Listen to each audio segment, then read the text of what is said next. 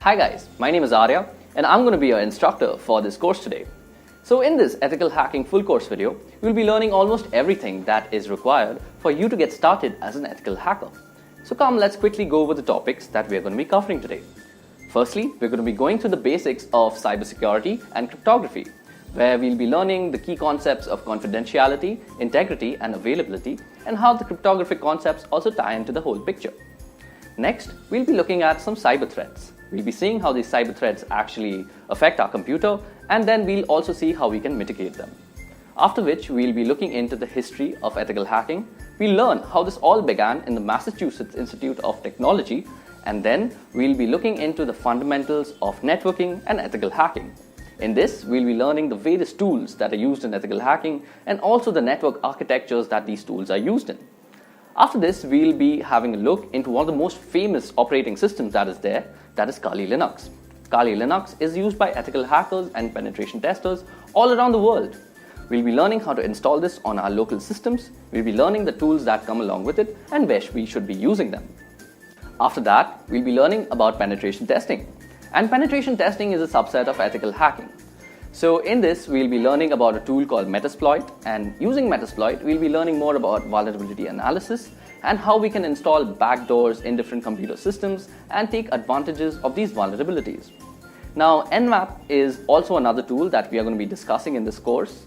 We'll be learning how we can use Nmap to gather information from our networks and how we can use this information to our advantage. After that, we'll be learning deeply about 3 cyber attacks that are there in this industry. First is cross-site scripting, secondly, distributed denial of service, and thirdly, SQL injection attacks. Now, we'll be doing these attacks ourselves on dummy targets and learning more about these attacks and how they're orchestrated. And thus, we'll be learning more about how we can mitigate them if we actually become ethical hackers. Now, we'll also be discussing some very advanced cryptographic methods called steganography, which is basically used for hiding digital code inside images. Last but not the least, we'll be also discussing how you could become an ethical hacker yourself. So we'll be discussing a roadmap. We'll also be discussing the job profiles that are there in the industry, and we'll also be discussing the companies that are hiring for these job profiles along with the salaries that they are trying to offer. Also, we won't be leaving you hanging right there. We'll also be discussing the 50 most common interview questions that come along with these job profiles so that you can snag that job interview. And if you do like our content in the end, please leave us a like. Please leave a comment if you want to, and do hit the subscribe button so that you can join our ever-growing community of learners.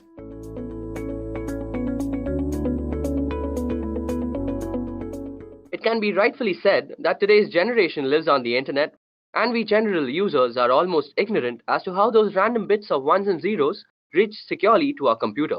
It's not magic, it's work and sweat that makes sure that your packets reach to you unsniffed.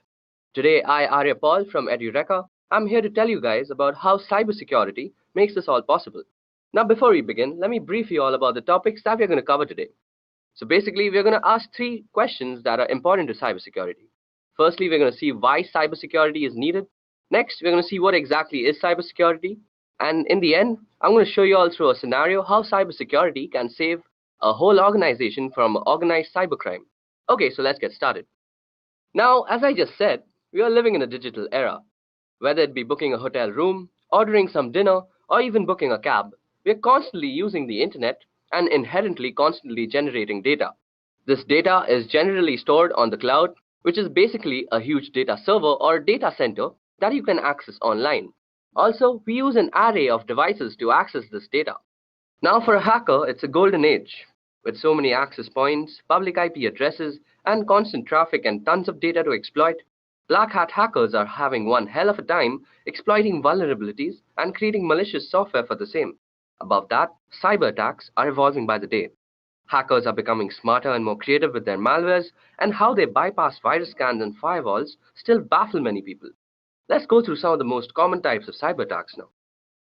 So as you guys can see, I've listed out 8 cyber attacks that have plagued us since the beginning of the internet. Let's go through them briefly. So first on the list, we have general malwares. Malware is an all-encompassing term for a variety of cyber threats, including trojans, viruses, and worms.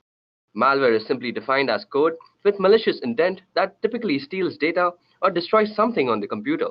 Next on the list, we have phishing, often posing as a request for data from a trusted third party Phishing attacks are sent via email and ask users to click on a link and enter their personal data. Phishing emails have gotten much more sophisticated in recent years, making it difficult for some people to discern a legitimate request for information from a false one. Phishing emails often fall into the same category as spam, but are more harmful than just a simple ad. Next on the list, we have password attacks. A password attack is exactly what it sounds like: a third party trying to gain access to your system by cracking a user's password. Next up is DDoS, which stands for Distributed Denial of Service. A DOS attack focuses on disrupting the service of a network. Attackers send high volumes of data or traffic through the network that is making a lot of connection requests, until the network becomes overloaded and can no longer function. Next up, we have man-in-the-middle attacks. By impersonating the endpoint in an online information exchange, that is the connection from your smartphone to a website, the MITM attacks can obtain information from the end users and entity he or she is communicating with. For example, if you're banking online, the man in the middle would communicate with you by impersonating your bank and communicate with the bank by impersonating you. The man in the middle would then receive all the information transferred between both parties, which could include sensitive data such as bank accounts and personal information. Next up, we have drive-by downloads. Through malware on a legitimate website, a program is downloaded to a user's system just by visiting the site. It doesn't require any type of action by the user to download it actually. Next up, we have maladvertising, which is a way to compromise your computer with malicious code that is downloaded to your system when you click on an affected ad. Lastly, we have rogue softwares, which are basically malwares that are masquerading as legitimate and necessary security software that will keep your system safe. So as you guys can see now, the internet sure isn't a safe place as we might think it is. This not only applies for us as individuals, but also large organizations. There have been multiple cyber breaches in the past that has compromised the privacy and confidentiality of our data. If we head over to the site called Information is Beautiful, we can see all the major cyber breaches that have been committed. So as you guys can see, even big companies like eBay, AOL, Evernote, Adobe have actually gone through major cyber breaches, even though they have a lot of security measures taken to protect the data that they contain. So it's not only that small individuals are targeted by hackers and other people, but even bigger organizations are constantly being targeted by these guys. So after looking at all sorts of cyber attacks possible, the breaches of the past, and the sheer amount of data available, we must be thinking that there must be some sort of mechanism and protocol to actually protect us from all these sorts of cyber attacks. And indeed, there is a way, and this is called cybersecurity. In a computing context, security comprises of cybersecurity and physical security. Both are used by enterprises to protect against unauthorized access to data centers and other computerized systems. Information security, which is designed to maintain the confidentiality, integrity, and availability of data, is a subset of cybersecurity. The use of cybersecurity can help prevent against cyber attacks, data breaches, identity theft, and can aid in risk management. So when an organization has a strong sense of network security and an effective incident response plan, it is better able to prevent and mitigate these attacks. For example, end-user protection defends information and guards against loss of theft, while also scanning computers for malicious code. Now, when talking about cybersecurity, there are three main activities that we are trying to protect ourselves against, and they are unauthorized modification, unauthorized deletion, and unauthorized access. These three terms are very synonymous to the very commonly known CIA triad, which stands for confidentiality, integrity, and availability. The CIA triad is also commonly referred to as the three pillars of security, and most security policies of bigger organizations and even smaller companies are based on these three principles. So let's go through them one by one. So first on the list, we have confidentiality. Confidentiality is roughly equivalent to privacy. Measures undertaken to ensure confidentiality are designed to prevent sensitive information from reaching the wrong people, while making sure that the right people can in fact get it. Access must be restricted to those authorized to view the data in question. It is common as well for data to be categorized according to the amount and type of damage that could be done should it fall into unintended hands. More or less, stringent measures can then be implemented across to those categories. Sometimes safeguarding data confidentiality may involve special training for those privy to such documents. Such training would typically include security risks that could threaten this information. Training can help familiarize authorized people with risk factors and how to guard against them. Further aspects of training can include strong password and password-related best practices and information about social engineering methods to prevent them from bending data handling rules with good intention and potentially disastrous results. Next on the list, we have integrity. Integrity involves maintaining the consistency, accuracy, and trustworthiness of data over its entire life cycle. Data must not be changed in transit, and steps must be taken to ensure that data cannot be altered by unauthorized people, for example, in a breach of confidentiality. These measures include file permissions and user access controls. Version control may be used to prevent erroneous changes or accidental deletion by authorized users becoming a problem. In addition, some means must be in place to detect any changes in data that might occur as a result of non-human caused events, such as electromagnetic pulses or server crash. Some data might include checksums, even cryptographic checksums for verification of integrity. Backup or redundancies must be available to restore the affected data to its correct state. Last but not the least is availability. Availability is best ensured by rigorous maintaining of all hardware, performing hardware repairs immediately when needed, and maintaining a correctly functional operating system environment that is free of software conflicts. It's also important to keep current with all necessary system upgrades. Providing adequate communication bandwidth and preventing the occurrences of bottlenecks are equally important. Redundancy, failover, and even high availability clusters can mitigate serious consequences when hardware issues do occur. Fast and adaptive disaster recovery is essential for the worst-case scenarios. That capacity is reliant on the existence of a comprehensive disaster recovery plan. Safeguards against data loss or interruption in connection must include unpredictable events such as natural disasters and fire. To prevent data loss from such occurrences, a backup copy must be stored in a geographically isolated location, perhaps even in a fireproof water-safe place. Extra security equipments or software such as firewalls and proxy servers can guard us against downtimes and unreachable data due to malicious actions such as denial of service attacks and network intrusions. So now that we have seen what we are actually trying to implement when trying to protect ourselves on the internet, we should also know the ways that we actually protect ourselves when we are attacked by cyber organizations. So the first step to actually mitigate any type of cyber attack is to identify the malware or the cyber threat that is being currently going on in your organization. Next, we have to actually analyze and evaluate all the affected parties and the file systems that have been compromised. And in the end, we have to patch the whole treatment so that our organization can come back to its original running state without any cyber breaches. So how is it exactly done? This is mostly done by actually calculating three factors. The first factor is vulnerability, the second factor is threat, and the third is risk. So let me tell you about the three of them a little bit. So first on the list of actual calculations, we have vulnerability. So a vulnerability refers to a known weakness of an asset that can be exploited by one or more attackers. In other words, it is a known issue that allows an attack to be successful.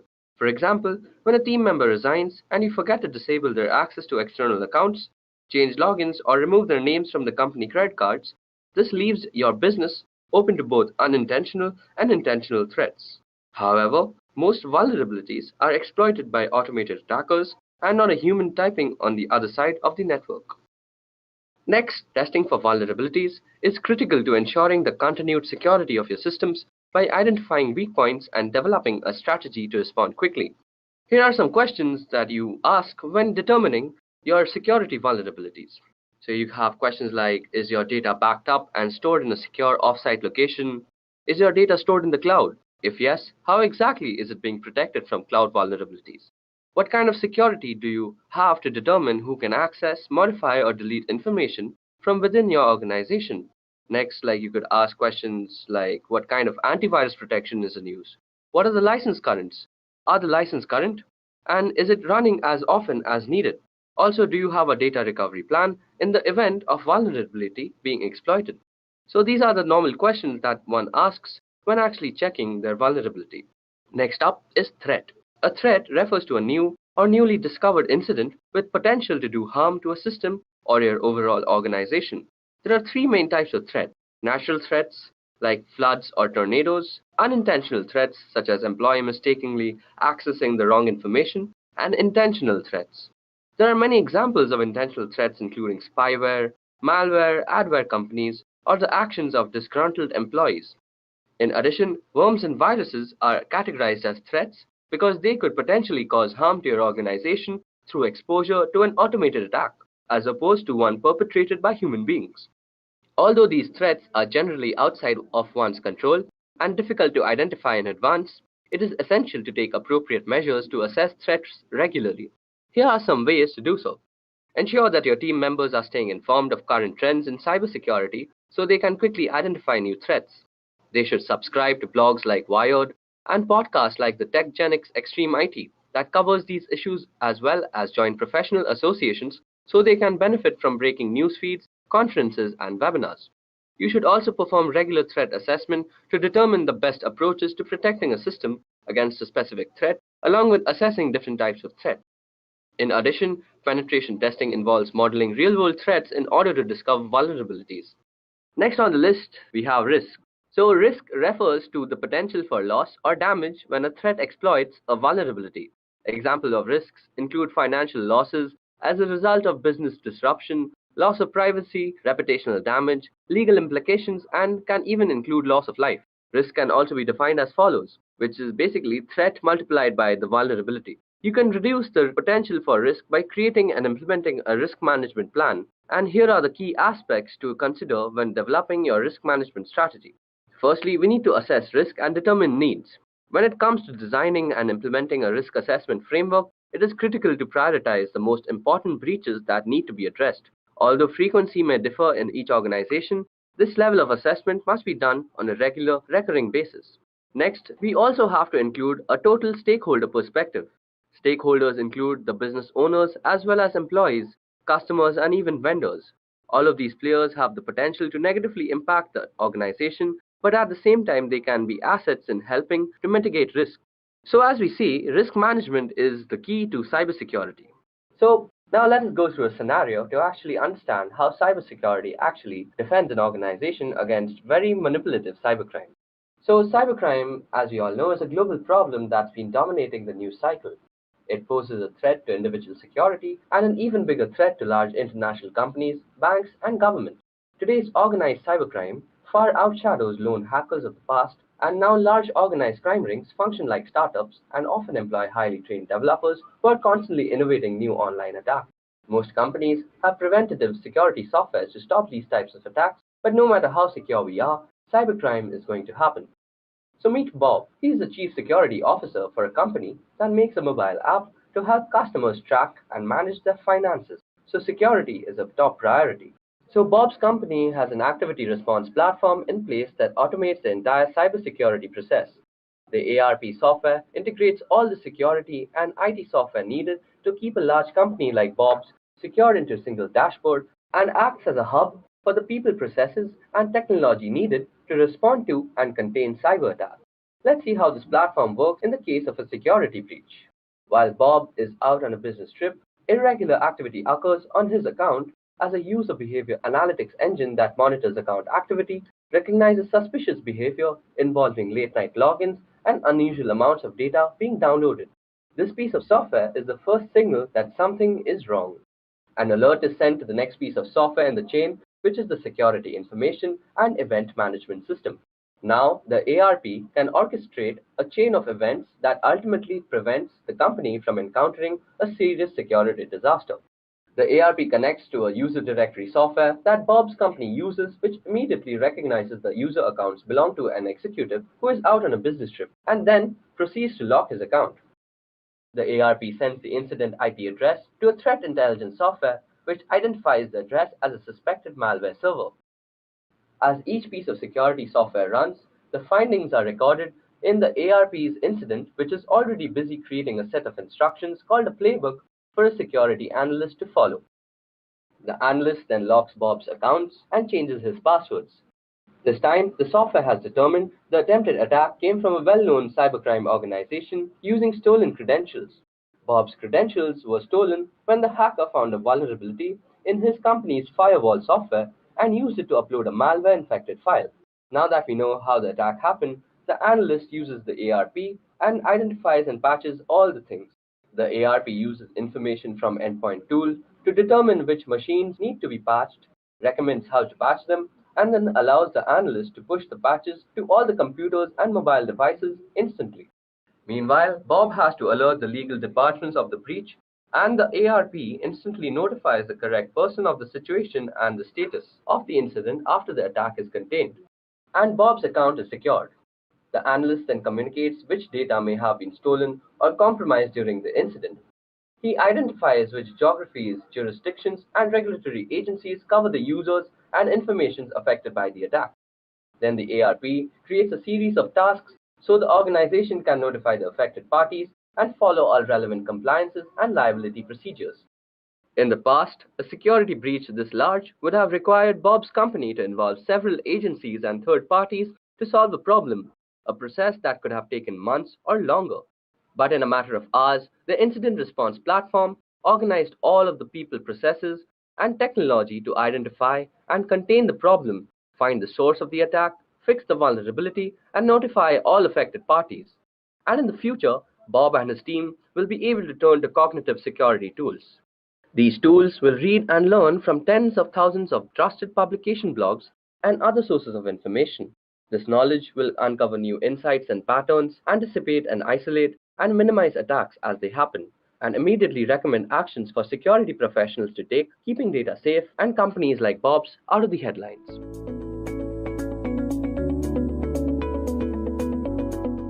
Cryptography is essentially important because it allows you to securely protect data that you don't want anyone else to have access to. It is used to protect corporate secrets, secure classified information, and to protect personal information to guard against things like identity theft. And today's video is basically going to be about cryptography. Now, before we actually jump into the session, let me give you guys a brief on the topics that we're going to cover today. So first of all, we're going to cover what is cryptography through the help of a very simplistic scenario. Then we are going to go through the classifications of cryptography and how the different classificative algorithm works. In the end, I'm going to show you guys a nifty demo on how a popular algorithm called RSA actually works. So let's get started. Now I'm going to take the help of an example or a scenario to actually explain what is cryptography. Alright, so let's say we have a person and let's call him Andy. Now suppose Andy sends a message to his friend Sam who is on the other side of the world. Now obviously, he wants this message to be private and nobody else should have access to the message. Now he uses a public forum, for example the internet, for sending this message. The goal is to actually secure this communication. And of course, we have to be secure against someone. Now let's say there is a smart guy called Eve who has secretly got access to your communication channel. Since this guy has access to your communication, he can do much more than just eavesdrop. For example, he can try to change the message in itself. Now this is just a small example. What if Eve actually gets access to your private information? Well, that could actually result in a big catastrophe. So how can Andy be sure that nobody in the middle could access the message sent to Sam? The goal here is to make communication secure, and that's where cryptography comes in. So what exactly is cryptography? Well, cryptography is the practice and the study of techniques for securing communication and data in the presence of adversaries. So let me take a moment to explain how that actually happens. Well, first of all, we have a message. This message is firstly converted into a numeric form, and then this numeric form is applied with a key called an encryption key. And this encryption key is used in an encryption algorithm. So once the numeric message and the encryption key has been applied in an encryption algorithm, what we get is called a ciphertext. Now this ciphertext is sent over the network to the other side of the world, where the other person who the message is intended for will actually use a decryption key and use the ciphertext as a parameter of a decryption algorithm, and then he'll get what we actually sent as a message. And if some error had actually occurred, he'd get an error. So let's see how cryptography can help secure the connection between Andy and Sam. So to protect his message, Andy first converts his readable message to an unreadable form. Here he converts the message to some random numbers, and after that he uses a key to encrypt his message. After applying this key to the numerical form of his message, he gets a new value. In cryptography, we call this ciphertext. So now if Andy sends the ciphertext or encrypted message over communication channel, he won't have to worry about somebody in the middle of discovering the private message. Even if somebody manages to discover the message, he won't be able to decrypt the message without having a proper key to unlock this message. So suppose Eve here discovers the message and he somehow manages to tamper with the message and message finally reaches Sam. Sam would need a key to decrypt the message to recover the original plaintext. So using the key, he would convert a ciphertext to numerical value corresponding to the plaintext. Now after using the key for decryption, what will come out is the original plaintext message or an error. Now this error is very important. It is the way Sam knows that message sent by Andy is not the same as the message that he received. So the error in a sense tells us that Eve has tampered with the message. Now the important thing to note here is that in modern cryptography, the security of the system purely relies on keeping the encryption and decryption keys secret. Based on the type of keys and encryption algorithms, cryptography is classified under the following categories. Now cryptography is broadly classified under two categories, namely symmetric key cryptography and asymmetric key cryptography, popularly also known as public key cryptography. Now, symmetric key cryptography is further classified as classical cryptography and modern cryptography. Further drilling down, classical cryptography is divided into two, which is transposition cipher and substitution cipher. On the other hand, modern cryptography is divided into stream cipher and block cipher. In the upcoming slides, I'll broadly explain all these types of cryptography. So let's start with symmetric key cryptography first. So symmetric key algorithms are algorithms for cryptography that use the same cryptographic keys for both encryption of plaintext and decryption of ciphertext. The keys may be identical, or there may be some simple transformation to go between the two keys. The keys in practice represent a shared secret between two or more parties that can be used to maintain a private information link. This requirement that both parties have access to the secret key is one of the main drawbacks of symmetric key encryption in comparison to public key encryption, also known as asymmetric key encryption. Now, symmetric key cryptography is sometimes also called secret key cryptography, and the most popular symmetric key system is the Data Encryption Standards, which also stands for DES. Next up, we're going to discuss transposition cipher. So, in cryptography, a transposition cipher is a method of encryption by which the positions held by units of plaintext, which are commonly characters or groups of characters, are shifted according to a regular system, so that the ciphertext constitutes a permutation of the plaintext. That is, the order of units is changed, the plaintext is reordered. Now, mathematically speaking, a bijective function is used on the character's position to encrypt and an inverse function to decrypt. So as you can see that there is an example on the slide. So on the plaintext side, we have a message which says, "Meet me after the party." Now this has been carefully arranged in the encryption matrix, which has been divided into 6 rows and the columns. So next we have a key, which is basically 421635, and then we rearrange by looking at the plaintext matrix, and then we get the ciphertext, which basically is some unreadable gibberish at this moment. So that's how this whole algorithm works. On the other hand, when the ciphertext is being converted into the plaintext, the plaintext matrix is going to be referred, and it can be done very easily. Moving on, we are going to discuss substitution cipher. So substitution of single letters separately, simple substitution can be demonstrated by writing out the alphabets in some order to represent the substitution. This is termed as substitution alphabet. The cipher alphabet may be shifted or reversed, creating the Caesar and Upstash cipher respectively, or scrambled in a more complex fashion, in which case it is called a mixed alphabet or deranged alphabet. Traditionally, mixed alphabets may be created by first writing out keyword, removing repeated letters in it, then writing all the remaining letters in the alphabet in the usual order. Now consider this example shown on the slide. Using the system we just discussed, the keyword zebras gives us the following alphabets from the plaintext alphabet, which is A to Z. So the ciphertext alphabet is basically zebras, then followed by all the alphabets we have missed out in the zebra word. So as you guys can see, it's zebras followed by S, C, D, F, G, H, and so on. Now suppose we were to actually encrypt a message using this code. So as you guys can see on the screen, I've shown you an example, which is a message, "Flee at once, we are discovered," is being actually encrypted using this code. So if you guys can see out here, the F letter actually corresponds to S, and then the L letter actually corresponds to I out here.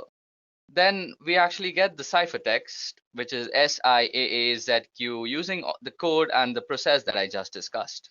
Now traditionally, the ciphertext is written out in blocks of fixed length, omitting punctuations and spaces. This is done to help avoid transmission errors to disguise the word boundaries from the plaintext. Now these blocks are called groups, and sometimes a group count, that is the number of groups, is given as an additional check.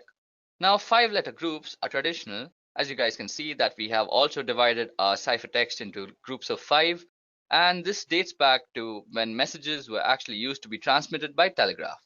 Now, if the length of the message happens not to be divisible by 5, it may be padded at the end with nulls, and these can be any characters that can be decrypted to obvious nonsense, so the receiver can easily spot them and discard them. Next on our list is stream cipher. So a stream cipher is a method of encrypting text to produce ciphertext in which a cryptographic key and algorithm are applied to each binary digit in a data stream 1 bit at a time. This method is not much used in modern cryptography. The main alternative method is block cipher, in which a key and algorithm are applied to block of data rather than individual bits in a stream. Okay, so now that we've spoken about block cipher, let's go and actually explain what block cipher does. A block cipher is an encryption method that applies a deterministic algorithm to the symmetric key to encrypt a block of text rather than encrypting 1 bit at a time as in stream ciphers. For example, a common block cipher, AES, encrypts 128-bit blocks with a key of predetermined length that is either 128, 192, or 256 bits in length. Now, block ciphers are pseudo-random permutation families that operate on the fixed size of block of bits.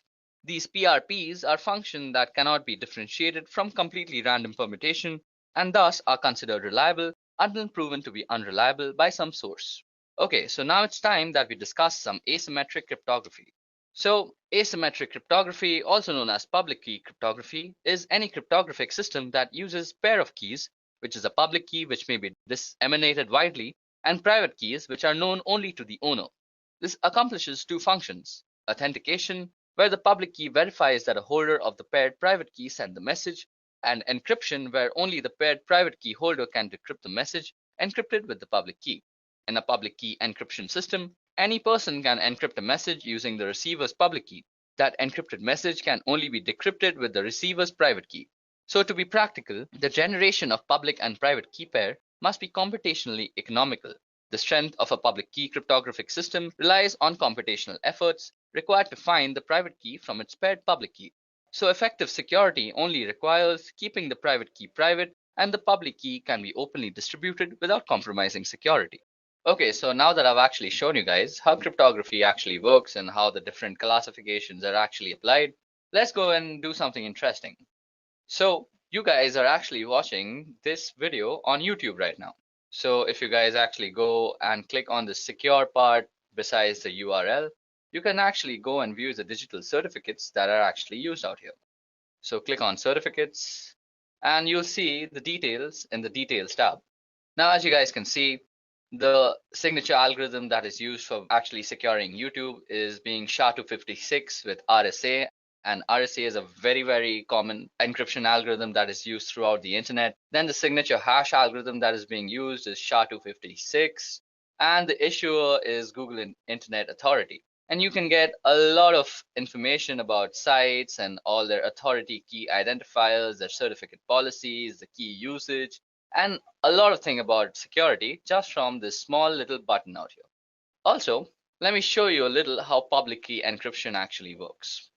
So on the site, which is basically cobwebs.cs.uga.edu, you can actually demo out public key encryption. So suppose we had to send a message. First, we would need to generate keys. So as you can see, I just click generate keys and it got me two keys, which is one is the public key, which I will distribute throughout the network, and one the private key, which I will actually keep secret to myself. Now I want to send a message saying, hi there, when is the exam tomorrow? So now we are going to encrypt it using the public key because that's exactly what's distributed. So now as you can see, we have got our ciphertext. So this huge thing right out here is ciphertext, and it absolutely makes no sense whatsoever. Now suppose we were to actually then decrypt the message. We would use the private key that goes along with our account, and we would decode the message. And as you guys can see, voila, we have hi there, when is the exam tomorrow? So we have actually sent a message on the internet in a very secure fashion. Above that, there's also RSA that needs some explaining because I had promised that too.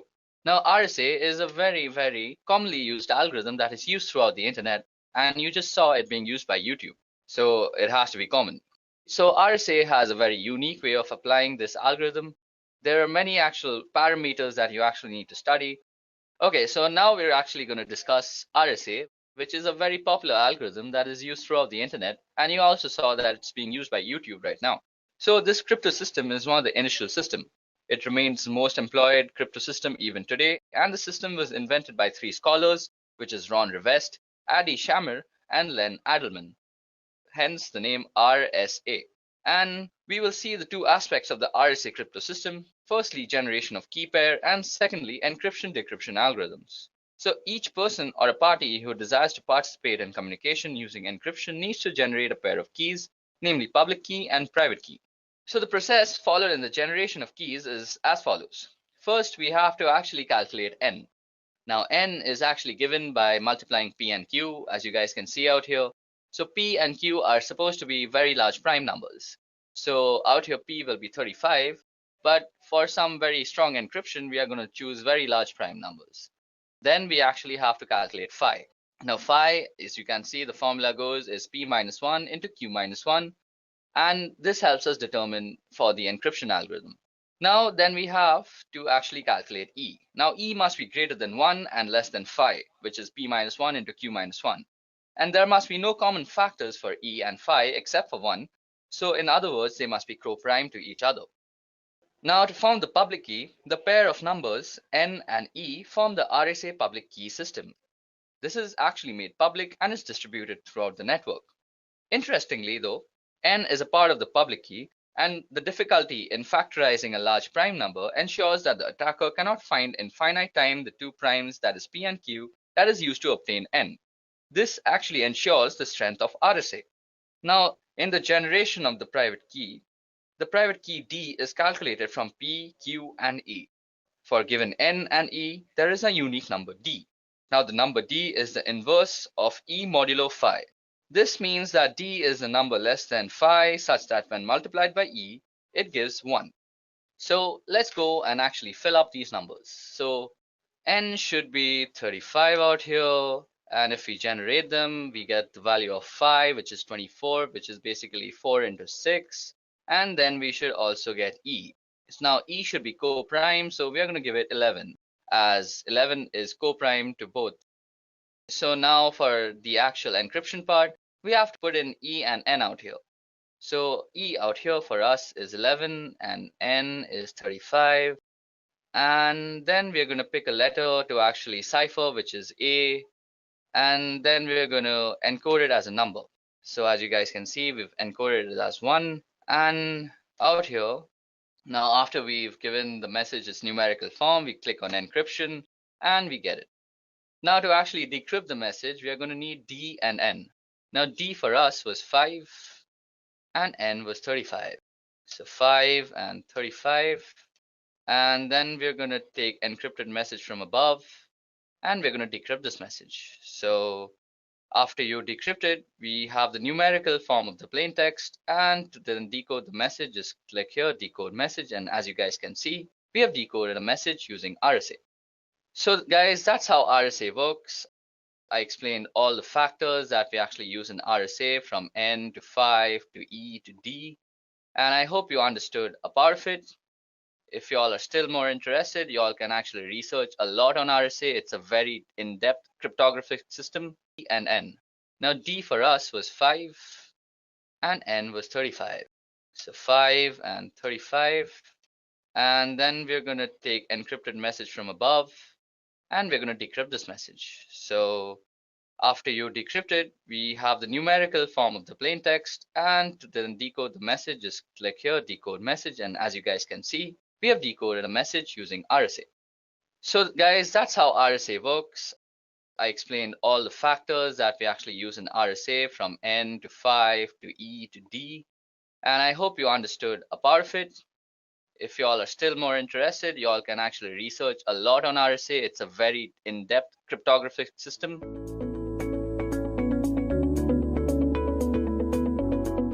Just as pollution was a side effect of the Industrial Revolution, so are the many security vulnerabilities that come with the increased internet connectivity.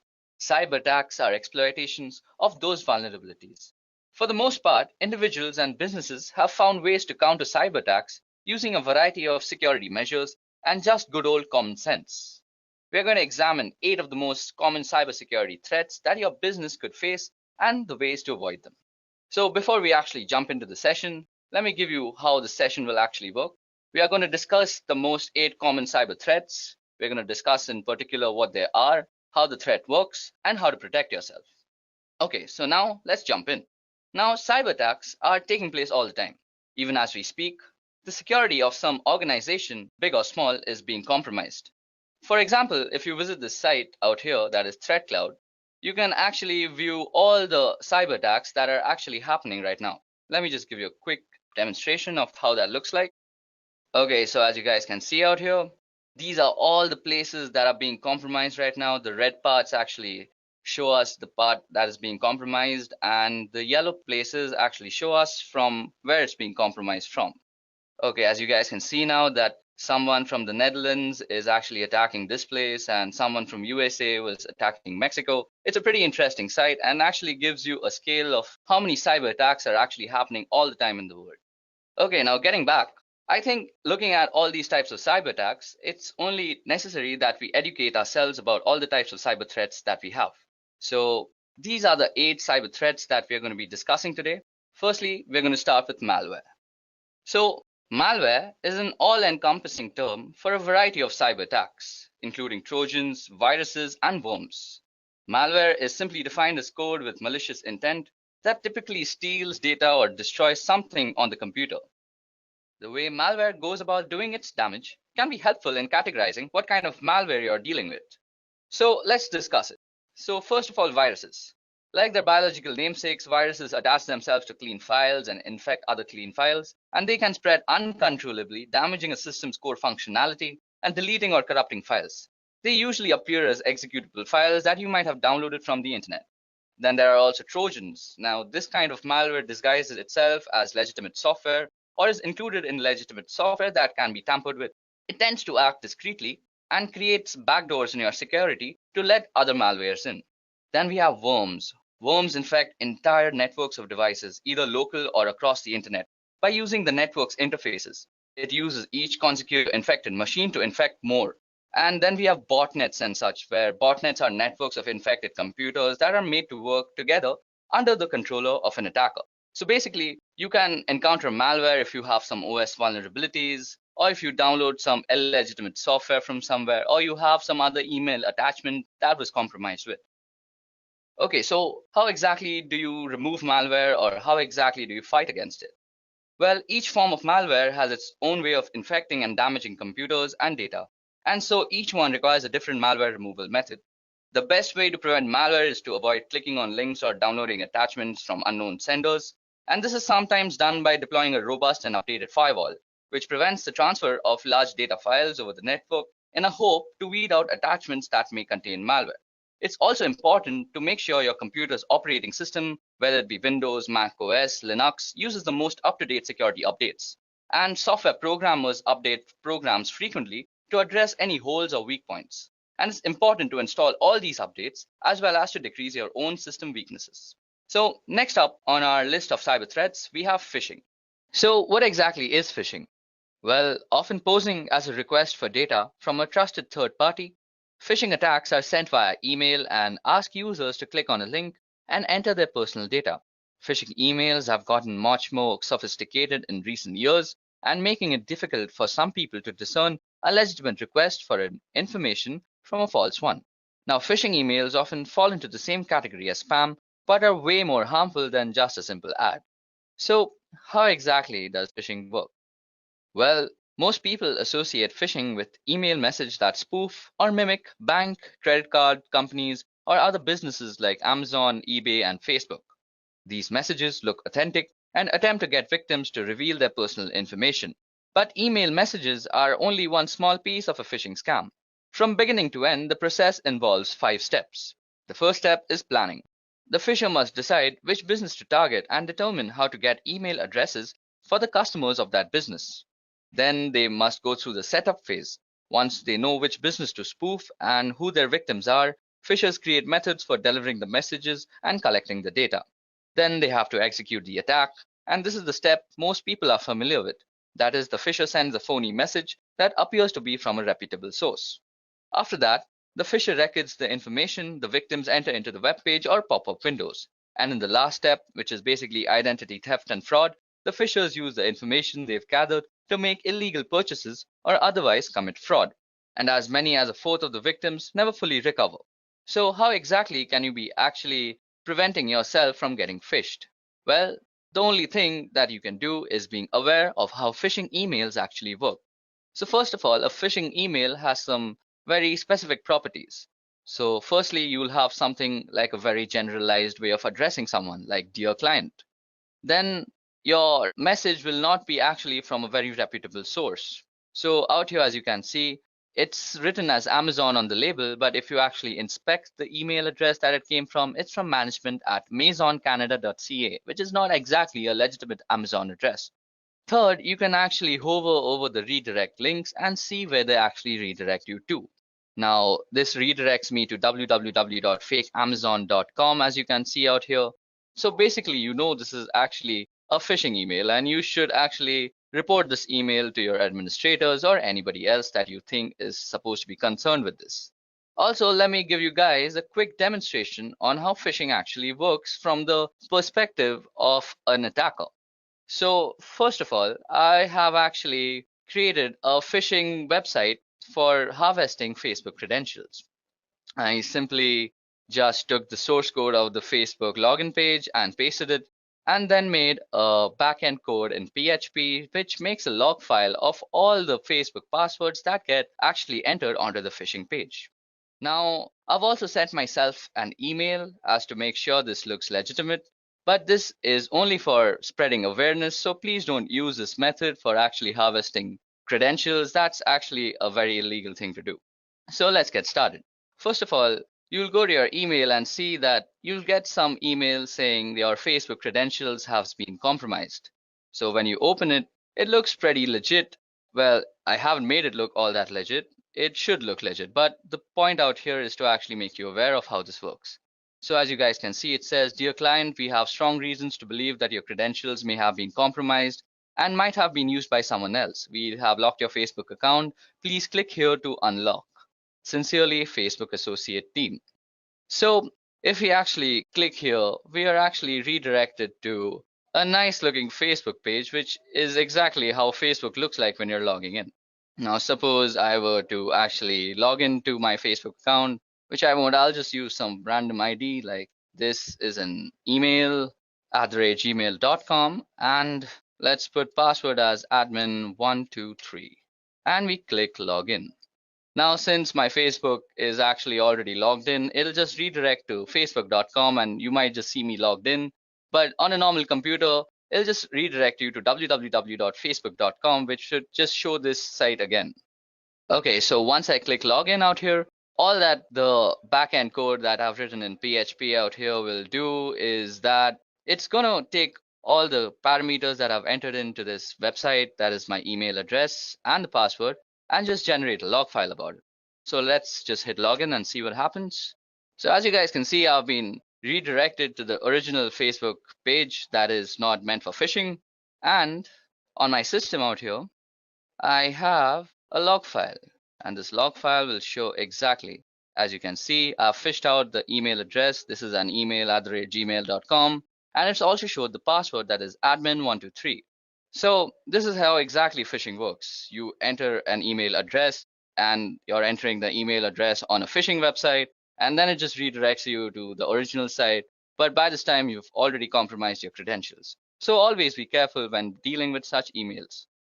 So now jumping back to our session, the next type of cyber attacks we're going to discuss is password attacks.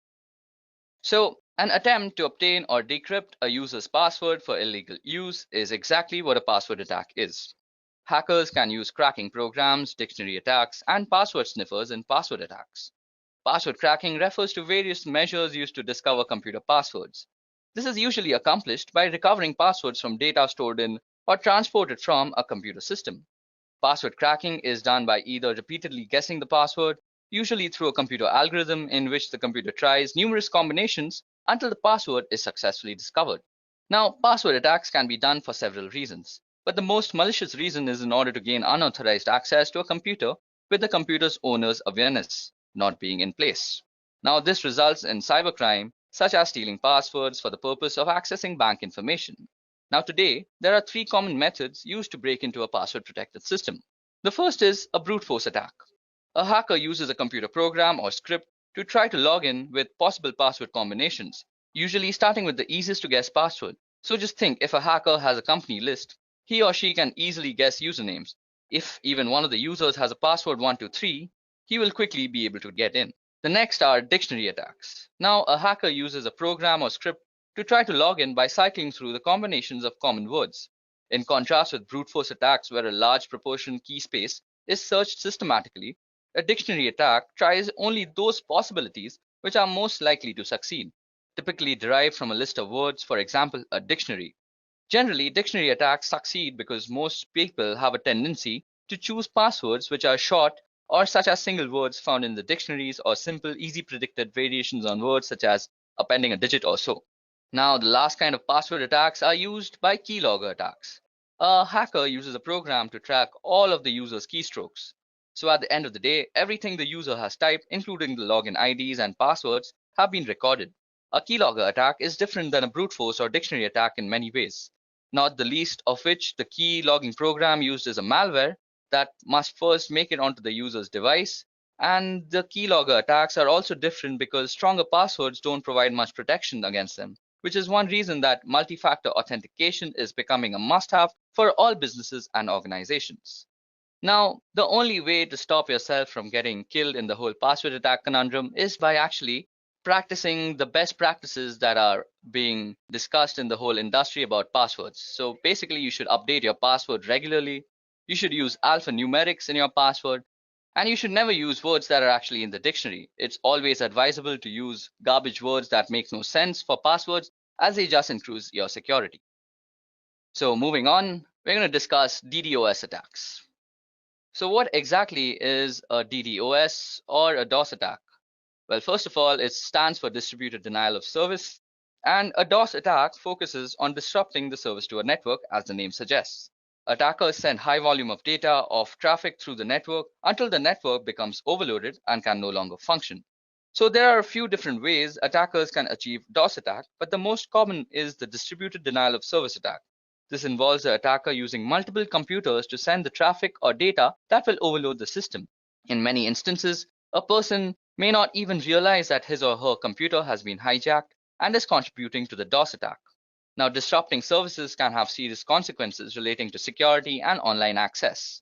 Many instances of large-scale DOS attacks have been implemented as a single sign of protest towards governments or individuals and have led to severe punishment, including major jail time. So, how can you prevent DOS attacks against yourself? Well, firstly, unless your company is huge, it's rare that you would be even targeted by an outside group or attackers for a DOS attack. Your site or network could still fall victim to one, however, if another organization on your network is targeted. Now, the best way to prevent an additional breach is to keep your system as secure as possible with regular software updates, online security monitoring, and monitoring of your data flow to identify any unusual or threatening spikes in traffic before they become a problem. DOS attacks can also be perpetrated by simply cutting a cable or dislodging a plug that connects your website server to the internet. So due diligence in physically monitoring your connections is recommended as well. Okay, so next up on our list is man-in-the-middle attacks. So by impersonating the endpoints in an online information exchange, the man-in-the-middle attack can obtain information from the end user and the entity he or she is communicating with. For example, if you are banking online, the man in the middle would communicate with you by impersonating your bank and communicate with the bank by impersonating you. The man in the middle would then receive all of the information transferred between both parties, which could include sensitive data such as bank accounts and personal information. So how does it exactly work? Normally, an MITM gains access through a non-encrypted wireless access point, which is basically one that doesn't use WAP, WPA, or any of the other security measures. Then they would have to access all of the information being transferred between both parties by actually spoofing something called address resolution protocol.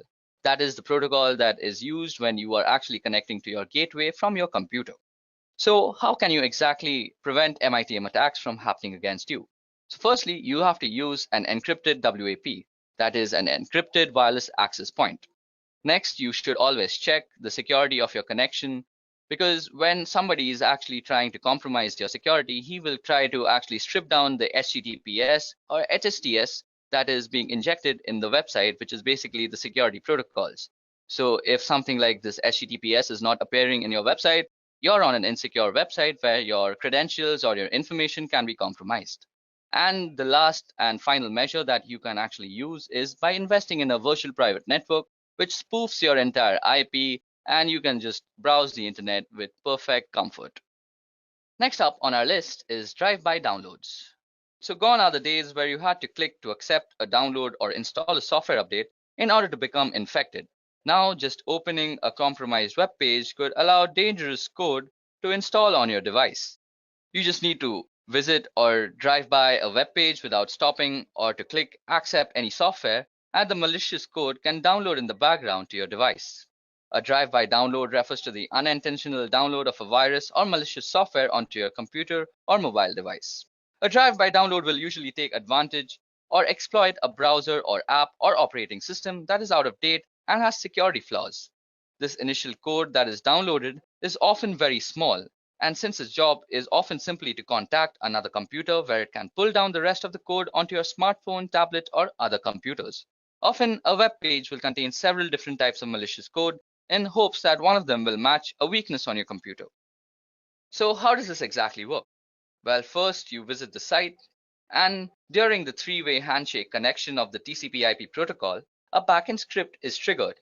As soon as a connection is made while the last ACK packet is sent, a download is also triggered and the malware is basically injected into your system. Now, the best advice I can share about avoiding drive-by downloads is to avoid visiting websites that could be considered dangerous or malicious. This includes adult content, file-sharing websites, or anything that offers you a free trip to the Bahamas. Now, some other tips to stay protected include keep your internet browser and operating system up to date, use a safe search protocol that warns you when to navigate to a malicious site, and use comprehensive security software on all your devices like McAfee All Access and keeping it up to date. Okay, so that was it about drive-by downloads. Next up is maladvertising or malvertising. So malvertising is the name we in the security industry give to criminally controlled advertisements which intentionally infect people and businesses. These can be any ad on any site, often ones which you use as a part of your everyday internet usage, and it is a growing problem, as is evident by a recent US Senate report and the establishment of bodies like Trust in Ads. Now, whilst the technology being used in the background is very advanced, the way it presents to the person being infected is simple. To all intents and purposes, the advertisement looks the same as any other, but has been placed by a criminal. Like you can see the mint ad out here, it's really out of place, so you could say it's been made by a criminal. Now, without your knowledge, a tiny piece of code hidden deep in the advertisement is making your computer go to the criminal servers. These then catalog details about your computer and its location before choosing which piece of malware to send you.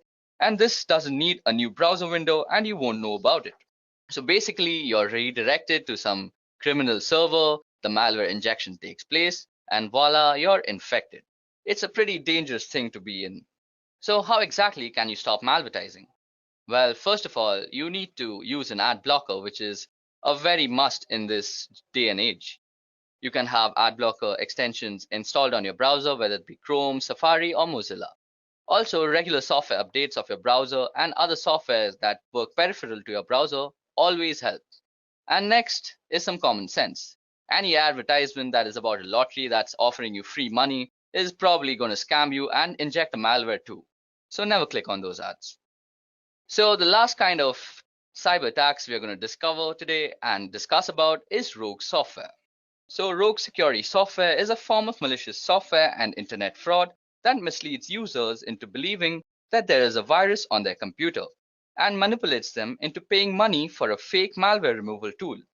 It is a form of scareware that manipulates users through fear and a form of ransomware. Rogue security software has been a serious security threat in desktop computing since 2008. So now, how does a rogue security software work? These scams manipulating users into download the program through a variety of techniques. Some of these methods include ads offering free or trial versions of security programs, often pricey upgrades, or encouraging the purchase of the deluxe versions. Then also pop-ups warning that your computer is infected with a virus, which encourages you to clean it by clicking on the program. And then manipulated SEO rankings that put infected website as the top hits when you search. These links then redirect you to a landing page that claims your machine is infected and encourages you a free trial of the rogue security program. Now, once the scareware is installed, it can steal all your information, slow your computer, corrupt your files, disable updates for legitimate antivirus softwares, or even prevent you from visiting legitimate security software vendor sites.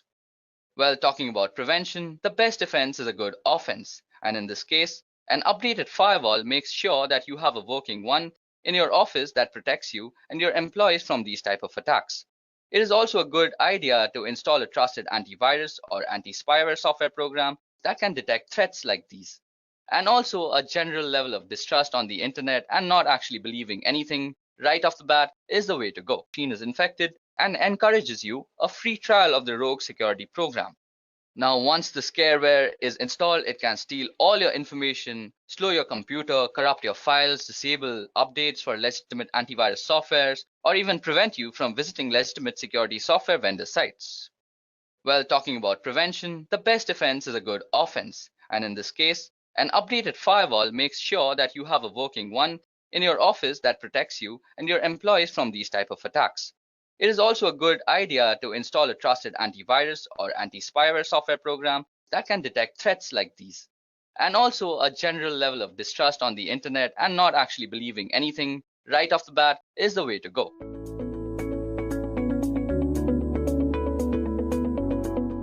The keyword of this video is ethical hacking course. But in reality, it's just an expansive video on the fundamentals of ethical hacking. There is no such thing as an ethical hacking course, to be honest, because no course can teach you a discipline like ethical hacking. All the best that you can do in creating content for ethical hacking is that you can tell people about the fundamentals that are followed in this discipline. Okay, now before we start, let me just give you a general idea of the topics that I intend to cover throughout this video. Okay, now to be honest, we're going to cover a pretty broad range of material. We are firstly going to be going over footprinting and reconnaissance, where you get an idea of what's involved in the ethical hacking engagement that you're working on and information about the target that you're engaged with. Then we're going to talk about networking fundamentals, and here we're going to get our hands dirty with packets and the understanding of TCP/IP at a deeper level, and also understanding how the different protocols work and why they work that way. Now, we are also going to be talking about cryptography, where we talk about different cryptographic ciphers. We're going to deal with web encryption to SSL and TLS. We are also going to talk about certificates and the creation of certificates and how they actually operate. We will also talk about public key cryptography, and we are also scanning and enumeration, so Nmap, and dealing with Windows servers and using SNMP and LDAP and all that sort of stuff. Then we're going to be talking about penetration, where we deal with different ways of getting into systems and also go over using Metasploit, which is an exploit framework. And we're going to talk about how to use Metasploit, and you actually get into systems and make use of the exploits that they have. Then we're going to talk about malwares, viruses, and worms and rootkits, and all of that sort of stuff. We're going to take a look at the different pieces of malware and how you would pull that apart in order to understand what it's doing and potentially make use of that malware during an ethical hacking engagement. Then we're going to talk about different types of denial of service attacks or DOS attacks, and the difference between a denial of service attack and a distributed denial of service attack. And there is a difference there. So we're going to go over those attacks. Now, we're also going to go over web application hacking and the types of tools that you would use during web application hacking, and the different vulnerabilities that web applications have, and how to make use of these exploits and those vulnerabilities. We're going to talk about wireless networking, how to probe wireless networks, what wireless networks are doing, and how to secure wireless networks. We're also going to talk a little bit about detection evasion, and to be honest with you, detection evasion kind of comes up in a lot of different areas through the many of the topics that we're also going to talk about: programming attacks, and how to protect oneself against programming attacks. Okay, so that was the number of topics that we are actually going to cover through this video. Now, the approach that I'm going to be taking in the series of videos is whenever possible, we're going to be going to use a hands-on approach. So we're going to show you the actual tools I'm going to make use of and the tools to do some sort of demonstration and how they actually work. I am a big believer in getting your hands dirty as the best way to learn anything. So, as we go through the series of videos, I strongly encourage you to get access to the tools that I'm going to be demonstrating wherever possible and dig in and get your hands dirty along with me. And there are places where we're going to be going over some theoretical material, and I'm not a big fan of PowerPoint slides. But sometimes they're a necessary evil in order to convey certain types of information. So wherever possible, I'm going to minimize their use, but you will run across places where they're just a necessity. And we're going to have to go through some slides where in order to get some particular points across, they are primarily of a theoretical nature. So that's the approach that we'll be taking through this video. And I hope you have fun as you go along the way. Okay, so let's begin. Now, the first topic that we're going to tackle is what is hacking? Okay, so let us take a trip to the early days of hacking to start with.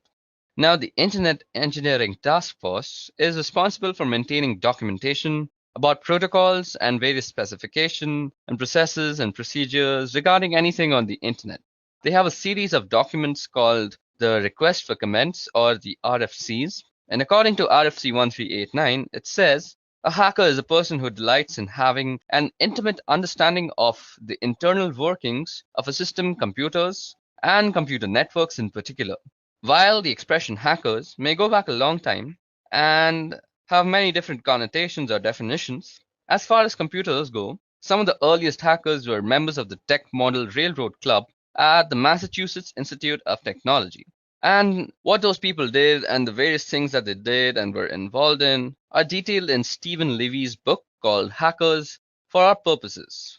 Now, for our purposes, we'll be talking about other types of hackers. Although the spirit of what we do goes back to those early days, now the definition of hacking or hackers has changed particularly in the 1980s, and in part as a result of a couple of people, namely Robert T. Morris, who was a Cornell graduate, who unleashed a piece of software that was called a worm on what was an early version of the internet worm, went on to cause a lot of damage and create a lot of downtime on systems across the country and across the world. Now, the Morris worm did end up resulting in something good, however. That is, the Computer Emergency Response Team at Carnegie Mellon was created primarily in response to the Morris worm. Now, there's also Kevin Mitnick, who is another well-known hacker who was responsible for various acts of computer crime over a couple of decades. He was the first convicted in 1988. So the definition of hacker or hacking moved from something benign to something far more sinister in popular culture. Now, we see hacking or hackers in all sorts of popular culture. We've seen them in hacker movies called war games, also the movie Hackers. Of course, you also see it in the Matrix movies, where you can see, if you look really closely, that they are using a tool called Nmap, which we will get into the use of in great detail later on as we go on. Now, also the movie Sneakers and the movie Swordfish. And on television, in addition to other places, you can see the agents at NCIS regularly doing things like cracking complex cryptography in just a matter of seconds or minutes. So, what is hacking really? Well, hacking is about a deep understanding of something particularly with relation to computers and computing. It's also about exploring and the joy of learning new things and understanding them very clearly and being able to manipulate those things in ways that maybe other people haven't before. It's also about digging into problems to find out solutions in creative and interesting ways, and sometimes finding problems where there weren't problems previously. And that's a little bit about what is hacking. Okay, so now that we have talked about what exactly is hacking and how the meaning and connotations of that word has changed over time, how it came into existence, how it was coined, let's go over the reasons that people normally hack. Now, you may want to hack just for fun. As discussed previously, hacking is a tradition that goes back several decades at MIT, even preceding the computer-related definition of hacking. Now, MIT has a long and storied history of hacking, and sometimes of a computer related nature, which in this case happens to be true, and sometimes of a non computer related nature instance. Now, here you can see that MIT's homepage has been hacked, or you might even say defaced, to indicate that Disney is buying MIT. This was an April Fool's Day prank in 1998, and again, this is just the kind of hacking that you would do for fun rather. Now, sometimes you might want to hack just to prove a political point, or any point for that matter. In this case, again, Bill Gates had donated some money to the MIT, which allowed them to have a new building. And he was coming to MIT to visit and give a talk about Microsoft Windows and its systems. And as you can see, the Windows systems that were installed in the entryway at the building were hacked to be running Linux instead. And you can see here that Tux the Penguin is saying, "Welcome to the William H. Gates building."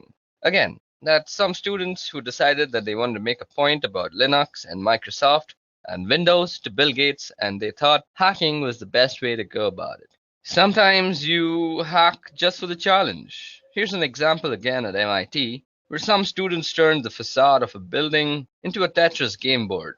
Now, this was a reasonably difficult hack, and the students went after it just for the challenge of completing it. And it just so they could have some pride of ownership and to be able to say that they were able to pull this off. You know, the things that teenagers do to show off to other teenagers, it just increases with increase in scale. Now, in spite of its difficulties and its challenges and all the obstacles and planning that had to go into it, they were able to pull it off, and now they have those bragging rights. So that was one of them, and one of the instances where somebody would hack just for the challenge and for the fun in it. Now, sometimes you want to hack to prevent theft, and this is where we get more specifically into computer related hackings.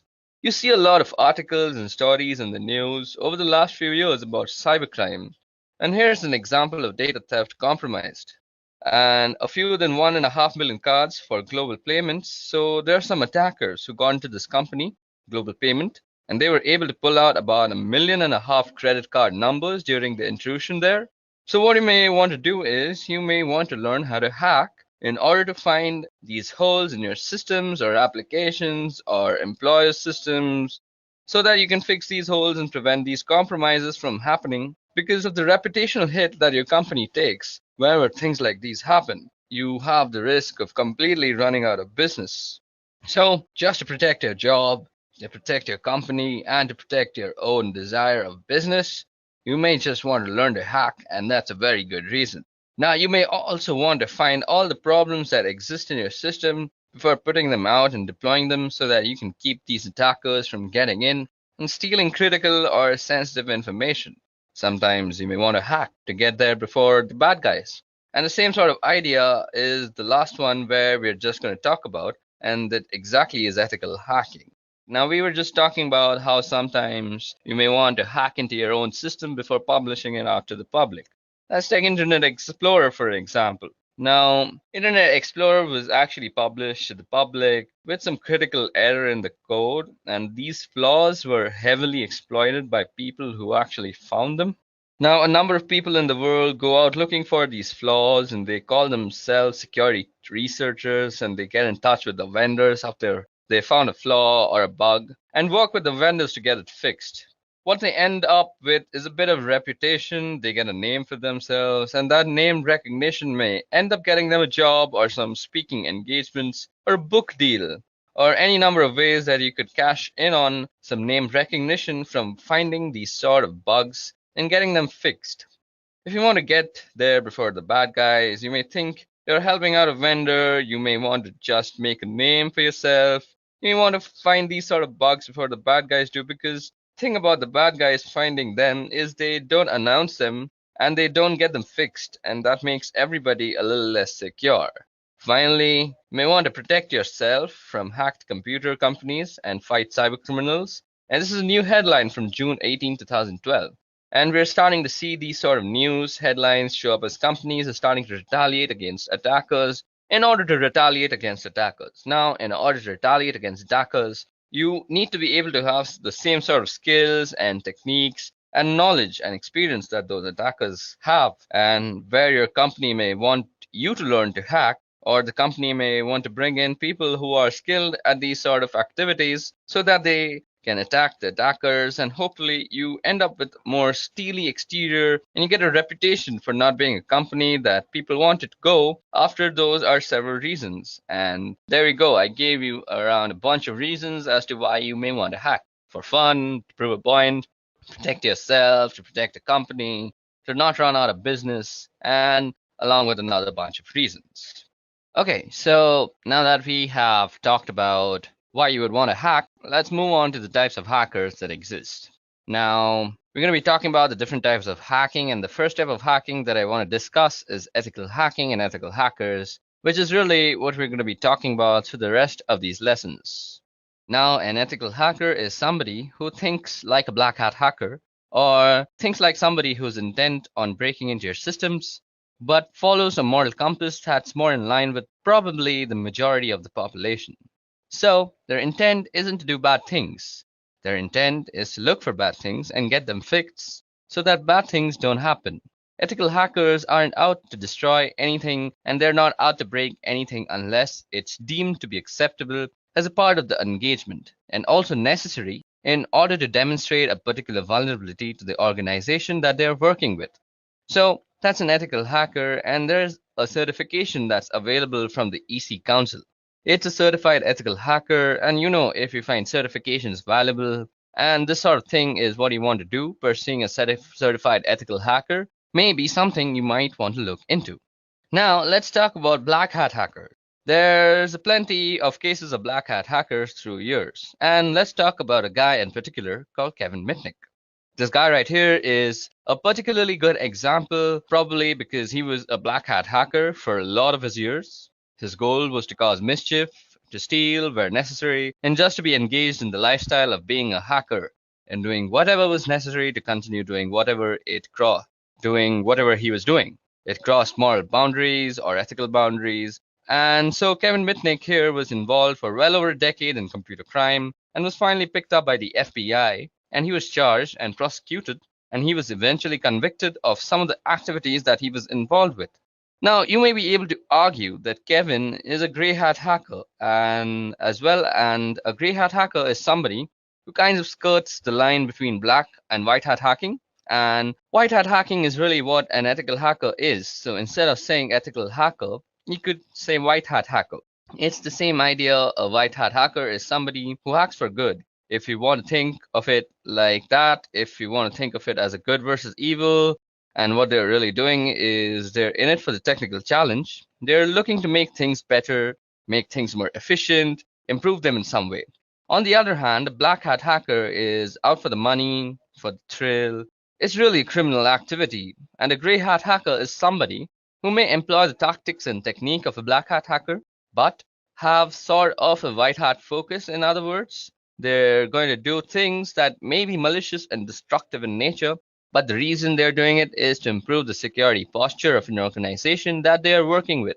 So you can see there's actually a book called Grey Hat Hacking. It's a pretty good book, and it details a lot of the tactics and strategies and techniques we'll be going over in subsequent lessons in this video. Now, one other type of hacking that I want to talk about is a thing called hacktivism, and you'll find hacktivism all over the place. And one example in the last year or so, and certainly in recent memory, is called Lulz Security. Yeah, you heard that right. It's called Lulz Security. And you can argue that Lulz is actually a response to another type of hacktivism.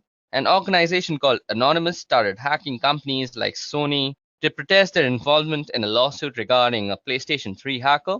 Now, Lulz Security was supposedly protesting the treatment of Anonymous, or was hacking in support of this group, Anonymous. So they hacked a number of companies and did things like pulled information, usernames, and passwords from the databases at these companies. And they said that the reason was to shine a light on the security of these companies, and also theoretically to embarrass the companies with their weak or poor security postures. And the problem with that they were doing this through were posting information that they had found online. And that information often included details about customers for these particular corporations. And for an ethical hacker, a white hat hacker, that would cross the boundary of causing harm. So there's no reason for me as an ethical hacker to post information in a public forum about somebody, because I could be doing damage to them. But in this case, Lal Security and Anonymous, specifically Lal Security, were engaged in a form of hacktivism, and what they were doing was not only damaging to the corporation, that certainly was detrimental to those people. So different types of hackers and different types of hacking. We've got ethical or white hat hacking, we've got black hat, gray hat, and then we've finally got hacktivism. It's really the goal and the means that vary from one to the other. Okay, so now that we've discussed the types of hackers, let's also discuss the skills necessary to become one. So, what we're going to discuss in this part are the different skills that are required or will be learned as a part of this video. So, initially, just for basic computing, you need a basic understanding of operating systems and how to work them. There are going to be several fundamental types of tasks that I won't be going into any detail at all, and you'll need to know how to run programs and do things like open up a command prompt without me walking you through and how to do that. So I am going to assume that you have some basic understanding of how to do these sorts of tasks. Also, you need an understanding of the basic system software, and you'll need a basic understanding of how to use command line utilities. There are a number of tools and programs that we're going to be going through this video, and many of them use the command line. Now, whether it's on Windows or Linux, you'll need to be familiar with typing and being able to run programs from the command line and the various command line switches and parameters that those programs or types of programs are going to use. Now, from a networking perspective, you need a basic understanding of some simple networking concepts. You need to know what cables are and switches and hubs and how systems are networked together.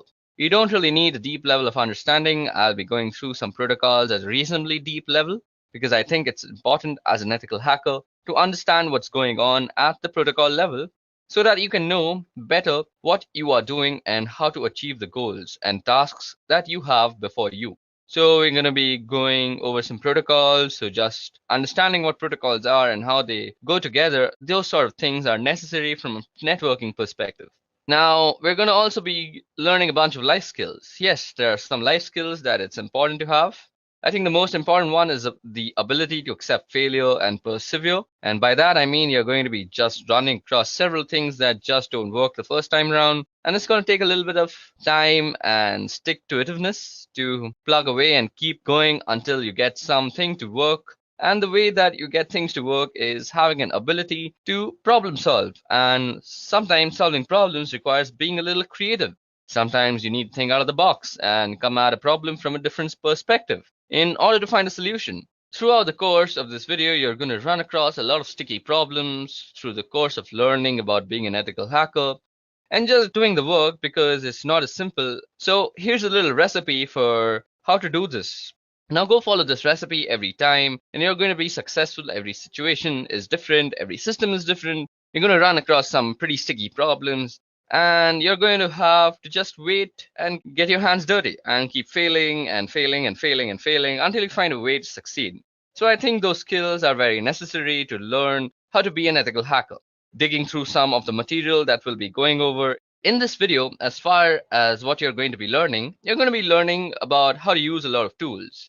You're going to learn networking, and by that I mean we're going to be talking about different protocols that are involved in networking systems together. You're going to learn about security and security postures. Security is the heart and soul of ethical hacking. It's why we do ethical hacking, in order to make systems and networks more secure than they were previously. That's the goal from a networking perspective. We're going to be talking about how to read packets from network captures. We're going to be going into TCP/IP related protocols in a fairly significant amount of detail. And you're going to understand how protocols interact with one another. So we're going to do all that, and the reading packets is going to be really important. And we're going to do a fair amount of that in addition to just a fundamental approach to learning how to read packets in several lessons. We're going to read packets as a way of understanding the different tools that we're using and how they're going to learn tactics and methodologies. And you get to learn to use the information you've gathered in order to get more information. And information is really what is this all about. You can't do anything without information. And sometimes it takes a fair bit of digging in order to find that information. And what you're going to learn is the entry points and the stepping stones to get the information that you need. And then once you have that information, you're going to be learning about ways to exploit it in order to get deeper into the target. You're going to learn security awareness. We're going to talk about risk and understanding risks and vulnerabilities. primarily recognize the difference between a vulnerability and an exploit, and there's a significant difference. There's security awareness and understanding what a risk is and how that impacts your target, and it's going to be key to a lot of things that we talked about. So it sounds like a lot. We're going to cover a fair bit of ground, not all of it at a deep level. Sometimes we're going to skim the surface, but there's an awful lot of material to be covered. So let's get started into talking about the different skills that are required or will be learned as a part of the series of video. So initially, just for basic computing, you need a basic understanding of operating systems. So it sounds like a lot that we're going to cover, and a fair bit of it is going to be at a very deep level, and sometimes we're just going to skip the surface. But there's an awful lot of material to cover, so let's get started. Okay, so that was all about the skills that we're going to develop throughout this video, and that might be necessary for you to become an ethical hacker. Now let's talk about the types of attacks that you might be dealing with as ethical hacker yourself. So now we're going to be talking about the types of attacks. Now, one type of attack that you'll find common, particularly in cases of hacktivism, for example, or cases where people are trying to make a particular point or just be a general pain, is this idea of defacing. Now, defacing goes back for quite a while. It's the idea of sort of digital graffiti, where you've left your mark or your imprint behind so that everybody knows you were there. Primarily a website thing, and it's really just making alterations to something that used to be pretty common a long time ago. Now, it's very particular for businesses or people or just organizations in general to have their home pages be replaced by this other thing that was along the lines of, hey, I was here and I took over your web page. We also have a pretty common one, or certainly has been common over the years, and it's a pretty good path towards quality exploits and high-profile vulnerabilities, and that's buffer overflow. Now, a buffer overflow is a result of the way programs are stored in memory. When programs are running, they make use of a chunk of memory called a stack. And it's just like a stack of plates. When you put a bunch of plates down, when you pull a plate off, you're going to pull the top plate. You're not going to pull the oldest plate, you're going to pull the one that was on the top. So the same thing with the stack here. We're accessing memory, and this has to do with the way functions are called in memory. When you call a function, a chunk of memory gets thrown on top of the stack, and that's the chunk of memory that gets accessed. And you've got a piece of data in memory within that stack, and that's called a buffer. And when too much data is sent and tried to put into the buffer, it can overflow. Now, the bounds of the configured area for that particular buffer, it can overflow the bounds of the configured area for that particular buffer. Now, the way stacks are put together, we end up with a part of the stack where the return address from the function is stored. So when you overflow the buffer, you have the ability to potentially override that return, at which point you can control the flow of execution of programs. And if you can control the flow of execution of the program, you can insert code into that memory that could be executed. And that's where we get buffer overflow. That turns into exploits that creates the ability to get like a command shell or some other useful thing from the system where the buffer overflow is running. So that's a buffer overflow in short. Sometimes we also have format string attacks, and sometimes these can be precursors to buffer overflow formats. Now, format strings come about because the C programming language makes use of these format strings that determines how data is going to be input or output. So you have a string of characters that define whether the subsequent input or output is going to be an integer, or whether it's going to be a character, or whether it's going to be a string or a floating point, that sort of thing. So you have a format string that defines the input or the output. Now, if a programmer leaves off the format string and just gets lazy and provides only the variable that's going to be output, for example, you have the ability to provide that format string. If you provide that format string, what then happens is the program starts picking the next piece of data off the stack and displays them, because that way we can start looking at data that's on the stack of the running program just by providing a format string. And if I can look at the data, I may be able to find information like a return address or some other useful piece of information. There is also a possibility of being able to inject data into the stack. I may be able to find some information like a return address or some other useful piece of information. There is also a possibility of being able to inject data into the stack. I may be able to find some information like a return address or some other useful piece of information. There is also a possibility of being able to inject data into the stack using this particular type of attack. Now, moving on to our next type of attack is a denial of service. A denial of service This is a pretty common one, and you'll hear about this a lot. This is not to be confused though with the one that I'll be talking about after this, and that is a distributed denial of service. So this one that you see this is a denial of service attack.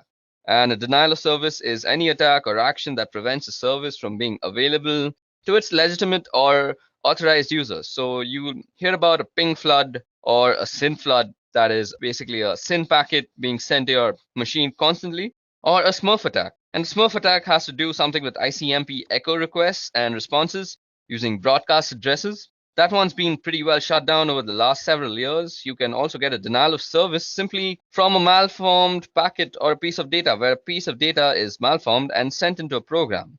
Now, if the program doesn't handle it correctly, if it crashes, suddenly you're not able to use that program anymore. So therefore, you are denied the service of the program and thus the denial of service.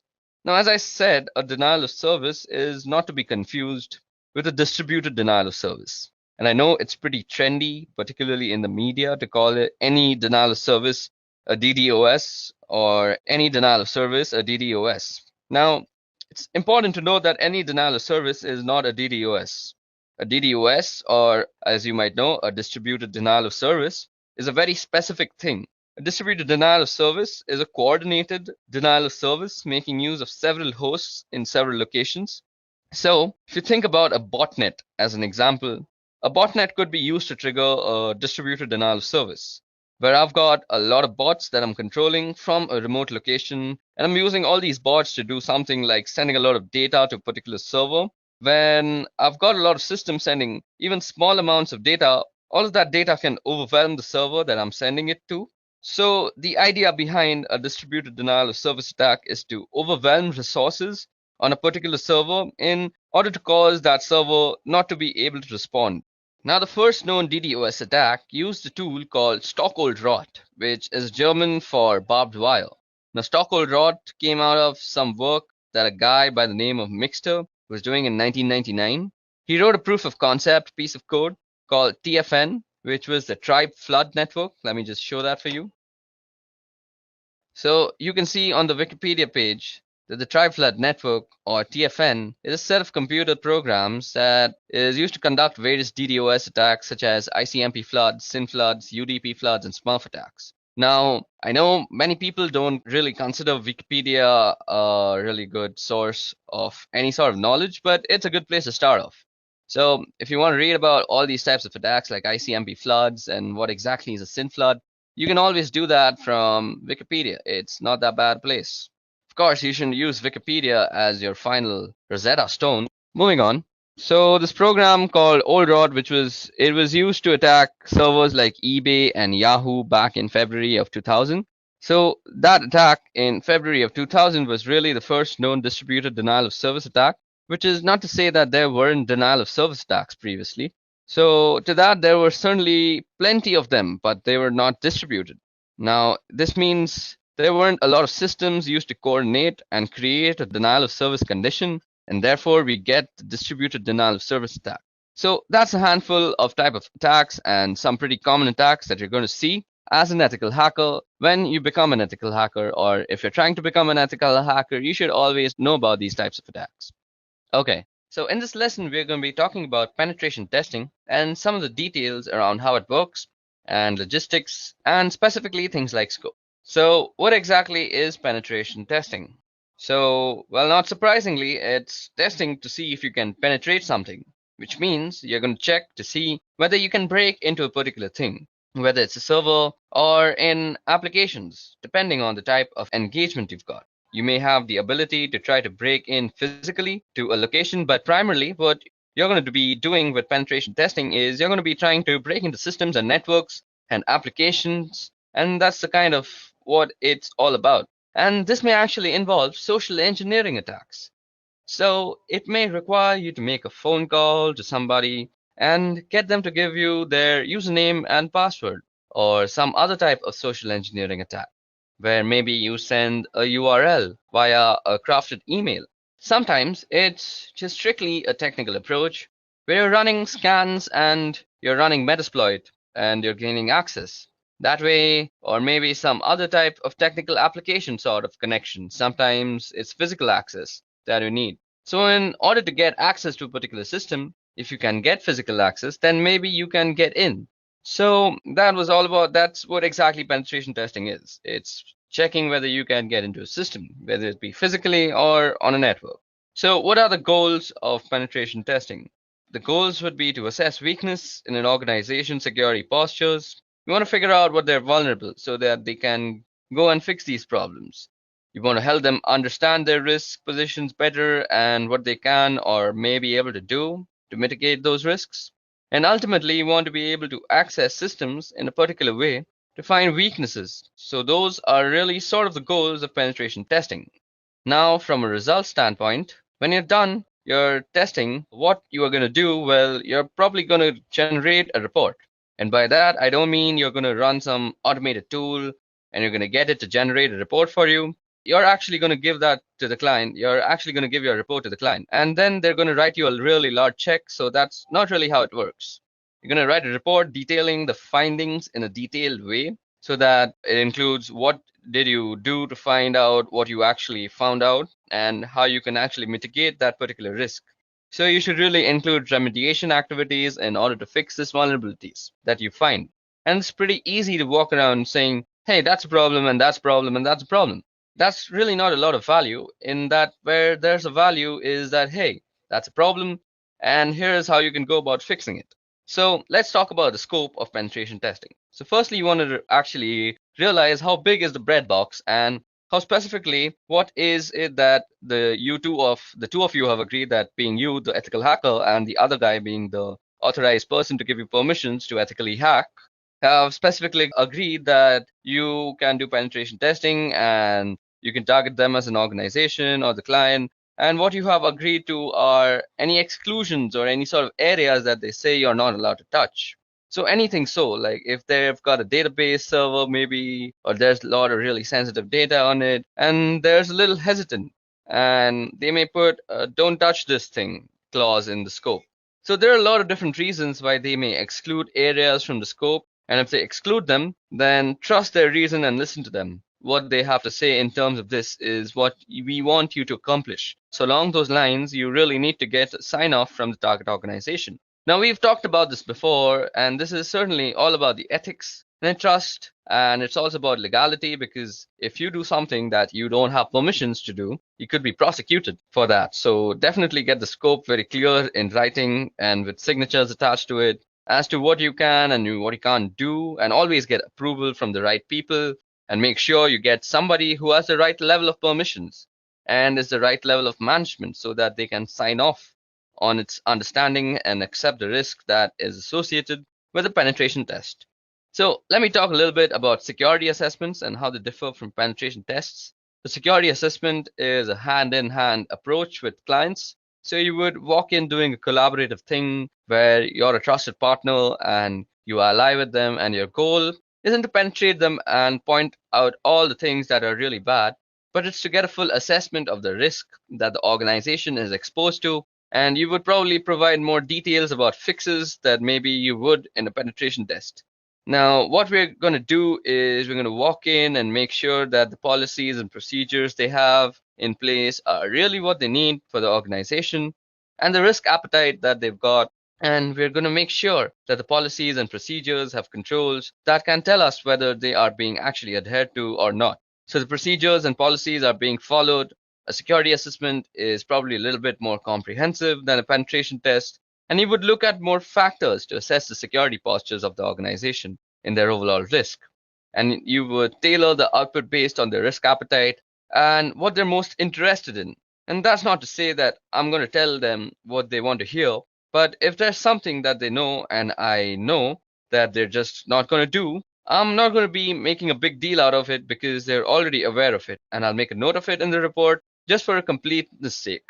But I'm not going to go out in a lot of detail, so it's really kind of a hand-in-hand collaborative approach, where again, you're not just saying that they want us to say we're providing some real security and risk guidance towards their activities and other things. So it may provide an unrealistic view, so you've got a week, let's say, to do this penetration test against your target.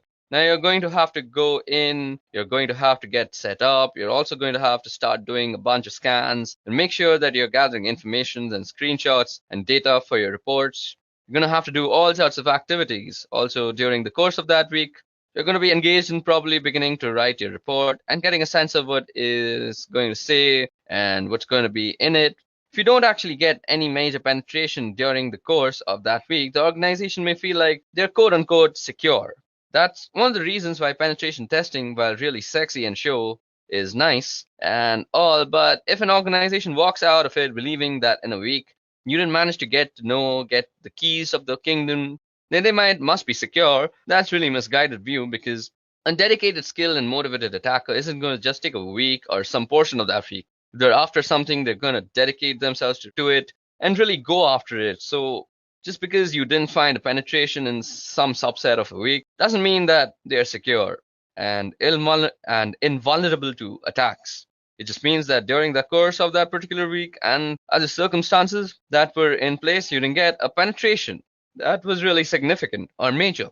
That's all it means. It doesn't mean anything beyond that. And if an organization walks away feeling like they're secure, they're going to end up not fixing the real vulnerabilities that may be in place that could expose them to significant risks. So that's penetration testing, its scopes, its goals, and how it differs to security assessments. Now it's time to go over footprinting. So what is footprinting? Well, footprinting is getting an idea of the entire scope of your target. That means not just the scope that you were given, which may be an address block or it may be a domain name, that even may be a set of address blocks. Now what you want to do is you want to figure out all the information that's associated with that in great detail as you can possibly get. So you want a list of domain names. As you're going to go through this, you probably want some sort of database or Excel spreadsheet or something to keep track of all the information, because you're going to have a lot of it at the end. You want to be able to find the information quickly, so having some sort of either notepad going with your notes, or as I said, a spreadsheet or a database. So if you can get organized in that way, you want to keep all those sorts of things down. So in this case, I want to do some sort of search on, suppose, let's say edureca.co. Now I need network blocks. So far we found out that just made up IP addresses, because I'm just putting information down. But I need network blocks. So you may have one IP address that you can find externally, or you're going to want a whole range of internal blocks, and you can do a little bit of digging if you aren't provided those. You want specific IP addresses for critical systems, web servers, email servers, databases, if you can find any of these things of those sorts. And you want system architectures. And what kind of stuff are they running? Are they running Intel? Are they running Windows? Are they running some Unix systems? What are they running? What kind of access control lists they have? These are going to be hard to get, but you may be able to guess them. And you can guess these by doing port scans. So what sort of responses you get back from the port scans with the filters, and or what you don't get back will tell you about if there's an IDS around, or you want to do a system enumeration, or you can get access to a system somehow. You want to know usernames, group names, so on. So the basic idea of footprinting is gathering information. Now, if you can get access to systems somehow, you want to know usernames, group names. So you want system banners, routine tables, SNMP information if you can get it, DNS host names if you can get those. So now this is for both internal and external on the side. If you're doing an internal penetration test or ethical hacking engagement, you want to know the networking protocols that are there. Are they using TCP/IP, or are they using some UDP, or are they on IPX or SPX? Are they using DECnet or AppleTalk? Or are they using some sort of split DNS? In other words, do they have internal DNS servers that give different form for their external? And will it give different information if you want to check for remote access possibilities? Now, in the footprinting process, you want to be very exhaustive. You might want to try and take out email addresses, server, domain name services, IP addresses, or even contact numbers. And you want to be very exhaustive with your approach. You don't want to miss anything out. Because if you do that, you can continue and also provide some launching points for additional attacks or tests that you may be able to do. But this is definitely a starting point of the types of information that you need to have as you go about footprinting your target. Now, next thing that we are going to see is very interesting. This is one of the many common tools that are out there on the internet, and that is the Wayback Machine, or also known as archive.org. Now, while it might not give you all the information that you need, but it certainly gives you a starting point. And what we're talking about out here is the Wayback Machine, or archive.org. So let me just give you a quick look at what archive.org looks like. Okay, I already have it open out here. So out here, what you can see is how a website looked like around some time ago. So for example, if you want to look at what Google looked like, so you just have to search for Google out here and wait for results to come back. Okay, so we see that Google goes way back to 1998. So that was the last capture, or the first capture rather. It was the first capture by the Wayback Machine, and we can see that it has a screenshot of November 11th and how Google looked. So let's see what Google looked like in November 11th of 1998. So this is what Google looked like. There was actually nothing to it. It just said, "Welcome to Google, Google search engine prototypes," and it has some link. So yeah, this is what the Google search engine looked like. It had a Stanford search, it had a Linux search, and you could do all sorts of stuff. You could just put the results. Now, what I'm trying to tell y'all is you can see the evolution of a website through time through the Wayback Machine. And this gives you rather informative look into how website has actually evolved. Okay, now that we know what footprinting is and how it falls into the whole reconnaissance process, so let's go over a couple of websites to do a little bit of historical digging about companies and the types of infrastructure that they may be using. And this information, of course, is useful so that we can narrow down our focus in terms of what we want to target against them for attacks. Now, over time, we've improved our awareness about what sorts of information we may want to divulge. So several years ago, you may have gone to a company's website and discovered that you could get email addresses and names of people in positions that you may find relevant. And there were all sorts of bits of information that could be used against the company. And over time, we have discovered that those sorts of pieces of information probably don't belong on a website where they can be used against a company, and so they've been pulled off. Now, it used to be also that Google had the ability to pull up information that it had cached so far. For example, if a website was no longer available, or if it was temporarily down and offline, there was a little cache button that you could click when you did, and the Google search, and you could pull up that cached information. So even though the website wasn't available, you could still get information from Google's servers. Now, Google's removed that, so we don't have that ability any longer. However, there is an internet archive that we can use. So this thing is called the Wayback Machine, and I have it open out here. So it's archive.org/web. So archive.org is a website that gives us information about other websites and how they looked like in years ago. And by so, I'm going to go to the Wayback Machine, which you can see is at the archive.org, and I'm going to go and try and search for edureka.co. So now we're going to take a historical look at edureka.co's website. And you can see we've got some years and they've got information going back up to 2013. So let's look at what this website looked like when it was just 2013. Okay, there don't seem to be any snapshots out here. I wonder what's going on. Okay, so let's go to 2014. And the first snapshot seems to be on the September 12th of 2014. Actually, it's on May 17th too. So let's see what that looked like. Okay, so this is what Edureka looked like back in 2013, or rather 2014, September 12th, 2014 to be actually exact. Now, you can see that we have some live classes and all these pictures are there, and they've got this weird picture of this guy out here. I don't know why that was a thing back in 2014. Now we can browse more advanced screenshots, or rather the screenshots that were taken later on, and see how this company has evolved with its infrastructure and the way it actually lays out its content. Okay, so it still hasn't evolved, but I can go a couple of years ahead and see what this has actually evolved into. So if I were to go to December 2016, so this is what it looked like in 2016, and we can see that they've added this weird box out here about browsing courses. They have added a search bar. That kind of looks weird, but it's mostly because my internet is slow and it's not loading all the elements. They've also changed how they've actually laid out the courses. We can also see a change in the prices, I guess. So yeah, this tells us about how it evolves as a complete website. Now, this other website that I want to talk about is called Netcraft. Now, Netcraft does internet research, including the types of web servers that companies run. And they have a web server surveys. You can see here as we scroll that Apache Web Services has 64.3% of the internet market, of course, and that's followed by Microsoft with 13%. Interesting information, maybe useful information, but even more useful than that is looking at what different companies run for their websites. And you can see here. Okay, so let's try and search for edureka.co out here. So let's just put in the website URL. and that Netcraft generate the site report.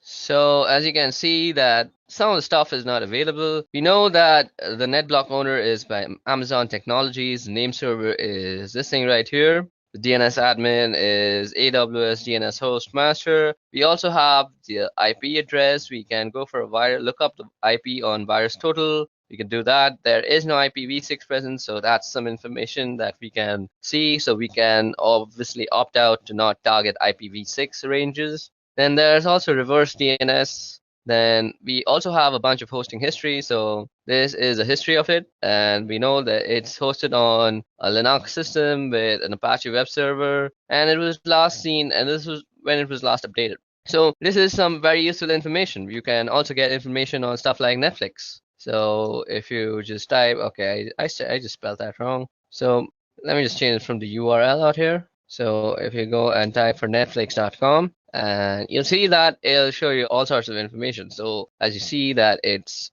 on an AWS server, it's an Amazon Data Services Ireland, and this is all the hosting history that it goes along with. It has some send policy frameworks, domain-based message authentication and reporting confirmations, and there's all sorts of information that you can get about websites and their web servers from Netcraft. So the Wayback Machine along with Netcraft make up for some interesting tools that are available on the internet from which you can do a little bit of your reconnaissance process.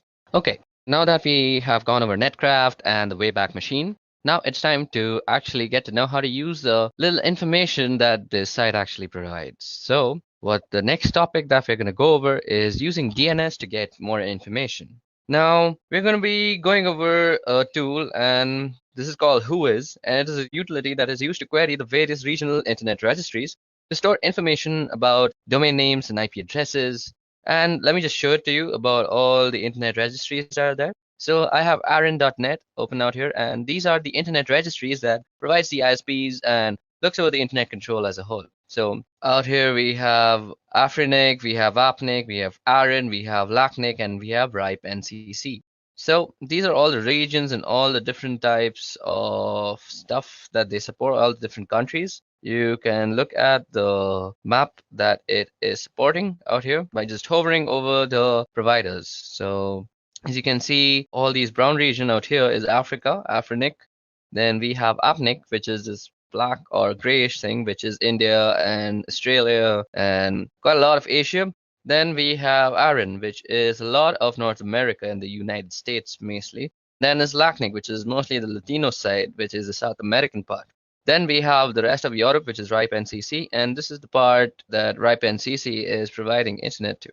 Okay, so that was all about the internet registries. Now let's get back to the topic, and that is using DNS to get more information. Now for this, we're going to be using a Linux-based system. So I have Ubuntu running on my virtual machine out here, and let me just log into it.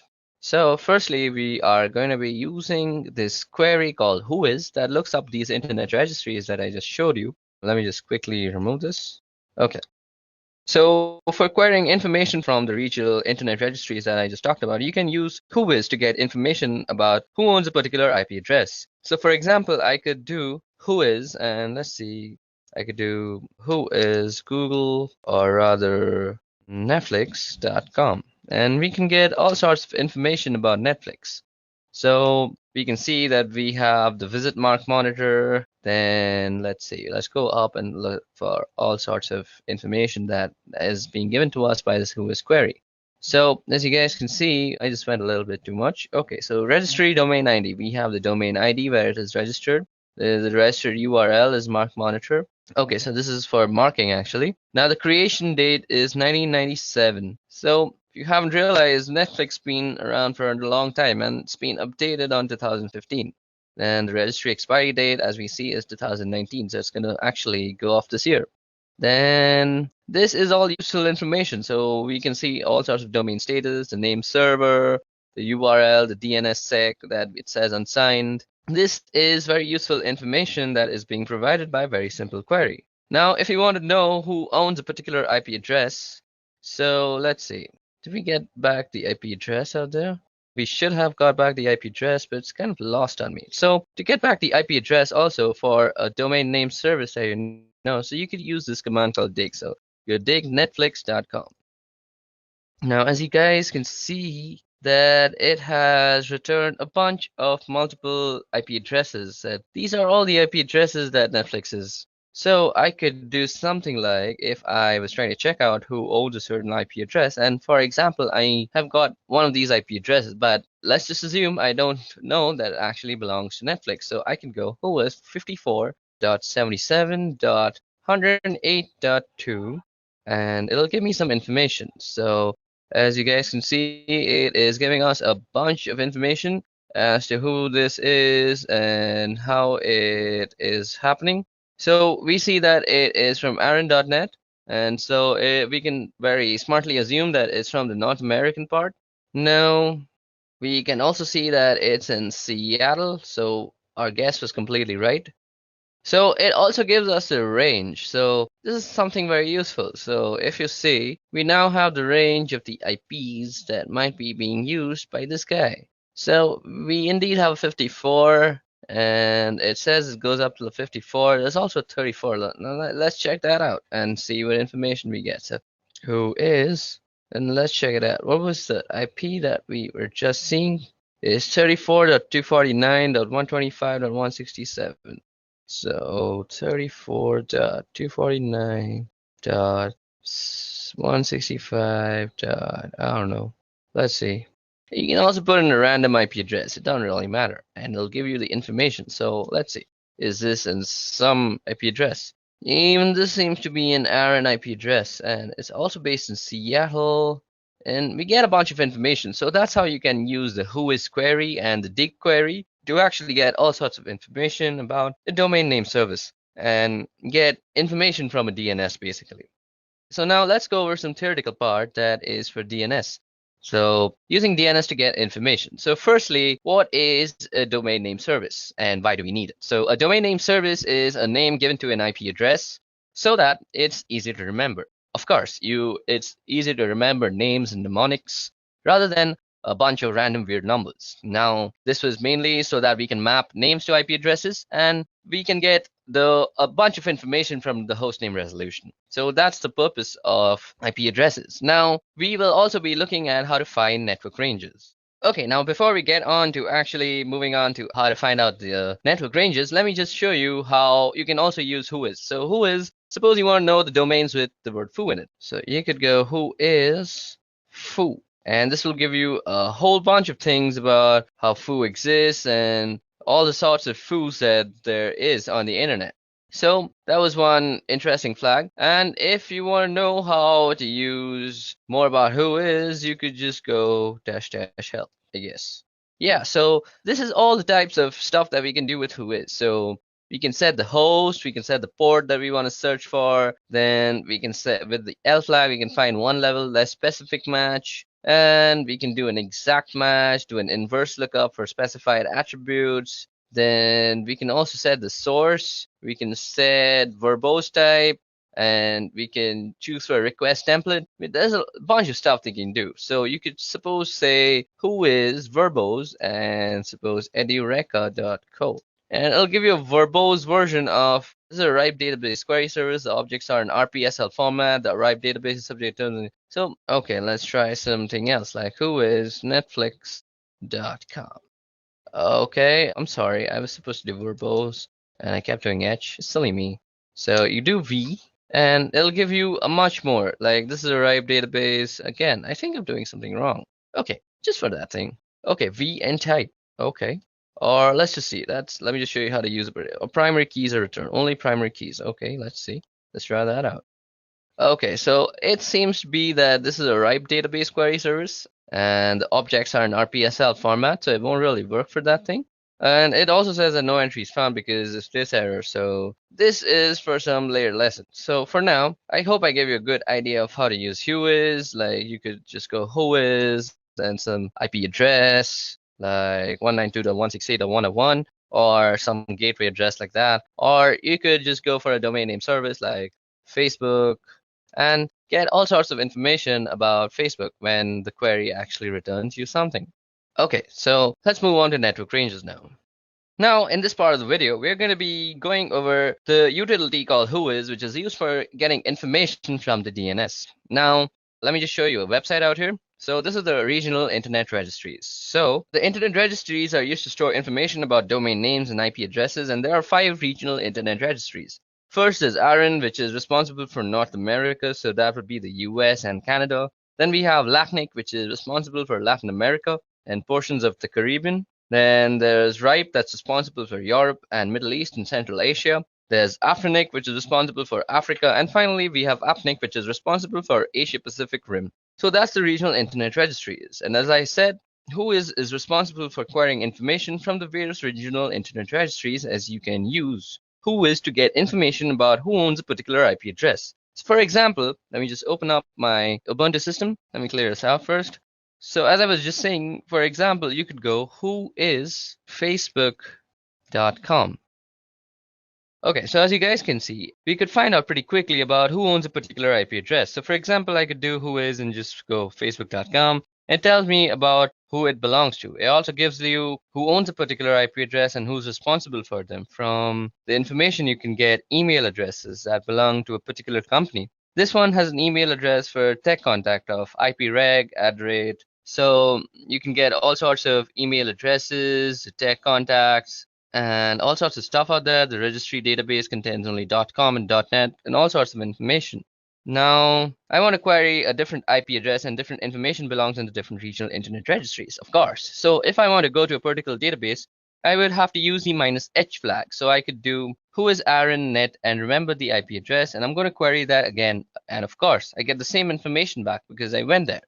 So you could just go whois h and then follow it with an IP address. So something like 34.205.176.98. So that's just some random IP address I just made up. And it says that WHOIS option. Okay, so it's a capital H. Okay, so let's see that. And we get all sorts of information back from that. So area 8, ARIN, and all sorts of stuff.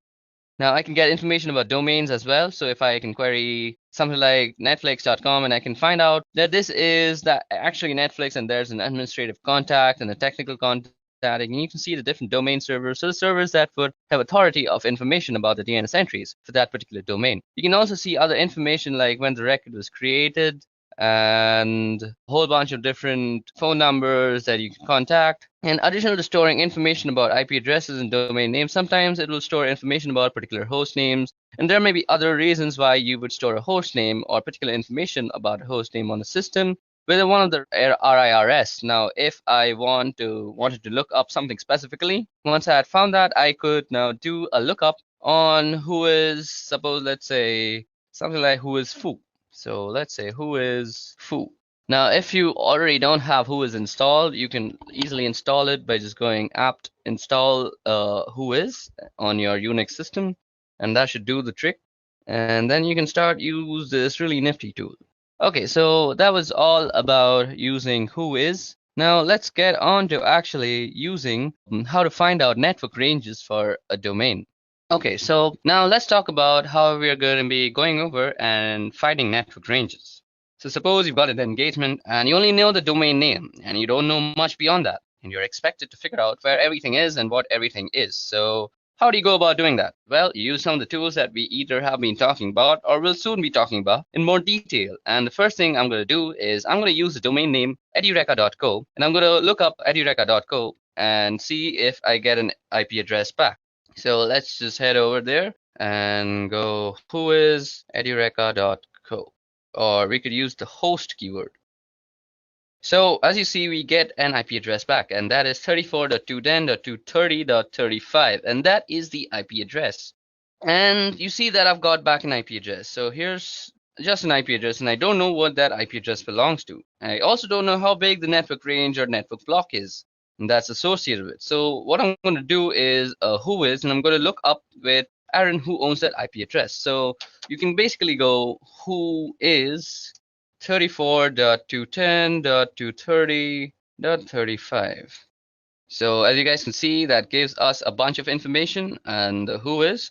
Now, this doesn't seem to have a very big network range, but unlike something like Netflix, so suppose we were to do something like host netflix.com and see, now we have a bunch of IP addresses. So suppose we were to do WHOIS let's see, who is 52.19.40.147. Now, I'm expecting Netflix to be a much larger company and have a better, yeah, now see, we get net range. So this is the network range that we're talking about. So we had a random IP address, and now we have found the network range. So that's how you find network ranges, and this can be very useful.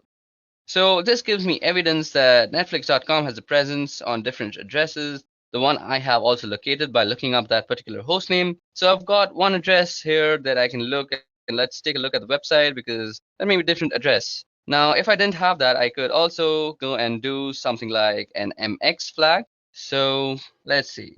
I could go dig, and this will give us all the mails. So dig MX, and let's see what MX does actually. You go help. So we could do dig-h for a list of options. So these are all the options that we have, and the one that we're going to use is something like this. So dig mx, and we say something like netflix.com. So these are all the mailings and MXs that we have gotten from Netflix, and this is information regarding it's still producing information. That's a big thing to produce. Okay, so as I was just saying, you can use the MX flag, and I could get back all the mail handlers in this case, and their mail is being handled by Google. And let's see, wait, let's go on to then it's going to tell me that Google's not particularly surprising, and other things that you can do is check for different host names, since I'm assuming DNS probably doesn't allow zone transfers, since most DNS servers don't anymore. Although they used to, you may have to start guessing, so I could do something like webmails that we find out here. So this shows us a dump of all the outstanding memory stuff. Okay, so that was all about finding network ranges. Now moving on to our next topic is using Google for reconnaissance. Now some people also call this Google hacking. Now if you know how to use Google to exactly target and find what you are looking for, Google is an excellent tool for reconnaissance purposes. And today I'm going to show you how you could use Google exactly for your searches. So first of all, let's open a tab of Google. Let's open up here. So let's go to google.com. Okay, so now we're going to be talking about how we can use Google to actually gain some information or some targeted information. So this is in general called Google hacking. Now when I say Google hacking, I'm not meaning by breaking into Google to steal information. I'm talking about making use of specific keywords that Google uses to get the most out of the queries that you submit. So for example, a pretty basic one is the use of quotations. You quote things in order to use specific phrases. Otherwise, Google will find pages that have instances of all those words, rather than the words specifically together in particular order. So I'm going to pull this query up, and this shows a list of, let me just show it to you. So if you go index of, now this is showing us an index of all the films. Now this is basically all those index of sites that you want. So as you guys can see, this shows us an index of all sorts of films that are there. Now you can use the index of, and you see that we have also an index of downloads or something like that, hyphen.com/download. And it is an index of all sorts of stuff. Now you can go into some folder and check them out. G Jones, G Worthy, G Perico. I don't know what these are, but some sort of stuff. And this is how you can use Google. Now let me just show you some more tricks. So you can use this. So suppose you're using Google to find for something like a presentation. So you could use something like file type PPTX, and it'll search for every type of file there that is PPT. Okay, let's try some other site, .ppt. So config. Okay, so this brings up all the types of files that have some configs in them. So this is some gaming configuration, as we see. This is some digital configuration of Liverpool. Now you could also use something like this thing in URL, and you could use something like root, and this will give you all the things with root in their URL. So kingroot.n, digital trends, and how to root Android. So that's in the root, and suppose you want to say something like all in file type, or suppose you want some extension. So .ppt. .pptx, does that work? Let's search for JavaScript files. Okay, I think it's JS. Okay, that doesn't seem to work either. This shows us all the things with JS in it. No, it's just external JS. I'm doing this wrong. So you could use file type. So let's see, file type, and we go, see, doc. So these are all the documents that you could find with the file type thing. And you could also do JS, I guess. Yep, this will give you all the JavaScript files that are there. So this is how you can use Google to actually narrow down your searches. So suppose you want a particular set of keyword and we want to make sure we get the passwords file from Google. Okay, so now let's go into more details about the various things you can find using Google hacking techniques. Now, while Google hacking techniques are really useful for just general searching in Google, they're also useful for penetration testers or ethical hackers. You can narrow down information that you get from Google. You get a specific list of systems that may be vulnerable. So we can do things like look for error pages that do in the title error. So I'm going to get a whole bunch of information. So suppose like we go in title and we say error. So as that we get all sorts of stuff and we can do the minus Google part. So if you do a minus Google, it'll not show you the stuff that's from Google. So we get various documentation pages about different vendors and the errors that they support. So here's one doc about Oracle, about Java error. Where you know something more specific, we may be able to get errors about all sorts of other stuff.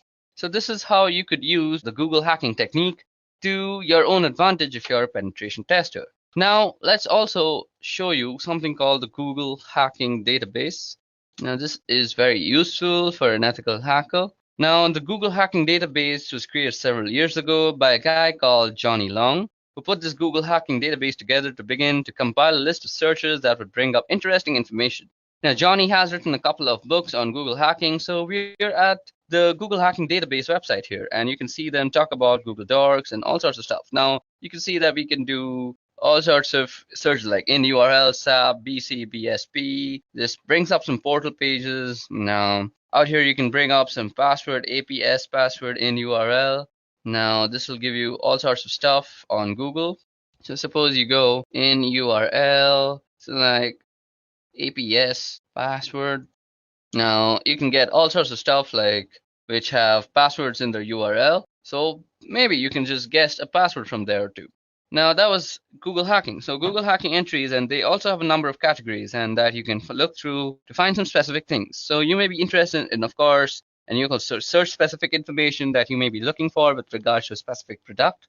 For example, let me just show you exploit database. These are all the types of stuff you can go through out here. And as you see, we have all sorts of stuff like this is an SQL injection thing. This is something regarding peer archive tars. So these let you get a foothold into some password cracking attempts, and you can do some brute force checking. And you can see here if it talks about the type of search it is and what it reveals. You can just click here on Google search, and it will actually bring up Google with a list of responses that Google generates. So let's look at this one here. This type is a log. So this is something about cross-site scripting logs, and we can also see some POTI logs if I was not wrong. So there's some denial of service POC. And we can see a bunch of stuff. And if you continue to scroll down, there are a lot of interesting information in here. So somehow somebody's got a POTI log that has logged a lot of information. They've got it up on a website. And it's basically a bunch of information that you can see. You can also get some surveillance videos sometimes, and you can look into them. And this is basically how you could use Google. So it's basically a list of queries that you can go through, and this is a very useful site if you're a penetration tester and looking for some help with your Google hacking terminologies. So that's it for Google hacking. Now let's move on. Okay, so now it's time for some networking fundamentals, and what better place to begin with TCP/IP. Now we're going to be talking about the history of TCP/IP and the network that eventually morphed into the thing that we now call the internet. So this thing began in 1969, and it spun out of this government organization called ARPA, which Advanced Research Projects Agency, and they had an idea to create a computer network that was resilient to a certain type of military attacks. And the idea was to have this network that could survive certain types of war and warlike conditions. So ARPA sent out this request for proposals to BBN, which is Bolt, Beranek, and Newman, and they were previously an acoustical consulting company, and they won the contract to build what was called the ARPANET. The first connection was in 1969, So that's where we get the idea that the internet began in 1969, and the internet as we call it now didn't really begin, but ARPANET did. And ARPANET has a long history that goes through NSFNet in 1980s, and after ARPANET was sort of decommissioned, and a lot of other networks were folded into this thing called NSFNet that then turned into what we now call the internet. And once a lot of other networks were connected into its first protocol on the ARPANET, initially there were 18 to 22 protocols, which was very first protocol defining communication on ARPANET. And it was called 1822 protocol because BBN report 1822, which describes how it worked shortly. And after that, there was this thing called the Network Control Program. And the Network Control Program consisted of ARPANET's host-to-host protocol and an initial control protocol.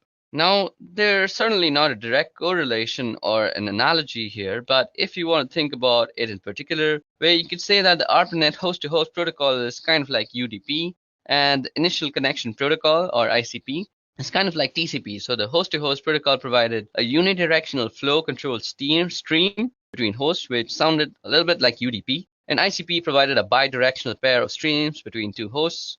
And again, these aren't perfect analogies, but the host-to-host protocol is a bit like UDP, and ICP is a little bit like TCP now. Now, the first router was called an Interface Message Processor, and that was developed by BBN.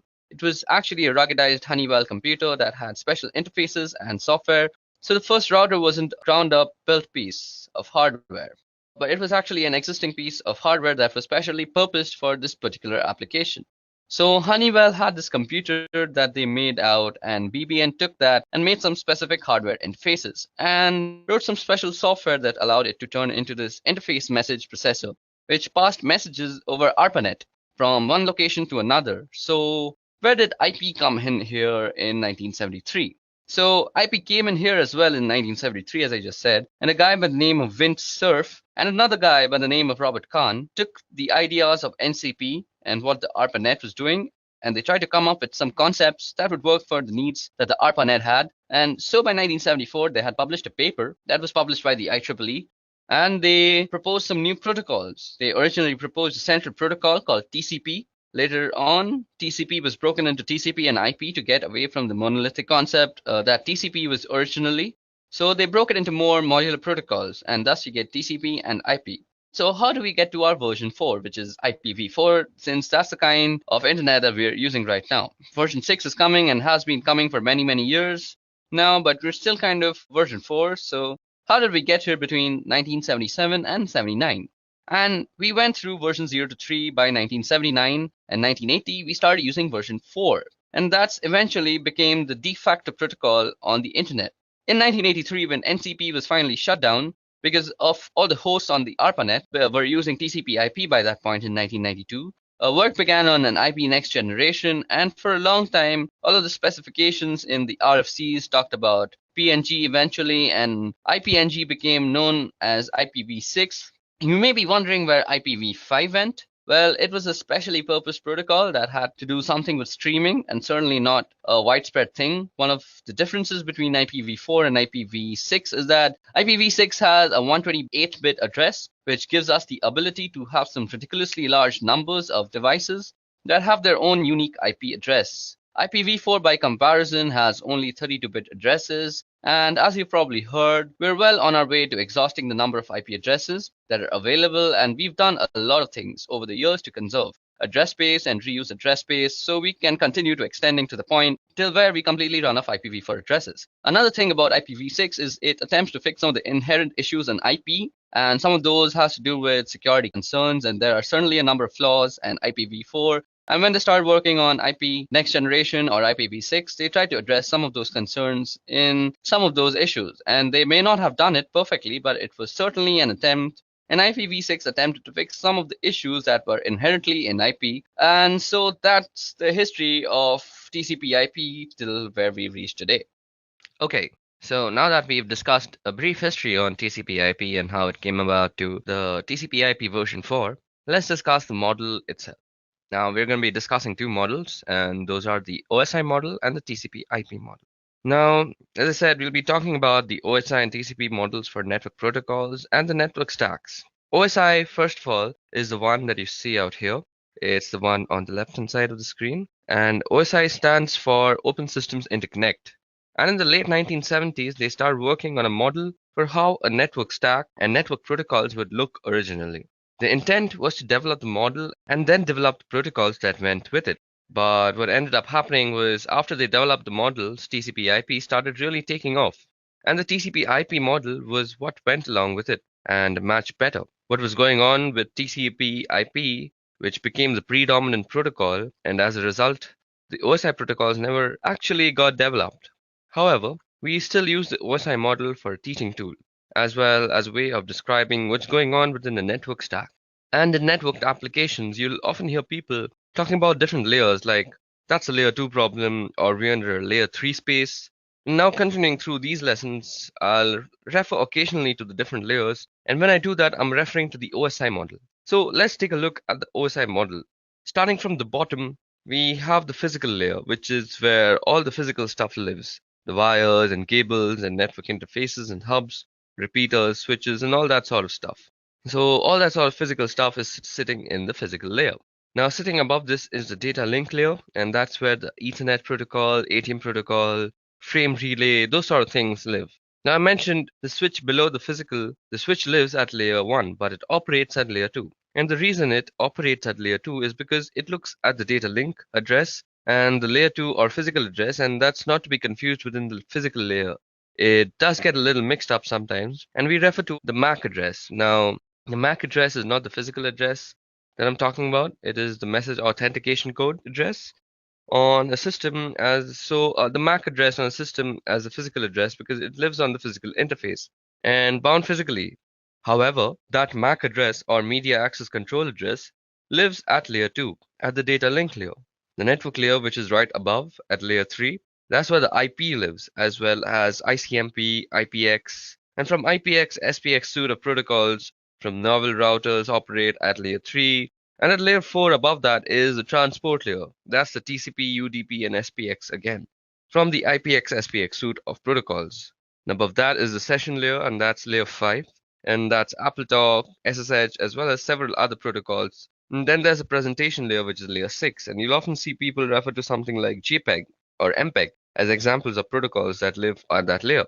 Then there's a presentation layer, which is the final layer, which is layer 6, and you'll often see people refer to something like JPEG or MPEG as examples of protocol that live at that layer. And then they live at that layer, which is the presentation layer. Finally, we have layer 7, which is the application layer, and that's HTTP, FTP, SMTP, and similar application protocols, whose responsibility is to deliver end user functionality. So that's basically the OSI model, and that's the 7 layers of the OSI model. And there's some important thing to note here. That is, when we are putting packets onto the wire, the packets get built from top of the stack from the top of the stack to the bottom of the stack, which is why it's called a stack. Each layer sits on top of the other, and the application layer is responsible for beginning the process, and then that follows through the presentation session and transport layer and down through the network data link until we finally drop it on the wire at the physical layer. When it's received from the network, it goes from the bottom up and we receive it on the physical and it gets handled by the data link and then the network and till the application layer. So basically when a packet is coming in, it comes in from the application, goes out from the physical, and then when it's going out also, it goes from the physical through the data link, then the network, transport session, presentation and application, and finally to the target system. Now what we're dealing with is an encapsulation process. So at every layer on the way down the different layers, add bits of information to the datagram or the packet. So that's when it gets to the other side. Each layer knows where its demarcation point is. While it may seem obvious, each layer talks to the same layer on the other side. So when we drop a packet out onto the wire, the physical layer talks to the physical layer, and in other words, the electrical bits that get transmitted by the network interface on the first system are received on the second system. On the second system, the layer 2 headers that were put by the first system get removed and handled as necessary. Same thing at the network layer. It's the network layer that puts the IP header, and it's the network layer that removes the IP header and determines what to do from there, and so on again. While it may seem obvious, it's an important distinction to recognize that each layer talks to each layer. While it may seem obvious, it's an important distinction to recognize that each layer talks to each layer. And when you're building a packet, you go down through the stack, and when you're receiving, you come up through the stack. And again, it's called a stack. because we keep pushing things on top of the packet and they get popped off the other side. So that was detailed and brief working on how the OSI model is set up and how the OSI model works. Now let's move on to the TCP/IP model, which is on the right hand side. And you'll notice that there's a really big difference here. That being that there are only 4 layers in the TCP/IP model as compared with the 7 layers of the OSI model. Now we have the network access layer, the internet layer, the transport layer, and the application layer, and the functionality. Now we have the access layer, the internet layer, the transport layer, and the application layer. The functionality that the stack provides is the same, and in other words, you're not going to get less functionality out of the TCP/IP model. It's just that they've changed where different functionality resides and where the demarcation point between the different layers are. So there are only 4 layers in the TCP/IP model, which means there are a couple of layers that have taken in functions from some of the OSI models, and we can get into that right here. The difference between the models at the network access layer in the TCP/IP model that consists of the physical and the data link layer from the OSI model. So on the right here, you see the network access layer that takes into the account the physical and the data link layers from the OSI model. On the left-hand side, similarly, the application layer from the TCP/IP model encompasses all the session presentation and the application layer of the OSI model.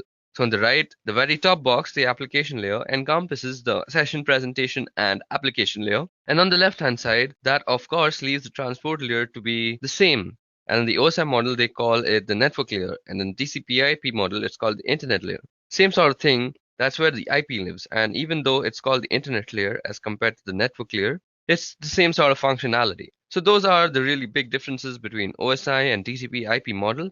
Anytime I refer to layers through the course of this video, that I'm going to be referring to the OSI model, and in part because it makes it easier to differentiate the different functionality. If I were to say layer 1 function in the TCP/IP model, you would necessarily know if I was talking about a physical thing or a data link thing.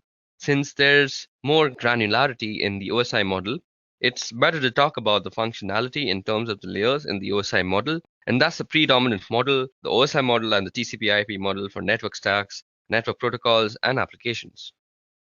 Okay, so now that we've discussed the TCP/IP model, let's go over another important protocol, and that is UDP. So what you see out here on your screen right now is Wireshark, and we'll be going over the uses of Wireshark and what it's useful for in the upcoming lessons. But for now, let me just show you a UDP packet. Okay, so before we get into the analysis of the packet while it's still filtering, let me just tell you a little bit about UDP. So UDP is a protocol in the TCP/IP suite of protocols. It's in the network layer. That's the network layer in the OSI. So a 7-layer reference model, the IP network layer carries the IP address, and that has information about how to get packets to its destination. The transport layer sits on top of the network layer, and that carries information about how to differentiate network layer applications. And that information about how those network application gets differentiated is in the form of ports. So the transport layer has ports, and the network layer has, in this case, an IP address. And UDP is a transport layer protocol. And UDP stands for User Datagram Protocol, and it's often called connectionless or sometimes unreliable. Now, unreliable doesn't mean that you can't really rely on it. Unreliable means that you can't trust that what you send is reaching the other side. So what means actually that there's nothing in the protocol that says it's going to guarantee that the datagram that you send or the packet that you send is going to get where you want to send it. So the protocol has no sort of safety feature like that. So you shouldn't use this protocol, that is UDP, if you want some sort of safety net. And if you needed that type of safety net, you would have to write it into your own application. So basically UDP is a fast protocol, and that's one of the reasons why it's good. It's also one of the reasons why it's unreliable, because in order to get that speed, you don't have all of the error checking and validation that messages are getting there. So because it's fast, it's good for things like games and for real-time voice and video, anything where speed is important, and you would use UDP. So right here, I have a packet capture. So I'm using Wireshark to capture some packets, and let's check out a UDP packet. So out here, you see that there are some frames that says it's 167 bytes on wire, 167 bytes have been captured. But we're not really interested in the frame part. We're interested in the user datagram protocol part. So out here, you can see that the source port is 1853 and the destination port is 52081. Now, it has a length and it has a checksum and stuff. So as you guys see out here, well, we don't really see a bunch of information. What you only see is the source port and the destination port, the length, and there's also a checksum. So UDP doesn't come with an awful lot of headers because it doesn't need any of the things that you see in the other packet headers. The only thing it needs is to tell you how to get the application on the receiving host, and that's where the destination port comes in. And once the message gets to the destination needs to know how to communicate back to the originator, and that would be through the source port or a return message. So a return message would convert the source port to a destination port and send back to that port in order to communicate with the originator. So we have a source port and destination port, and the length is a minimal amount of checking, and to make sure that if the packet that you received is different from the length that's specified in the UDP header, then there may have been something wrong. So you may want to discard the message to check for more messages. So the checksum also makes sure that nothing in the middle was tampered with, although if there's some sort of man-in-the-middle attack or something like that, a checksum is pretty easy to manufacture after you've altered the packet. So you can see here in the message that there's a number of UDP packets. Some of them just say UDP. The one I look at happens to be from some Skype application, I guess. So talking to Skype servers, and we've already got the DNS. Now, DNS also needs some fast response times because you don't want to spend a lot of time looking up information about servers that you're going to before, because just to go to them. So DNS servers throw out their queries onto the wire using UDP hopping to get fast sponsors. They don't want to spend a lot of time setting up connections and doing all the negotiating that comes with a protocol like TCP, for example. So here you see that the DNS is using UDP, and what we've got here is another UDP packet with port destination and all sorts of stuff. So you can see it out here. So you can see the checksum, it's unverified checksum status. So you can check out all sorts of stuff using Wireshark. So that was about UDP, or the user datagram protocol. Okay, so now that we're done with the user datagram protocol, let's talk about addressing modes. So addressing modes is how you address a packet to your different destinations. So there are three kinds of addressing modes. The first kind of addressing mode is unicast. This is a pretty simple one to understand. So there's one destination and one source, and the source sends the packet to the destination. And it depends on the protocol that you're using to actually address. So if it's something like TCP/IP, you're probably using a bidirectional stream, so the blue computer can talk to the red computer, and the red computer can talk back to the blue computer. But you can also use a UDP stream, which is like one directional stream. So I'm not sure if I'm using the correct word. So it's a stream that's in one direction. I guess I'm driving home the point here. So if it's a UDP, only blue is talking, and when blue stops talking, then red can talk. But if it's TCP/IP, blue and red can talk simultaneously at the same time. Now, moving on, there's also broadcast. Now, broadcast means that you are sending your packet to everybody on the network. So broadcast messages are very common from mobile network providers. So when you get those advertisements saying something like you have a new postpaid plan from Vodafone or Airtel or something like that, those are broadcast messages. So it's one server that is sending out one single message to all the other systems. Now there's also multicast. Now multicast is like broadcast but selective. Now multicast is used for actually casting your screen to multiple people. So something like screen share, when you're doing it with multiple people, is multicast, because you have the option to not show a particular computer what you are actually sharing. So those are the three modes of addressing: unicast, broadcast, and multicast. Okay, now moving on. Let's look into the tool that we just used to understand UDP, that is Wireshark. So what exactly is Wireshark? So this utility called Wireshark is a packet capture utility, meaning that it grabs data that's either going out or coming in of a specific network. And there are a number of reasons why this may be useful or important. One of the reasons why it's really important is what's going on in the network is always accurate. In other words, you can't mess around with things once they're on the network, or you can't lie about something that's actually on the network, as compared with applications in their logs, which can be misleading or inaccurate. Or if an attacker gets into an application, they may be able to alter the logging. Now, several other behaviors that make it difficult to see what's really going on. And the network, you can really see what's going on once it hits the wire. It's on the wire, and you can't change that fact. Now, once it hits the wire, so we're going to do here is a quick packet capture. So let me just open up Wireshark for you guys. So as you guys can see, I have already Wireshark open for us. Let me just remove this UDP filter that was there. So Wireshark is recapturing. So let us go over the stuff that you can see on the screen. Some important features of Wireshark so that we can use it later. So what I'm doing here is a quick packet capture, and I'm going to show some of the important features of Wireshark so that we can use it later on. Now, when we're starting to do some more significant work, I select the interface that I'm using primarily, which is my Wi-Fi, and I'm going to go over here and we'll bring up a Google page so that we can see what's happening on the network. So let me just quickly open up a Google page. As you guys can see, it's capturing a bunch of data that's going around here. Now let me just open up a Google page and that's going to send up some data. Let's go back. So it's grabbing a whole bunch of stuff off the network. I'm just going to stop that. I'm going to go back and take a look at some of the messages here. So some of the features of Wireshark, as you can see on the top part of the screen, here there's a window that says number, time, source, destination, protocol, length, and info. And those are all of the packets that have been captured.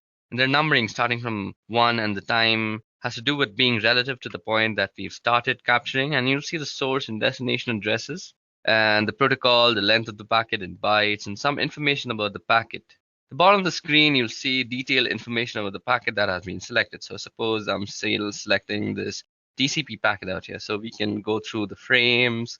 The frame also has some interface IDs, the encapsulation type, and all sorts of information is there about the frame. Then we can look at the source port, the destination port, the sequence number, the flag set, the checksums. We can basically check everything about a packet because this is a packet analyzer and a packet sniffer. Now you'll see some detailed information about the packet that has been selected. So I'm going to select, so as I've selected this TCP IP packet, we see that in the middle frame it says frame 290. It means that it has a 290 A flag packet, and the packet that was captured is 66 bytes. And we grab 66 bytes and it's 528 bits later. So what you see out here was the source and the destination MAC address of the layer to layer address. And then you can see the IP address of both source and destination. And it says it's a TCP packet, it gives us a source port, destination port. And we can start drilling down into different bits of the packet. And you can see when I select a particular section of the packet down at the very bottom, you can see what's actually a hex dump of the packet. And on the right hand side is the ASCII.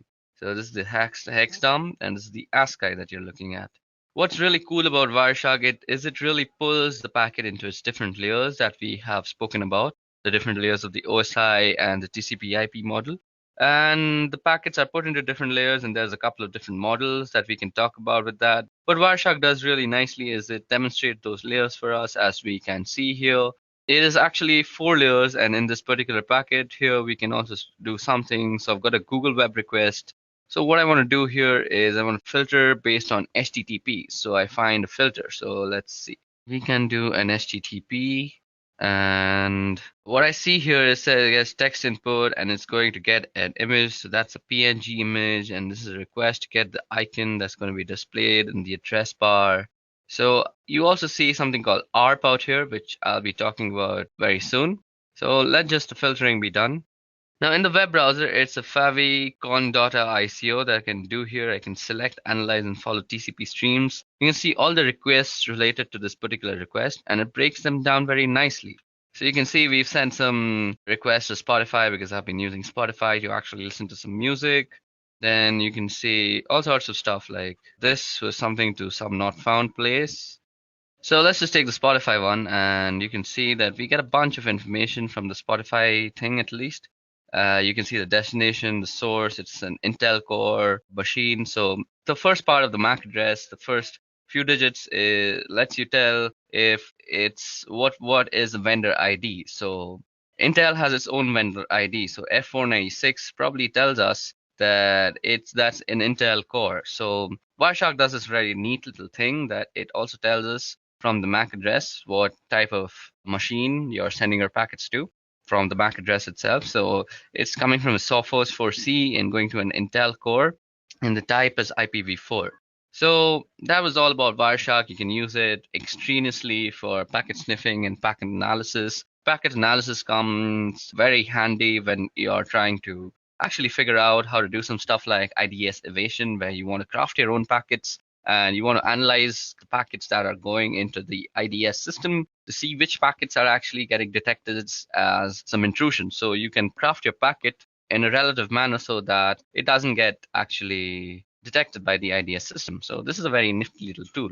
We'll be talking about how you can craft your own packets just in a little while, but for now, let's move ahead. Okay, so now that we are done with our small little introduction and a brief use and history of Wireshark, now let's move on to our next topic for the video, that is DHCP. Okay, so DHCP is a protocol and it stands for Dynamic Host Configuration Protocol. So DHCP is a network management protocol used to dynamically assign an internet protocol address to any device on a network so they can communicate using IP. Now, DHCP automates and centrally manages these configurations rather than requiring some network administrator to manually assign the IP addresses to all the network devices. So DHCP can be implemented on small local networks as well as large enterprises. Now, DHCP will assign new IP addresses in each location when devices are moved from place to place, which means network administrators do not have to manually initially configure each device with a valid IP address. So if a device with a new IP address is moved to a new location of the network, it doesn't need any sort of reconfiguration. So versions of DHCP are available for use in the Internet Protocol version 4 and Internet Protocol version 6.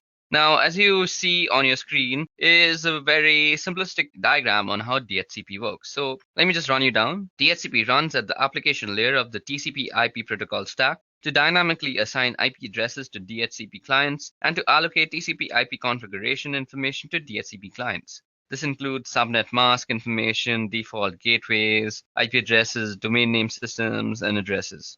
So DHCP is a client-server protocol in which servers manage a pool of unique IP addresses, as well as information about client configuration parameters, and assign addresses out of those address pools. Now, DHCP-enabled clients send a request to the DHCP server whenever they connect to a network. The clients configured with DHCP broadcasts a request to the DHCP server and the request network configuration information for a local network to which they're attached. A client typically broadcasts a query for this information immediately after booting up. The DHCP server responds to the client request by providing IP configuration information previously specified by a network administrator. Now, this includes a specific IP address as well as for the time period, also called a lease, for which the allocation is valid. When refreshing an assignment, a DHCP client requests the same parameters, but the DHCP server may assign a new IP address based on the policies set by the administrator.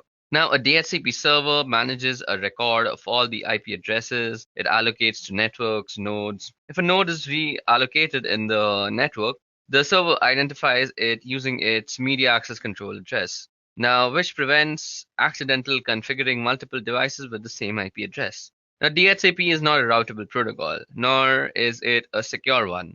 DHCP is limited to a specific local area network, which means a single DHCP server per LAN is adequate. Now, larger networks may have a wide area network containing multiple individual locations depending on the connections between these points and the number of clients in each location. Multiple DHCP servers can be set up to handle the distribution of addresses. Now, if network administrators want a DHCP server to provide addressing to multiple subnets on a given network, they must configure DHCP relay services located on interconnecting routers that DHCP requests to have to cross. Now, these agents relay messages between DHCP client and servers. DHCP also lacks any built-in mechanism that would allow clients and servers to authenticate each other. Both are vulnerable to deception and to attack, where rogue clients can exhaust a DHCP server's pool. Okay, so let's move on to our next topic, and that is why use DHCP. So I just told you that DHCP doesn't really have any sort of authentication, so it can be fooled really easily. So what are the advantages of using DHCP? So DHCP offers quite a lot of advantages. Firstly is IP address management. A primary advantage of DHCP is easier management of IP addresses. In a network without DHCP, you must manually assign IP address. You must be careful to assign unique IP addresses to each client and to configure each client individually. If a client moves to a different network, you must make manual modifications for that client. Now, when DHCP is enabled, the DHCP server manages the assigning of IP addresses without the administrator's intervention. Clients can move to other subnets without manual reconfiguration because they obtain from a DHCP server new client information appropriate for the new network. Now, apart from that, you can say that DHCP also provides a centralized network client configuration. It has support for boot TP clients. It supports the local clients and remote clients. It supports network booting. And also, it has a support for a large network, and not only for short, like small scale networks, but for larger networks as well. So that way, you see DHCP has a wide array of advantages, even though it doesn't really have some authentication. So because of these advantages, DHCP finds widespread use in a lot of organizations. Okay, so that winds up DHCP for us. So let us go into the history of cryptography now. So let me give you a brief history of cryptography. Now, cryptography actually goes back several thousand years before, shortly after people began to find ways to communicate. There were some of us who were finding ways to make the understanding of that communication difficult so that other people couldn't understand what was going on. And this led to the development of Caesar cipher that was developed by Julius Caesar. And it's a simple rotation cipher. And by that, I mean that you rotate a portion of the key in order to generate the algorithm. So here's an example. We've got two rows of letters and that are alphabetical in order, and means we basically written the alphabets down and the second row is shifted by three letters. So a B is a Z actually, because if you move that way, a B is a Z from the first row gets shifted back to the second row, and then the letter D becomes the letter C. That's an example of how encryption works. So if you try to encrypt a word like hello, it would look completely gibberish after it came out of that algorithm. So if you count the letters out, you can see that the letter H can be translated to letter L. So that's a Caesar cipher. Now you must have heard of things like ROT13, which means that you rotate the 13 letters instead of 3 letters. That's what we can do here again. And this is just a simple rotation cipher or Caesar cipher. That's what, of course, the ROT stands for. It's rotate or rotation. Now, coming forward a couple thousand years, we have the Enigma cipher. Now, it's important to note that the Enigma is not the word given to this particular cipher by the people who developed it. It's actually the word given to it by the people who were trying to crack it. The Enigma cipher is a German cipher. They developed this cipher and a machine that was capable of encrypting and decrypting messages so that they could messages to and from different battlefields and war fronts, which is similar to the Caesar cipher.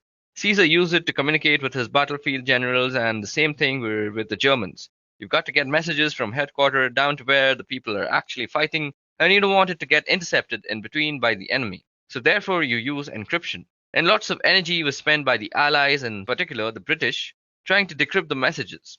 One of the first instances that we are aware of where a machine was used to do the actual encryption, and we're going to come ahead a few decades now into the 1970s, where it was felt that there was a need for a digital encryption standard. Now, the National Institute of Standards and Technology is responsible for that sort of thing, so they put out a proposal for this digital encryption standard. And an encryption algorithm, what ended up happening was IBM came up with this encryption algorithm that was based on the Lucifer cipher. That was one their people had been working on a couple of years previously in 1974. And they put this proposal together based on the Lucifer cipher, and in 1977, that proposal for an encryption algorithm was the one that was chosen to be the digital encryption standard, and so that came to be known as DES over time.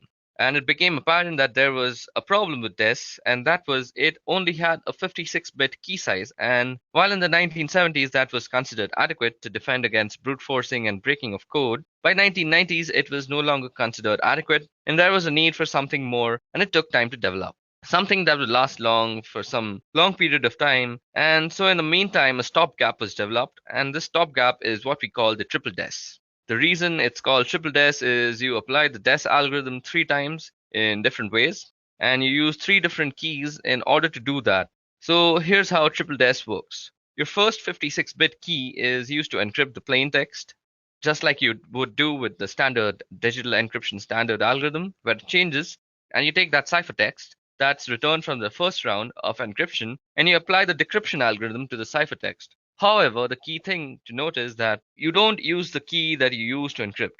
You don't use the first key to decrypt it, because otherwise you'll get the plain text back. So what you do is you use a second key with the decryption algorithm against the ciphertext from the first round. So now you've got some ciphertext that has been encrypted with one key and decrypted with the second key, and we take the ciphertext from that and we apply a third key using the encryption portion of the algorithm to that cipher. Encryption portion of the algorithm to that ciphertext to receive a whole new set of ciphertext, obviously.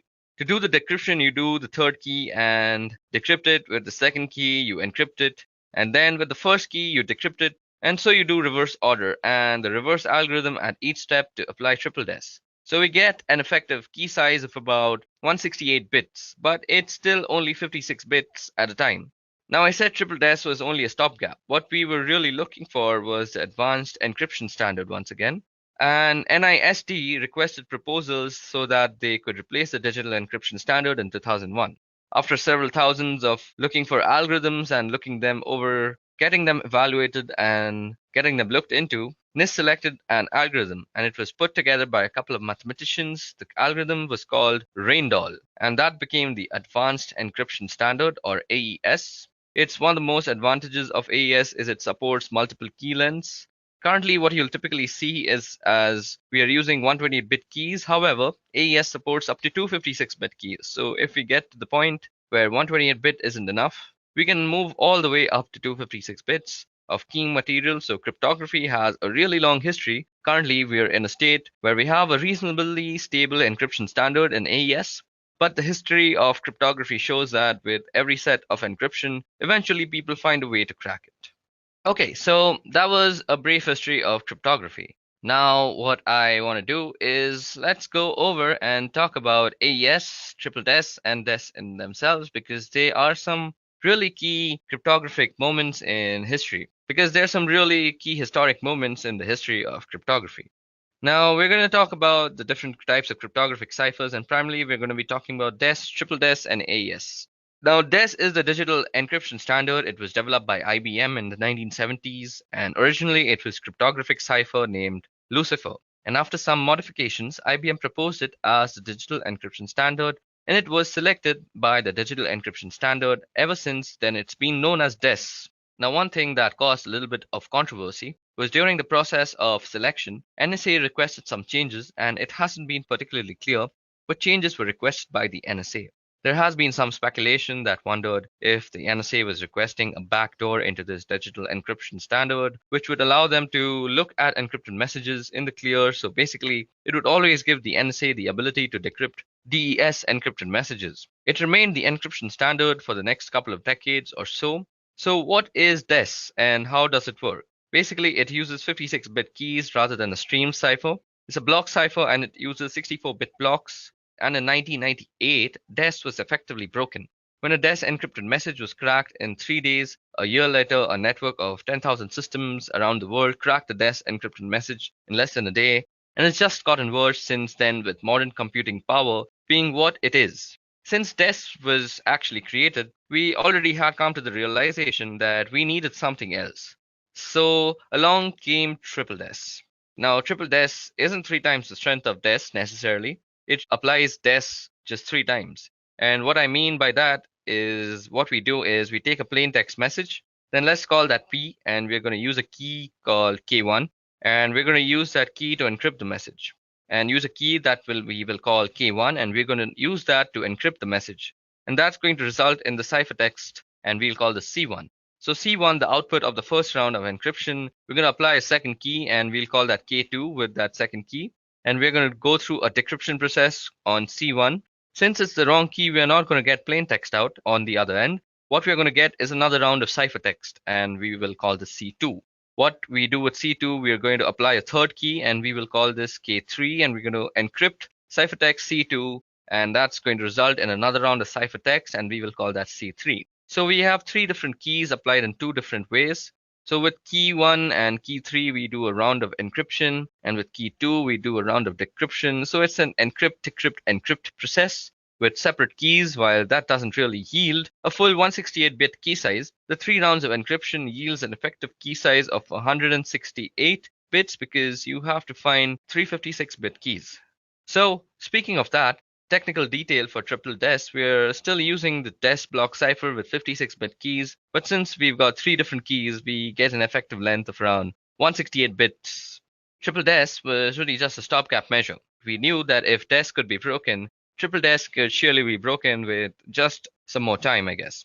And so the NIST was trying to request a standard that was in 1999, and in 2001, NIST published an algorithm that was called AES. So this algorithm that was originally called Reindoll was published by NIST as the Advanced Encryption Standard. Some technical specifications about AES. is that the original Randall algorithm specified variable block sizes and key lengths. And as long as those block sizes and key lengths were multiples of 32 bits, so 32, 64, 96, and so on, you could use those block sizes and key lengths. When AES was published, AES specified a fixed 128-bit block size and key length of 128, 192, and 256. AES with 3 different key lengths, but 1 block size, and that's a little bit of detail about DES, triple DES, and AES. So when AES was published, AES specified a fixed 128-bit block size and a key length of 128, 192, and 256 bits. So we've got with AES 3 different key lengths but 1 block size, and that was a little bit of detail about DES, triple DES, and AES. We'll use some of these in doing some hands-on work in the subsequent part of this video. Okay, so now that I've given you a brief history of how we have reached to the encryption standards that we are following today, that is the Advanced Encryption Standard, let's go ahead and talk a little bit more about DES, triple DES, and AES. So DES is a digital encryption standard. It was developed by IBM in the 1970s, and originally it was a cryptographic cipher named Lucifer. And after some modifications, IBM proposed it as the digital encryption standard. It was selected to be the digital encryption standard, and ever since then, it's been known as DES or DES. One thing that caused a little bit of controversy was during the process of selection, the NSA requested some changes, and it hasn't been particularly clear what changes were requested by the NSA. There has been some sort of speculation that wondered if the NSA was requesting a backdoor into this digital encryption standard, which would allow them to look at encrypted messages in the clear. So basically, it would always give the NSA the ability to decrypt DES encrypted messages. It remained the encryption standard for the next couple of decades or so. And what is DES and how does it work? Now, DES remained the digital standard for encryption for the next couple of decades. So what does it do and how does it work? So basically, it uses a 56-bit key rather than a stream cipher. It's a block cipher and it uses 64-bit blocks. And in 1998, if you know, DES was effectively broken when a DES encrypted message was cracked in 3 days. And then a year later, a network of 10,000 systems around the world cracked a DES encrypted message in less than a day. And it's just gotten worse since then with modern computing being what it is today. Now, since DES was created and broken, we knew we needed something. And what came in between advanced encryption standards and DES is triple DES.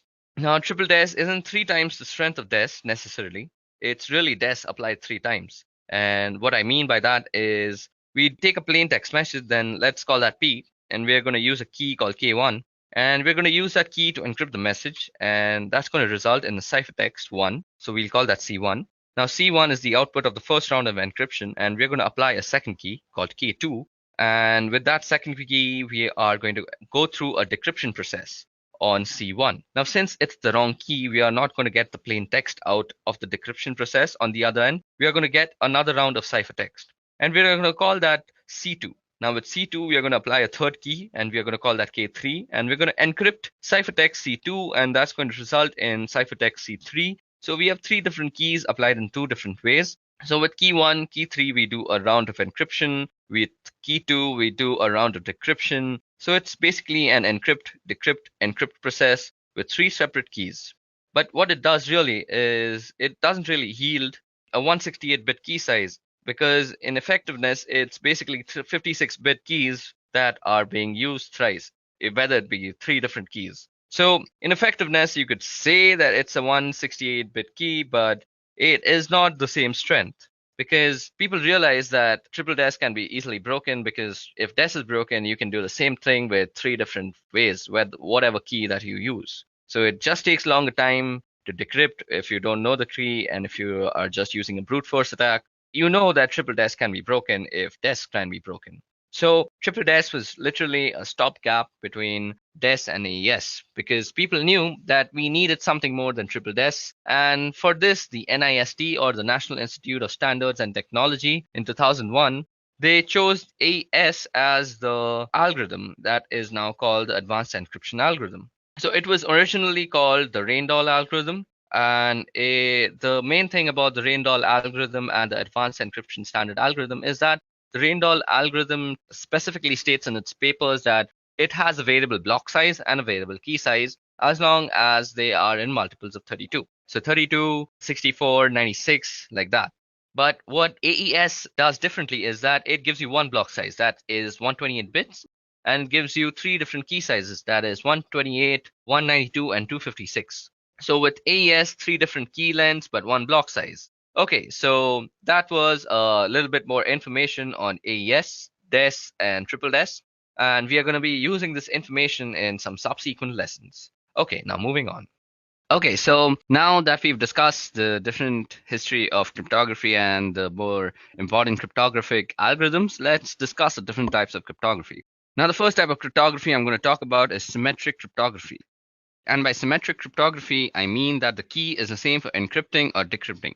So I use the same key whether I am encrypting the data or decrypting the data. One of the things about symmetric key cryptography is that they use a shorter key length than for asymmetric cryptography, which I'll get into a couple of minutes. It's also faster than asymmetric, and you can use algorithms like DES or AES, as those are both symmetric key cryptography algorithms, and you can use a utility like AES script. Let me just demonstrate how symmetric key cryptography works. So for this, we can use a tool called AES script. So in AES script is actually available for Linux and Windows and Mac, all the systems. So I'm using it on the Windows one, and I'm using the console version. So first of all, I have a text file called text.txt. So let me just show that to you. So as you guys can see, I have this thing called text.txt. Now to do text.txt, let me just show what text.txt contains.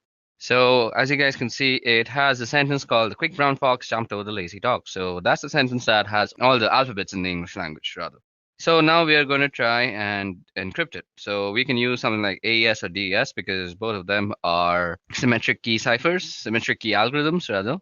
So we are using AES in this case. So what we're going to do is say AES script. We're going to encrypt it, and we're going to use a password of, let's say, Pokemon. So we're going to call it Pokemon, and we're going to do text.txt. We're going to encrypt that file. So now we have encrypted that file. Now let's go see. We must be having a new file. So this is called text.txt.aes. So that is our encrypted file, and this is what we would generally send over the network if we are sending it to anybody. So let's assume the person who's received it also knows our encryption algorithm. I mean, encryption algorithm and the key that goes along with it. So let's try to decrypt it now. Now, before I decrypt it, let me just show you what an encrypted message looks like. So this is what the ciphertext looks like.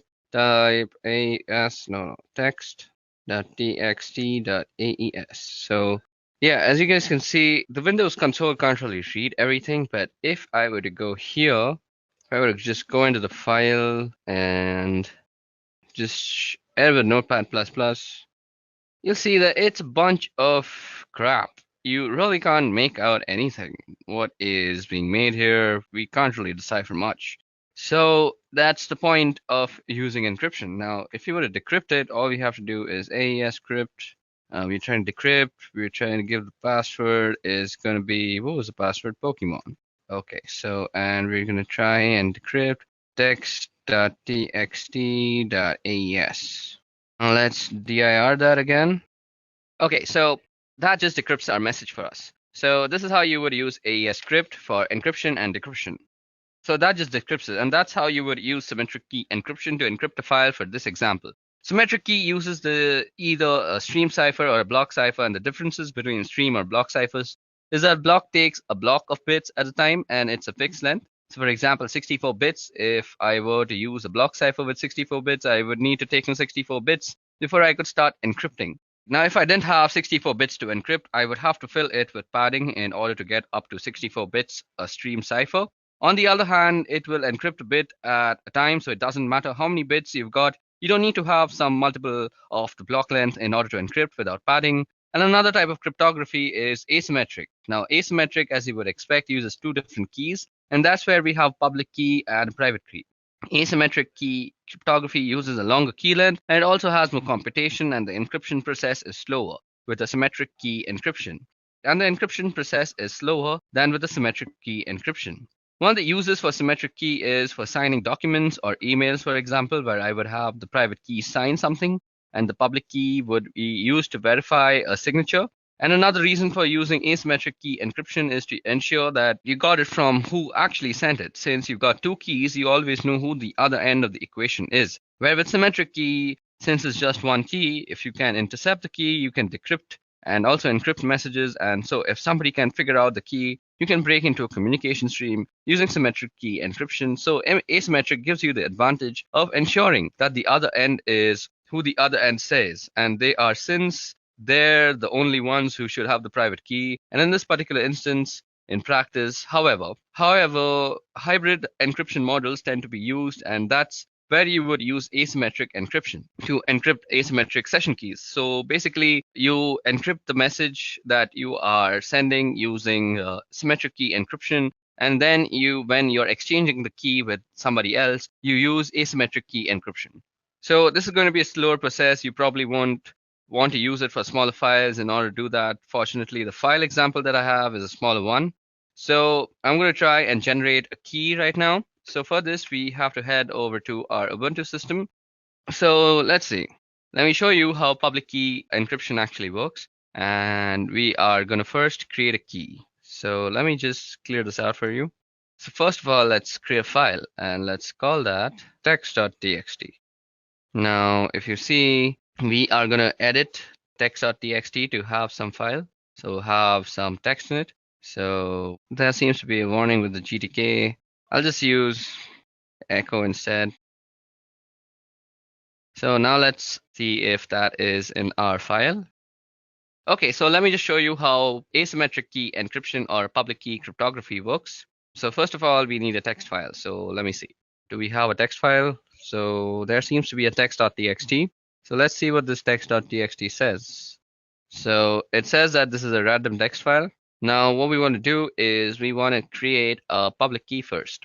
So I'm going to use OpenSSL for doing this. So we go OpenSSL, and we are going to use it with RSA. So we're trying to generate a key, so gen RSA, and we're going to use des3 to use this, and we're going to output it into a file called private.key. So we are also going to be using a 4096 bit. So this is going to be our private key.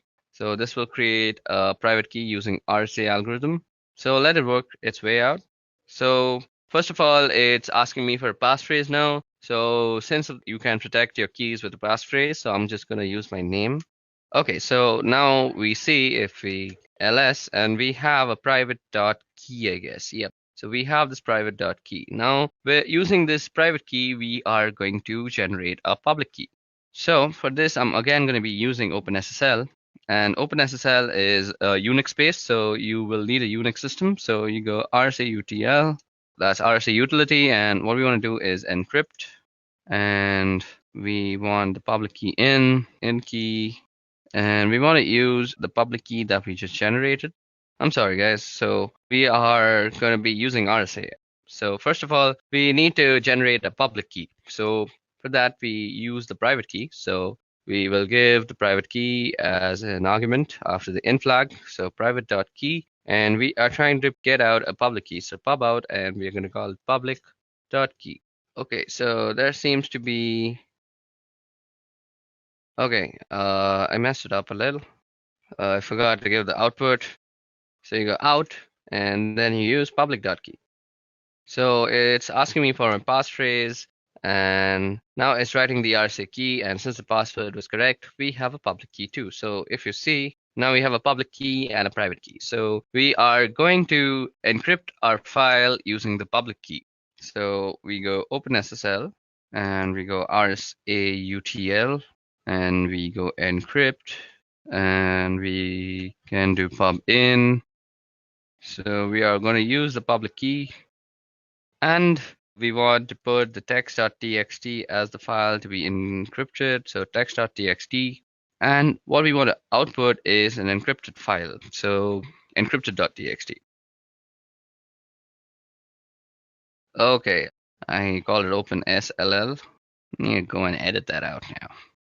Yeah, so that makes it a correct command. And now we have an encrypted file. So let's see, ls, and yep, encrypted.txt. So if we just cut that out, so we see it's a bunch of garbage, and we really can't read it unless we decrypt it. So For decrypting the key, all we have to do is again use OpenSSL. Let's clear this out first.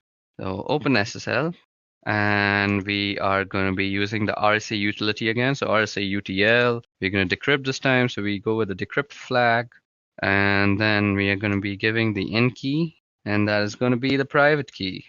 And what we want to decrypt is encrypted.txt, and what we want to output it is as, let's say, plaintext.txt.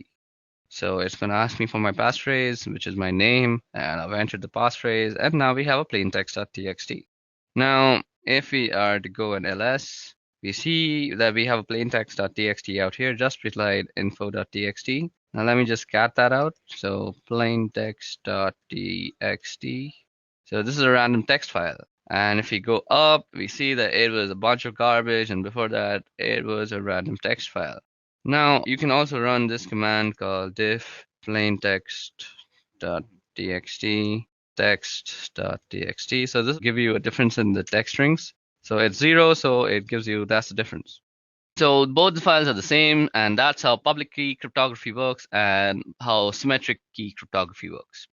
Okay, now moving ahead of cryptography, let's talk about certificates.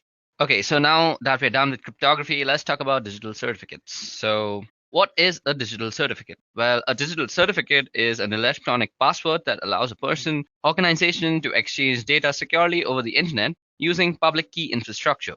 So digital certificate is also known as a public key certificate or an identity certificate. Now, digital certificates are a means by which consumers and businesses can utilize the security application of public key infrastructure.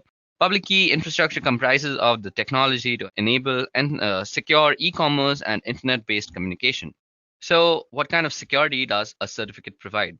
So firstly, it provides identification and authentication. The person or entities with whom we are communicating are really who they say they are. So that is proved by certificates. So then we have confidentiality. The information within the message or transaction is kept confidential. It may only be read and understood by the intended sender. Then there's integrity, there's non-repudiation. The sender cannot deny sending the message or transaction. The receiver, we'll get to non-repudiation, and I'll explain how non-repudiation comes into digital certificates. So digital certificates are actually issued by authorities who are business, who make it their business to actually certify people and their organization with digital certificates.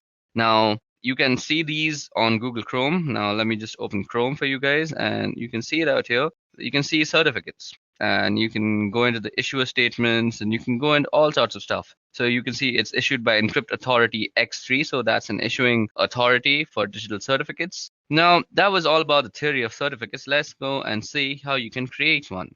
So to create a digital certificate, we are going to be using the OpenSSL tool again.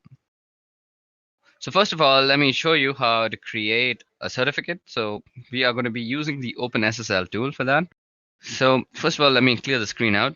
So in this case, I'm going to generate a certificate authority certificate. So I'm doing an RSA key here to use inside the certificate. So first of all, I need to generate a private key. So to do that, as I had just showed you guys, we can use the OpenSSL tool. You go OpenSSL and gen RSA, and we're going to use DES3. Then we're going to out it, and let's call it ca.key. And we're going to use 4096 bits. So I'm doing an RSA key here to use inside the certificate. So I'm generating a private key, and the private key is used as a part of the certificate. And there's a public key associated with the certificate. So you've got public and private key, and data gets encrypted with the public key and then gets decrypted with the private key. So they are mathematically linked at the public and private key, because you need one for the end of the communication and the other for the other end of the communication. And they have to be linked so that the data that gets encrypted with one key gets to be decrypted with other key. So this is asking for a passphrase, and so I'm going to be giving my name as a passphrase. So that has generated the key for us. So now I'm going to generate the certificate itself. So I'm going to be using the OpenSSL utility. So first of all, you say OpenSSL, and you say request. So it'll be a new request, and it's going to be an X509 request. It's going to be valid for 365 days, and let's see, the key is going to be ca.key, and we're going to output it into ca, or let's call it edureka, .crt. So this is a certificate that I'm producing in the name of the company that I'm working for. So that is Edureka. So it says it's unable to load the private key. Let me just see, is the private key existing? I had a previous private key, so let me just remove that. Does it have a ca.key? Seems like I put the name differently. So let me just try that again. Open SSL, then we do request. So we're requesting a new certificate, and it's going to be X509, and it's going to be there for 365 days, and key is ca.key. Apparently that's what it's called out here. So, and it's going to be out into edureka.crt. Let's see if that works. So let's enter the passphrase. So it's my name. So now it's going to ask me a bunch of information that's going to be inside the certificate. So let's say it's asking the country name. Again, so let's put in the state. Okay, so IN, state, province name, some state. So Bangalore. Locality, let's say Whitefield. Organization name is Edureka. Unit name, Brain Force. Common name, let's leave that out. Email address, let's leave that out too. And we have our certificate. So if you go and list out your files, you'll see that there is a certificate called edureka.crt out here, which is highlighted. Okay, so now if you want to view this file, you could always use the OpenSSL. You could always use the OpenSSL utility. So you say you want to read an X059 request and you want it in text, and what you want to see is edureka.crt. Okay, so that is the certificate. So you see that it has all the signature, it has signature algorithm, it has all the information about the certificate, and it says signature issuer is CIN in state Bangalore, in location Whitefield, Edureka Brainforce, validity. It has all sorts of information. So that was all about digital certificates, who issues digital certificates, where are they useful. So this is basically non-repudiation. So nobody can say with this certificate that if this certificate is included in some sort of a website and that website tends to be suppose malicious and there's a complaint. Now the website can't go to a court of law and say they didn't know about this because the certificate that was included had their private key and the private key was only supposed to be known to the company. So that is non-repudiation. You just can't deny that you didn't do it. Okay, so that was all about certificates. Now moving on. Okay, so moving on, we are going to be talking about cryptographic hashing. Now, while the word cryptographic is in the term cryptographic hashing, and it does lead you to believe that there is encryption involved, there is no encryption involved in a cryptographic hash. There is a significant difference between hashing and any sort of encryption, and that is primarily that encryption is a two-way process. When I encrypt a piece of data or a file or anything else, what I'm doing is putting it into a state where I expect it to be able to get it back out again. In other words, when I encrypt a file, I expect it to be able to decrypt the file and get the original contents. Hashing is a one-way function on the other hand. Once I've hashed a piece of data or a file, there is no expectation and ability to get the original piece of data back. Hashing generates a fixed length value and different types of hashing will generate different length values. For example, MD5 will generate a different length value than SHA-1. And they're both hashing algorithms, but they generate different length values. And the resulting value from a hash function should be in no relation at all to the original piece of data. As a matter of fact, if two inputs generate the same hash value, it's called a collision. And if you can generate collisions, you may be able to get a point where you can generate a piece of data that are going to generate the same hash values, and that leads you to the potential ability to break the particular hashing algorithm that you're using. So what we can use hash is for, well, one thing we can use hash is for file integrity. We can run a hash on a file and get a value back, and later we can check that the value to make sure if it's the same. If it's the same, I can be sure that the same file was hashed in both instances. So let me just show you an example of what I just said, that if we hash a file, we'll get the same hash every time. So remember the certificate that we just created. Let me just log in again. So we are going to hash this certificate and it will create a certain hash. And we are going to see that every time we hash it, we are getting the same hash. So we can use this command called md5 sum and we can do edureka.crt. So this is the hash produced after you've hashed edureka.crt. So if I do an md5 again, So MD5 is a hashing algorithm that you should know of. So edureca.crt, and it will produce very similar hash. Let's see if SHA-1 works like this. So SHA-1 edureca.crt. Okay, SHA-1 is the SHA from the SHA-utils package. Okay, so I've proved my point that with MD5, which is a cryptographic hashing algorithm, we are getting the same hash back. So if you are able to produce the same hash, that means you have broken the algorithm in itself. So if you run MD5 on Linux, you can get a version of MD5 and MD5 summation program on Windows and Mac OS, where with the utility MD5, which does the same thing. So I just showed you the file and I hashed it. And another reason we use hashing is we are storing passwords. So passwords are stored after hashing. We hash the passwords, and the reason for hashing passwords is so you're not storing the password in clear text, which would be easily seen even if you got it protected with permissions. If I hash the password every time I hash that password, I'm going to get the same value back from the same algorithm. So what I do is store the hash in some sort of password database. Since it's a one-way function, you can't get the password back directly from the hash. Now, what you can do with most password cracking programs, do some variation of this, and you just generate hashes against a list of words until you get a hash value that matches the one in the password. Once you get the hash that matches the one in the password, you know what password is there and here. And we come back to the idea of collisions. If I can take two different strings of characters and get the same values back, then it's easier to crack the password because I may not necessarily get the password, but if the hash that I get back from a particular string of data is the same as that I get from the original password, then it doesn't matter whether I know the password because the string of data that I put in is going to generate the same hash value that you're going to compare when you log in. And this hash value will just give you that it's valid and you'll be able to log in. So suppose the password that you chose while making your account is dog, and the dog word produces this hash value. And if I were to like hash cat with the same algorithm, and if the algorithm was prone to collisions, it might produce the same hash value as dog. So with the password cat, I could open up your password. I could open up your account. So that was all about hashing and hashing algorithms. Let's move on now. Okay, so in this part of the video, we're going to go over SSL and TLS. Now, SSL and TLS are ways of doing encryption, and they were developed in order to do encryption between websites, web servers, and clients or browsers.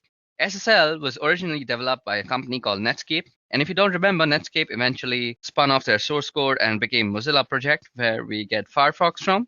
So back in 1995, Netscape released a version 2 of SSL, and there was a version 1, but nothing was ever done with it. So we got to version 2 of SSL, and that was used for encryption of web transmission between the server and the browser to do a whole number of flaws between the server and the browser. Now, SSL version 2 had a whole number of flaws, and SSL 2 has the type of flaws that can lead to decryption of messages without actually having the correct keys and not being the right endpoints. And so Netscape released SSL version 3 in 1996. And so we get SSL 3.0, which is better than 2.0, but it still had some issues. And so in 1999, we ended up with TLS. Now, SSL is secure socket layer and TLS is transport layer security. They both accomplish the same sort of thing, and they're designed for primarily doing encryption between web server and web browsers because we want to be able to encrypt the type of traffic. So let me show you what kind of traffic looks like. So first of all, let me open Wireshark. And out here, I already have a TLS scan ready for you guys that you can see. We have all sorts of TLS data. So you can see that here's my source and it's 1.32 and destination is 7612.4059.46, doing a client key exchange and the change cipher spec and an encrypted handshake message. And then we start getting application data. So there are some other steps involved here, and you're not seeing all of it with this particular Wireshark capture because, again, we get fragmented packets, and at some point it starts getting encrypted. And you can't see it anyways because Wireshark, without having the key, can't decrypt those messages. But what ends up happening is the client sends a hello, and the server responds with a hello, and they end up exchanging information as a part of that. Now, including version numbers supported, and you get random number, and the client's going to send out a number of cipher suits that may want to support an order, and it can support the server, and it's going to pick from those suite of ciphers. Now, then we start doing the key exchange and then do the change cipher spec and from the client and server, and eventually the server just sends a finished message. And at the point, we've got this encrypted communication going on, but there's this handshake that goes on between the two systems. And there's a number of different types of handshakes depending on the type of endpoints that you've got. But that's the type of communication that goes on between servers and the client one. Important thing about using SSL and TLS is, as I mentioned, some of the earlier versions had vulnerabilities in them, and you want to make sure that the servers aren't actually running those. So you want to run some scans to figure out the type of calls and ciphers that different systems use. So for this, we can use something called SSL scan. So this is available for Unix. I'm not really sure if there is something that is similar for Windows or Mac, but on a Unix-based system that is Linux, we can use SSL scan. So let me just show you how to use that. Clear this part out. So what we can do is run SSL scan, again, suppose www.edureca.co. So I'm going to do an SSL scan here against the website, and you can see it's going out and probing all the different types of ciphers that we know on this system. Start with SSL v3 and are going to TLS version 1. And we could force SSL scan to try to do an SSL v2. If I scroll back up, here I get the surface ciphers, which is SSL version 3. It's using RSA.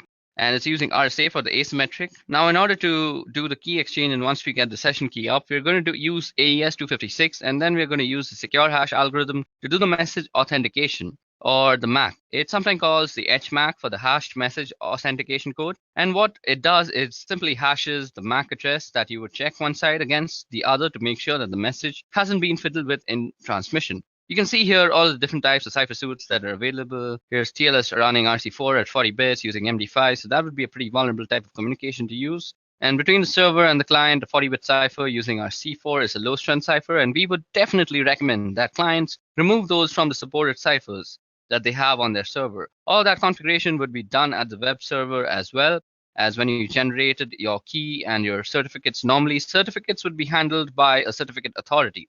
Now, you can also self-sign certificates and have those installed in your web server in order to do communications with your clients. The challenge with that is browsers today warn when they see a certificate against a certificate authority that is entrusted of it, and it doesn't have any certificate authority at all. So you'll get a warning in your browser indicating there may be a problem with your certificate. If your clients are savvy enough, and if the users are savvy enough, you may be able to make use of these self-signed certificates and save yourself some money. But generally, it's not recommended simply because clients are starting to get these bad certificates. And when they run across one that's really a problem, a real rogue certificate, they're going to ignore the certificate message in their browser and just go to these sites that could have malicious purposes in mind and may end up compromising the clients or your customers or users. So that's SSL and TLS and how they work and negotiate between servers and endpoints. Okay, so now that we've talked about TLS and SSL, let's talk about disk encryption.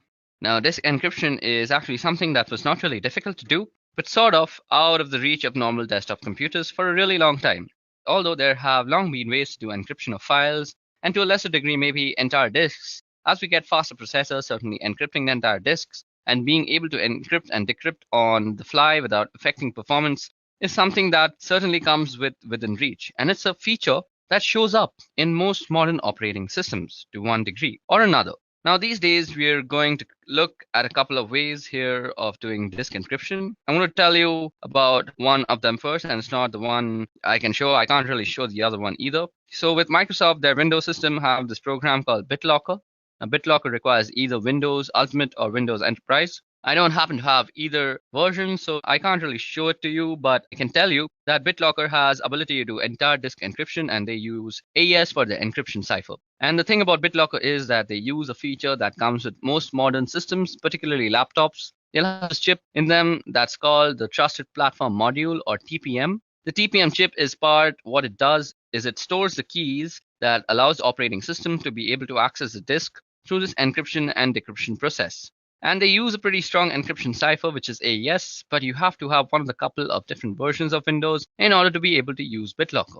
And it's one of those things you would normally run in an enterprise, and so that's why they included it on its enterprise version. Now, on the macOS side, they have this thing called File Vault, and you'll see in the system preferences on the security and privacy, if you go to File Vault, you can turn on File Vault.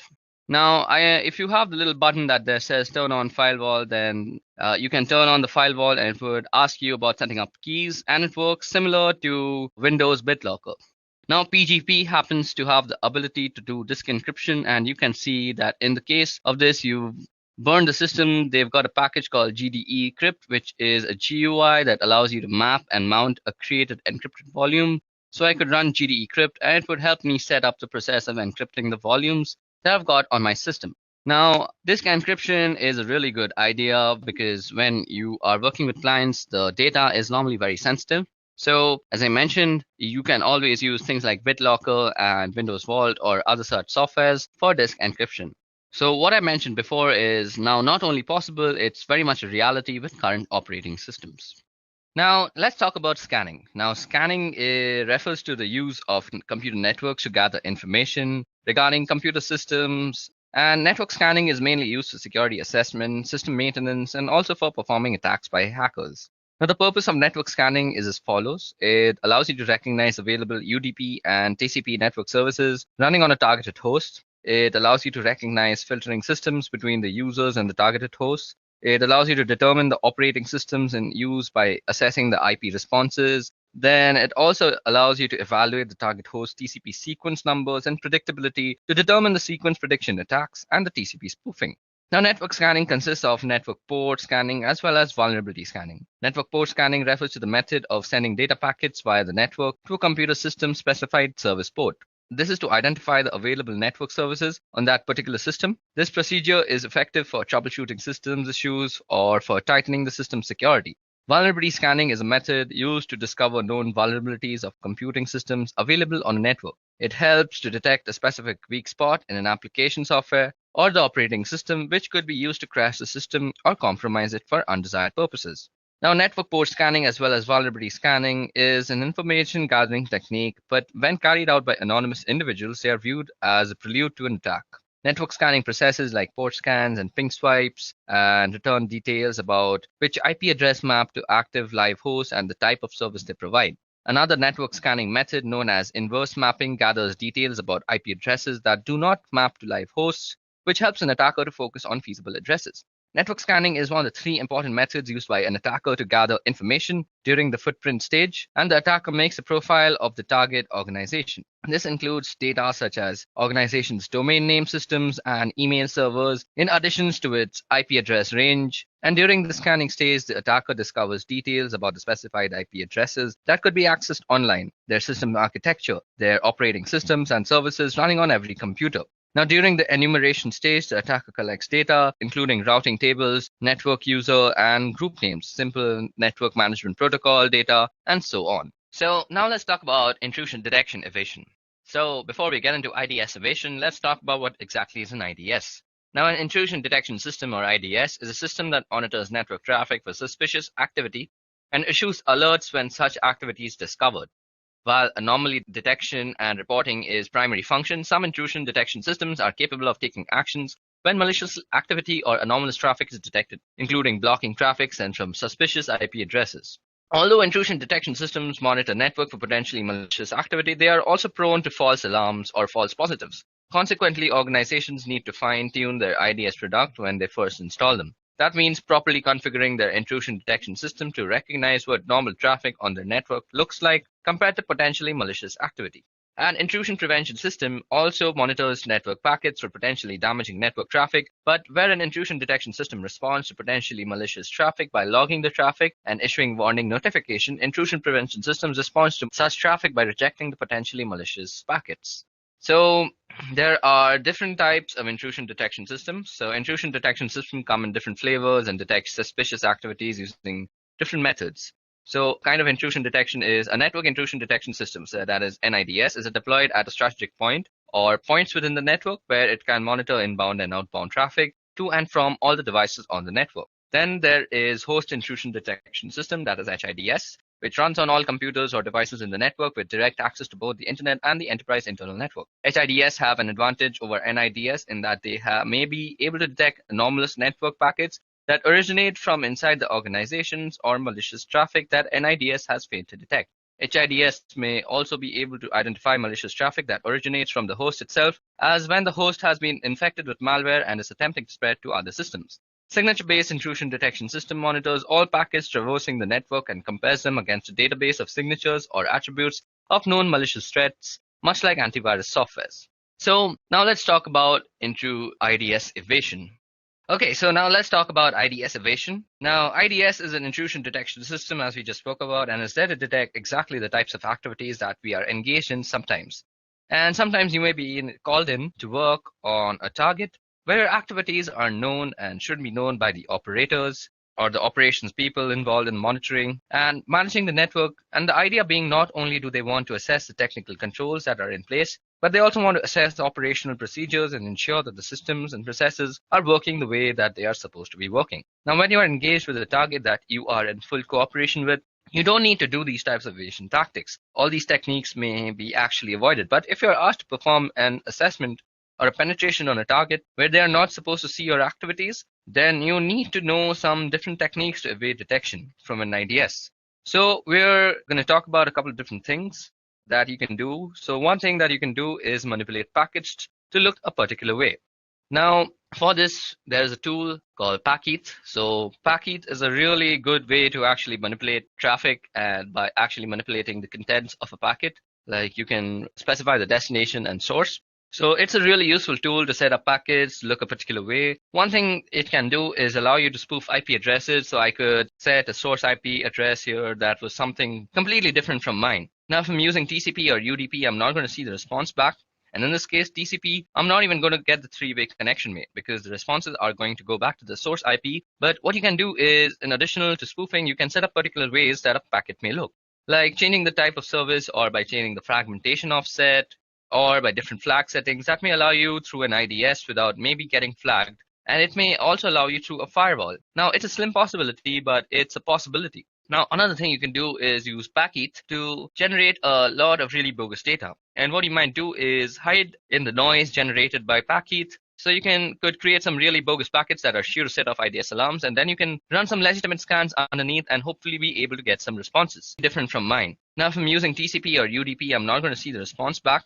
And in this case, TCP, I'm not even going to get the three-way connection made because the responses are going to go back to the source IP. But what you can do is, in addition to spoofing, you can set up particular ways that a packet may look, like changing the type of service, or by changing the fragmentation offset, or by different flag settings that may allow you through an IDS without maybe getting flagged. And it may also allow you through a firewall. Now, it's a slim possibility, but it's a possibility. Now, another thing you can do is use Packeth to generate a lot of really bogus data. And what you might do is hide in the noise generated by Packeth. So you could create some really bogus packets that are sure to set off IDS alarms, and then you can run some legitimate scans underneath and hopefully be able to get some responses.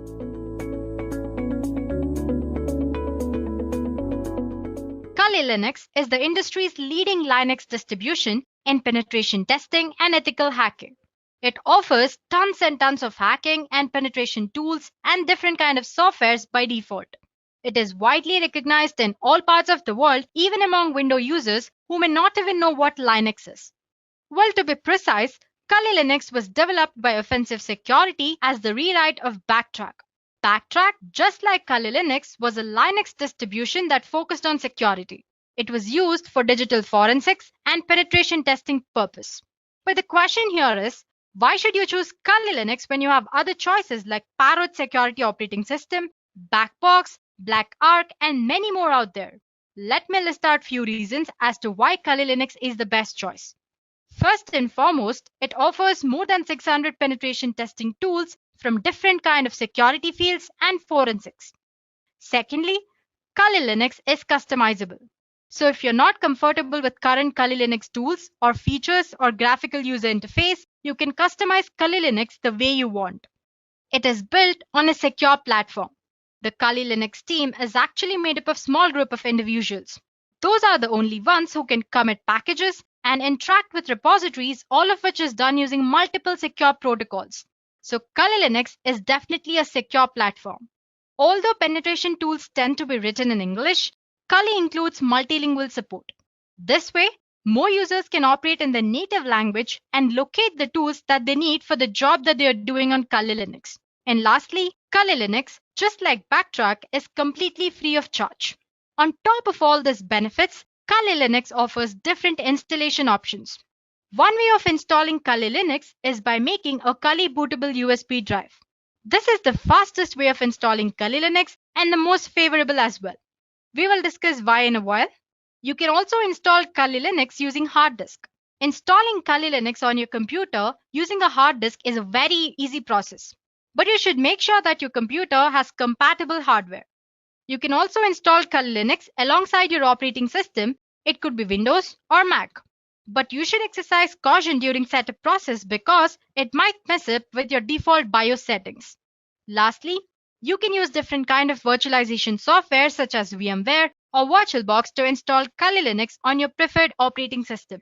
Well, apart from all this, you can also set up Kali Linux on advanced RISC machines or ARM like Raspberry Pi, Trim Slice, Cube Truck, and many more. So there you go, guys. Now you know what Kali Linux is and why it is a leading Linux distro for ethical hacking and penetration testing. In today's session, we will explore different ways to install Kali Linux. Let's get started then.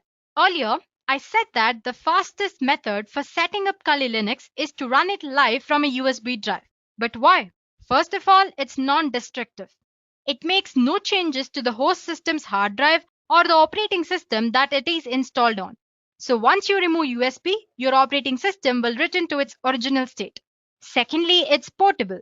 You can carry Kali Linux in your pocket and can run it whenever you want, just in few minutes. It's customizable. You can create your own Kali Linux ISO image and put it into USB drive using a simple procedure, which we will discuss later. And lastly, it's potentially persistent.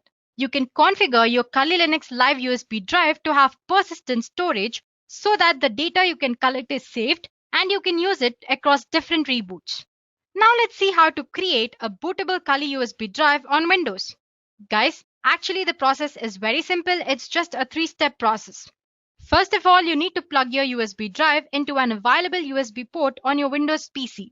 Next, you need to note down the destination drive it uses once it mounts. For example, it could be F drive. After that, you will have to download and launch a software called Win32 Disk Imager. On this software, you'll have to choose Kali Linux ISO file that needs to be imaged and verify that the USB drive to be overwritten is the correct one. Lastly, once the imaging is complete, you need to safely eject the USB drive from Windows machine. So like I said, it's very simple, right? Well, I'm not going to show you demo on this one because like I said, it's very easy and I'm sure you guys can pull it off. If you have any doubts, you can post them in the comment section. We'll get back to you. And as for the demo part, we'll be doing 4 installations here. First of all, we'll see how to install Kali Linux using VMware on Windows operating system. Then we'll see how to install Kali Linux on Mac using VirtualBox. Moving on, we'll see how to install Kali Linux tools on different Linux distributions. I'll be showing how to install it on Ubuntu. Well, the procedure is same for every other Linux distribution, so you can go ahead and use the same procedure for the Linux distribution that you're using. And lastly, we'll see how to install Kali Linux on Windows 10 using Windows Subsystem for Linux. So I hope it's clear that what we'll be learning in the session. Let's get started with the first demo. In this demo, we'll see how to launch Kali Linux using VMware. So guys, you can install Kali Linux using any virtualization software. It could be VMware or VirtualBox. In this demo, I'll show you how to install it using VMware. So first of all, obviously, we'll have to install VMware, right? So just type of VMware. And it's the first link that you find. You can go ahead and download VMware Workstation Pro. You have it in the downloads. Here you can download Workstation Player as well. Or you can download VMware Workstation Pro. Now, once that is downloaded, you'll have to download a Kali Linux ISO image. For that, you'll have to go for official Kali Linux website. Just type for Kali Linux and it's the first link. You can see downloads option here. Click on download. And yeah, you can see different download options here. You have Kali Linux Lite for 64-bit as well as 32-bit. And then there is Kali Linux 64-bit and 32. And you have separate images for VMware and VirtualBox as well. Suppose you want to skip the entire lengthy procedure of installing it and you want to just use the image, then you can go ahead and use this Kali Linux 64-bit for VMware or VirtualBox. Same goes for the 32-bit as well. But since we are focusing on installing right now, let's just go ahead and download our ISO file and install it from the beginning until last step. I've already downloaded it, so I have an ISO file downloaded on my computer. So all you have to do is just click on the torrent link, it'll be downloaded. Let's open VMware then. So as you can see, I have VMware Workstation Pro installed here. So I already have about two virtual machines installed on my VMware Workstation. As you can see on the home page, 3 different options. It says create a new virtual machine or open a virtual machine and connect to remote server. So if you want to create a Kali Linux or any other virtual machine from step 1, you can use this create a new virtual machine option. Well, if you have an image of a virtual machine already, and if you want to just use it and avoid installation procedure, then you can go ahead and use this open a virtual machine option. Well, just click on this create a new virtual machine and click on next.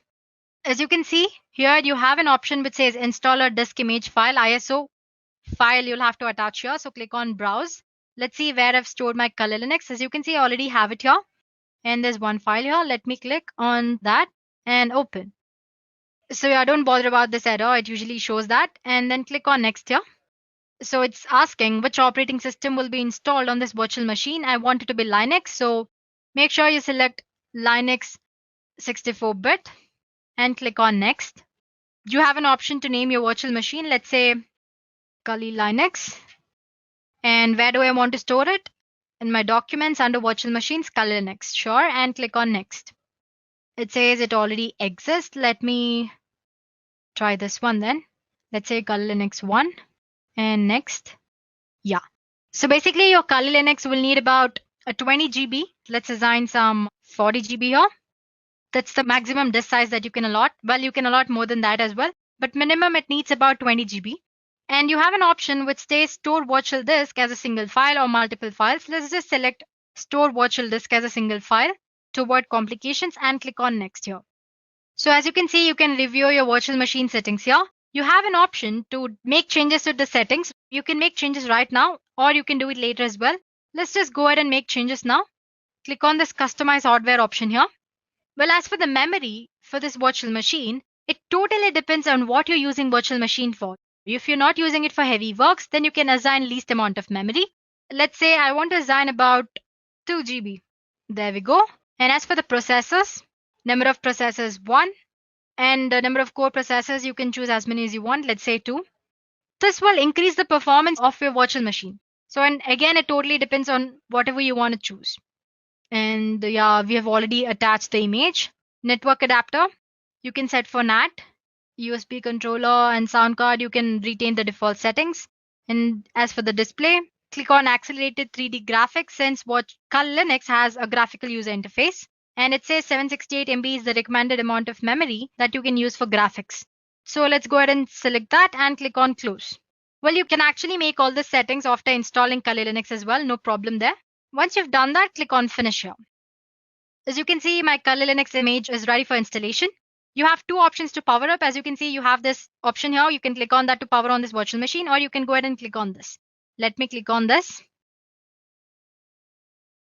So once you click on that, you should be greeted with this Kali boot screen. As you can see, there are a lot of options here. We did discuss live option earlier, right? So if you don't want any trace of Kali Linux on your operating system, you can go ahead and use live option here.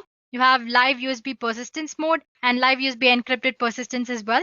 Suppose you want to store some data and save it for a later reboots, you can use live persistent option here. And most of the time people get confused with this install and graphical install.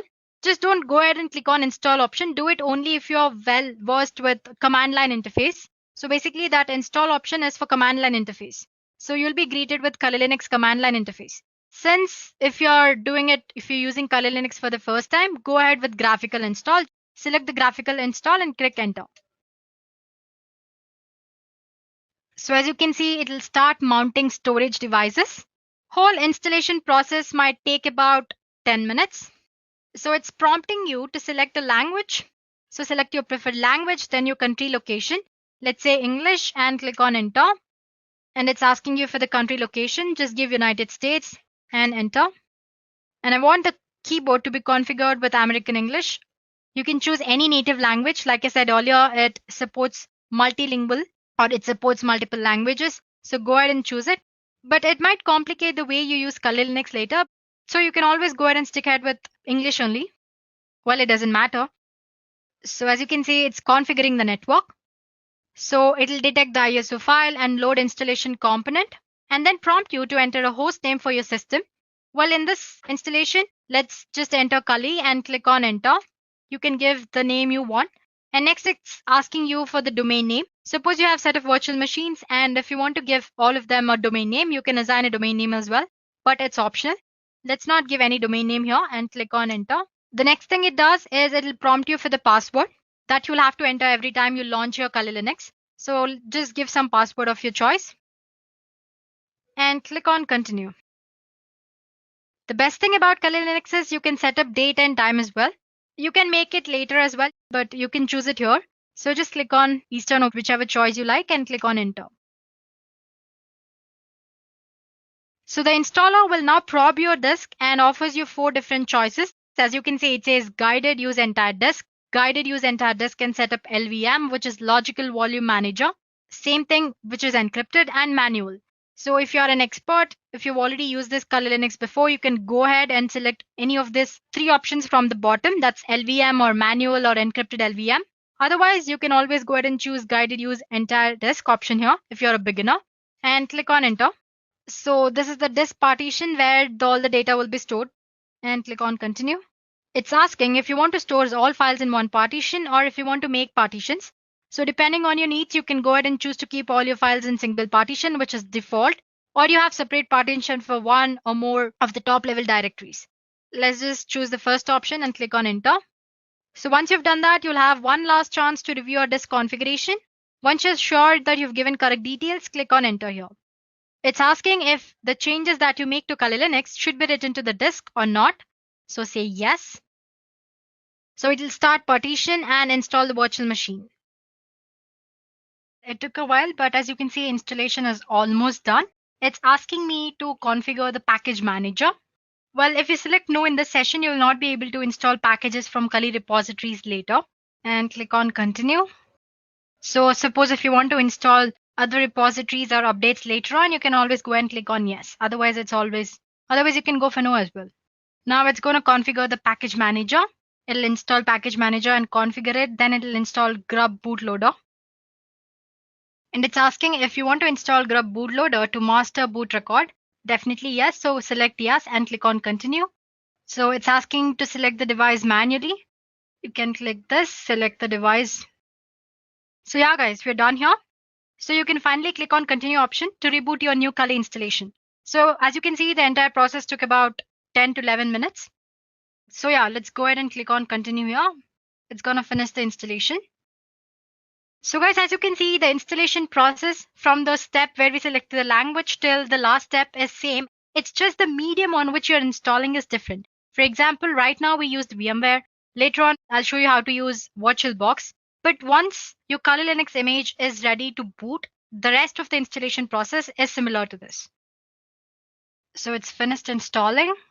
It's loading the image. So if you have done everything right during the installation process and according to your needs, you'll land up in this page. Username. So we've given it this Kali, right? Kali and password. As you can see, it's showing an error. It says that didn't work. Please try again.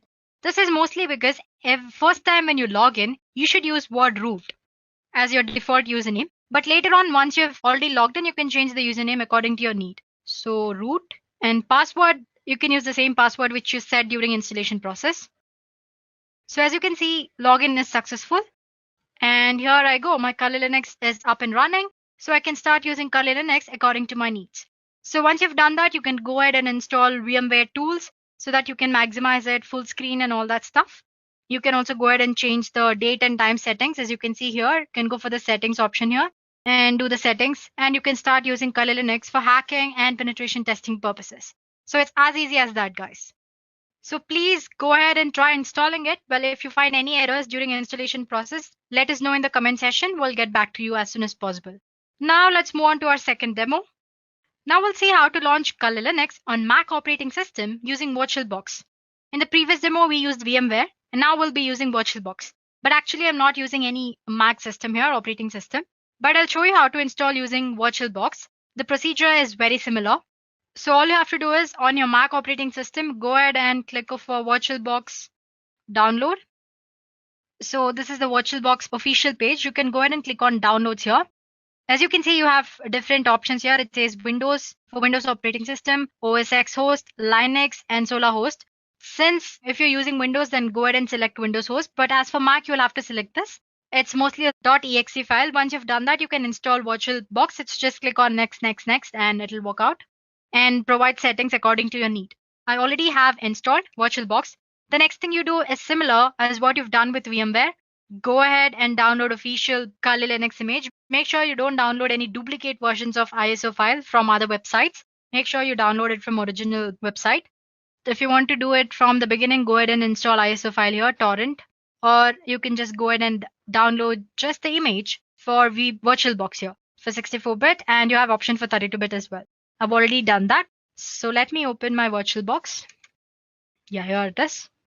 The procedure for VMware and VirtualBox is almost same, just slight difference. Let me maximize the screen for you guys. As you can see, I already have a virtual machine launched up here. I haven't powered it up yet. Anyway, I'll show you how to install new one. Just click on new option here. This is your VirtualBox homepage, guys. So click on new here and just give a name. We've already given Kali Linux earlier, right, for the virtual machine. So let's give it some other name. Let's say capital KL Linux, and choose the type of operating system, that's Linux. And here 64-bit, minus 64-bit. According to your operating system needs, you can go ahead and choose 32-bit as well. Click on next. And again, like I said earlier, depending on what you're doing on Kali Linux operating system or virtual machine, you go ahead and assign the memory. Since I'm just showing you how to install, I'm not assigning much memory here. So let's just retain the default 1024 MB, that's 1 GB, and click on next. And it's asking, you have 3 options here. You have not to add virtual hard disk, create a virtual hard disk now, and you can go ahead and add a virtual hard disk here, use an external virtual hard disk. Go ahead and select the second option, click on create, and use VirtualBox image. Like I said earlier, we downloaded ISO image, right? And it's an ISO file with extension .iso. So basically it's nothing but image. So click on next. And I want the storage on physical hard disk to be assigned dynamically, and click on next. So this is the name of the virtual machine which we just gave earlier. It's asking you to choose the path wherever you want to store your virtual machine. Let's say documents and virtual machines. Click on open and save. So that's the path I've set up. And as for the memory, Kali always needs you to assign at least 20 GB. So let's go ahead and give 20 GB. You can always assign more than that. And click on create. So this is the one we just created, right? It's ready. Just click on settings. Before you power up, you'll have to make certain settings. So if you want to change name or type and version, you can always go ahead and do that here. We don't have anything in advance. It's just the folder where your virtual machine will be stored. Go for systems. We won't be using any floppy disk here. So untick it or uncheck it. And yeah, this is memory. If you want to go ahead and change or assign more memory because the performance of your virtual machine is not that great, you can go ahead and do that. For the processor, make sure you enable this extended features. So basically, if you want to increase the performance of your virtual machine, the number of processors you assign should increase. Well, for now, since I'm just showing you how to install, I'm just going to assign 1. You have option to increase to say 2, like that. And as for the display, you can enable 3D acceleration display. Storage settings, this is the most important one. Right now, we don't have any image attached here. So click on this empty and click on the CD image that you see here and choose virtual disk. And attach the image or the ISO file, torrent file which you just downloaded. Click on open. And audio, no settings, default, network. By default, you can always set it for NAT since we're using only one virtual machine here. But if you want to use your Kali Linux with any other virtual machine like Metasploitable 2, you can go ahead and use this host only adapter option here. Because when you use NAT and when you have 2 virtual machines, both of them will be assigned with same IP address, which will definitely a problem because both of these virtual machines need to interact, right? So yeah, well, I'm just saying all this for the information. So you can go ahead and click on host only adapter if you're using 2 virtual machines and you want them to interact. As for now, I'm just retaining it NAT. And rest you don't have to make any changes. And click on OK. Once you've made all the settings, click on this. Or you can go ahead and click on start option here. You can right click on it and start. Again, like I said, the installation process from step 1 is very similar to that we did using VMware. So again, you'll be greeted with Kali boot screen and you have multiple options. Again, I'm not repeating the entire thing here. So go ahead and click on graphical install. And if you're a pro in using command line, you can always go for install option. And if you want to just use it for one time purpose, you can always go for live option here. That's all, guys. I'm sure you can catch up from here, right? Because it's almost similar for the ones we did using VMware. If you have any doubt, just go back and take a look at it. Yeah, well, like I said, I showed you on how to use VirtualBox to install Kali Linux on Windows operating system. Well, it's same for the Mac as well. You just have to download your stuff there instead of Windows. You have another option with this operating system. You can dual boot your Kali Linux with Windows or Mac. It's not as easy as these installation process because it will involve you setting the BIOS changes that you get to see when you power up your computer initially. So make sure you refer to Kali Linux official documentation and make sure you've done the installation properly so that you won't mess up your default settings. So guys, we are done with two ways of installing Kali Linux, one on Windows and one on Mac. We saw how to install it using VMware as well as VirtualBox. In the third part, we'll see how to install Kali tools on any Linux distribution. It could be Ubuntu, Fedora, Peppermint operating system, or any other version or distribution of Linux. The procedure is actually similar in every Linux distribution. So if you follow up on one Linux distribution, you can go ahead and do it on the Linux distribution of your choice or the one that you're using. One thing you should remember is that Kali Linux is not for the daily Linux purposes. Well, it's only for ethical hacking or web application penetration testing for these purposes. So guys, we'll be using a tool called Katulin. Let me spell it for you guys. It's Katolin. So let's just search for that. There we go. It's a script that helps you to install Kali Linux tools on your Linux distribution of your choice. So it's usually the GitHub script. So click on the first link that you find. So for those of you who like to use penetration testing tools provided by Kali Linux development team, you can effectively do that on your preferred Linux distribution using this tool, which is Katolin or Katolin. So as you can see, once you've installed Katolin properly on your operating system, you should be greeted with this page. I'll show you how to do that. Don't worry about it. So the purpose of asking you to see this page is to take a look at prerequisites. So first thing, you need to have a Python of version 2.7 or above installed in your operating system. And you need a Linux distribution system. It could be Ubuntu or it could be Fedora or Peppermint, any other Linux distribution. I have Ubuntu here. I'll be using VMware Workstation Pro. It's already open, but let me just go back. All you have to do is search for Ubuntu and click on the first link. So as you can see, there are a lot of options to install Ubuntu. Just click on this and you'll be able to download a file, ISO image. I've already done that. I'm not doing it again. Let's go back to VMware Workstation. As you can see, I already have my Ubuntu operating system installed. Installing Ubuntu is very straightforward. So just take a look at the instructions that you need to know when you're installing Ubuntu. Once you've done the installation, it should look something like this. So let me power up my Ubuntu operating system.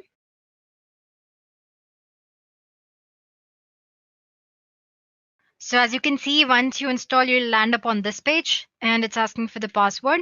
You set up this username and password during the installation process, so don't worry about it. Click on enter. So let's say you are a Unix lover, you like using Unix platform.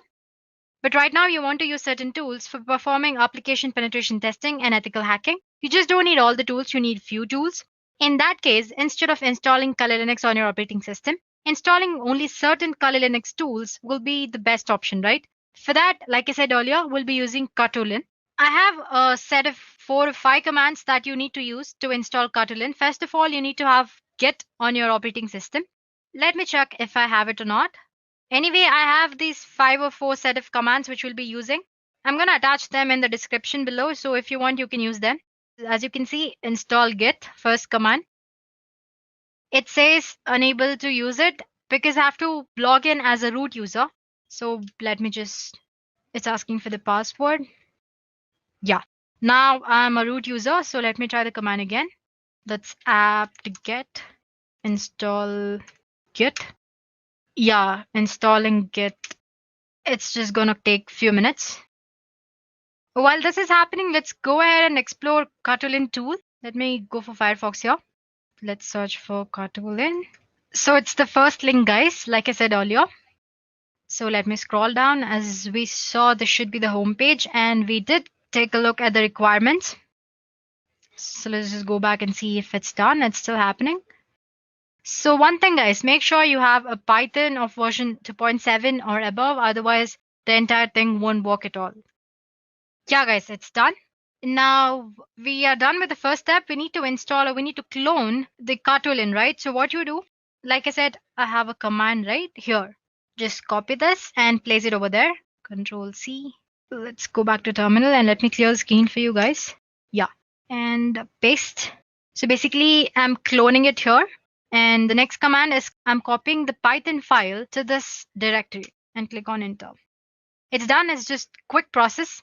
Now we'll have to change permissions so that we have access to use Kotlin. For that, basically we are giving execute permission. So chmod plus X. Make sure you take a look at that. Plus X and enter. We are ready, guys. Now our Kotlin is installed. Say lin. So as you can see, it's all ready. But the first thing that you should do is before you upgrade your system, it says please remove all the Kotlin repositories to avoid any kind of problems. So as you can see, it shows you like 5 options here. First one, it says add Kali repositories and update. Next, view categories. Like I said, Kali Linux has 600 plus tools, right? So you have different tools categorized under different headings. Then you have classic menu indicator. It's nothing here. As you can see, I have a small icon here. If you click on that, it'll just show you different menus. That's all. And if you want to install Kali menu for easy access, you can do that as well. So let me just click one. Under one, it says add Kali Linux repositories, update, remove, and view all contents. So let's try removing them. Let's try with adding repositories. It says there are certain duplicate signatures removed and all that. So let's just try to remove like they suggested earlier. They've been deleted. Now one. So if you guys want to go ahead and update the repositories, already existing ones, you can go ahead and do that. I'm not doing it now because it's going to take a while. So if you want to go back, just click back. It's as easy as that. Now let's say I want to view categories and install one tool of it. As you can see, there are like huge number of categories here. So I have web application penetration tools here. I have password attacks. I have exploitation tools. Well, if you are interested, there's an introduction video of what is Kali Linux by Dureka in the cybersecurity playlist. So go ahead and take a look at that. We have explained like about 5 to 6 popular tools in Kali Linux. Anyway, getting back to today's session, let me just say 4. As you can see, it lists all the web application tools. So if I want to install all tools, there's an option that's 0. But let's just say I want to install a tool called SQL Map. I'm sure you might have heard SQL Map. If not, it's okay. It's a tool which you use for checking out vulnerabilities that are present in application database system. So anyway, it asks insert the number of the tool that you want to install. Let's say 27. So as you can see, it's installing. So it's as easy as that, guys. So once you're done installing, I'll get back to you. Any tool, I just showed you how to install SQL Map, which is there in web application tools. You can go ahead and do that for other different types of tools as well. Suppose you want to install all the tools, you can go for 0, as in click on 0 option. So there you go, guys. I just showed you how to install one tool. So you can go ahead and do that for any kind of tool under any category. So if you just want to go back, click back and go for other types of tools. Let's say 8. There you can see. So whatever different type of exploitation tools you want, you can go ahead and install them. Let me just click back and the back. Sometimes when you try to install all the tools, you might get an error saying that the file doesn't exist or repository doesn't exist. All you have to do is go for first option here. As you can see here, you have option 2, which is update. So update your repositories. Make sure the Kali Linux mirror, which is present for the updation, is the right one. Once you've done that, you won't get any errors. All the tools will be installed properly. So suppose you want to get back from these Kotlin, easy, just press Ctrl C. And yeah, as you can see, it says goodbye. So that's as easy as it is to use Kali Linux tools on any kind of Linux distribution. While I've showed you on Ubuntu, the procedure is same on any other Linux distribution, guys. So there we go, guys. We're done with 3 things. First, we did on Windows using VMware, then on Mac using VirtualBox. And third, I showed you how to install Kali Linux tools on any kind of Linux distribution. And finally, there's one last demo. Here we'll see how to install Kali Linux on Windows operating system using Windows Subsystem for Linux feature.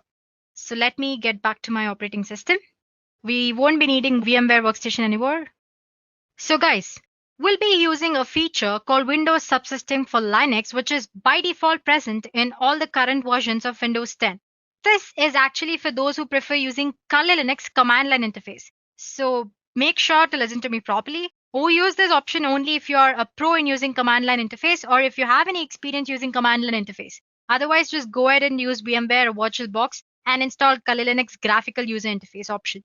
So yeah, this Windows Subsystem for Linux allows you to run Linux distributions as subsystem on your Windows operating system. This feature is really a new feature.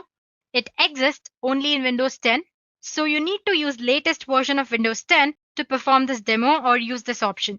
And in addition to that, we also have other prerequisites, especially we need to have Git installed, or you can go ahead and zip the file, which is Windows Subsystem for Linux files normally, but having Git is also a nice thing. Secondly, you need to have Python of version 3 or above. Make sure you've installed Python and set up the path. To check if your Python is installed properly or not, just say cmd, go for your command prompt, and just type for Python version. It should show you version properly, only then you can be sure that your Python is properly installed.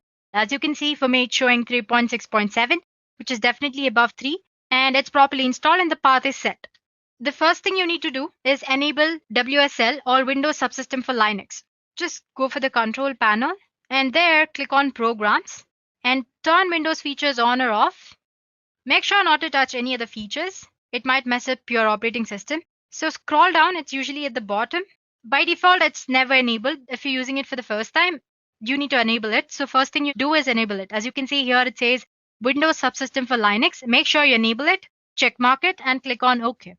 Once you have done that, run your command prompt or terminal as an administrator. All you have to do is right click on it and click on Run as Administrator. And yes. Now we'll be enabling base distribution. That is, like I said, Windows Subsystem for Linux allows you to run a Linux distribution as subsystem, right? But for that, we need to enable this base distribution. For that, you need to install the base distribution or any kind of Linux distribution that you need. So just use lxrun and install. So once you type that, this is the output which you get. It says it's the legacy Windows system for Linux distribution. So you can go ahead and install other Linux distribution which are available in Microsoft Store. But unfortunately, Kali Linux is not available, but it doesn't matter, right? We are anyway installing it using the procedure. Just click on Y here, saying yes. I've already installed, so it's showing Legacy Windows System for Linux distribution is already installed on my system. For you, it might take a while. After installing, the most important thing is it'll ask for you to set up a password and username. Don't skip that step, wait for a while, and make sure you set up the password and username properly. Only then the entire thing will work out. Once you've done that, we are done here. You can close the command prompt. The next thing you need to do is install Git. I already have it installed. It's very easy. Install.exe file and click on the installation process. It's very straightforward. And open Git bash. Yeah. Before that, let me go ahead and create a folder called text here. And as you can see, it's stored on my desktop. Right now it's empty. Anyway, let me go back to Git here and cd desktop test. Earlier, we enabled Windows Subsystem for Linux, but now we have to download the script, right? For that, search for Windows Subsystem for Linux switcher. And the first link is the GitHub link. Click on that. There you go, guys. It says Windows Subsystem for Linux distribution switcher. It says the purpose is to let you easily download and install Linux distribution as subsystem on your Windows operating system. So yeah, as you can see, you have different options here for the base operating systems. So yeah, copy this link here, Control C, and go back to Git clone, and paste the link which you just downloaded, paste it. It shouldn't take very long. It's done, guys. So now if you check your test folder, Windows Subsystem for Linux will be downloaded properly. Let's just go back and check that. Here is our test folder. As you can see, Windows Subsystem for Linux is already there. Now open your command prompt, cd, let's go for the text file. And if you search for the directories under that, you can see WSL here. Now let's go for that as well. You can just press tab, directories under that. So as you can see, the two things, the most important things is this get prebuild.py and install py. This get prebuild.py will fetch Kali Linux Docker files, and install.py will install Kali Linux for you. I already have it installed, but I'll just show you how to do it. So go back to the browser and type Docker file. Click on the second link. I just wanted you to copy the command easily so that you won't make mistakes. This is the one which you'll have to copy to fetch the Kali Linux Docker file. So you can just copy this part and go for command prompt. Let me maximize this for you. Here you can say, so if you remember, I said Python is must So make sure you've installed it properly and set up the path. Python get pre-built. Let me just pre-build.py and copy it. As you can see, it's installing. It's going to take probably like 2 minutes.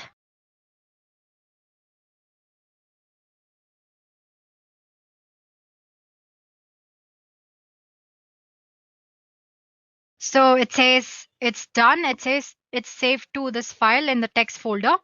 Let's go back and check if it's happened. Here is a test folder. Under WSL, you have Python. Yeah, as you can see, you have Python folder, a zip folder of Kali Linux installed or fetched. You'll have to install it now, right? So let me now just type Python. This is the command that you want to use. That's install.py, and copy this, or just type and enter tab, root fs tab, and click enter.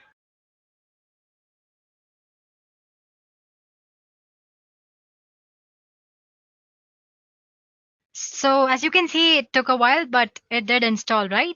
Now all you have to do is it's installed, so you can close the CMD and open your command prompt and run it as an administrator. Click yes. Let me maximize the screen. You'll have to set the root password or the default user as root. So set default. It's the command that you need to use. Set default user as root. As you can see, it's now set to root, and click bash. Done, guys. Right now we are running on Kali operating system on command line interface. If you want to make sure if you're actually running on Kali, just type cat etc and issue. It shows that Kali Linux rolling. So as you can see, we have successfully installed Kali Linux command line interface, or how to use command line interface on Windows using Windows subsystem for Linux. And I'm telling it to you again, just use it if you know how to use command line interface very properly. Otherwise, it might be a little overwhelming for beginners. Default. It's the command that you need to use. Set default user as root. As you can see, it's now set to root, and click bash. Done, guys. Right now we are running on Kali operating system on command line interface. If you want to make sure if you're actually running on Kali, just type cat etc and issue. It shows that Kali Linux rolling. So as you can see, we have successfully installed Kali Linux command line interface, or how to use command line interface on Windows using Windows subsystem for Linux. And I'm telling it to you again, just use it if you know how to use command line interface very properly. Otherwise, it might be a little overwhelming for beginners.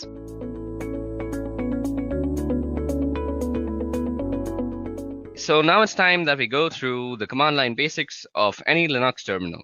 Now the Linux terminal is a very powerful tool. It allows you to move around the whole operating system through the files and folders. It allows you to create files, change their permissions, change how they behave, and a bunch of other things. You can do filtering, you can grab stuff, the specific stuff from a specific file, and there's a bunch of interesting things that you can do. And as an ethical hacker, you will be working with a Linux distribution most of the time, whether it may be Kali Linux or some other thing like Parrot OS. But you will be working on Linux most of the time because it's a powerful tool for networking analysis and scanning and all sorts of stuff that you want to do as an ethical hacker. So the first essential step is to actually know how to use the tool that is available to you. And that is out here, which is the terminal. Now, as I'm running this on a virtual machine, you might find it that my execution times are much slower. And that is because I have a very, very slow laptop because my virtual machine is actually eating up a lot of my RAM. And I have a bunch of other processes that are also rendering. I do this on my free time. So let's go ahead and go through the commands that we are going to actually go through. Now, let me actually make a list of commands that I want to teach you guys. So let me see if LeafPad is available. Firstly, LeafPad is basically a text editor. So the first command that we are going to start off with is cd. Now, cd stands for change directory. Now, at this moment, we are in the root directory, as you guys can see. We can print the current working directory with this thing called pwd, and that is a current working directory, as you see. It's called root. And suppose we want to change our directory to the home directory. So all we have to do is cd, which stands for change directory, as I just said, and specify the path. Now cd/home. Okay, so once we're in home, I want to make a list of commands that are used on the CLI that I want to teach to you guys. So what would I do? I would firstly see if any files are available that I can edit. Okay, so these files are available, but let's create a new file for ourselves. So firstly, let's do nano list.txt. Now what nano does is Nano will open up a small command line text editor. Now, command line text editors are very much used by ethical hackers because they save a bunch of time. If you're always switching between GUI and command line because you'll be doing a bunch of stuff on the command line, and suppose you want to write something, you're always switching to GUI, it's a wastage of time, and you want to save time as an ethical hacker. So you can use this thing called a command line editor, and it can basically do most of the stuff a GUI editor would do. Now you say nano and the name of this file. So Nano basically has created this file now, and it has opened up this new fresh window, which overrides the command line that we were in, the bash. And this is the place where you can actually edit what goes into the file. Now, let's see the list of commands that I'm going to teach you. I'm going to teach you ls. ls will be the list of files. We did cd. We saw a pwd. So that was the print working directory. We'll be looking at how you can copy stuff with the cp command. Then we'll be looking at mv, which is basically move. Then we'll be looking at cat, and that's an interesting one. And also less, which is another interesting thing. Then we'll be looking at grep, which is actually used for grepping or grabbing things from files that you might want to see. You'll see what I mean in a short while. We'll see echo, which probably does what you think if you have any experience with Linux. Then we'll be doing touch, and we'll be doing make dir, which is make directory, and then we'll do in chown, chmod, then one of the most dangerous commands that is rm, and then you can do man plus help. Okay, so these are the list of commands that we are going to go through in this part of the video.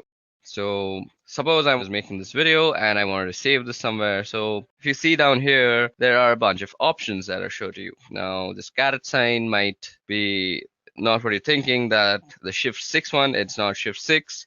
It's actually a control. So caret is control, and then G of course means G. So if you go control G, it will actually get help. Now what we want to do is save the file, and that is control O, and that is write out. So what we want to do is say control O, and now it's going to say if we want to name the file list.txt, and we want to name the file, and it says that we have written down 15 lines. So that's how you save a file. Now all we want to do is exit out of here. Okay, so first let's go ls, and let's go through whatever there is. So ls shows us the list of files that are there in that directory. Now ls can also show you the list of files in a directory with the paths that you specify. Like if I say ls var, it'll show me everything that is in var. Okay, there are a lot of interesting things in var, so let's head over to var. So cd/var, and you hit enter, and now we are in the folder var. So now to actually demonstrate how powerful ls is, we have a few flags. Now to see the flags of any command, you can just do -- help universally throughout the Unix command line. So out here you see some information that is kind of tough to read, but if you go on top and scroll out here, you'll see all the flags that you can use with the command, that is ls, and how you can use them. So you can see what to use, and you can read a little bit about it. So if you use all, it ignores entries starting with dot. So suppose we were to do ls in var, let's see. So it shows us like this. Now if we do lsl, it'll show a long list with more information. So these are the permissions that you see out here. We'll be seeing how we can change the permissions of files soon enough. And this is who owns the file, the user and the user group. This is the file number, I guess. I'm not sure. This is when they were created. This is the name of the file. This is the time when the file was created, I guess. Okay, so that's how you get very detailed information about all the files. Now, there's another thing you might want to use with ls, and that is the a tag. So you can go lsa, and it will show you all the hidden files also. So now you see some 2 files that were not shown out here. Our file list begins from backup, but when we do -la, we see 2 more files, that is dot and dot dot. So let's see if we can move into that, cd dot. So we can't even move into that. So that's interesting. So these are hidden files. So These are not seen to random users, and we can actually do stuff with them. We'll see how we can use hidden files later on. So if you want to show hidden files through ls, all you have to do is ls and -la. So that was all about ls. So let's move back to /home, where our list of commands that I want to show you all was.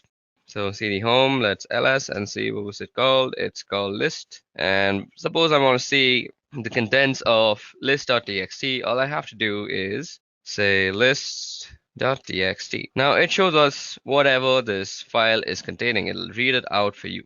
So we've done cd, we've done ls and its various forms, we've done pwd. Now it's time to do cp. So cp is basically used for copying files from one place to another. So suppose I want to copy this address file that is there into some other directory, let's say var. So all I would have to do is cp name.txt, and then you specify which location you want to actually copy it to. So cd/var. So this is where I want to copy my file to, and you hit enter and it's copied. But that was a very small file. Now we can actually check if it was copied before I move on and pour some more knowledge into you. So let's go into var. So cd/var, hit enter, and you're in var again, and you see ls, and now you see a name.txt. So let's remove name.txt from here because I want to copy it again and show you all a difference between a flag that I'm going to use right now. So the hyphen and letters that you use are called flags technically in the Linux terminology.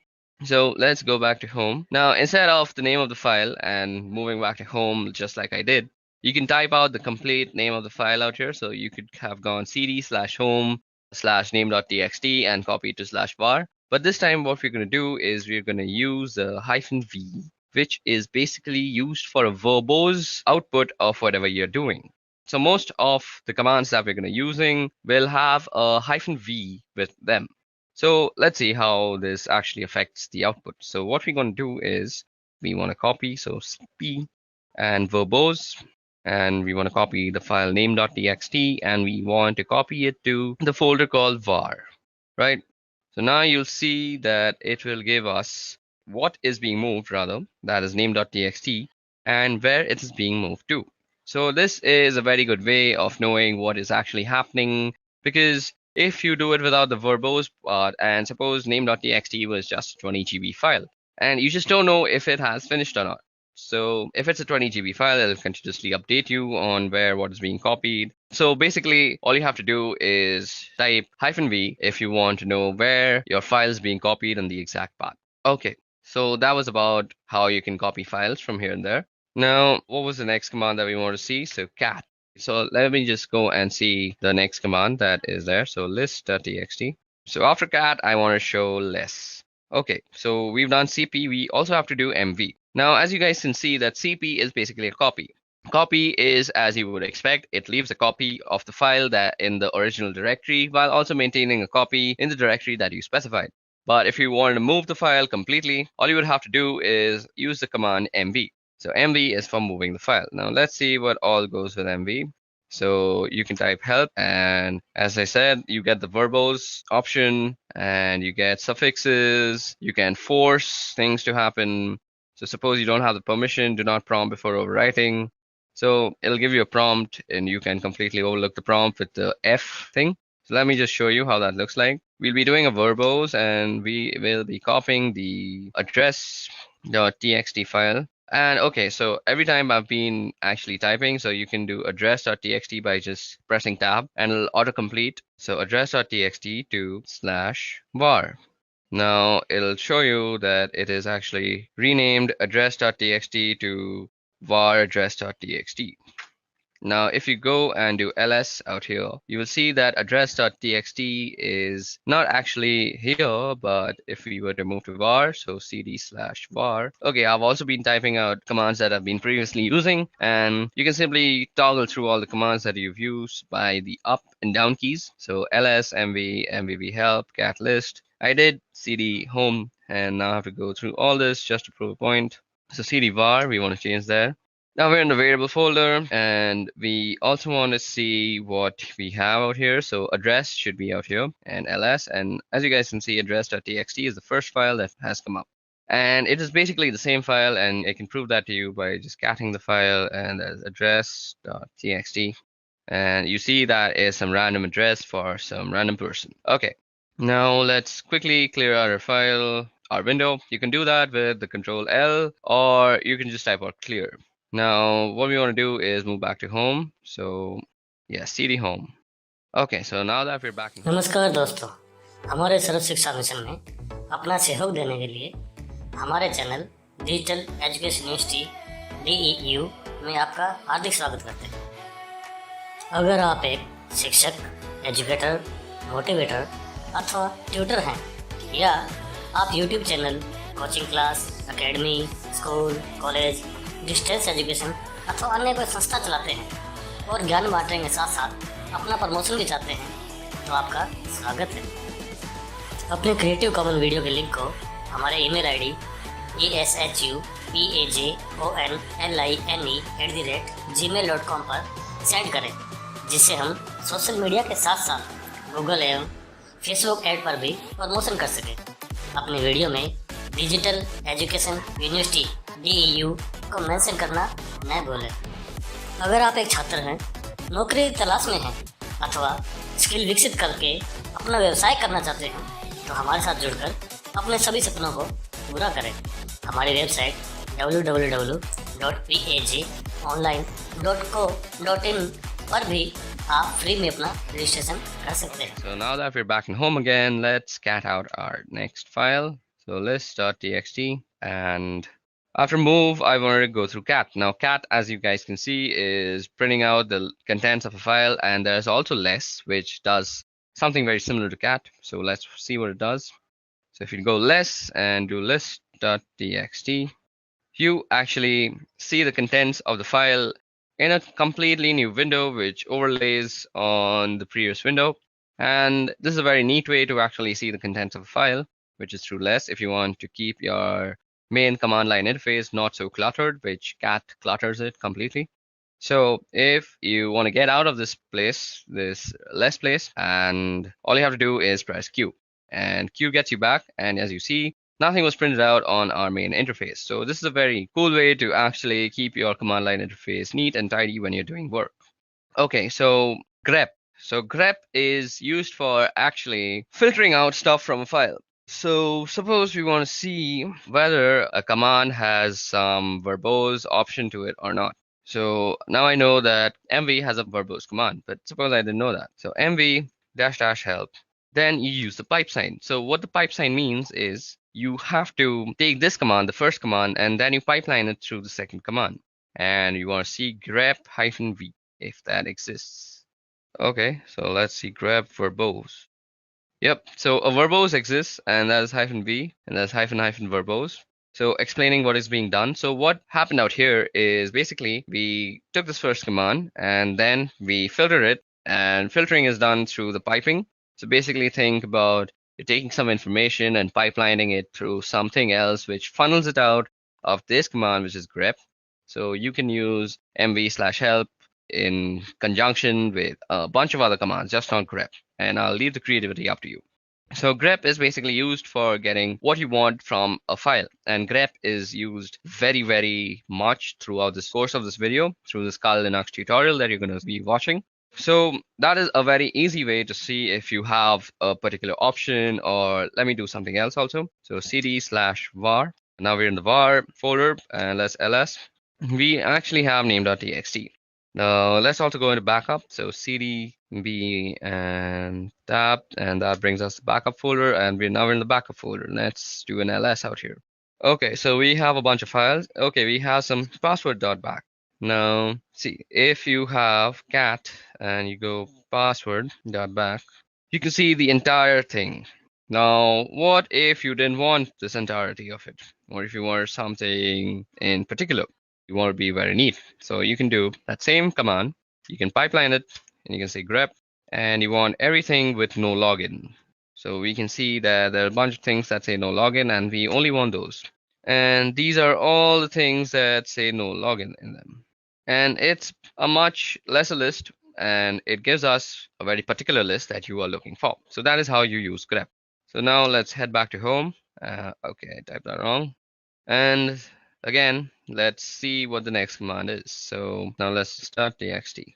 So we've done grep. We now have to do echo. Echo and then touch. Okay, let's go back. Q. We press Q and we get out of there. So what did I have to teach again? I'm such a dummy. We have to do echo. Okay, so what is echo used for? So suppose you were to say echo and open quote hello world. It would basically do what command says, and that is echo whatever you say.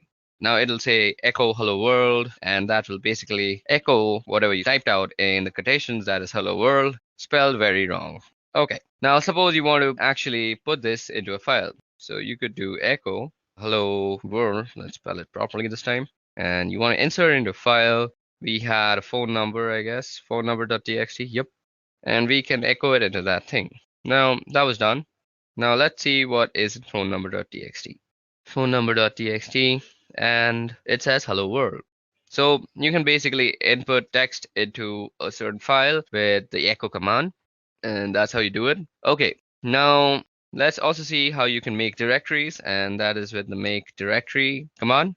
So, okay, we also have to do touch before that, I forgot. Now touch is used for quickly creating files. So touch, you could say touch and then the file name. So we can create a name file again, name.txt. Or that will create a name.txt. Let me just show it to you, lsl. And we have a name.txt. We can also create multiple files with touch. And we could say file 1, file 2, and file 3. So like this, you can create multiple files. And let me just ls that out and show it to you, lsl. And we have file 1, file 2, and file 3. Now we can also create a directory. So make dir and the name of the directory. So suppose you wanted to save all your movies in one directory. Make directory movie, and now you have a directory called movies. And you can also move into movies. So cd movie. Okay, so that's how you create directories, and you can move into them with the change directory folder. Now let's see what the next command was. So cd and dot dot. So with cd dot dot, you can move back to the previous folder if I'm already not told you that. And since we're in movies, we can just go back to home with cd dot dot after. Now let's see what else is there. So cat list.txt. And okay, now chown chmod. Now chown will be a little tough to show because we don't have any sort of other user out here. The root user is the only user that we have on this VirtualBox that is set up.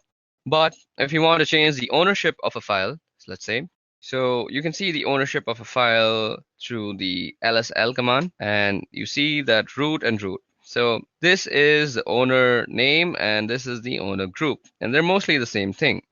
So our next command that we're going to actually see is called chown. So let's see how chown is actually used. Chown is used for changing the ownership of a file. So I actually don't remember how to use chown. So if you actually don't remember or you're getting stuck somewhere, just use the help function. So if a command line argument is symbolic, so let me just go through this once. So this is how you use it, owner and then colon group. Okay, and then the file name. So you go chown, and then you want to say the name of the owner and the group you want it to belong to, that is root and root.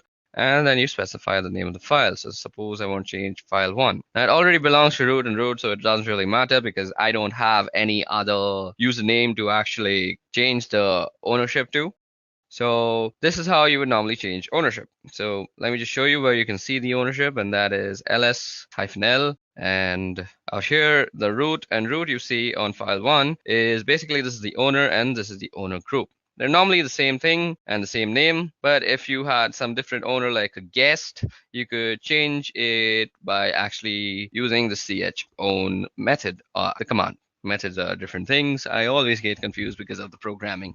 Okay, now the next command that is left is called chmod. To actually show you how chmod works, let me show you an interesting file. So suppose, let me just do this once. Okay, now echo. What we want to echo is, let's echo hello world. And let's put that in quotation, and we want to put this in test. Now, once we've done that, let's ls, and we see that we have a test file out here. And we want to move test to test.sh. So test.sh is the executable file that is used in bash scripting. So we move test to test.sh, and the way you actually execute bash files on your command line is with the dot and the slash. So you say // and if I press T and I press tab, you see that there is no options that's coming up. That is because test.sh is not an executable file.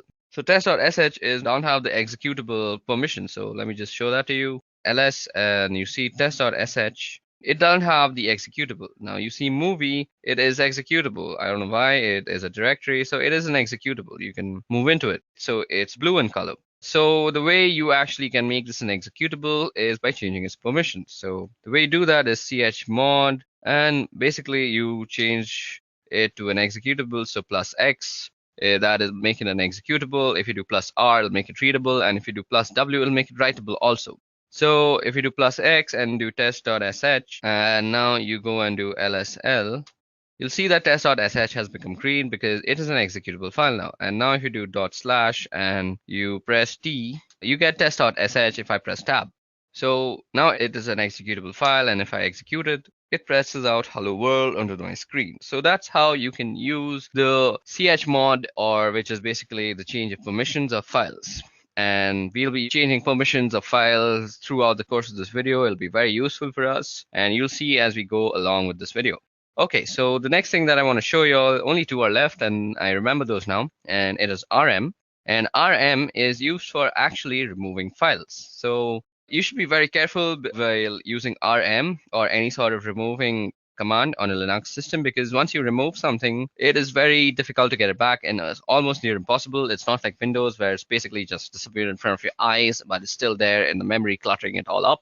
That's why Linux always trumps Windows. That's one of the reasons. I'll make a video on that later on. But for now, let's focus on RM. Now, we can remove file 1. So let's see. So file 1 is going to be removed. So if we ls now, you see file 1 doesn't exist. But let me show you. RM, and if I do movie, it'll say cannot remove movie is a directory.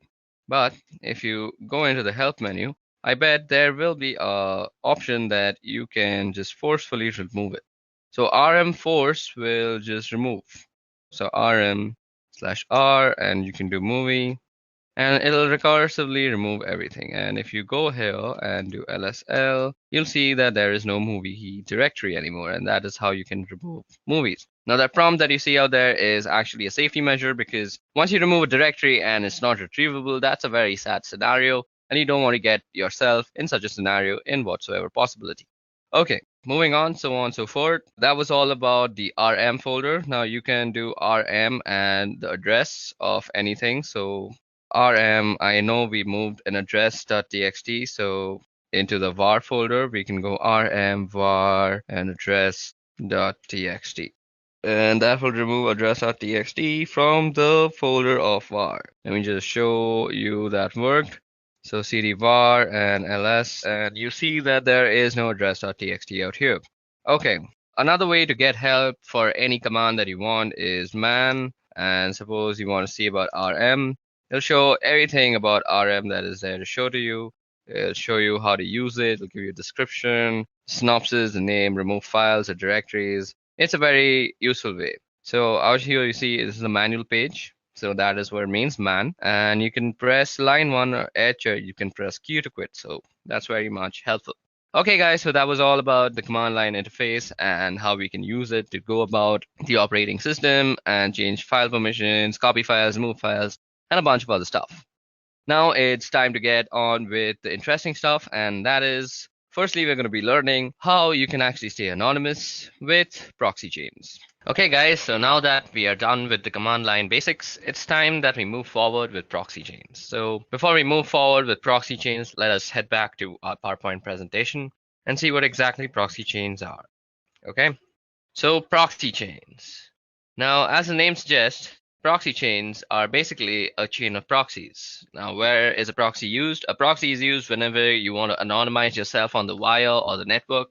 You do not want to know, or you do not want your others to know what the source IP address was for your client system. And to do this, all you have to do is send your packets through a bunch of intermediary systems, and these intermediary systems carry the packet out and they transmit it to the target system. And this is much slower, and let's see how we can use this in Kali Linux now.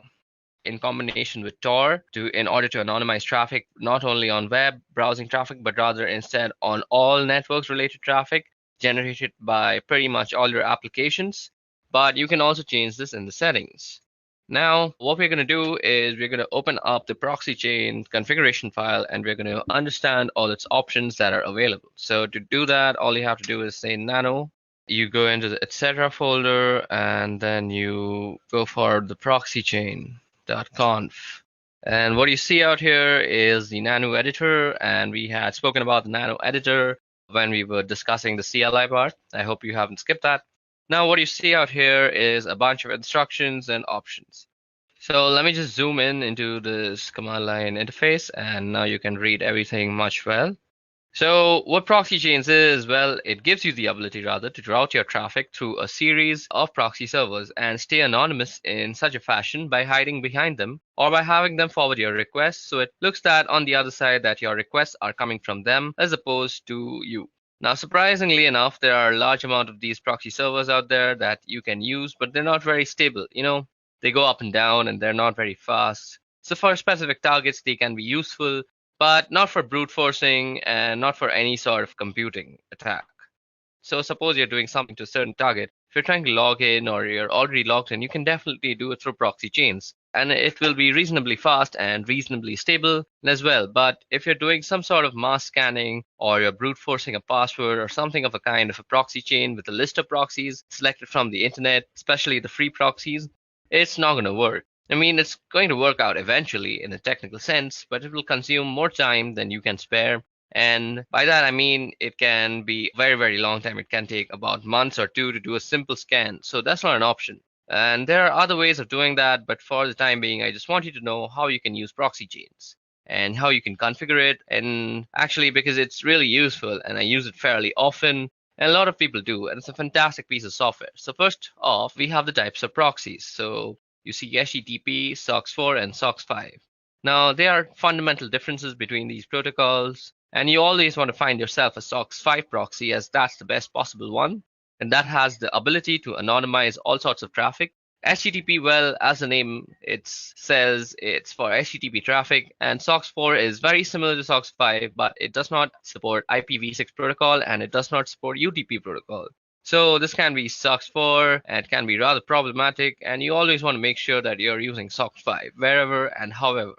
Anyway, down below, you have these other options, which we will go over. So basically, how you enable these options is that you don't need to type some complex lines of code or anything of any kind. Basically, all you have to do is just delete the hash out here. Let me just show you. So suppose we wanted to actually activate dynamic chains option. So all we have to do is delete the hash. But let's put in the hash right now. So after you delete the hash, all you have to do is save the file and the option is enabled. This hash presents a commented outline, meaning that the system reading this will ignore if there is a hash, and if there isn't a hash, it will take it into consideration and interpret it accordingly. Anyway, what we have here are statements which allow us to specify how we want our traffic to be routed. So first off, we have dynamic chain. Now, dynamic chain is a sum and is an option which you will find people using the most.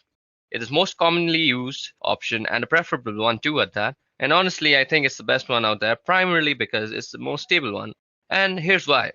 Now, suppose you have ABCD proxies. So those are some servers with IP addresses, with open ports. And if you have a strict chain policy, which is enabled on this computer right now, as you see, if you have a strict chain policy, we can only be able to access any site on the internet in general by going through ABCD. So you have to go through all of them, and you have to go through them in that specific order, that is ABCD. And that's not always a good thing. I mean, if you're paying for 5 proxies, that's not a problem because they will always be operational and they will always be up. And why not? That's not a bad idea or an option. But there are, however, people who use proxies for free and they don't tend to pay for them. Why would you pay for like 5 proxies for a simple scan or something of that kind? They're not free and they cost money and they're rather expensive also. But still, I mean, the act of paying itself identifies you and kind of diminishes the amount of anonymity you have on the internet. So some complex payment methods can still be used to actually anonymize yourself, but it's fairly simpler to just use a dynamic chain. So firstly, we're going to go ahead and uncomment the dynamic chain option, and we're going to comment out the strict chain option. So strict chain will no longer be used, and I will be using dynamic chains. And one more thing to note here is that if you want to use proxy chains in combination with Tor, if you want to route all your traffic through the Tor network, not just web traffic, you must be enabling dynamic chains. I mean, there is a chance that it will work with strict chains, but due to the instant instability of Tor nodes, it is highly unlikely you will need dynamic chains, and that is why I'm using them.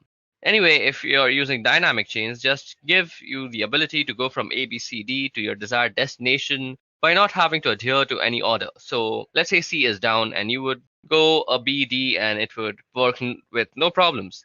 Even if B was down, you would go to a D and you would go and still reach the destination. So as long as one single proxy is functional, it's going to work and you don't require any specific order to do it down below. Now down below you have some other options too. So first is random chains. Now random chains in effect are basically the same thing as resetting your service. I mean, if you're resetting your Tor, you will be now assigned a new IP address. Tor assigns you a new IP address every 10 minutes or so. Anyway, with the random chain, you can specify a list of IPs, and then you can tell your computer, okay, I want you to try and I want you to connect to this point. And every time you connect, every time you transmit a packet, I want you to use a different proxy. And we can do that as well. And that's one of the options definitely. And you can say, okay, use this is phone 5 times and then change to another one or some kind of like that. There are a lot of options to specify there, primarily the chain length. Anyway, down below there's quiet mode. You don't really need that. Then that's proxy DNS request no leak from DNS data. This is very important. You cannot have any DNS leak. And let me explain to you what DNS leaks are. And even though somebody cannot get your particular IP address, they can get the IP address of the DNS server that you are using. And that DNS servers do is resolve the main domain to the IP address and vice versa.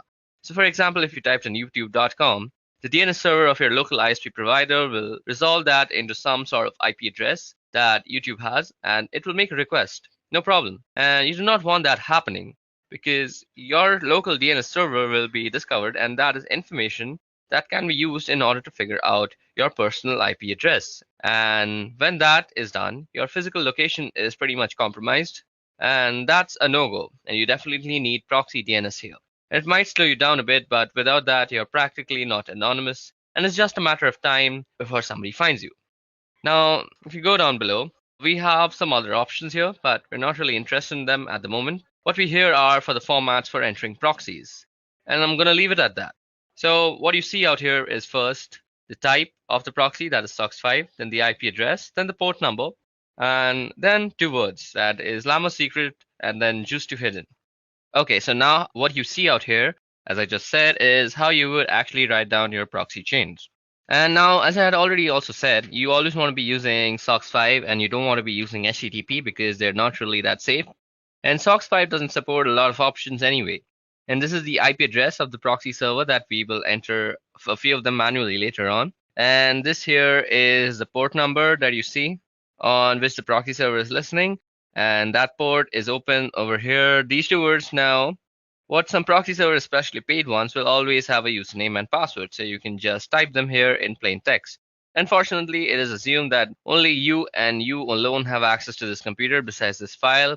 And besides, this file is not everybody can read this file. Anyway, so if you can just type in the username here and password here, you will gain access to a certain proxy that you have chosen or that you have paid for. Anyway, these are just some examples, and we won't actually be using these proxies or anything of a kind. We need to go down below here. Out here you see. And at the end of the file, so if I just press enter a couple of times, there we go. So here is only one proxy active at the moment, and it says SOX4, and all traffic being routed here through Tor by default. So let's set to Tor now, and Tor default listens on this port. So this 9050 port is where Tor listens on. Now, what we want to do is we want to add a SOX5 proxy address. So what you want to do is just type in SOX5 and the same IP address, SOX5, and you want to be keeping the spacing correct, just use tab. So 127.0.0.1, and then you want to specify the port number also, so 9050. So what you see out here, the 127.0.0.1, this is the loopback address of your computer. So this is for inter-device communication, and if you ping this address, if you're pinging yourself basically, and usually people ping this address in order to make sure that the IP protocol is set up correctly, even though they don't have internet connectivity. So let's just type in 1.27.0.0.1 and the same port number and 9050. So now we have to press Control O to save our file, and we're going to save under the same name, and we wrote 65 lines of codes down, and that's written. And now you have to press Control X and you exit out. So let's press Control L and clear out our screen. Now we just edited our proxy chains configuration in a very neat environment. So to go ahead and type in our service door status, so we want to check the status of our Tor service, so service Tor status. So Tor service could not be found. So do we have the Tor service installed? Okay, so Tor service is not installed. Just give me a little moment. I'll quickly install it. Okay, so now that we have set up our proxy chains configuration file and we have put in a SOC 5 proxy chain, giving it the Tor service. Now what we need to do first is start up our Tor service. Now to actually check if Tor is running or not, or if the Tor service is running or not, let me just clear that out. We need to go service Tor status. And you see it says it's inactive. So what you have to do is say service Tor start, and that will start the Tor service. It might take some time depending on the system that you're using, and voila, there it has started it for me. Now, what you have to do to actually use proxy chains before you go to any website. So all you have to do is say proxy chains. Then you specify the browser that you're using. So we're going to be using Firefox, and you could say something like www.duckduck.com.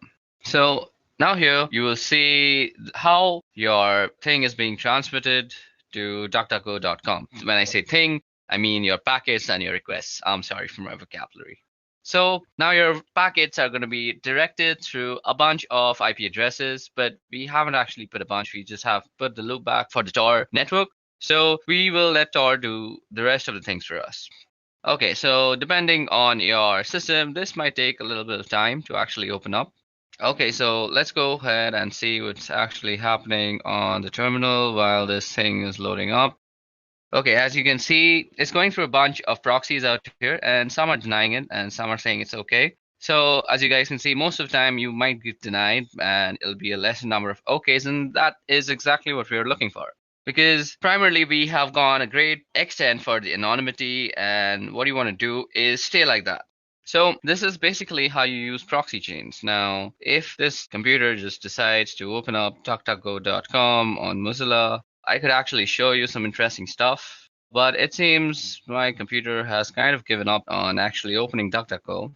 It's still waiting for DuckDuckGo's actually confirmation, but that's about it. So this is how you can actually configure proxy chains. I'm really sorry that my computer isn't working right now so well, and nothing is actually opening on Mozilla. It's mostly because my RAM is overloaded. I think I should go ahead and get myself a new RAM. But for now, let me just also say that we can put some custom proxy lists, and instead of just saying, let me just go ahead and open up that file again. As you guys can see out here, I'm going to end this right now because my computer can't really take all this pressure. See, it's lagging so hard. Okay, let me just quit out of that and let me just open up a new one. Now, as I had said that you can put up some custom proxy lists. Not really going to do that, but let me just show you how you can do that. You go nano and you go etc. and proxy. So you basically have to go into the proxy chain. Okay, so I think I have to put this again. Yeah, now if you just go in and edit out here, all you have to do is set up dynamic chains, and you can go online and search for free proxy lists, and that'll give you everything with the port number to the IP address. Let me just show it to you. Free proxy server list. So all you have to do is search for free proxy server list, and you can see out here the proxy type is HTTPS, and you basically want to find a SOC 5 proxy. To find SOC 5 proxies, just add that into your keyword. And once you find those proxy addresses, all you have to do is take down this IP address and followed by the port number, and you go ahead and just put it down in this configuration file. And then you hit Control O and you just save it, and then you just go back. So that was all about proxy chains and how you can set up proxy chains to make yourself very anonymous. I'm sorry, the whole Mozilla part didn't work. That's the sad state of my computer. But moving on, let's go ahead and study about MAC changes. Okay guys, so that was all about proxy chains. Let's move ahead to MAC changer. Okay, Now, before we go into the tool called MAC Changer, let's just see what a MAC address is. Now, MAC address actually stands for Media Access Controller Address of a device and is a unique identifier assigned to a network interface controller for communication purposes. Now, MAC addresses are used as a network address for most IEEE 802 network technologies, including Ethernet, Wi-Fi, and Bluetooth. Now, in this context, MAC addresses are used in the medium access control protocol sublayer, and as typically represented as MAC addresses are not recognizable as 6 groups of 2 hexadecimal digits each. Now, these are separated by a colon, and the first 3 hexadecimals are actually the organizationally unique identifier, so they actually represent your vendor, and the next 3 hexadecimals actually represent your network card uniquely. Okay, so when you are actually on a network, you are recognized on something called an ARP table. Let me just show you the ARP table, how you can see it. Let's go in. So the password is root. So an ARP table is basically an address resolution protocol table, and well, this is a virtual machine and it doesn't really know many machines on the local network. But if I were to go on my Windows system and show you my ARP table, let's see. Okay, so if I show you the ARP table of my Windows machine, on any machine that has a TCP/IP protocol suite installed, you will have this command that is working called ARP, and you give the -a, and now you see that your IP address or somebody else's IP address is actually mapped to a physical address. Now, the MAC address is very commonly used in the ARP protocol, and this is how you are actually identified on a network. Now, sometimes what you want to do is be unknown on this network. There are various reasons why you want to do that. Let me just give you an example of a very malicious reason that was done in my college. So we as students would actually change the MAC address of our own computer to the professor's computer. So we would somehow look up the professor's IP address and then come to know about his MAC address. And then we would spoof our MAC to be his MAC address. And then we would do some sort of malicious activity on the college internet.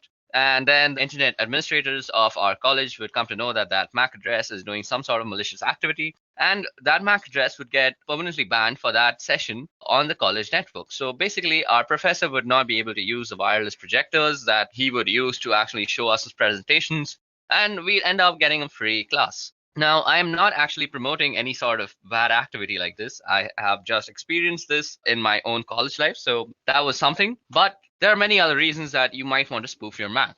Now, MAC Changer is an amazing tool for actually spoofing your MAC.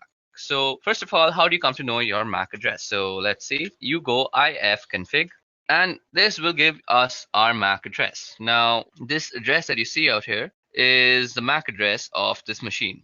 So you can also check out the MAC address by going MAC Changer. Then let's type in the help options, and this will show us how to get the MAC address. So if you see there's a show flag, so we can go MAC Changer, and you can put the S and then you put the interface. Now the interface is where it's working, so eth0 is where we are actually getting. We don't want the loopback one, so eth0, and this will give us the MAC address. So our current MAC address is 080027. Let's see if that was the same one shown. Where is that MAC address? Okay, so ether 080027. So I'm sorry, this was the MAC address. I selected the wrong thing. What I was showing you is the IPv6 address, and you can see that's very, very long. So this is our MAC address. Now, what you might want to do to change your MAC address, well, let's see. With V, we can get the version. With S, you can show. We can do the E. And as I said, if you remember that the first 3 bits is about the vendors, so you can also get the vendor list by going -L. So you go -L, and this will give you a list of MAC addresses and which vendor they belong to. So sometimes if you know the vendors that are actually being used on the network of your college, for example, and you want to just stay anonymous and not raise any flags of suspicion, so you could hide yourself as a Cisco router. So suppose your college was using all sorts of Cisco routers, and you decided that today I'm going to spoof myself as a Cisco router and I'm going to screw around with the network. So it would not raise any flags before you actually decided to do some malicious activity. In some deeper inspection of your MAC address, people would actually realize that you are actually spoofing the address. And after some investigation, they would indeed take some time to actually reach to you and how you spoofed it. But the point of changing your MAC is not raising any flags. And that is exactly what you should try to do. So MAC Changer is also very useful for getting the list of all the MAC addresses and their vendor IDs. Now let me just clear the screen out quickly. So we go clear, and let's bring back the help. So we go Mac changer and dash dash help. Now what we want to do is give ourselves a random MAC address. Now Mac changer. So that is done with the R flag, and we want to do it on each 0. So once you run that, you will be given a new MAC address. So our new MAC address is F6C649. Now you can verify that by running ifconfig. Now we could just do ifconfig, and you see our new MAC address is on Ether. So we could also do something like this, ifconfig, and you could grep Ether. So that is telling you the MAC address, and this is completely new. Also, you could show it through the MAC changer tool itself. Okay, so we need to give it the ETH0. I forgot that. Now you see that this is our current MAC address and this is our permanent MAC address, and they two are completely different. Sometimes you also might want to actually change your MAC when your laptop is or your system is booting up, because you might want to stay anonymous all the time. Who knows? And sometimes you might think, I'll actually change it when I want to change it. But let's face it, we are forgetful as human beings, and we tend to forget things that we are supposed to do. So what else is better than to actually automate the whole process yourself and forget about remembering all these stupid nitty-gritty stuff? So you can tell Linux or Kali Linux to actually change your MAC address on boot up is use this tool called crontab. Now crontab is actually used for scheduling tasks on Linux. So let me show you how to do that. Firstly, let's clear our screen and go crontab and go help. Now you see it's a pretty small menu. So first we start with the U flag, which user this file is going to work for. Then we got the E flag, which is for editing crontab users, the users crontab list. And you can see the list of users crontab. And let's see, so do we have any crontab lists? So there is no crontab at this moment, so we can set up one for ourselves by going to the E. Then there's the R, which is delete users crontab. And I want to tell you all, be very careful when deleting anything of that sort, because once you delete something from Linux, as I've already said, that it is very, very difficult to actually retrieve it back. You might get fragmented pieces of what you had actually deleted, and that will only leave you with sadness and devastation. Now, what you want to do is go through crontab and press E, and this will bring us to select an editor. To change, later run select editor. So we'll do it with nano. So what you have out here is the README file of crontab, and if you read this entire thing, you will get how to use crontab completely. But if you have any sort of doubts, even after reading it, you can leave them down in the comment section below. Now, what you want to do is actually set up a crontab so that you can change your MAC address whenever you reboot your computer. So all you have to do is say at reboot, what you want to run is MAC changer. And if you remember, we want a random MAC address and we want it on each 0. So that's done. Now all you have to do is save this thing. So you go Control O, and that will write it out to crontab. And you press enter and you have written down one line. Now you go Control X, you have exited out. So now let's us clear the screens by pressing Control L and enter. And let's go ahead and get our MAC address. So if we go ahead and run that, our MAC address is set to F6C649. So just remember the first few letters, F6, C6, and 49. Now let me just reboot my computer, and you will see after I reboot and run ifconfig again with grep ethop, we will see a different MAC address. Now, rebooting might take some time because I'm actually using a virtual machine, but till now it's given problems with the Firefox, but let's hope this won't take much time. Okay, so now that our computer has booted up and we have actually opened up our terminal, let's go in and type ifconfig and let's get in our ether, that is the MAC address. So if you remember the MAC address, now you see that it has completely changed. And that's how you can spoof your MAC address on your local network. And this will basically help you in staying anonymous on our protocols and anything that actually maps your IP address to the MAC address. Okay, so that was all about MAC changers. I'll meet you in the next section now. So in this section, we'll be talking about wireless encryption protocol cracking. So that is basically Wi-Fi cracking. Now, Wi-Fi in today's day and age uses pins or passwords to normally encrypt their data usage. Basically, if you want to access the wireless access point, you need a password or a pin to actually gain authorization. Now, this authorization is done using a 4-way handshake, which we will try to capture using a tool called AirCrackNG. And then we will try to crack into the password using a wordless generator called Crunch. Now you can use aircrack-ng to crack WPA and WPA2. There's also another protocol called WEP or WEP, and that is not normally used these days. If you find anybody using that, you should always advise them to actually upgrade to WPA or WPA2 because WEP is actually very easily cracked in these days, and people are generally punished for using WEP by hackers all around the world. Okay, so now you can actually go ahead and go into a terminal and type ifconfig to actually look at your network card name. As you guys can see out here, it's called WLO1. So the first step that we need to do to actually go into the process of Wi-Fi cracking is set up our network access card or our access point into monitor mode. So as you guys can see out here, after typing ifconfig, it shows me that my Wi-Fi access card is WLO1 interface.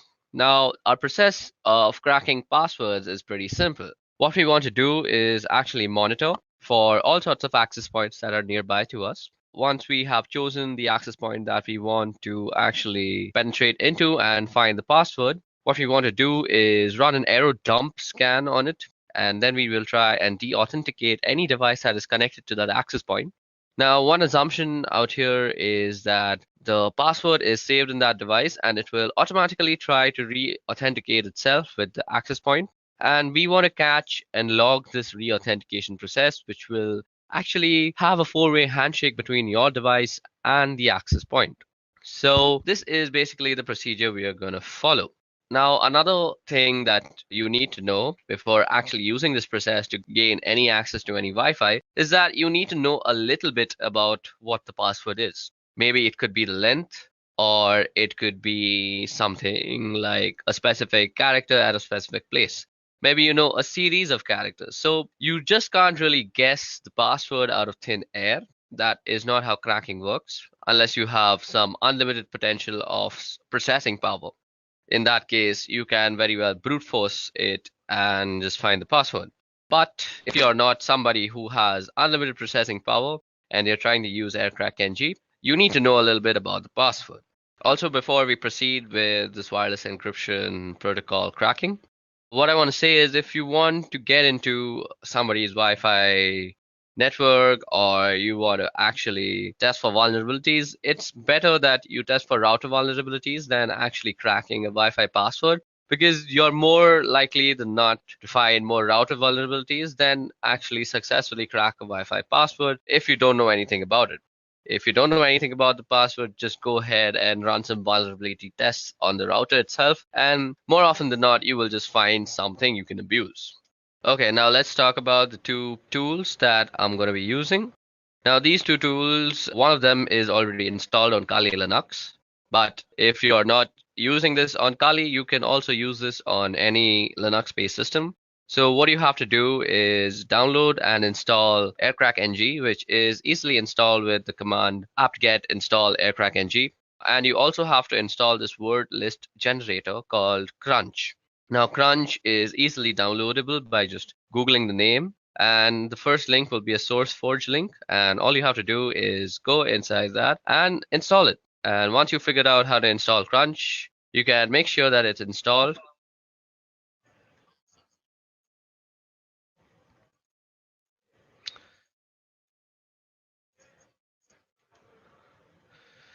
Now, once you have installed both the softwares, you can check out if the manual pages are opening up. Let me just open the manual page of aircrack-ng and show you that it has been properly installed. Now, as you guys can see, the manual page of aircrack-ng opened up and the manual page of Crunch is also opening up. So that means both of our softwares have been successfully installed on our system. Now, before we go ahead, let me just show you how Crunch actually works. So Crunch is basically a word list generator. What you would do is you try and generate a word list with given characters. So what you can see out here is I've typed in Crunch 35. So that means the minimum length is 3 and the maximum length is 5. And I've given it a series of numbers. So it will use these numbers and generate all the words that are possible from length 3 to length 5. So the way we are going to use Crunch in conjunction with aircrack is that we are going to use Crunch to generate the word list. And then we're going to pipe the word list through aircrack ng when we are actually trying to capture and crack what we will capture in a certain log file. Now, what you want to do first is actually put your network interface card on a monitor mode. Now, you can do that by typing in ifconfig and then the interface name, which happens to be WLO1. And first, you have to put it down. So, ifconfig WLO1 down. Now, to put your interface card into monitor mode, you have to type in iwconfig and you go the name of the interface and then you go mode monitor. Okay, it seems I've spelled it wrong, so let me just do it once again. So that has put our network interface card into monitor mode. And what we need to do after that is we need to start up our network interface. So all we have to do is type in ifconfig WL1 up. Now, once it is up and running, you can check by typing in ifconfig that indeed your network interface card is up and running. Don't worry, it's running in monitor mode if it's up and running.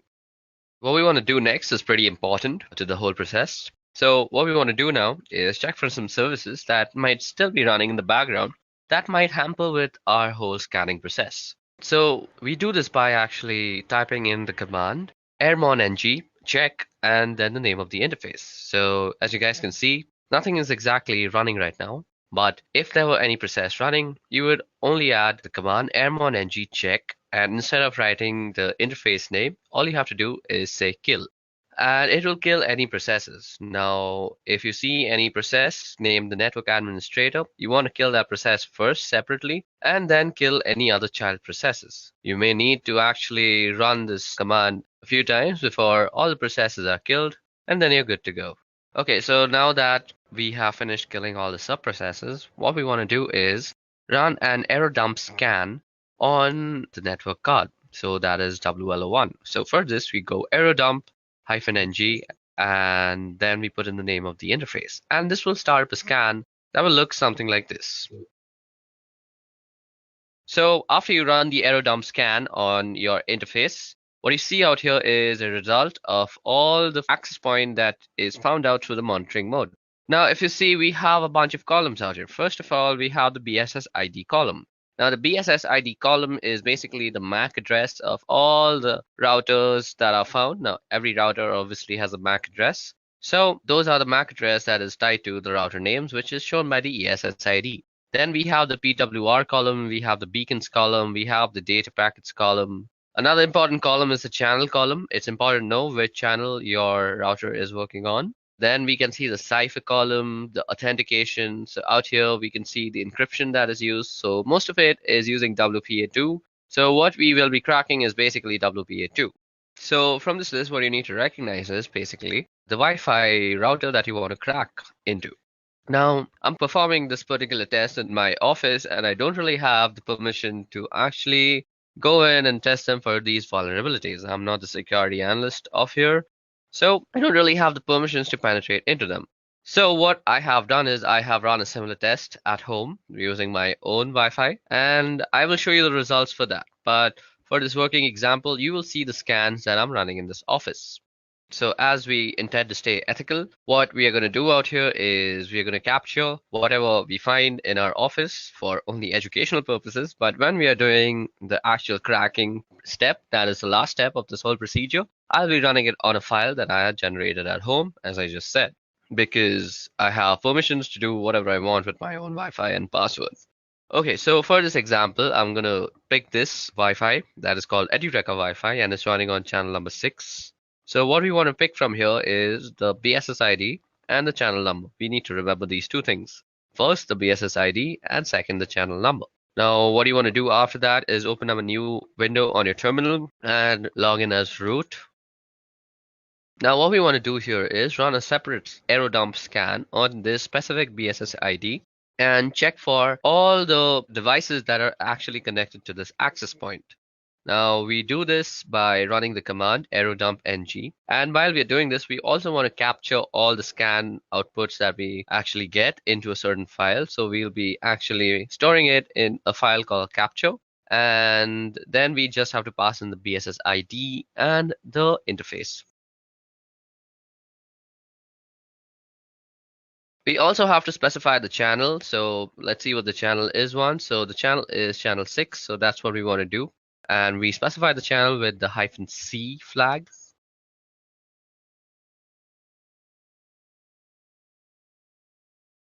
So after you have identified the MAC address, all you need to do is copy it down and place it after the BSS ID flag.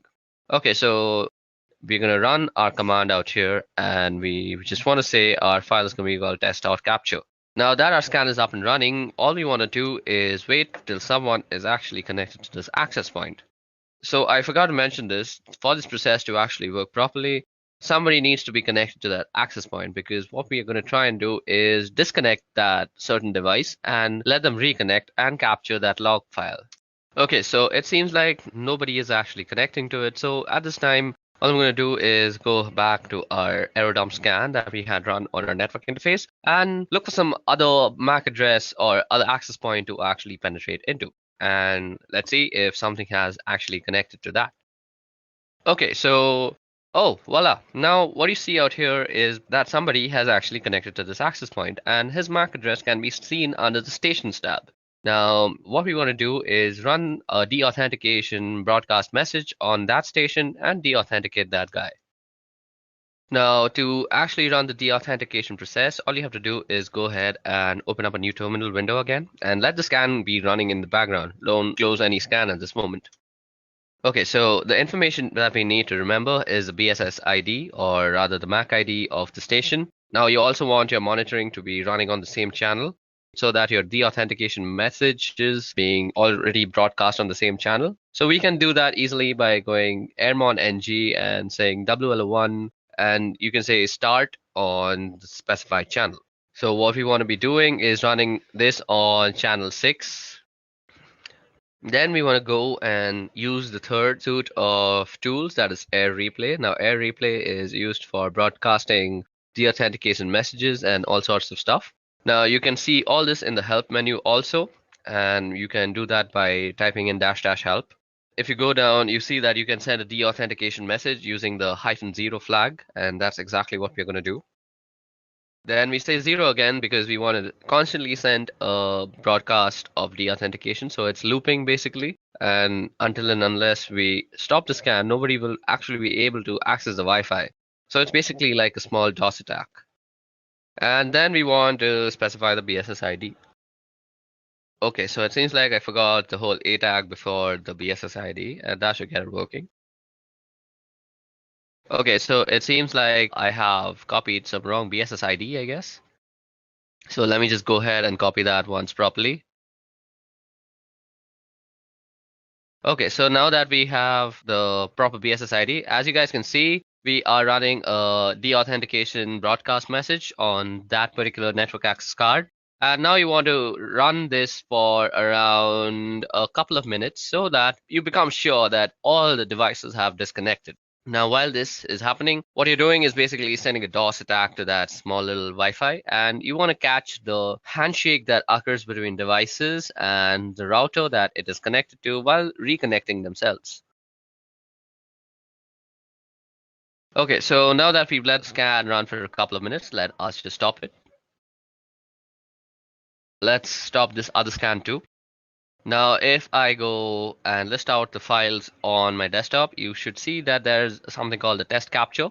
Now, the test capture is given to us in various formats. We have the capture format, which is test capture -01.cap, and then we have test capture CSV. We have a Kismet CSV.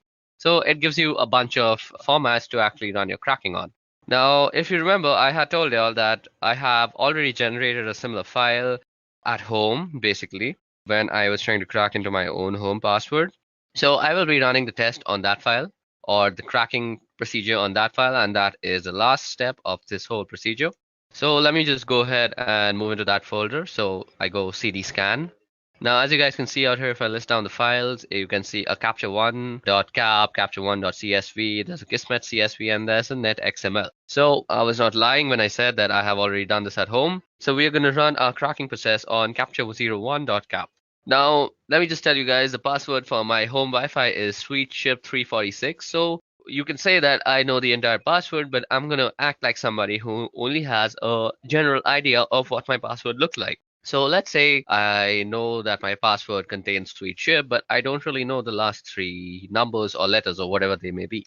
Okay, so we are going to use Crunch once again to generate a list of words that might include sweet ship 346. And let me just open the Crunch manual for once. Now, if you go down in the Crunch manual, what you'll see is the hyphen T.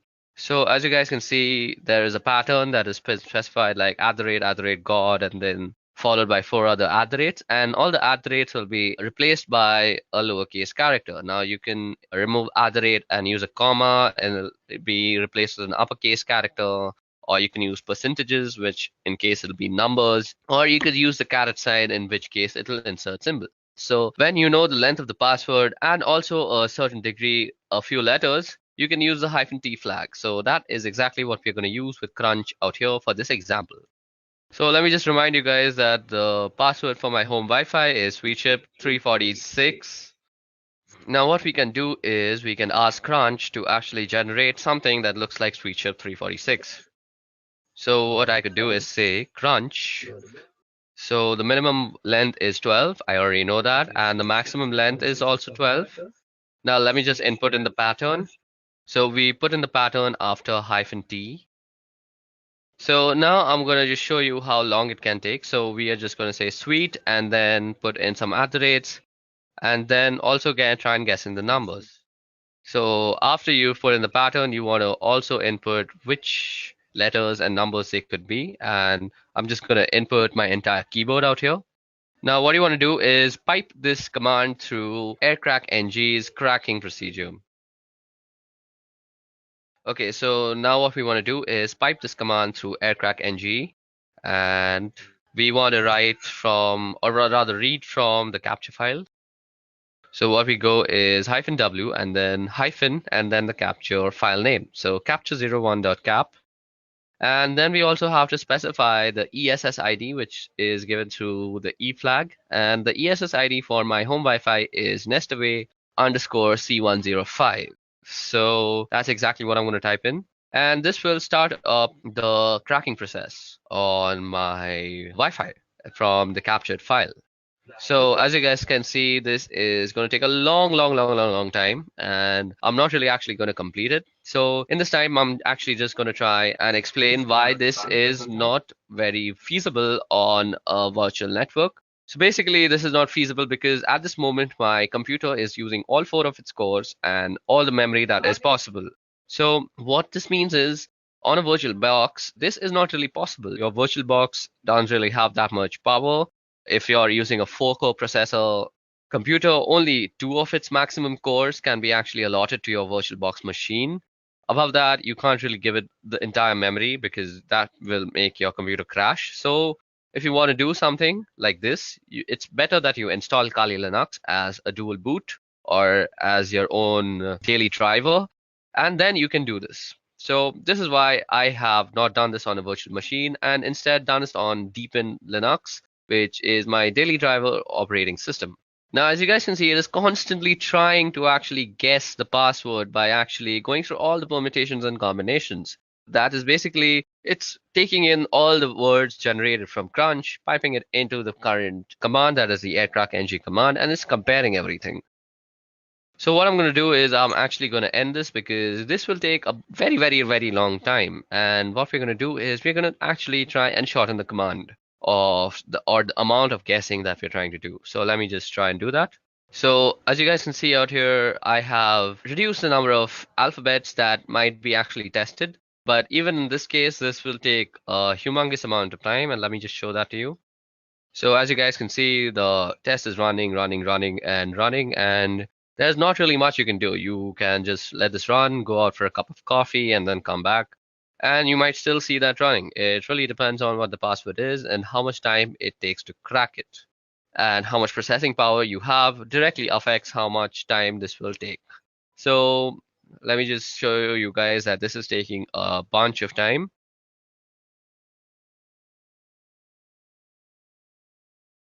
Okay, so now that I have fast forwarded a lot into the scan, you can see that I have tried almost 2127608 keys. So that's more than a million keys. That's 2 million keys that I've tried.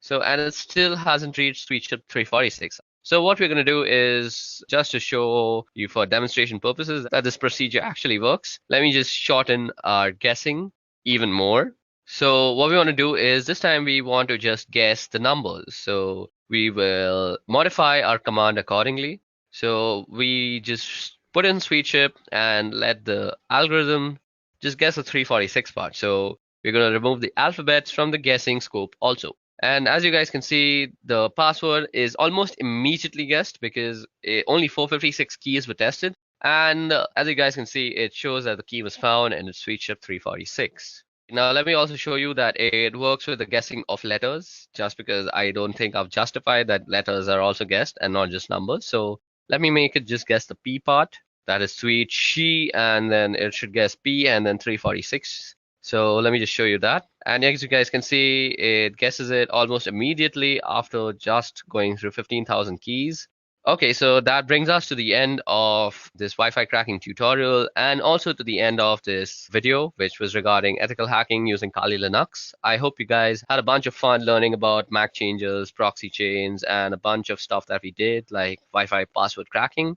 I hope you practice these procedures and methodologies that I've taught you only for your own educational purposes, and not use it to harm anybody or do anything harmful with it, because let me just tell you very seriously that you can be prosecuted by the law.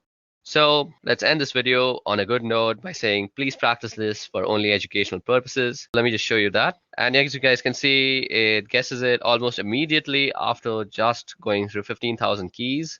Okay, so that brings us to the end of this Wi-Fi cracking tutorial, and also to the end of this video, which was regarding ethical hacking using Kali Linux. I hope you guys had a bunch of fun learning about MAC changes, proxy chains, and a bunch of stuff that we did, like Wi-Fi password cracking.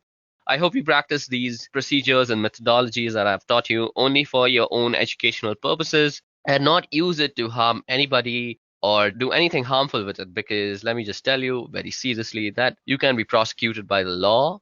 So let's end this video on a good note by saying, please practice this for only educational purposes.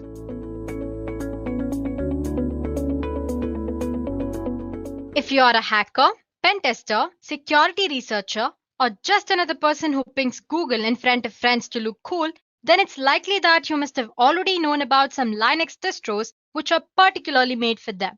Today, we are going to explore one such Linux distro, Parrot Security OS, one of the leading Linux distribution in penetration testing and ethical hacking. So let's quickly go through today's agenda first. We will begin by discussing how Linux distributions are suitable for ethical hacking and different type of Linux distros that are available for ethical hacking and penetration testing. Then, we will begin with our today's topic, which is Parrot Security OS. We will discuss its features, its history, if or not Parrot Security OS is suitable for you. Moving on, we will see how Parrot Security OS is different from Kali Linux. And then I'll show you how to install Parrot Security OS using VMware software. And finally, we'll end this session by taking a look at few popular Parrot Security OS tools. So I hope agenda was clear to you guys. Let's get started then. A security-focused operating system is a hacker's best friend, as it helps a hacker to detect the weaknesses in computer systems or computer networks. Whether you want to pursue a career in information security, or you are already working as a security professional, or if you are just interested in this specific field for fun, a decent Linux distro that suits your purpose is always a must. Now, if you're wondering what a Linux distro is, it is a Linux distribution that has been curated to perform security-related tasks. And most of the time, a Linux distro will have a Linux base of Ubuntu or Debian flavor, and they usually have some custom tools pre-installed in it as well. As you guys know, Linux is the best choice for security professionals for obvious reasons, and hence, most of the distros are usually built on it. A Linux distro can help you in performing analysis, ethical hacking, penetration testing, digital forensic tasks, and various other auditing purposes. But guys, apart from these distros, there are other open source tools as well that you can bundle and use as per custom requirements. But using these distros have a lot of advantages. Like first of all, they save a lot of time and effort that you need to spend when you are dealing with custom requirements. Secondly, they help beginners to easily start with security testing without having to get into the nitty-gritties of operating system. And lastly, the most popular reason is you have great pool of distros that you can choose from. Most of the time, Kali Linux is the obvious first choice of operating system for every new hacker. If you ask me why, the obvious answer would be because Kali Linux has a lot of cool things. It comes bundled with a curated collection of tools. Moreover, these tools are organized into easy to navigate menu and a live boot option that's very newbie user friendly. As in, it's very friendly to new ethical hacker. But guys, Kali Linux isn't the only distribution which is targeted at pen testers. There are many exciting alternatives that may better fit your use case. Anyway, let's begin our discussion with Kali Linux. It was developed by Offensive Security as a rewrite of Backtrack. Kali Linux distros tops the list of best operating system for ethical hacking purposes. And then there is Parrot Security OS, which is our today's discussion. It is a mixture of frozen box operating system and Kali Linux. It's the second most popular operating system for ethical hacking and penetration testing as well. And then you have Backbox Linux. It's a Ubuntu-based operating system with its focus mainly on security assessment and penetration testing. Then you have Pen2, an excellent hacking operating system with wide variety of tools that you can choose from. Apart from these, you have Deft Linux, Blackout Linux, Cyborg, Bugtrack, and many others. But as for today's session, we will be discussing about Parrot operating system. Parrot OS is the second most popular Linux distro for ethical hacking after Kali Linux. It is a comprehensive, portable security lab that you can use for cloud penetration testing, computer forensics, reverse engineering, hacking, cryptography, and many other security purposes. Now, a little bit about its history. The first release of Parrot OS appeared in April 10, 2013. Originally, it was developed as part of Frozen Box. Now it has grown to include a community of open source developers, professional security experts, advocates of digital rights, and Linux enthusiasts from all over the world. Well, compared to others, Parrot Security OS promises a lightweight operating system and it's highly efficient. Along with its plethora of legally recognized tools, you also get the opportunity to work and surf anonymously, which is like a granted wish to an ethical hacker or any penetration tester. We'll learn about other features in the later part of the session. So moving on, since its release in 2013, Parrot has grown rapidly and currently offers many different flavors targeted towards different use cases. For example, like I said, we have Parrot Security. It's the original Parrot OS and is designed with penetration testing, forensics, hacking, development, and privacy in mind. Then you also have Parrot Home, which is targeted towards desktop users. It strips out the penetration testing packages and presents a nicely configured Debian environment. Then you have Parrot Air. It's focused on wireless penetration testing. Parrot Studio. It's designed with multimedia creation in mind. Then you have Parrot Cloud, the most popular. It targets server applications, giving the user access to full suite of penetration testing tools included in Parrot Security. But it doesn't have a graphical front end like we do in Parrot Security. Moving on, we also have Parrot IoT. It's designed for low resources devices such as Orange Pi, Raspberry Pi, and you have Pine64 and many others.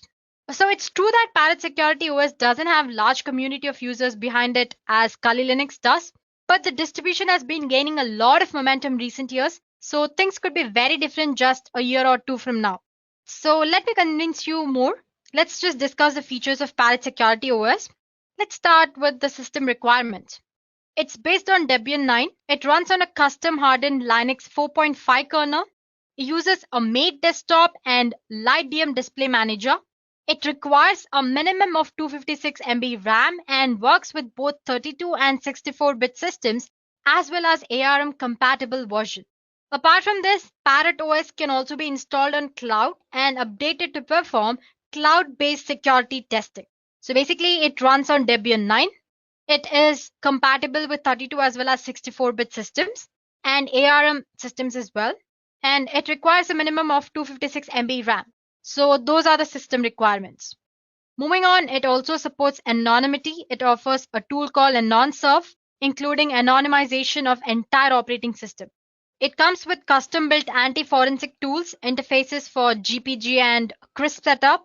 Additionally, it also supports encryption tools such as LUKS, TrueCrypt, and VeraCrypt, and many others. Moving on, it also supports forensic boot option to shut boot automounts plus many more. It braces Falcon programming language, multiple compilers, debuggers, and beyond. It also provides full support for developing frameworks for embedding systems and many other amazing features. So guys, these are few features of Parrot OS. So basically, Parrot operating system supports anonymity. It offers different kind of cryptography tools. It also supports forensic mode, and it also provides opportunity to develop frameworks for embedded systems and many other amazing features. Moving on, before you go ahead and use Parrot OS, there are some important considerations that you need to take a look at. First of all, Parrot OS provides general purpose features like any other normal operating system. But guys, before you go ahead and use Parrot OS, there are some important considerations that you need to take a look at. First of all, it provides general purpose features like any other normal operating system does, but at its core, it is still tuned for security and forensics. Now let's see how different Parrot OS is from other distributions. Parrot is different from a general purpose distribution because it does not try to hide its features. For example, there is a tool called Parrot Update Reminder. It's simple yet powerful program. Using this program, you can check for system upgrades once a week. But instead of hiding the upgrade process behind a progress bar like any other operating system, it shows the user the full upgrade process from the apt output. So you can see the upgrade process going on. Secondly, Parrot was designed to be a very comfortable environment for security experts and researchers. It includes many basic programs for daily use, which other penetration testing distributions usually exclude. Parrot Security includes its own sandbox system. It provides a secure distribution. User applications in Parrot are protected to limit the damages in case if the system is compromised anytime. So this way, no harm is caused. So like we discussed earlier, it also supports digital forensics. Digital forensics experts need an environment that does not compromise their proof. So Parrot comes with automount functions which are disabled by default to allow forensics acquisitions to be performed in a very safe way. So before you go ahead and choose any of these operating systems, make sure you check out their features or the services they offer and make sure if they are suitable for the task which you want to perform. But as for Parrot OS, these are its features we discussed earlier, and these are the certain points that you should take into consideration before you go ahead and use it. Now, if you're wondering who the Parrot Security is made for, well, it's made for security experts, digital forensics experts, engineering and IT students, researchers. You have journalists and activists as well in the list, and you have the newbie hackers, police officers, and special security institutions. So basically, if you ask me, it's suitable for a student or the entry-level security experts as well. So first, I'll show you how to install Parrot Security OS on VMware. So basically, when it comes to installation, you have two options. You can install Parrot Security OS alongside your operating system using dual boot option, or you can install it using any of these virtualization software like VirtualBox or VMware. As for today's session, I'll show you how to install it using VMware. So let's get started with our installation. So guys, just search for the Parrot Security OS and it's most probably the first link that you find on the net. This is Parrot Security OS official website. As you can see, there's a little bit about its history, its features. It says it's based on Debian. It's designed for security development and privacy in mind. It also includes a laboratory for security and digital forensics experts. Along with that, it also focuses if you want to develop your own software and all that. And its project goals mostly are security, privacy, and development. This is the part which you should consider important development, unlike other operating systems. Its features, it's secure, lightweight when compared to Kali Linux or any other operating systems, and it's a free source. So go ahead and explore it. So as for the download options, you can go for Security Edition here. In the download menu here, you can see other options as well. It says Home Edition, Security, and other builds. We discussed few of the flavors of Parrot OS earlier. We discussed Parrot Home, Parrot Air, Parrot Studio, and many others. Anyway, today we're concerned with Parrot Security. 4.5.1 is the current version that's running. So you have two options here to download. First of all, take a look at the size. It's 3.7 GB and 5.9 GB. So make sure whichever you want, you're downloading it depending on your operating system requirements. And as you can see, this is a live plet installer ISO. This is a virtual appliance. You can choose any of these. If download is taking a little longer than you've expected, maybe you can go for Maris or a torrent. So I've already installed it. I'm not doing it. I have both ISO file as well as this OVA format installed as well. Next thing we need to do is install VMware. So VMware Workstation Pro. So you have a download option here. You can go ahead and download it. You have for the free option here. You also have VMware Player, I guess. Wait, here I go for the link. Sorry about that. Here in the downloads. So you can go for Workstation Pro or you can also go for Workstation Player here. Any of this, whichever suits you. I've already downloaded it. It's going to take for a while, and then all you have to do is install, click on next, and finish the installation process. So before you start your virtual machine, make sure you have your Parrot OS image, ISO file or OVA format, whichever is of your choice. And then here we go, VMware Workstation homepage. Yeah, as you can see, I already have a Parrot OS operating system installed here, a virtual machine installed here. I've installed it using ISO file. It's very easy. I'll show you how to do it. But if you have OVA format, all you have to do is click on this file menu here, open. And as you can see, I have a Parrot Security OVA here, and click and import it. That's all. Click, select it and click on open. So I'm not going to show you how to do that. So it's very straightforward process. That's it.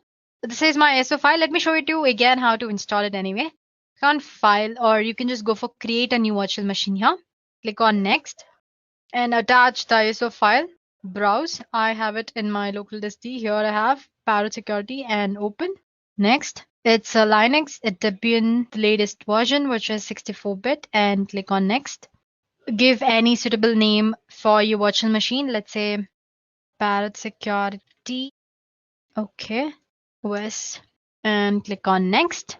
Let's assign about 40 GB. It again depends on what you want to do. If you're doing heavy tasks, maybe you can assign more disk. So as it asks, store virtual disk as a single file or split into multiple files. I'm going to choose single file. Click on next. And you can always go ahead and make this customize hardware settings later. But you can do it now as well. Customize hardware. I have NAT connection as for network adapter, memory 512. Let's just say 2 GB. And NAT, yeah, we set processors. I'm just assigning one for now. Cool. And close. As you can see, the changes which you have made are displayed here. Once you're satisfied with your settings that you made, click on finish. You're good to go. Your security system has been displaying here. So like I said, you can always make settings later on. You have this edit virtual machine setting options here. Just click on this. Let me maximize the screen for you guys. So as you can see, the Parrot Security ISO is very flexible. There are quite a few options. You have live mode, you have terminal mode, you have RAM mode. So basically live mode is just a standard live USB boot option, just like you can see while you're installing Kali Linux. Suppose if you don't know how to install Kali Linux, there's a video on how to install it as well by Dureka. You can refer to that in the ethical hacking playlist. Okay, so coming back, sorry about that. You have persistence mode, encrypted persistence, forensics mode, and all that. Terminal mode, as you can see, is another live boot option, but without graphical user interface. But the most popular one among new hackers, or if you're the first time user, is install option with a graphical user interface. So it's almost familiar with Kali Linux users. If you want to get a feel of Parrot Security, and all its features, maybe you can go for live mode. But if you want to get just started, then you can always go for install mode. I'm going to click on that and click on standard installer. So it's mounting all the installation tools and all that. So once the machine is booted up, you'll be asked to select your preferred language. In the grub menu, select the graphical installer options and click on, let's say, English and United States, American English. So then the loader will automatically install some additional components and configure your network related settings. It might take a while. So basically then the installer should prompt you for a host name and the root password. Let's give some root password. Give the password of your choice. Re-enter the password for verification. And now it's going to ask you to set up a user apart from the root user. So let's just say test user. Continue. I'm going to keep it as test. Continue and choose a password for the new user, which is different from the root user password that you'll have to remember. So just give this new user a password. Continue. Re-enter the password. Okay, let me just go back and my mistake. Let me try it again. Select your time zone. So basically, after you've set your password, it's asking you for the time zone. Let's say Central, Eastern. So now the installer will provide you 4 choices about the partition of the disk. The easiest option for you is to use guided use entire disk option, which is the first option here. Experienced users can always go for manual partitioning method for more granular configuration options. So yeah, guided partitioning, I'm going to select that. Guide use entire disk. This is the disk where I want to store. So it's asking if you want to store all files in one partition or different. Let's just say all files in one partition and hit on continue. So now we'll have to confirm all the changes to be made to the disk on the host machine. Be aware that continuing will erase the data on the disk. So after that, you can just click on finish partitioning and writing disk thing. It's asking if you want to write the changes to the disk. Obviously, yes. So click yes. So once on confirming the partition changes, the installer will run through the process of installing the files. Let it install the system automatically. This may take a while. So I'm going to meet you guys once the installation is done.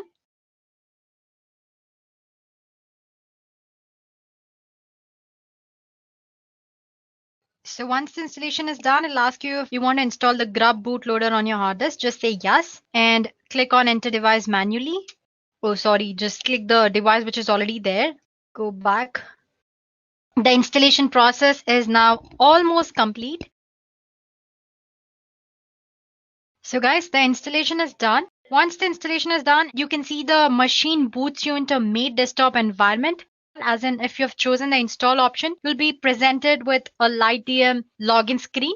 So basically, you'll have to enter the password and the which you set up for the test user earlier, not the root password. Please do remember that. I'm sure you remember setting up a password for the user, right? That password. And login. So here we go. So guys, here we are. As you can see, the machine boots you into the mate desktop environment. Let me pronounce it M-A-T-E. You can call it whatever you want, mate or mate desktop environment. So as you can see, it's very good looking. Apart from that, Parrot Security will automatically detect when updates are available and prompt you to update the system as soon as you install it. Here, it's not showing it to me because I've already updated it. But otherwise, all you can do is just go to the terminal here. You can see a terminal option here, right? Go to terminal there and just say sudo apt-get update. It'll ask me for the password. Here we go. Might be I might have updated in another virtual machine anyway. I installed the other one as well. Maybe it's in that. Anyway, it'll update for you. So let me just minimize this. While it's updating, let's go ahead and do other things. Oh, it's almost done, I guess. Yeah, as you can see, it's almost updated. And it says 116 packages more can be upgraded. And if I want, I'll have to run update list. If I want to see which of those packets are, I have to just list out those using apt command here.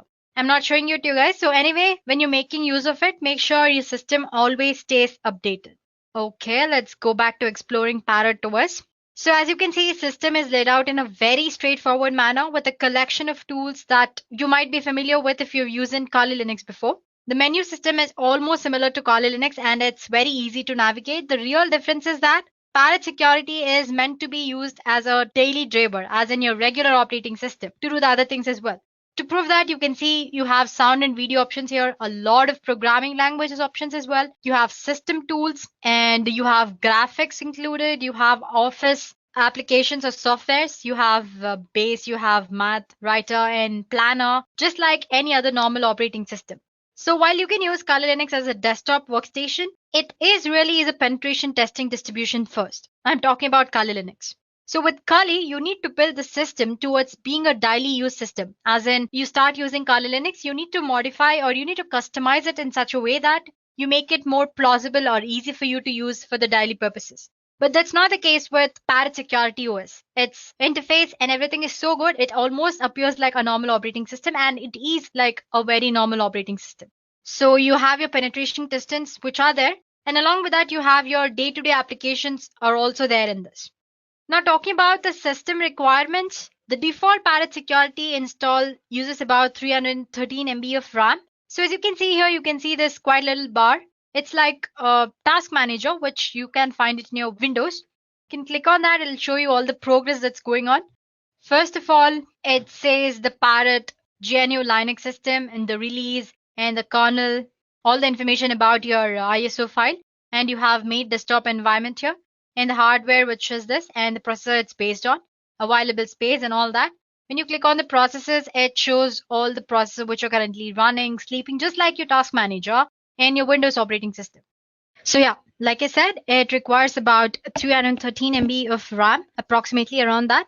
But of course, this is only system-related process running. When compared to Kali Linux, it's very lightweight. Kali Linux install requires about 604 MB of RAM, and that too only with system-related process running. So like I said, it's a very lightweight system.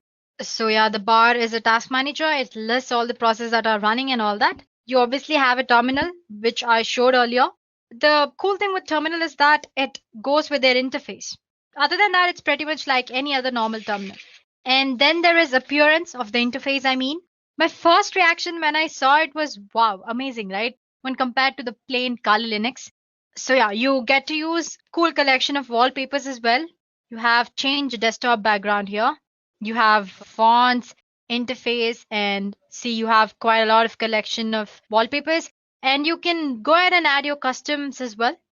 That's all about the interface. And like I said, it's like any other normal operating system. So it comes with a lot of programming languages and a bunch of text editors. You also have IDs as well. It uses Pluma as your default text editor. So that's it when talking about the normal operating system. Now talking about the performance, almost all of us know that Kali Linux is a bit laggy, and when you run it on a low-end system, sometimes it's like a nightmare when you have brute force attack going on in the background or you're doing something else. It's gonna, what do you say, stuck or it's very slow. But in Parrot OS, it's very lightweight and doesn't lag much. As you can see, it's smooth. Now, talking about hardware requirements, pretty much both Kali Linux and your Parrot require high-end hardware, but Parrot needs low specification hardware as compared to Kali.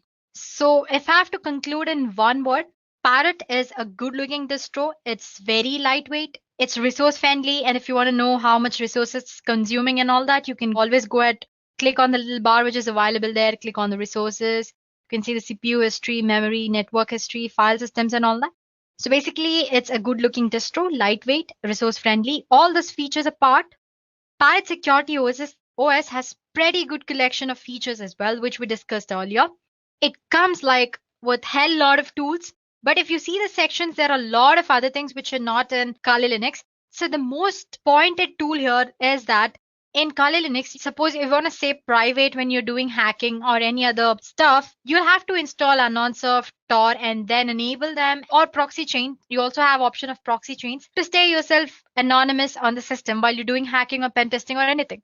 But with Parrot OS, you already have Anonsurf pre-installed. All you have to do is click on that start button. So let me show you how to stay anonymous. So this is one of the best feature in Parrot Security OS. It has proxy chains as well as Anonsurf to make yourself anonymous. So you can go for this Anonsurf and click on Anon Start here. Before that, you can check your IP of your system. So it says 106.51.73. Just remember it. You don't have to note it down anywhere. 106.51.73. Now, if I go and enable this, first of all, it'll ask you for the administration password. Give that. Okay. So basically, once you enter the password, it'll ask you if you want the Anonsurf to kill the dangerous process, which that can be de-anonymize your clear cache files or modify your IP table rules and all that. It'll ask you if you want to do that. Just say yes. So basically, as soon as you click on S, as you can see the notifications here, the tool will attempt to kill dangerous processes that can de-anonymize you anytime. It'll clear your cache files. It'll modify your IP tables, modify your resolve config file, disable your IPv6, and only allow you the outbound traffic through Tor. As you can see, it says Tor is running, started it for you. Imagine doing all this stuff by yourself if you don't have Anonsurf, like in Kali Linux. This would be quite a bit of effort manually, but with the script already present here, it's just a click away. So Parrot Security also includes a similar script for I2P as well. Apart from that, once you've enabled, you can also check, like I said, your IP address now.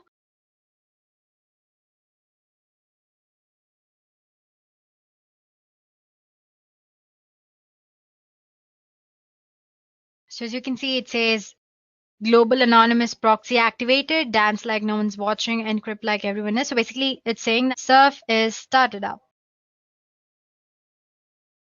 As you can see, my IP address has been changed. It was something of 160 something, but right now it's 182. So AnonSurf has made me anonymous. Now I can do whatever you want in an anonymous mode. So that's all I wanted to show you here. Now going back to Firefox, it has quite a documentation part. Well, it's still in the creation stage here. As you can see, documentation. It's not all that well prepared or created yet. So if you have any minor doubts, you can go ahead and refer to the documentation part here. So yeah, here you go. Okay, then let's go back to the distro. One thing that you can point out about Parrot OS is that it has a lot of cryptography tools, such as it has Zulu script, Zulu mount, a graphical utility that will help you mount your encrypted volumes. Then there is something called CryptKeeper. It's another graphical utility that allows you to manage encrypted folders and much more. These utilities makes confidentiality easily accessible even with the minimal experience. I mean, if you do not have any idea about cryptography, you can easily start learning here. That's what I meant. So it just doesn't stop with cryptography or AnonSurf. You have a lot of other tools which you might not find in Kali Linux. So let me show you guys that Parrot, as you can see, you have a lot of tools. You have most used tools, which is Armitage, you have Wireshark, ZenMap, OWASP and all that. Then you have wireless testing tools. Give me a second. Yeah, post exploitation. This set of tools, mostly you can't find them in the Kali Linux. You have OS backdoor tools, web backdoor tools, you have Webco, Weavly, and all that. And you have something called social engineering kit. If I'm right, it should be in the exploitation tools. Where's exploitation here? You can see a social engineering toolkit. Just click on that. Password. So it has started up all that. So if I just click one, you have a lot of options. The update set configuration, you have social engineering attacks. So you have different type of attacks here. You have PowerShell attack vectors, you have mass mailer attack, you have phishing attack vectors and all that. So basically you can click on that and enable all the attacks. I'm not going to show you in this demo how to do it. This is just the basic introductory video about Parrot OS. So let me just close the terminal. Well, there are common tools like you have Nmap. I'm sure you know how to use Nmap. Let me just show you anyway. Nmap is one of the scanning tools. You can find it in information gathering. I'm sure Nmap is here. Yeah, it's one of the basic tools. Okay, let's just explore Nmap and Dimitri here. Let me just show you how to use Nmap first. Just click Nmap. You have all the help or the Nmap configuration options are displayed in front of you. If you don't know how to use, just go through them. It's pretty easy.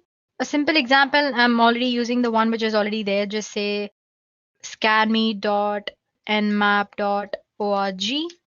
Okay, here I go, making spelling mistake again. Sorry about that. It's gonna take a little while, that's all.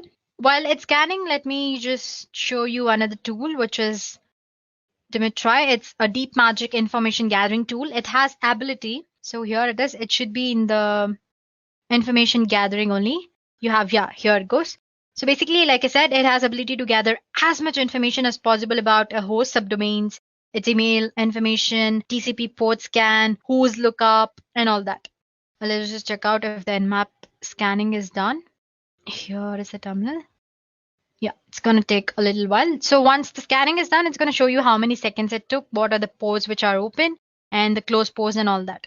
Now about Dimitri, you can enable it from your terminal, but you can also do it from here, information gathering, and click on Dimitri. Password. So let's say, here we go. So let me maximize. All you have to do is you have a lot of options here. You have W, which performs a who's lookup. You can do it online as in using Firefox. As well, you have a lot of websites where you can gather all the information once you have your IP address and all that. And you have retrieve ncraft.com information on a host, perform search for possible subdomains, email address, and all that. So basically, you can give all these options in one go. Let's say try hyphen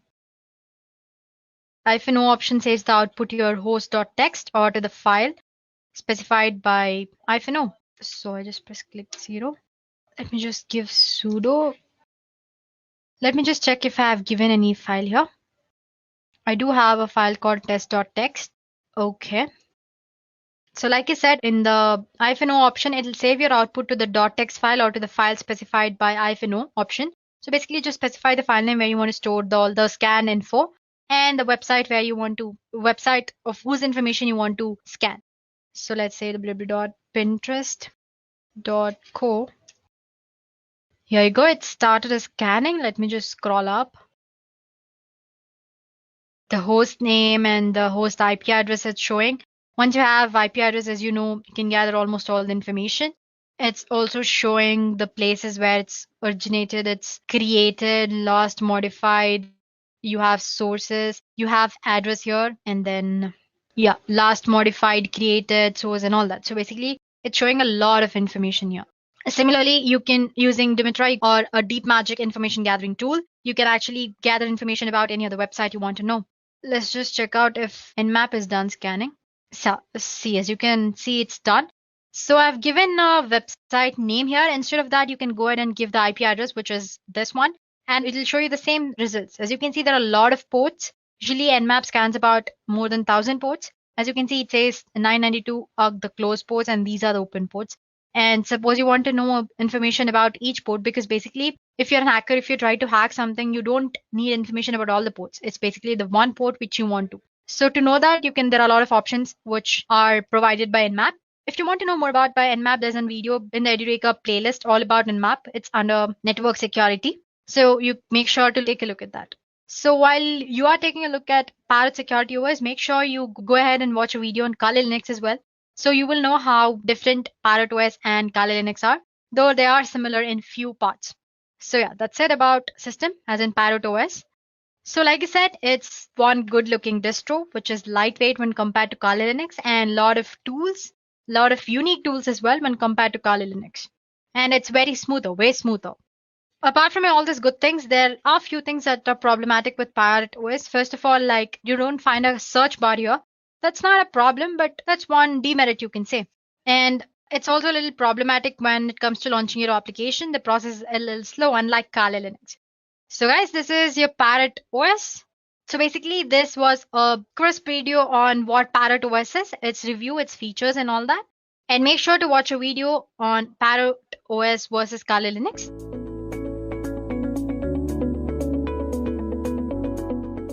So, Linux has been known for its various distributions that cater to various needs. One of the most famous distributions is Kali Linux. That is a penetration testing oriented distribution which was built to bring about much needed corrections in its previous iteration known as Backtrack OS. Now, since the release of Kali Linux, it has gone under various iterations in the form of updates, while other penetration testing and security related distributions were also being developed all around the world. So in this session, we will compare Kali to one such distribution that has come under the spotlight, and that is Parrot OS. So today in this video, I will first be giving you guys a brief introduction to what exactly is Kali Linux, and then I will also give a brief introduction to what Parrot OS is. Then we will be comparing Kali versus Parrot according to various parameters. So let's move ahead. Now let me give you guys a brief introduction to what Kali Linux is. So Kali Linux is a penetration testing and security focused operating system. As the name suggests, Kali has a Linux kernel at its core. Above that, the creators of Kali, Matti Aharoni and Devon Kearns, also added the latest injection packages to help pen testers save some time. Kali Linux is developed according to the Debian development standards, and it was developed as a refined penetration testing distribution that would be served as a replacement for Backtrack OS. Currently, the development of Kali is being handled by Offensive Security, which is the organization that provides prestigious certifications like OSCP, OSCE, and OSWP. Over the years, Kali has developed its own cult following, with people who would swear by the word and by the power provided by Kali. While I may not be such a staunch believer in Kali Linux, there are plenty of reasons for one to use Kali. For one, it's absolutely free. Secondly, it comes pre-installed with tons and tons of penetration testing tools and security related tools. Above that, it can be completely customized according to your needs, as the code is an open source Git tree and the whole code is basically available to the public to be tweaked. Also, the kernel that runs Kali Linux comes with the latest injection packages, and it also comes with GPG signed packages and repositories. Above that, Kali Linux has some true multi-language support, and it was developed in an extremely secure environment. Also, Kali supports a wide range of wireless devices. Now, at this moment, Kali may seem like a very useful operating system. But as you guys might remember the great quote from Spider-Man, great power comes with heavy resource utilization. According to the official documentation of Kali, the system requirements are quite heavy. On the low end, Kali Linux needs a basic of at least 128 MB of RAM and a 2 GB hard disk space to set up a simple SSH server that will not even have the GUI of the desktop. On the higher end, if you opt to install the default GNOME desktop and the Kali Linux full meta package, you should really aim for at least around 2 gigs of RAM and around 20 GB of free hard disk space. Now, besides the RAM and hard disk requirement, your computer needs to have CPU supported by at least one of the following architectures, them being AMD 64, i386, and ARML and ARMHF, and also ARM 64. Now, even though the official documentation says 2 GB of RAM is enough, I have personally faced numerous lag and stutter issues when running Kali on a virtual machine with 6 GB of allocated RAM, which in my opinion is a definite bummer. Now, let's take a moment to discuss about Parrot OS. So, Parrot, much like Kali, is also a Debian-based distribution of Linux. When I say Debian-based, it means that the code repositories adhere to the Debian development standards. Parrot OS 2 comes with its own arsenal of penetration testing and security related tools. Most of these tools are also available on Kali. Now, Parrot was first released in 2013 and was developed by a team of security experts, Linux enthusiasts, open source developers, and advocates of digital rights.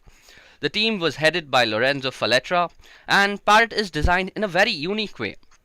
While the operating system has everything that is needed for a security expert, it doesn't present itself to be a daunting learning experience for beginners who want to set foot into the world of ethical hacking and vulnerability analysis.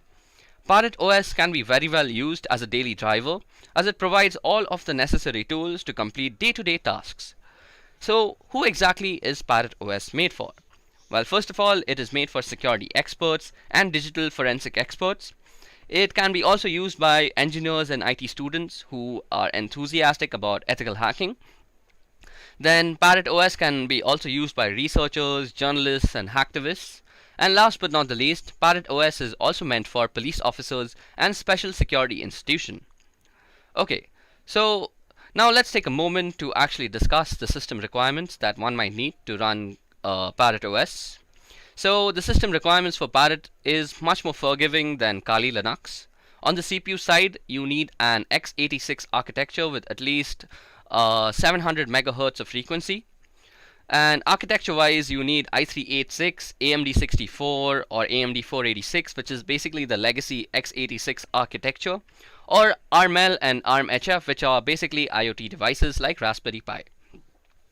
On the side of RAM, you need at least 256 MB on an i386 architecture, 320 MB on an AMD 64 architecture, and as a general documentation, 512 MB of RAM is generally recommended by the ParrotSec OS people. On the GPU side, Parrot OS is very surprising as it needs no graphic acceleration. That means you can run this without a graphic card. On the side of hard disk space, Parrot OS needs at least 16 GB of free hard disk space for its full installation. That is 4 gigabytes left, 4 gigabytes lesser than Kali Linux. And for booting options, both Kali Linux and Parrot OS have the legacy BIOS preferred. Now, comparing two operating systems when it comes to Parrot OS and Kali Linux, that are both operating systems meant for similar purposes, that is penetration testing in this case, it becomes really tough. Most of the factors in such cases boil down to a matter of personal taste rather than an objective comparison. Now, before we move ahead with the comparison, let me list out a few similarities that you might have noticed between the two operating systems.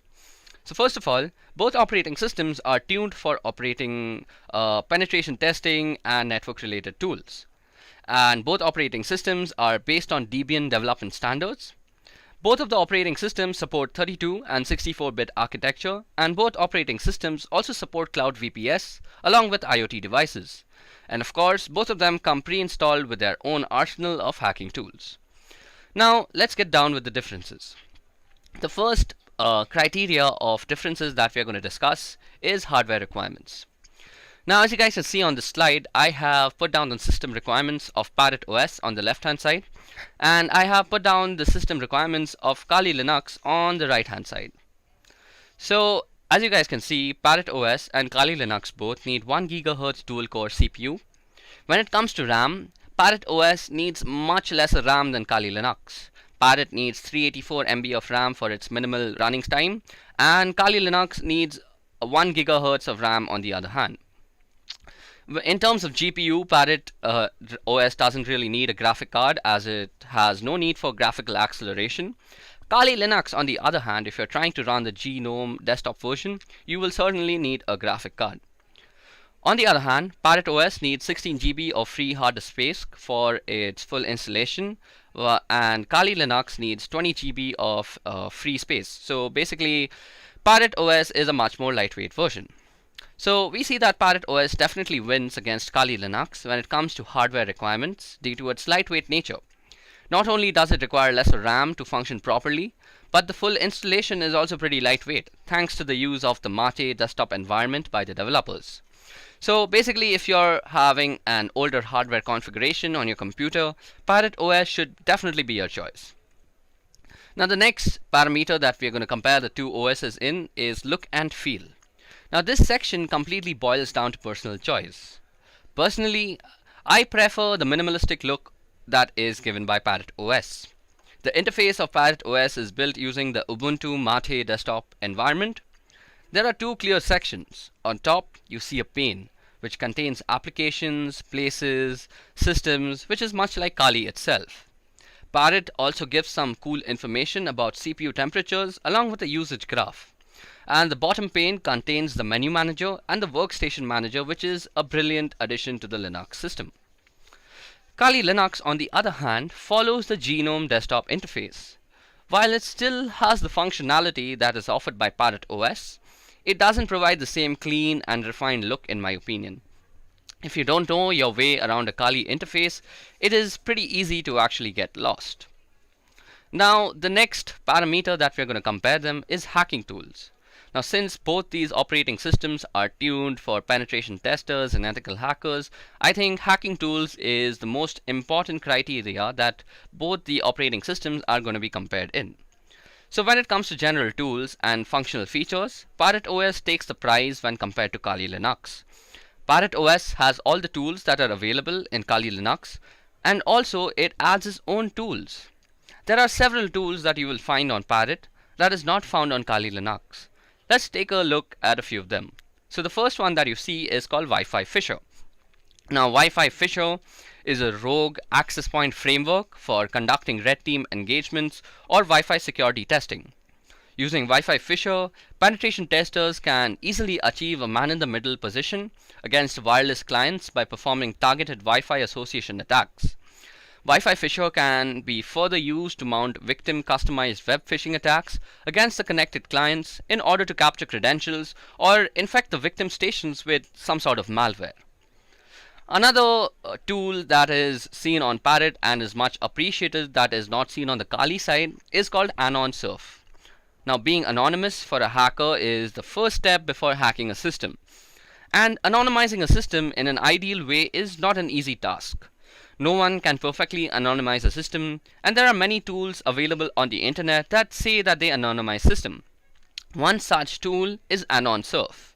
Now, Anon Surf is pretty good as it uses the Tor IP tables to anonymize the whole system. Also, if you guys have not already realized this, Tor also comes pre-installed on Parrot, while it has to be externally installed on Kali.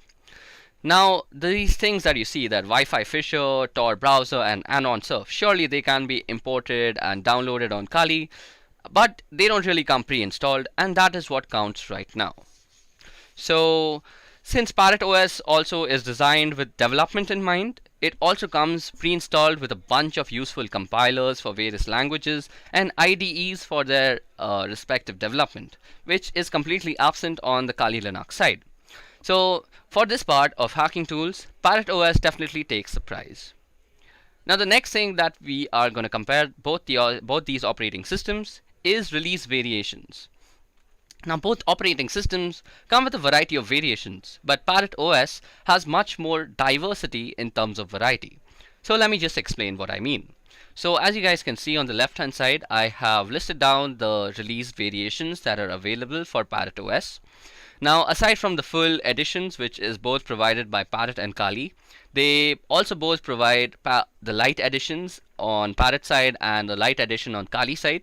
They are both basically the same thing, wherein minimalistic tools are actually pre-installed and you can install and customize the operating system according to your own needs. If you don't choose to customize the operating system, you can very well use it as a very lightweight and portable operating system.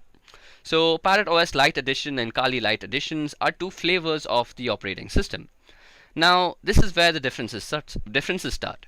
So Parrot OS Air Edition also exists. So this is an edition that is used for wireless penetration testing and wireless vulnerability testing. So basically anything wireless, Parrot OS Air Edition does it faster and does it better. Then there's also Parrot OS Studio Edition, which is used for multimedia content creation. Yes, you heard that right. Parrot OS can also make content for your social media. So if you're thinking about using Parrot OS for marketing as well as security, Parrot OS is definitely your go-to operating system. Kali, on the other hand, aside from its light version and full edition, offers some desktop interfaces like the E17, KDE, XFCE, the Ubuntu Mate, and the LXDE. So these are basically just skins that run over Kali and basically make Kali look a little different from one another. You can check out all these different customizations on the Kali documentation. Other than that, Kali has also support for cloud and IoT devices in the form of the ARM-L and ARM-HF releases. These releases are also available in Parrot OS, so Parrot OS doesn't stand down. So as you guys see, Parrot OS provides you a lot of diversity in the variety that it is offering.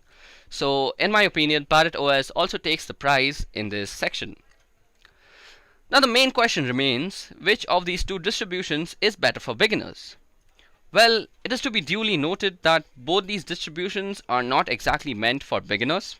If you want to learn about Linux as an operating system, you're better off using something like Ubuntu or Deepin.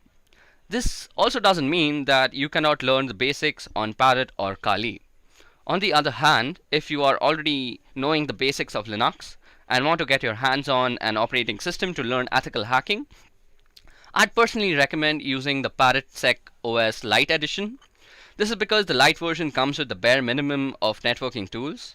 This means as you learn your ethical hacking concepts slowly, you could develop or install tools one by one, instead of being overwhelmed with a whole bunch of them from the beginning. Not only does this allow yourself to evolve as an ethical hacker and penetration tester, but it also makes sure your fundamentals are built in a methodical manner. Now, I recommend Parrot OS over Kali for one other reason too. That is because the default user for Kali is root. This makes the environment a whole lot more aggressive, and mistakes tend to be punished and a whole lot more difficult to deal with. So this means that Parrot OS is generally the winner in my opinion.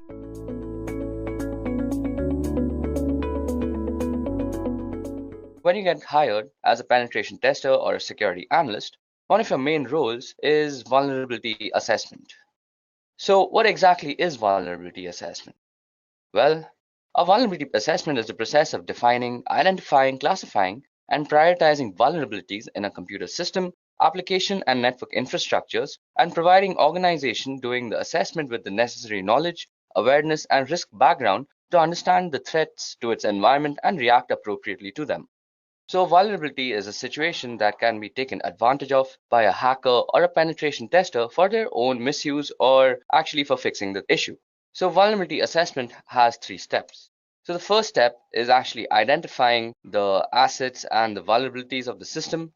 The second step is actually quantifying the assessment. and the third is reporting the results.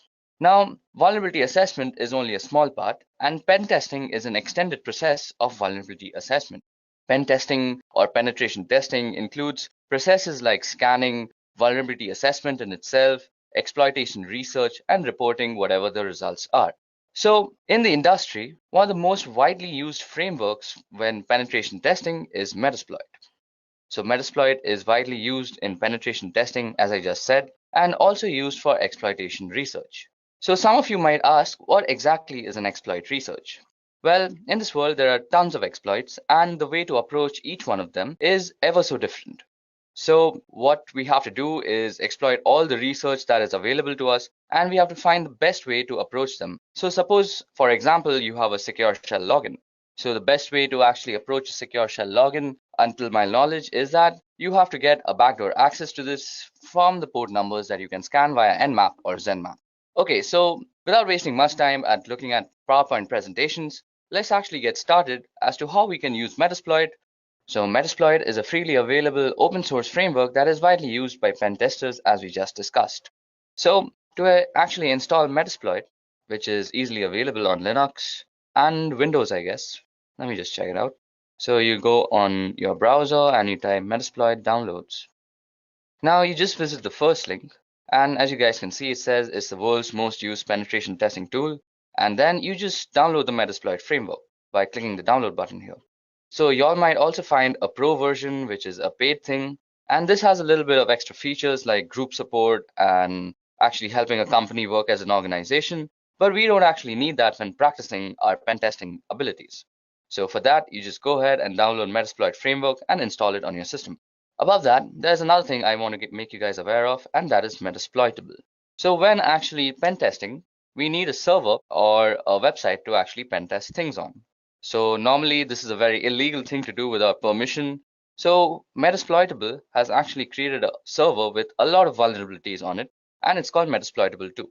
So Metasploitable 2 is easily downloadable from this link, and it's a VirtualBox file, so you guys must have a virtual machine software on your system to actually set this thing up. I'll also go through how to actually set up Metasploitable because it has a lot of configuration and network management to go with it, so we'll get to that later. But for now, let's get started with Metasploitable. So before that, Metasploitable is written in Ruby, and if you all know Ruby coding and you all know how to make exploits, you all can also always contribute to the Metasploit community. So Metasploit is one of the most widely used pen testing tools in the industry. So what exactly is Metasploit? Well, it's a framework, and what a framework is it's actually a collection of tools.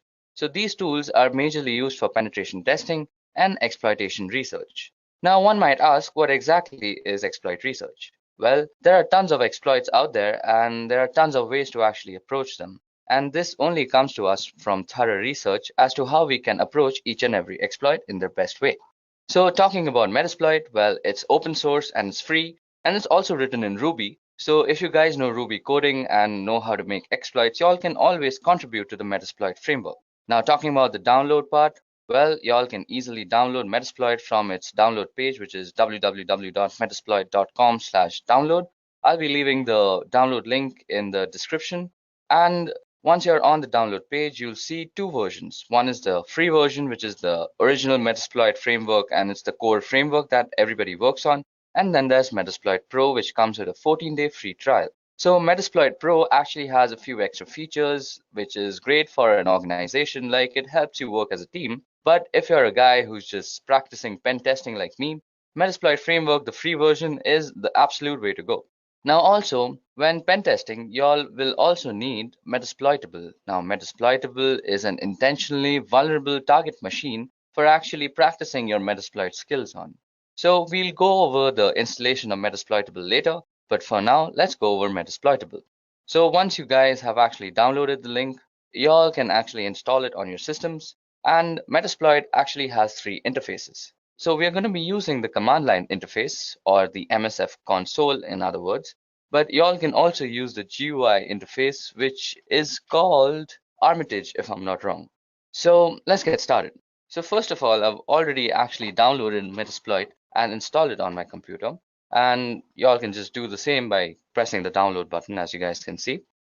So to start up Metasploit, all you have to do is go on your terminal and so to start a Metasploit, all you have to do is go on your terminal on Linux.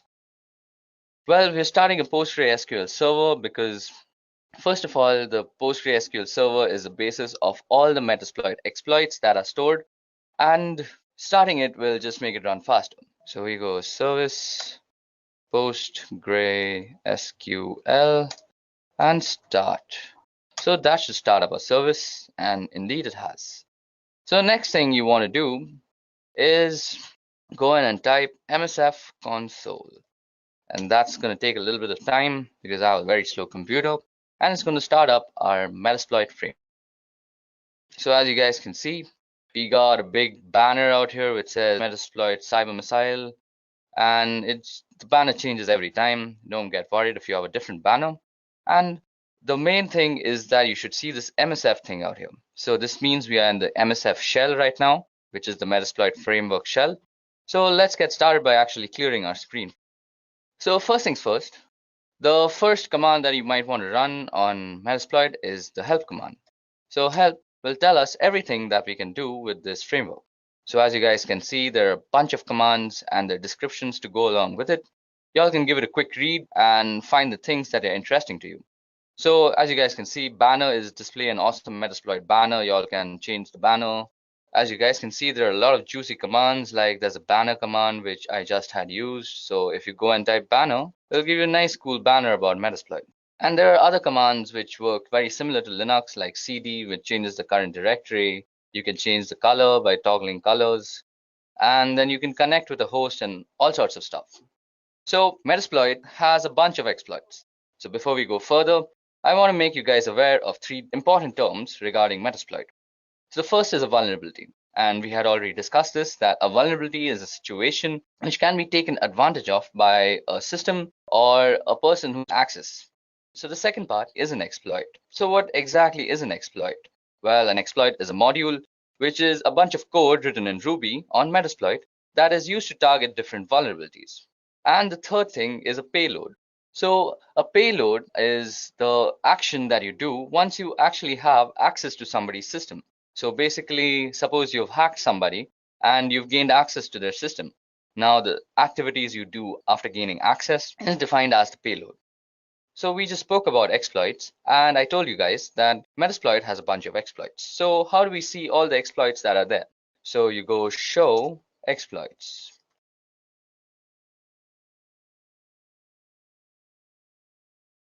Well, as you guys can see, we've loaded up a bunch of exploits, which is basically all the exploits that Metasploit has to offer at this moment. So let me just increase the screen a bit. And let's scroll completely to the top.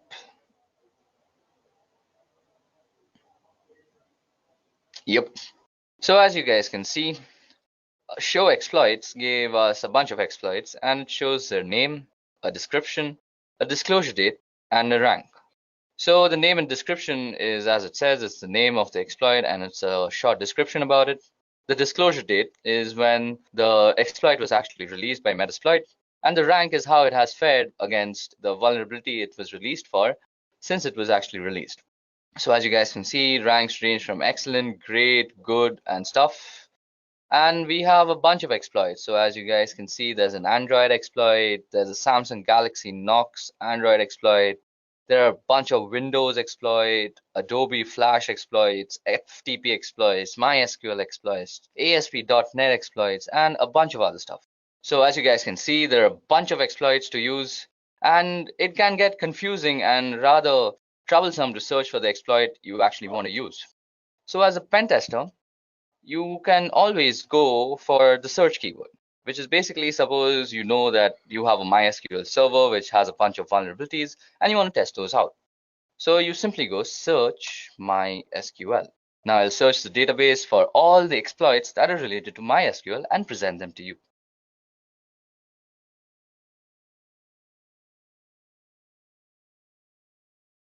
Okay, so we have our results. So as you guys can see, we have a bunch of MySQL related modules now.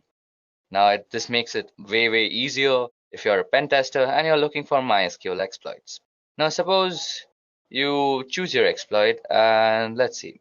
Let's choose, which one do we want to use today? We're going to just use this MySQL hash dump. So to actually use this, we have to copy the name. So double click on it and it'll just select it, and then you go Control Shift C in your terminal. So that copies it. And so if you want some more information about it, you can always go info and then just paste in the name of the exploit. So this gives us a bunch of information, actually gives us all the information you need about the exploit. So it gives you the name, that it's a MySQL password hash dump. Its module name is auxiliary scanner and all this stuff. It's licensed by Metasploit framework in itself, and it has a normal rank. And these are all the options that you might need to set when actually using the exploit. And this also gives you a small description. So it says this module extracts the usernames and encrypted password hashes from a MySQL server and stores them for later cracking. So seems like pretty cool stuff you can do with MySQL server and its password database. So if you actually want to use this, so you have to use the use keyword. So we go use and Control Shift V. So as you guys can see, it's denoted in red out here that we are indeed in the exploit that we want to use. Now, the first thing you want to do when you're using an exploit is you want to go and say show options. Now, as you guys can see, these are the options that we actually need to set before using the exploit. Now, the options can be necessary or they can be optional. So there's a password field out here, which is not really necessary, but will help your exploit if you actually provide it. But you need to provide the R hosts, which is the targeting host machine, and the port and the threads is already set. Now, suppose you want to set the R hosts, so you can just go set R hosts, and you can set it to whatever IP address you want. Like suppose you want to address 192.168.2.56, something like that. So that will set the R hosts. You can also set the number of threads.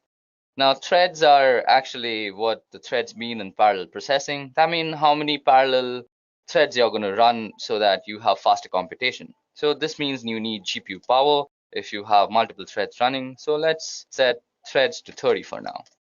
So we've set the threads to 30, and then you can go show options again and see that you have indeed actually set your options. So we've set the threads to 30 and our host has also been set.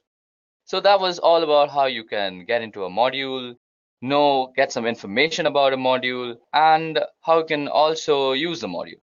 So once you're done using the module, or once you're done setting up the options rather, you can go ahead and run the command run or even exploit. And this will start actually running the exploit on the system that you want to. Now I've put in a very arbitrary IP address, and that does not have MySQL port running, so our exploit failed. Now, once you have tested out your exploit and you want to go back to the main MSF Unix shell, just go ahead and type back. It's as simple as that. So that brings us back to the MSF command line. So let's go ahead and clear our screen now. Okay, so it's time we do something interesting. So to do that, first of all, we need to go ahead and actually download Metasploitable 2. So to download Metasploitable 2, you have to go on this link. I'll leave the link in the description. So, or rather, you can just go on your browser and type in Metasploitable 2 download. So Metasploitable, as we had earlier discussed, is a Linux-based distribution, and it's mostly meant for actually practicing your pen testing skills. So basically, it has a bunch of ports open on it. So it's basically just for your ease so that you don't go ahead and test it out on some valid website and then get thrown into jail, because that's a very illegal thing to do. So go ahead and download Metasploitable 2, and then also download Oracle VirtualBox Machine or Oracle VirtualBox. So you all can also easily download that from www.virtualbox.org. And this is because you should never run Metasploitable 2 on a system that is connected to a network. You should always use it on a virtual machine because it's protected that way so that nobody else can access it. So to actually set up Metasploitable, once you've downloaded it, you go ahead and open up your VirtualBox. So out here, you have to go into Global Tools and you create a host-only network manager. Now I've already created a host-only network manager, and then you go ahead and enable the DHCP server by pressing this out here like enable. Then you go back and you just go new. You give it a name like whatever you want to name it. I have already named mine Metasploitable 2, as you guys can see. So we're going to call this demo for just demonstration purposes. Choose the type to be Linux, and it's Ubuntu 64-bit. Click next, give it a gig of RAM, and you are going to use an existing virtual hard disk. So out here, you just click on this button out here, and you browse to the place where you've actually downloaded and unzipped your Metasploitable download file. Then you'll get this virtual machine disk file, which is a VMDK file, and you just go ahead and load it up. So I'm not going to do that again because that's just going to eat up my RAM, and I've already installed it out here. So that was all about the installation and the configuration. So now let's get started and let's start playing around with Metasploitable. So once you're done downloading and installing Metasploitable on your computer, all you have to do is go ahead and start it up in your VirtualBox machine. And the login ID and the password both are MSF admin. So first of all, we need the IP address of our Metasploitable server. So we go ifconfig, and this gives us the address. So as we can see out here, our address is 192.168.56.101.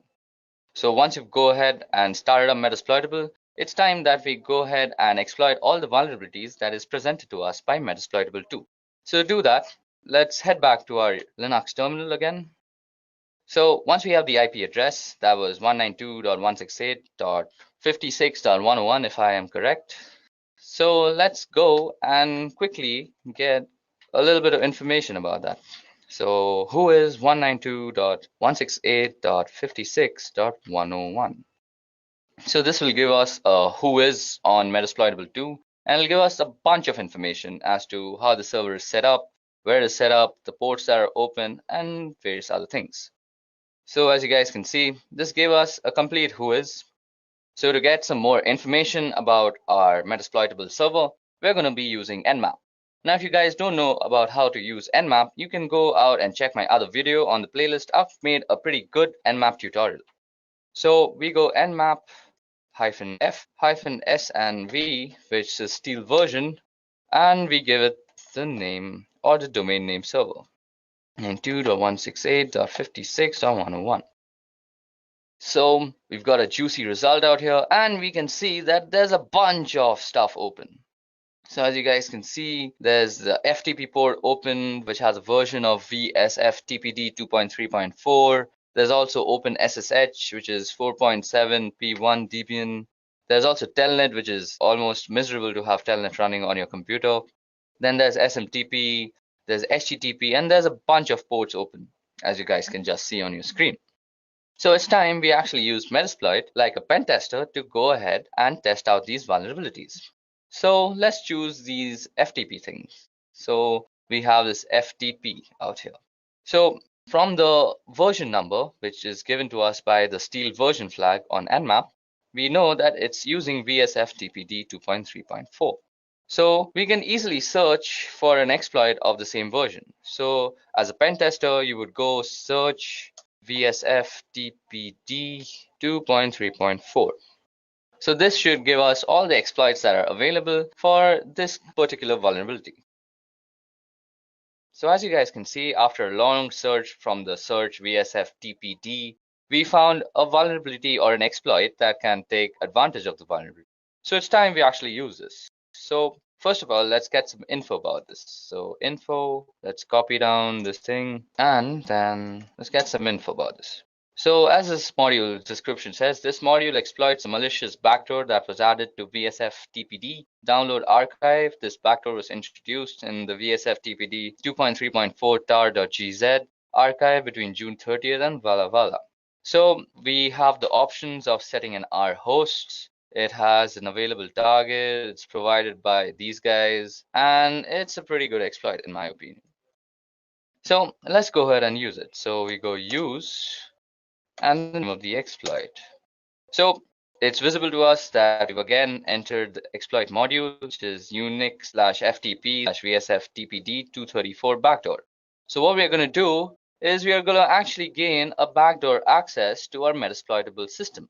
So to actually make this more believable, so if you guys go into your Metasploitable system, so you guys can see that you're in the root directory. So you can gain some root access by going sudo su and going msf admin. So we're now a root user in the msf admin, or rather the Metasploitable console. So if we go ls, we can see the various files. And if we go /home, we're in the home directory now. And if we do ls out here, we can see that there are a bunch of stuff. So there's an FTP folder, there's a hacked folder, there's an MSF admin folder, and there's service and there's user. So that's 5 folders if you guys remember. So now what we're going to do is we're going to gain some backdoor access into this system, and we're going to create a bunch of folders in the home directory. So let's get on doing that. So to do that, we head back to our Metasploit terminal, and we go show options as we had already entered our exploit. So go show options. So as we see, the options that we have to provide is the R host and the port number. Now the port number has already been set because it's 21, and that's where FTP runs, or rather TCP runs. And we now just have to set the host. So to set the host, we have to just put in the IP address of our Metasploitable server. So if I remember correctly, it set our hosts to 192.168.56.101. So that has set our hosts. So we can again check that if we've done it correctly by going show options. And we indeed have set our hosts. Now all we have to do is run the exploit. So we go and hit run. So as you guys can see, we have actually gained a backdoor service has spawned and it's handling, and the command shell session has started. Now you might be confused as to why do I have this blinking line? Well, this blinking line actually means that you are inside the Metasploitable server. That means we have already gained a backdoor access, and this blinking line denotes that we are on the terminal of Metasploitable 2. Now if you guys don't believe me, let's do some experimenting. So as I had said, I'll create a bunch of folders in the home directory. So let's change to the home directory first. Or rather, first you can also do a who am I, and instead that you're the root user. Next, you go and do cd/home, and I'll change to the home directory. Now, let's make a bunch of folders, like make directory, this is a test. So that should have made a directory. So let's go into that directory, cd, this is a test. So we're already into the directory, this is a test. Now let's make a file called targets.txt. So that creates the file. So just to see if we have actually done it properly, let's go back to our Metasploitable server. Now in the home directory, you go and type in ls again. Okay, so let's type in ls and see. So as you guys can see, we have created a this is a test folder, and it's already available there. So let's go and move into that folder. So this is a test, and we are already in that folder. So, and we had also created a text file which was called targets. So that was ls, and it should give us a targets.txt. So as you guys just saw, we gained a backdoor access into a remote system through a vulnerability that was available to us on the FTP port. So we first did that by scanning the entire domain name server of Metasploitable via Nmap and gaining some intelligence as to what ports are running and what ports are actually open. Then we found out that the FTP port was open. Then we went on to Metasploit and we found out exploit that vulnerability very successfully. We found out how to use the exploit, some information about that exploit, and in the end, we actually executed our commands. And we are already in that folder. So, and we had also created a text file which was called targets. So that was ls, and it should give us a targets.txt. So as you guys just saw, we gained a backdoor access into a remote system through a vulnerability that was available to us on the FTP port. So we first did that by scanning the entire domain name server of Metasploitable via Nmap and gaining some intelligence as to what ports are running and what ports are actually open. Then we found out that the FTP port was open. Then we went on to Metasploit and we found out exploit that vulnerability very successfully.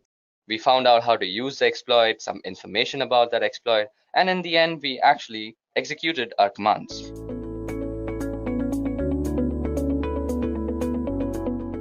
Now, you guys must be wondering what exactly is Nmap and why should I learn it? Well, Nmap is a network scanner that is widely used by ethical hackers to scan networks, as the name suggests. Now, you might wonder, why do I need a network scanner? Well, let me give you an example. So, suppose you have a Wi-Fi that has been set up in your new house, and you realize that your data is being actually consumed at a faster rate than you are using it. Now, you have suspected that it's your pesky neighbor who keeps on connecting to your Wi-Fi and eating up all your data. So to actually confirm all your doubts, what you want to do is a network scan. And Nmap is a pretty wonderful tool to do that. Now, Nmap runs on Linux, Mac OS and Windows, and I'm mostly going to be running this on Linux because that's what I do most of my penetration testing and network testing on. So let's go ahead and get on with the installation of Nmap on your computer. So what you do is go apt-get install Nmap. Now for this you have to be logged in as root. If you're not logged in as root, just add sudo before this whole command and it will install it. Now I already have Nmap installed, so I'm not really going to install it again and again. So let's just go ahead and just do a few scans on our website, that is www.edureka.co, and we are going to see what we get back as results. So first of all, let me just show you how you can scan a certain domain name service or DNS. So Nmap, we are going to use a flag all the time. Now let me just tell you what are flags. So if you just go into Nmap and type --help, this will give you all the flags and options that are available to actually use on Nmap. So if you are actually stuck and you can't remember stuff, just go in and type nmap --help and it will give you all the stuff. Now, network scans generally take a long time, so I'm going to be using the fast mode most of the time. So for fast mode, all you have to do is type in edureka.co and sit and wait for this scan to get over. Now when the scan gets over, you will see a bunch of information, and let me just wait till that information pops up and then we'll talk about the information together. Okay, so as you guys can see, our scan has been completed. It took 13.71 seconds to actually do the scan. Now as you guys can see, it shows us the ports, the states and the services. Now the ports is basically the port number which our service, that is also bind to, is working on. So we can see that SSH service is working on port number 22, SMTP on 25, HTTP on 80, RPC bind on 111 and HTTPS on 443. So that is how you can use Nmap to scan a certain website. Now if you see, Nmap has also given us the public IP of the DNS, because what Nmap does is it looks up the DNS and then translates it to an IP that is recognized to that DNS server. So Nmap also returns the public IP. So what we can do also is Nmap -f and 34.210.230 and .35. Okay, so as you guys can see that our command also works when we put in the IP address and it produces the same results. Now we can also scan for multiple hosts. Now suppose you are on a network and you want to scan for multiple hosts. Now you don't really want to run different commands for that. Now what you can do is just go in and type nmap and a bunch of IP addresses like 192.168.1.1 and 192.168.1.2 and 192.168.1.3. And what this will do is it will run an nmap scan on these three different IP addresses, and you did this in just one command. So that's a way that you can do this. Now you can also know about how much of your scan is left by just pressing the up button. So that will tell you and give you a constant update on how your scan is going. Like mine is 32.4% done and 34.7 now, and also show you kind of the time remaining. Okay, so till this port scan is going on, let me just tell you about the states. Now states can be of two types: open, closed and unavailable. Sometimes you'll see that it is unavailable, and that's because some sort of firewall or something is running out there.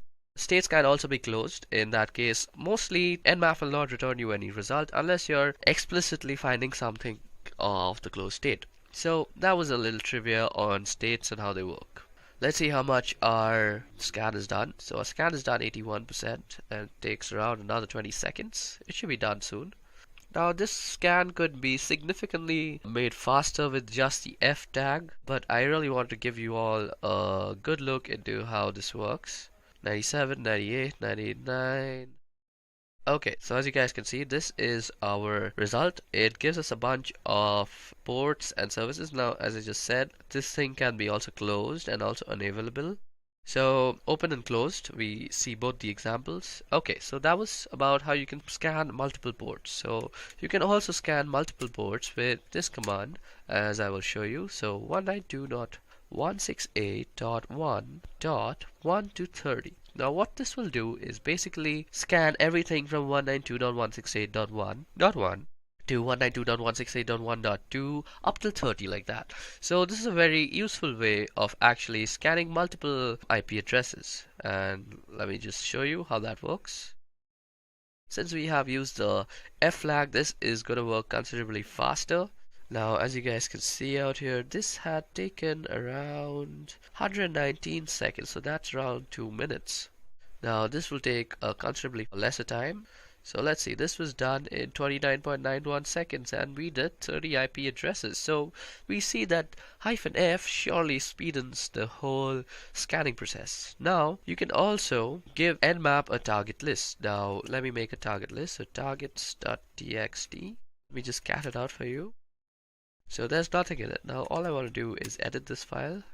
So let me just edit that file and put it 192.168.1.1, 192.168.1.2, 192.168.1.3, 192.168.1.4, 192.168.1.5, or 15. Boom, roasted. Now all we have to do is save it. So that saves it, and Control X to actually exit it. Now you can go ahead and view what is in targets.txt. So as you guys can see, this is what is in targets.txt. And now you can just pass it to Nmap with the IL flag, and you could say that Nmap is going to actually scan all the IP addresses that are in this file. So let that just run. So this will take a little bit of time because it's 5 IP addresses and it's not really running on the fast mode. 83% of our work is done. Okay, so as we see, our scan has been completed. Now what you see out here is the scan results for whatever we had provided in the targets.txt list. So that's how you can also provide Nmap input file, and it will give you the results for all the targets that were specified in the file. Now let's go ahead and talk about a little bit on port scanning. So Nmap is also a brilliant tool for scanning ports, and if you have a server or a website, you know that there are around 65,535 ports out there on every server, and almost 99% are unused. So sometimes scanning ports is really a necessity. Now you can scan ports by just using the P flag and specifying the port number, and this is how you would do it, and you would just specify the IP address after that. So I'm going to use www.edureka.go, and what you can also do is this will scan only the port number 20, but you can also scan from port number 20 to 25. You can also put in commas and tell Nmap you also want to scan all these other port 80 as HTTP and 443 as HTTPS. So you can surely do that. So let me just go ahead and run this. Okay, so that gives us an information on the ports that is there. Now something about ports also, you suppose you know you want to scan for some HTTP ports, so you can just say Nmap, and with the -p you can just say that I want to scan the HTTP port on www.edureka.go. So that will just go ahead and do that, and as you guys can see, that gave us a result. And you can also add in stuff like MySQL, FTP, and stuff like that. So let me just see and show you how that runs. Okay, HTTP is not a port, HTTP. Okay, so as you guys can see, these are the ports that are running, and it gave us according to the name. Now if you want to scan all the ports, you can use -p and then the IP address at www.edureka.go.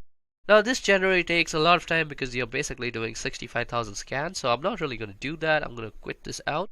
Another thing that I wanted to show you all that generally takes a lot of time to actually execute is called something like an aggressive scan. So as you guys can see out here, I have done an aggressive scan on Edureka. So to do that, all you have to do is nmap-a and then you go edureka.go. So let us see how much time did this take to actually execute. This took 459 seconds. That's a long time for a scan. But it gives us a bunch of other information. For example, it gives us the trace route. So what is a trace route first of all? So trace route is the route taken by a packet to actually reach the clients and the target server. So as you guys can see, our packet had 22 hops. First it went to the first hop was to the gateway router, that is 192.168.1.1. Then it went to the Airtel lease line, then it went to this IP address, then it went to the BSNL VSNL.net, and it went to London, New York, then Chicago, and it went all the way up to wherever this thing is hosted. That was some information, and then there is some other information given to us like the TCP open, TCP wrap, program versions, port types, port states, and all sorts of other information is given about in an aggressive scan. Another scan that I have previously also done and kept for y'all is because it takes a lot of time, and I have done something called the service version. So nmap-s and v with v capital will give you the service version. So it tries to actually guess the version of the service that is running. So for example, on the TCP port it tells us it is postfix SMTPD. On the Apache it's Apache HTTPD, and you can see all sorts of versions that are here. Another thing nmap is generally brilliant is for guessing the operating system that is running. Now, I have already done this scan previously because this takes a humongous amount of time that I don't really have, and that is 386.34 seconds, and this scan together basically took me more than 10 minutes, and I don't really have that kind of time for explaining all this stuff. So, as you guys can see out here, the OS is kind of, OS detail is Fortinet, FortiGate. It kind of tries to guess the OS upon the time to live that is in the response from the packets that it sends. So -SV, -O, and -A are some really cool stuff that you might want to know. Another thing that you can do is traceroute, as I had just told y'all, and y'all can do traceroute separately. So you go -traceroute, and then you say the name of any sort of website. So suppose I want to know how I reach Netflix.com. So I go netflix.com, and this will give me a trace route that shows me how my packet actually reaches netflix.com. Okay, so this is basically it was a direct one hop. Okay, so that was surprising. On the other hand, if I were to do this on edureka.co, it would take a bunch of hops to actually reach there. Okay, this might just take some time to run. Okay, so it's 94% done. I'm just waiting for it to get completed. Okay, so this gave us the hop, and as you guys can see, we took 22 hops to actually reach edureka.co, and it's the same process. You go through a bunch of IP addresses, and then you reach this thing called US West to compute.amazon AWS. Okay, so that was about traceroute.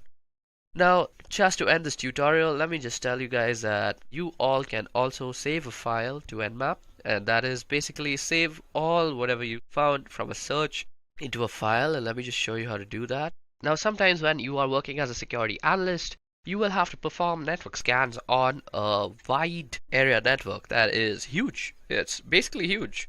And these scans take a lot of time, and you don't really have the space on your command line to actually store that and see that in a way that is feasible for analysis. So what you want to do is actually save it in a file.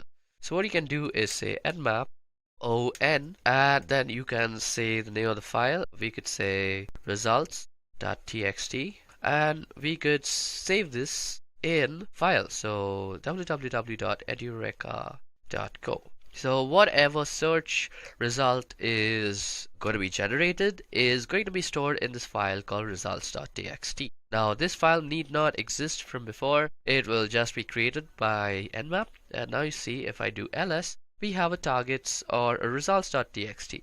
Now if I just cat out that file, let me just less it actually, results.txt, and what you see out here is an nmap scan result that is stored.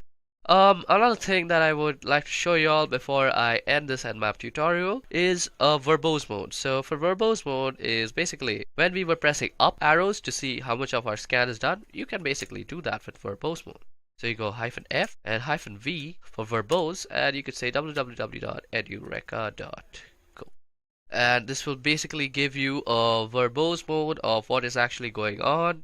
I'll tell you everything, and boom, roasted, there it's done. And we have finished our Nmap tutorial. And now you see if I do ls, we have a targets or a results.txt. Now if I just cat out that file, let me just less it actually. Results.txt. And what you see out here is an Nmap scan result that is stored. Another thing that I would like to show you all before I end this Nmap tutorial is a verbose mode. So for verbose mode is basically when we were pressing up arrows to see how much of our scan is done, you can basically do that with verbose mode. So you go -F and -V for verbose, and you could say www.edureka.co. And this will basically give you a verbose mode of what is actually going on.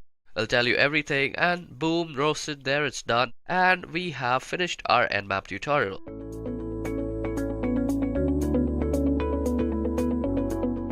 So first of all, what exactly is cross-site scripting? Well, cross-site scripting refers to client-side code injection attacks wherein an attacker can execute a malicious script, also commonly referred to as a malicious payload, into a legitimate website or web application. Now, XSS is amongst the most rampant of web application vulnerabilities and occurs when a web application makes use of something like an unvalidated or unencoded user input within the output that it generates. Now, by leveraging XSS, an attacker does not target a victim directly. Instead, an attacker would be exploiting a vulnerability within a website or something like a web application that the victim would visit, and essentially using the vulnerable website or the web application as a vehicle to deliver a malicious script to the victim's browser. Now, while XSS can be taken advantage of within a VirtualBox script, ActiveX, and Flash, unquestionably the most widely abused is JavaScript. This is mostly because JavaScript is the fundamental to any browsing experience. All the modern sites today have some JavaScript framework running in the background. Now, XSS can be used in a range of ways to cause serious problems. Well, the traditional uses of XSS is the ability for an attacker to steal session cookies, allowing an attacker to probably impersonate a victim, and that just doesn't stop there. So XSS has been used to wreak havoc on social websites, spread malware, website defacements, and fish for credentials, and even used in conjunction with some clever social engineering techniques to escalate to even more damaging attacks. Now, cross-site scripting can be classified into three major categories. So the first is reflected cross-site scripting. The second is stored or persistent cross-site scripting. And the third is DOM-based cross-site scripting. So out here, DOM refers to the document object model that is used while web application building. So let's take a moment to discuss the three types of cross-site scripting. So the first one we're going to be discussing is reflected cross-site scripting. Now, by far the most common type of cross-site scripting that you'll be coming across is probably reflected cross-site scripting. Here, the attacker's payload is a script and has to be part of a request which is sent to the web server and reflected back in such a way that the HTTP response includes the payload from the HTTP request. Now, using a phishing email and other social engineering techniques, the attacker lures in the victim to inadvertently make a request to the server which contains the cross-site scripting payload, and then he ends up executing the script that gets reflected and executed inside his own browser. Now, since reflected cross-site scripting isn't really a persistent kind of attack, the attacker needs to deliver this payload to each victim that he wants to serve. So a medium like a social network is very conveniently used for dissemination of these attacks. So now let's take a step-by-step look at how cross-site scripting actually works. So firstly, the attacker crafts a URL containing a malicious string and sends it to the victim. Now the poor victim is tricked by the attacker into requesting the URL from the website which is running a website response script, and then the website includes the malicious string from the URL in the response. And then in the end, the victim's browser executes the malicious script inside the response, sending the victim's cookies to the attacker's server. Okay, so at first, reflected XSS might seem very harmless because it requires the victim himself to actually send a request containing a malicious string. Now, since nobody would be willingly attacking himself, so there seems to be no way of actually performing the attack. But as it turns out, there are at least two common ways of causing a victim to launch a reflected cross-site attack on himself. So the first way is if the user or targets a specific individual and the attacker can send a malicious URL to the victim, for example using email or for example instant messaging, and then trick him into visiting the site.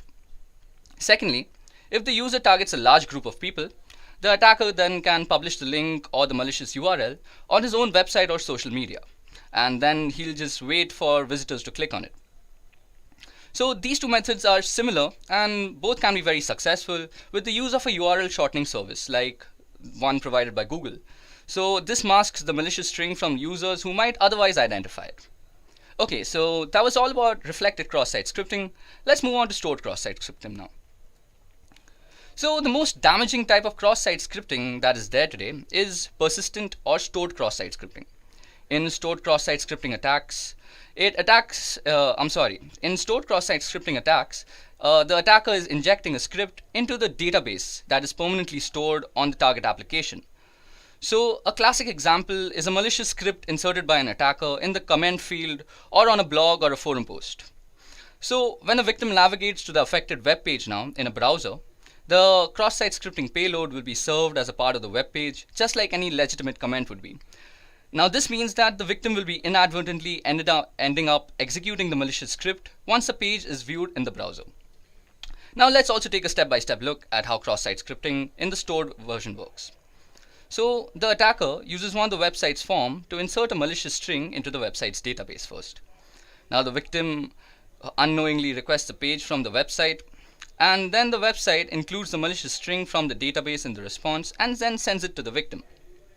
Now the poor victim will be actually executing the malicious script inside the response and sending all the cookies to the attacker's server. So that's basically how stored or persistent cross-site scripting works. Now it's time for the last type of cross-site scripting, which is document object model based cross-site scripting. So DOM based cross-site scripting is an advanced type of cross-site scripting attack, so which is made possible when the web application's client-side script writer uses provided data to the document object model. So basically it means that data is subsequently read from the document object model by the web application and outputted to the browser. So if the data is incorrectly handled in this place, an attacker can very well inject a payload which will be stored as a part of the document object model and then executed when the data is read back from the DOM. Now let's see how that actually happens. So first the attacker crafts a URL containing a malicious string and sends it to the victim. Now this victim is again tricked by the attacker into actually requesting the URL from the website. This is like the primary step in actually performing cross-site scripting. Now the third step is that the website receives the request but does not include the malicious string in the response. Here's the catch of DOM-based cross-site scripting. So now the victim's browser executes the legitimate script inside the response, causing the malicious script to be inserted into the page. That is basically into the inner HTML attributes. And the final step is then the victim's browser then executes the malicious script inserted into the page and then just sends the victim the cookies to the attacker's server. Now, if you guys must have realized, in the previous examples of persistent and reflected cross-site scripting, the server inserts the malicious script into the page, which is then sent as a response to the victim. Now, when the victim's browser receives the response, it assumes that the malicious script is to be a part of the page's legitimate content and then automatically executes it during page load as with any other script would be. But in a DOM-based attack, there is no malicious script inserted as a part of the page. The only scripts that are being actually automatically executed during the page load is legitimate part of the page. So that's the scary part. So the problem is that this legitimate script directly makes user input in order to add HTML to the page. So the malicious string is inserted into the page using inner HTML. So it's passed as HTML. So mostly people who are actually servicing or surveying any server for cross-site scripting attacks, they will not be actually checking the client side. So it's a very subtle difference, but it's very important. So in traditional cross-site scripting, the malicious JavaScript is actually executed when the page is loaded as a part of the HTML server. And in DOM-based cross-site scripting, the malicious JavaScript is executed at some point after the page has already been loaded, because the page's legitimate JavaScript treating user input is using it in an unsafe way. So now that we have actually discussed all the three types of cross-site scripting that is widely available today, now let's see what can actually happen if if you were actually a victim of cross-site scripting. I'm sorry. So let's see what can happen if you actually were a victim of cross-site scripting. So the consequences of what an attacker can do with the ability to execute JavaScript on a web page may not immediately stand out to you guys, but especially since browsers like Chrome run JavaScript in a very tightly controlled environment these days, and JavaScript has very limited access to users' operating systems and user files. But when considering that JavaScript has the access to the following that we're going to discuss, we can only see how creative JavaScript attackers can get. So firstly, with malicious JavaScript has access to all the same objects that the rest of the web page has. So this includes a thing called cookies. Now cookies are often used to store session tokens, and if an attacker can obtain a user's session cookie, they can impersonate that user anywhere on the internet. Secondly, JavaScript can read and make arbitrary modifications to the browser's document object model. So your page will just be incorporated with all sorts of scripts and viruses without you even knowing from the server side. Now JavaScript can be used with the XML HTTP request to send HTTP requests with arbitrary content to arbitrary destinations. And the most scary part is that JavaScript in modern browsers can leverage HTML5 APIs, such as accessing a user's geolocation, webcam, microphone, and whatnot, and even specific files from the user's file system. Now, while most of these APIs require the users to opt in, cross-site scripting in conjunction with some very clever social engineering can bring an attacker a very long way. Now the above in combination with social engineering, as I just said, allows an attacker to pull off advanced attacks including cookie theft, key logging, phishing, and identity theft too. Now critically, cross-site scripting vulnerabilities provide the perfect ground for attackers to escalate attacks to more serious ones. So now that we understand what cross-site scripting attacks are and how damaging they can be to your application, let's dive into the best known practices that are actually followed to prevent them in the first place. So the first mechanism that is used is called escaping. So escaping data means that taking data an application has received and ensuring that it's secure before actually rendering it for the end user. Now by escaping user input, key characters in the data received by a web page will be prevented from being interpreted in any malicious sort of way. Now in essence, you're censoring the data your web page receives in a way that will disallow characters, especially those brackets that begin the HTML attributes, like in HTML and IMG. So these will be stopped from being rendered, which would otherwise cause harm to your application and users and database. But if your page doesn't allow users to add their own code to the page, a good rule of thumb is normally to escape any and all HTML, URL, and JavaScript entities.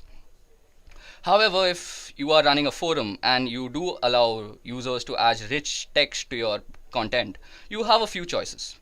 So firstly, you'll need to carefully choose which HTML entities you will escape and which you won't, or by replacement format for raw HTML such as Markdown, which will in turn allow you to continue escaping all the sorts of HTML characters. Now the second method that is normally used is called validating input. So validating input is the process of ensuring an application is rendering the correct data and preventing malicious data from doing harm to the site, the database, and the users. So while whitelisting and input validation are more commonly associated with stuff like SQL injection, they can also be used as an additional method of prevention for cross-site scripting attacks. So input validation is especially helpful and good at preventing cross-site scripting in forms, as it prevents a user from adding special characters into the fields instead of refusing the request completely. But input validation is not the primary method of prevention for vulnerabilities, such as cross-site scripting and even SQL injection for that example, but instead they help to reduce the effects should an attacker actually discover such a vulnerability in your system. Now the third way to prevent cross-site scripting attack is to sanitize user input. So sanitizing data is a strong defense, but should not be used alone to battle cross-site scripting attacks. It's totally possible that you find the need to use all three methods of prevention in working towards a more secure application.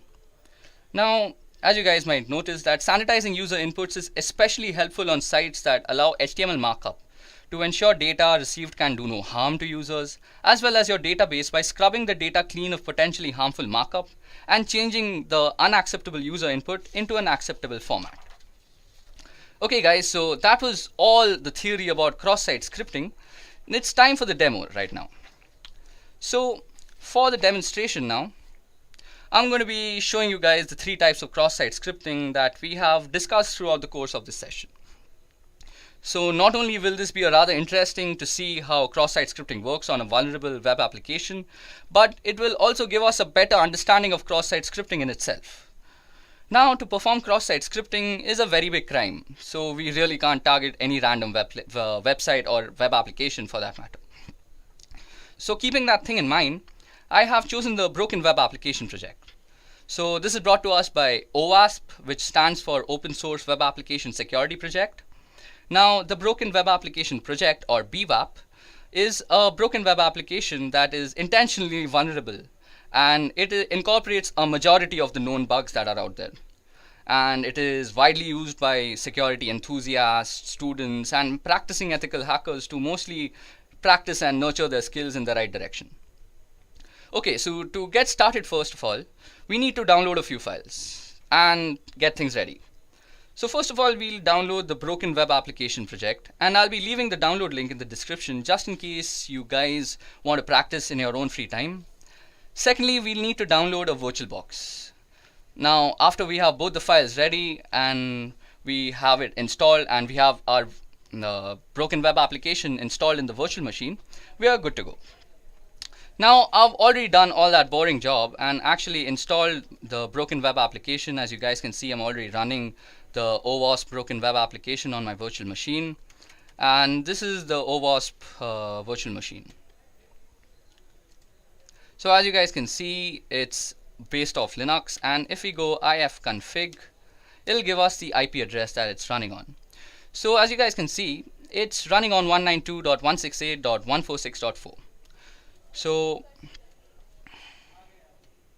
if we just head over there, yeah, I've already opened that up, we get a portal. So for this particular demonstration, I'm going to be using the Broken Web Application project and also WebGoat. So first of all, let's head over to the Broken Web Application project. So we'll be greeted with a login screen out here, and the credentials for this is B and bug, as you guys can see. So just go and enter login after you've entered the credentials. Okay, so you all will be welcome with a place where you can choose your bug, and you can also choose the amount of security that you want to practice with. So since this is a very simple demonstration, I'm going to set the security to low. And the first thing that we're going to test is actually reflected cross-site scripting. So reflected cross-site scripting mostly has things to do with the GET request when we are actually coding on the back end. So let's see. So first of all, we go ahead and choose reflected cross-site scripting for the GET method, and we go and press hack. Now we'll be presented with a form. Now form is a very good way of actually showing reflected cross-site scripting, because normally when an attacker will be trying to attack you, he'll be trying to send you a form or any way you can actually input something into his server. So interestingly, if we go and just input nothing into these two fields and just go, we'll see the URL change out here. So firstly, you guys see that the fields are very clearly visible, and these are the two fields, and that means that it's an unencoded input. So this is a very rich place to actually practice your web vulnerability and penetration testing skills. So if I were a hacker, I would try and run a script out here. So if I were to go script, and I've already practiced a few out here, as you guys can see. So if we go script alert, this is an example of reflected XSS. Yeah, and if we go and just end the script out here, this is going to actually render the JavaScript input as a part of the page, and we are going to get an output because of this. So that's how reflected cross-site script is actually working. So as you guys can see, what am I saying? As you guys can see, the web application has actually rendered our JavaScript, and now we can see that reflected cross-site scripting is actually working out here. So now you guys must have realized that in a practical scenario, this form must be sent to the victim and must be tricked into filling the form for the attack to be successful. Also, in more practical scenarios where sites are also having forms, they're going to be putting filters to the content of the input parameters such that you cannot run JavaScript in them. And you cannot also put any unencoded inputs into them. So that was all about reflected JavaScript. I mean reflected cross-site scripting. So now let's move on to stored cross-site scripting, which is the most dangerous form of cross-site scripting. Okay, so as I had discussed, the comment sections are normally the best place for actual stored cross-site scripting. So as you guys can see out here, we already have a few comments that I had added for practicing. Now, in stored cross-site scripting, the attacker is normally attacking the data that is stored. So basically, we are going to inject the script into the database, into the server.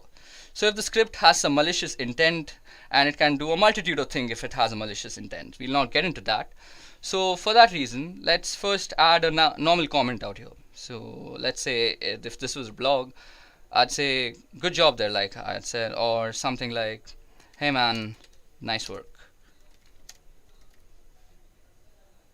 And if you go and press submit, okay, it's showing this is an example of persistent cross-site scripting because I had already inserted a malicious script. So this is that script out here, the second input. But just for demonstration purposes, let's go and input it again. So we can also input raw data, that is unencoded input, in the form of a script. So let's go alert. And let's just print hello world.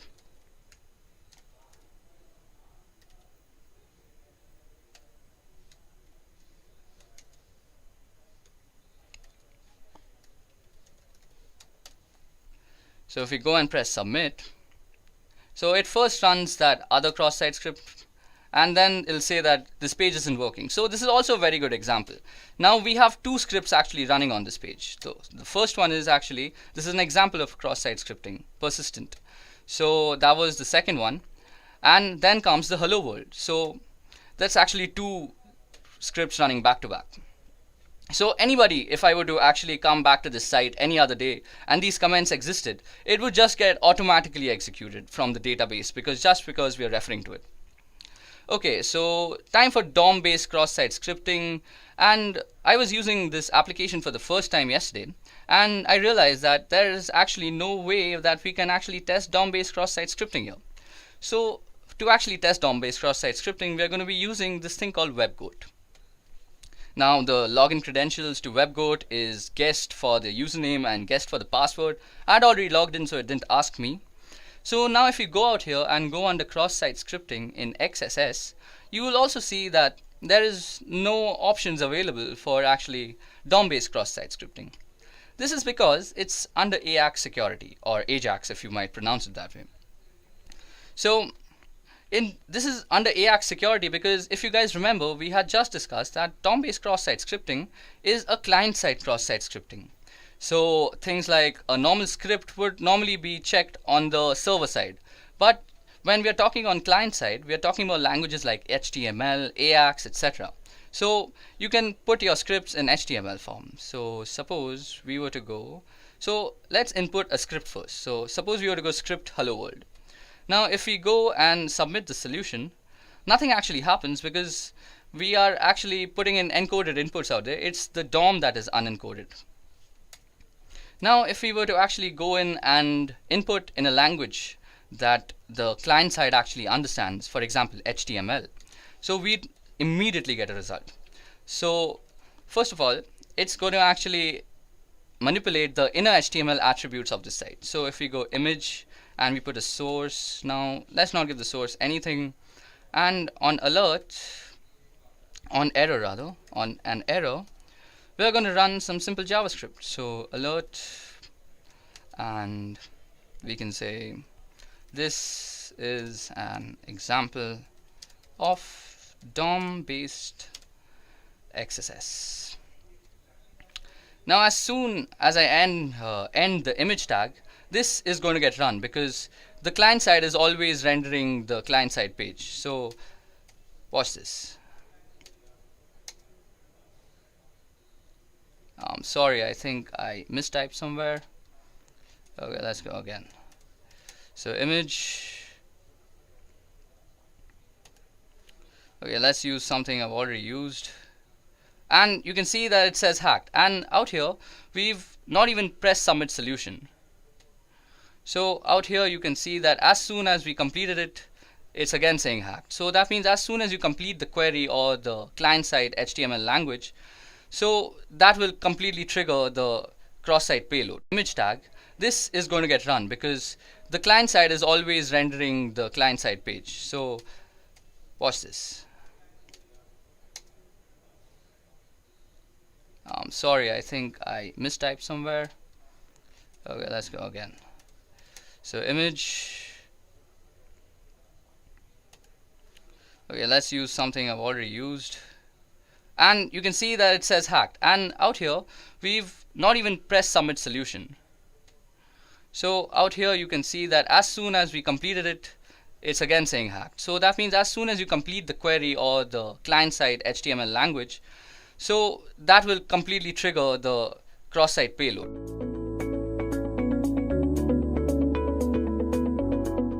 Firstly, let's go over what DOS and DDoS means. Now, to understand a DDoS attack, it is essential to understand the fundamentals of a DOS attack. DOS simply stands for denial of service. This service could be of any kind. For example, imagine your mother confiscates your cell phone when you are preparing for your exams to help you study, without any sort of distraction. While the intentions of your mother is truly out of care and concern, you are being denied the service of calling and any other service offered by your cell phone. Now, with respect to a computer and computer networks, a denial of service could be in the form of hijacking web servers, overloading ports with requests, rendering them unusable, denying wireless authentication, and denying any sort of service that is provided on the internet.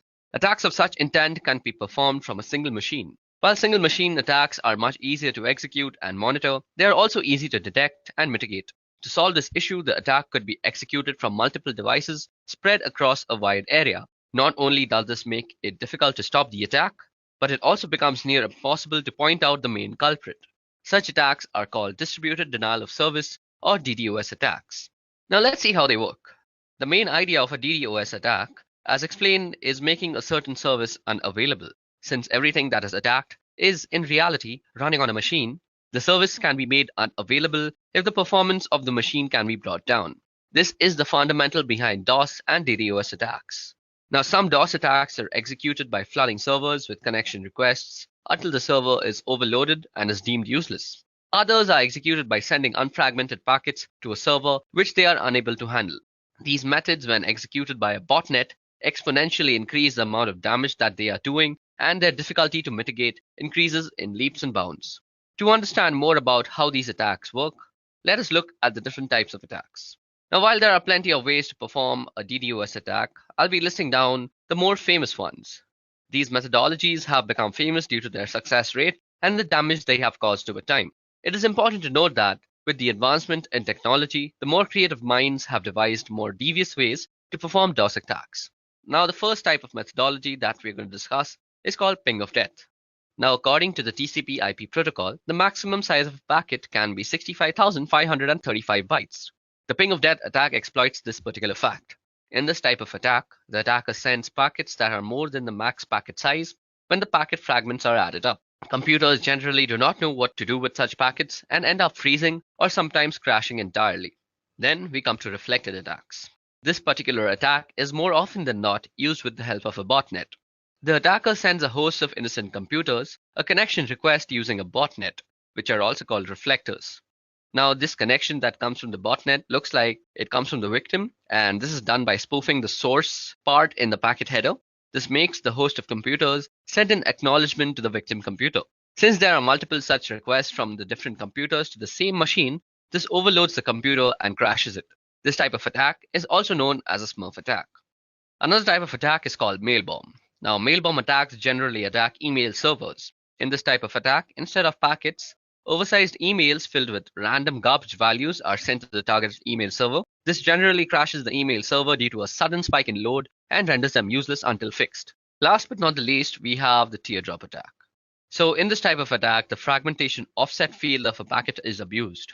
One of the fields in an IP header is the fragment offset field, indicating the starting position or offset of the data contained in a fragmented packet relative to the data in the original packet. If the sum of the offset and the size of one fragmented packet differs from that of the next fragmented packet, the packets overlap. Now, when this happens, a server vulnerable to teardrop attacks is unable to reassemble the packets, resulting in a denial of service condition.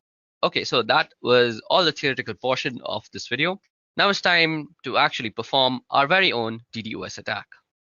Okay, so now that we finished the theoretical part of how DDoS actually works and what it actually is with its different types, let me just give you guys a quick demonstration on how you could apply a denial of service attack on a wireless network anywhere around you. Like this could be somewhere like Starbucks where you're sitting, or this could be a library also, or your college institution. No matter where you're sitting, this procedure will work. So the first thing we want to do is actually open up a terminal, because we will be doing most of our work on a command line basis.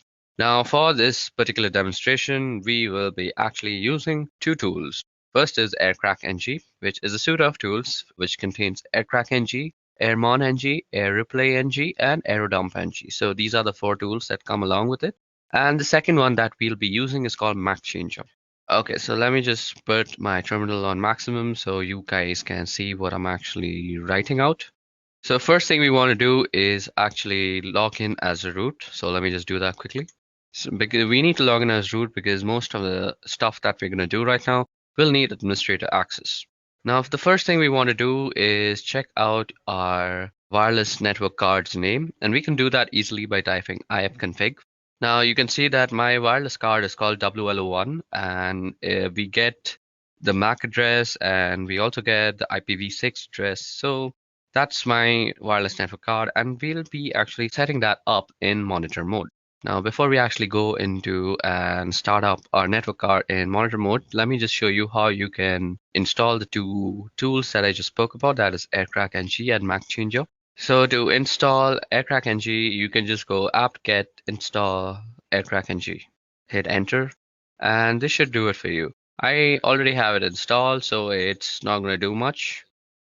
To install MacChanger, you could just go the same command, that is apt-get install MacChanger, and you can check if both the tools have been installed properly by opening the manual pages by typing man AirCrackNG, and this will open up the manual page for you. And let's also do the same for MacChanger. So what we're going to do first is set up our network interface card into monitor mode. So to do that, all we have to do is type ifconfig, and we need to put our network interface card down. So we go WLO1 down, and with the command iwconfig, we go mode monitor. Don't forget to specify the interface that you're working on. So iwconfig WLO1 mode monitor. And all you have to do now is put it back up. So what we are going to type is ifconfig WLO1 up. You can check the mode. It'll say managed if it's in monitoring mode. So as you guys can see, it says mode managed. So that's how we're going to go ahead. So you can check that just for your own purposes. So we can also check for only WLO1 by specifying the interface. Or you could also check the mode only by passing it through a pipe function, and that is using grep mode. So iwconfig WLO1 grep and mode. Well, mode begins with a capital M, so that's how you would probably return it. So as you guys can see, that has returned the mode for us, along with the access point and the frequency. Okay, so that was a little fun trivia on how you could fetch the mode from a certain command, that like iwconfig, by passing it through a pipe and grabbing it with mode. Grep basically means grab. Okay, so now moving on, we'll get to the more important stuff now. So firstly, we need to check for some sub-processes that might still be running and that might actually interfere with our scanning process. So to do that, what we do is airmonng check and then the name of the interface.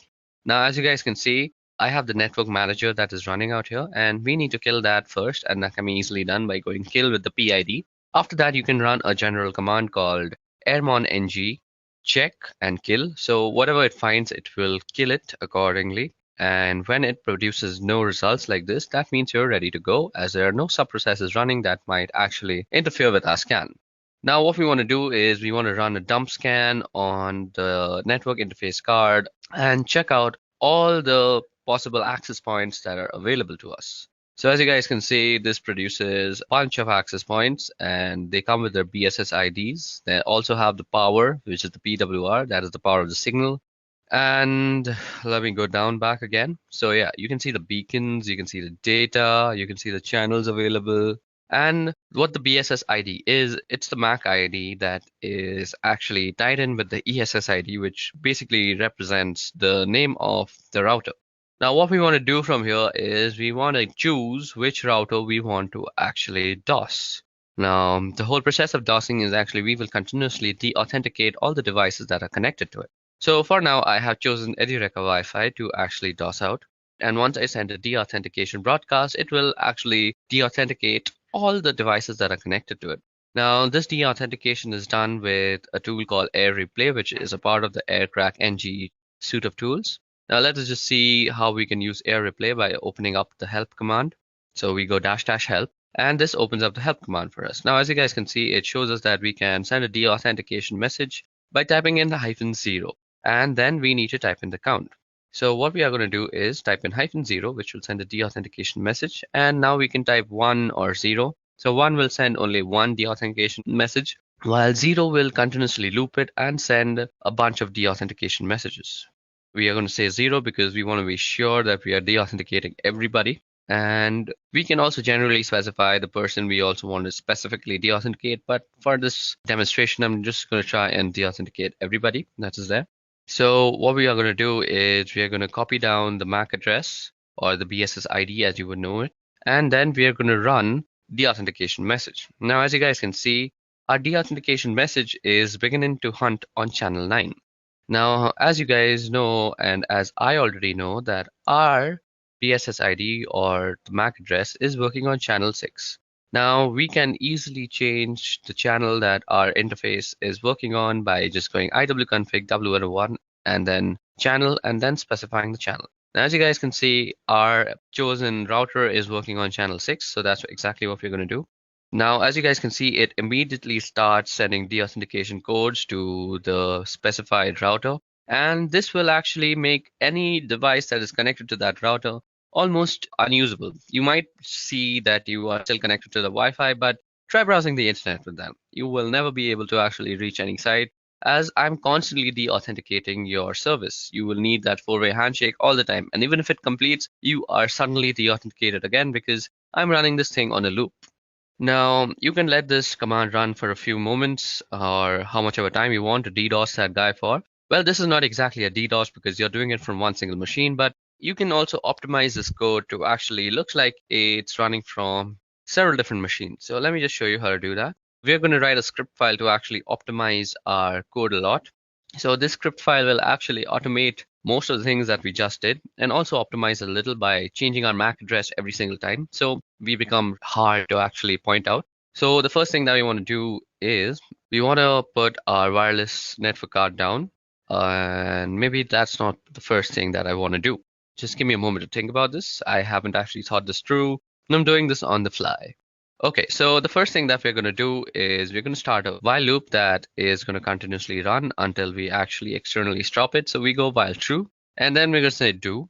And the first thing that we want to do is send out a de-authentication message, and we are going to send it around 10 de-authentication messages. And we want to run it on a specific BSS ID. So that is the BSS ID that I had copied.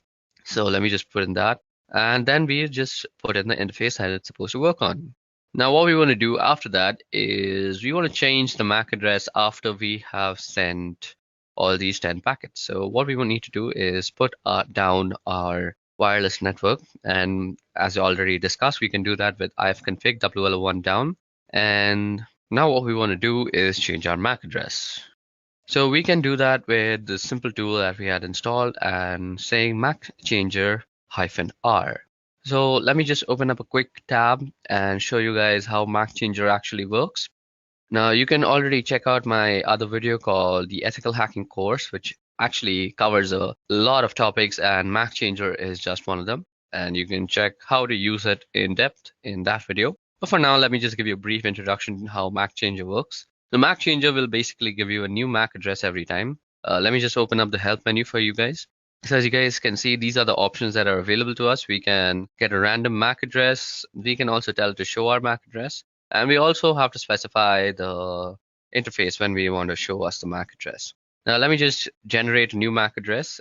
So you see out here that interface up or insufficient permissions is being shown. So this means we always have to put down our interface first. So let me just do that quickly. I have config WL1 down. And now what we want to do is give ourselves a new MAC address. And boom, roasted, we already have a new MAC address, as you guys can see from the new MAC part. Now, if we put back our network interface card and then try and show our MAC address again, we see that our current MAC and our permanent MAC are two completely different MAC addresses. And our current MAC and the new MAC are identical. So this is how you can actually generate new MAC addresses to spoof your own identity on the wire. And that is very useful in this case because the person you're attacking will be so confused as to what to do because your MAC address is changing every time. And there's no real solution to the situation that you're creating for him. At least I don't know of any solution.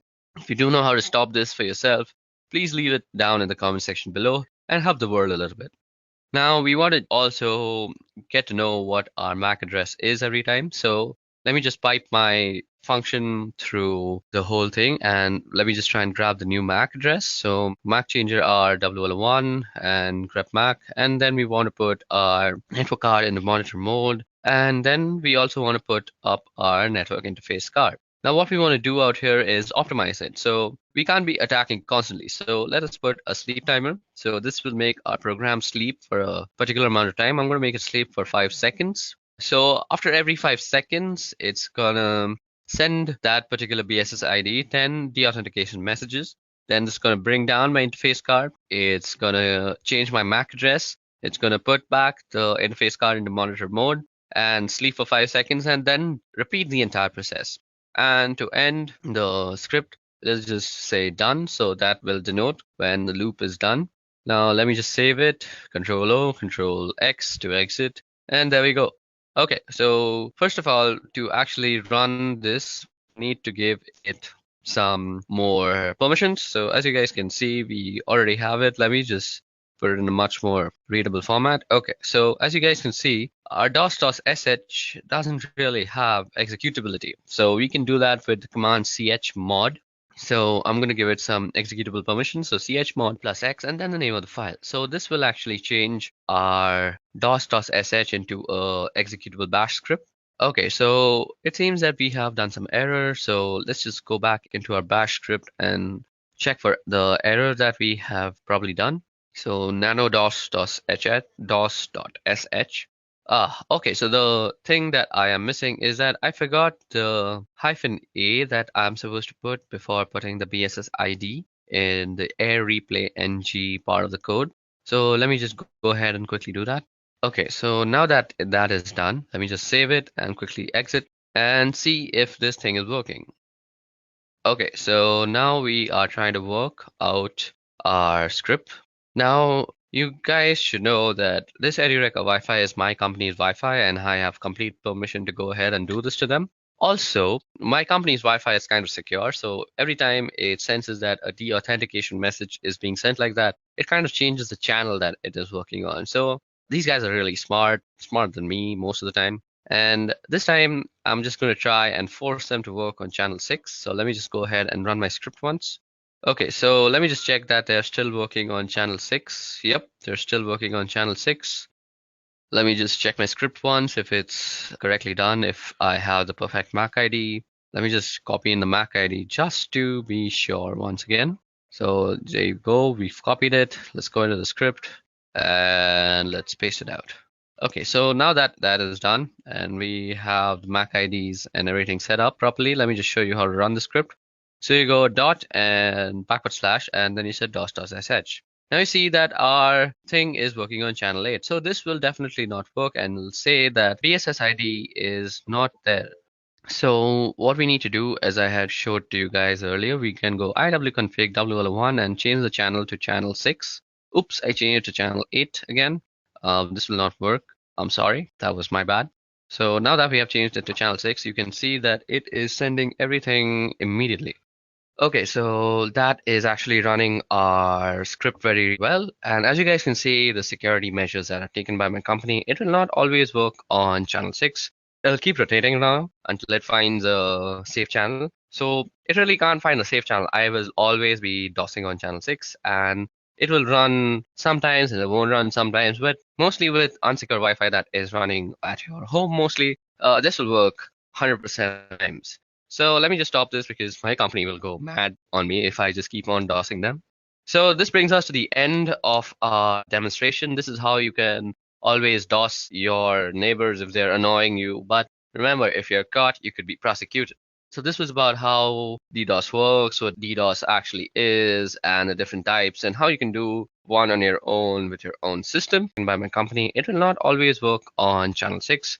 It'll keep rotating now until it finds a safe channel. So it really can't find a safe channel. I will always be DOSing on channel 6, and it will run sometimes and it won't run sometimes, but mostly with unsecure Wi-Fi that is running at your home mostly, this will work 100% times. So let me just stop this because my company will go mad on me if I just keep on DOSing them. So this brings us to the end of our demonstration. This is how you can always DOS your neighbors if they're annoying you. But remember, if you're caught, you could be prosecuted.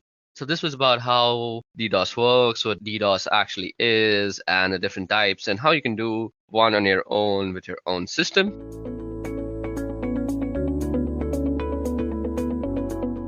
In early days of internet, building websites was straightforward. There was no JavaScript, no backend, no CSS, and very few images. But as web gained popularity, the need for more advanced technology and dynamic websites grew. This led to development of Common Gateway Interface, or CGI as we call it, and server-side scripting languages like ASP, JavaScript, PHP, and many others. Websites changed and started storing user input and site content in databases. Each and every data field of a website is like a gate to database. For example, in login form, the user enters the login data. In search field, the user enters a search text, and in data saving form, the user enters the data to be saved. All this indicate data goes to database. So instead of correct data, if any malicious code is entered, then there are possibilities for some serious damage to happen to the database and sometimes to the entire system.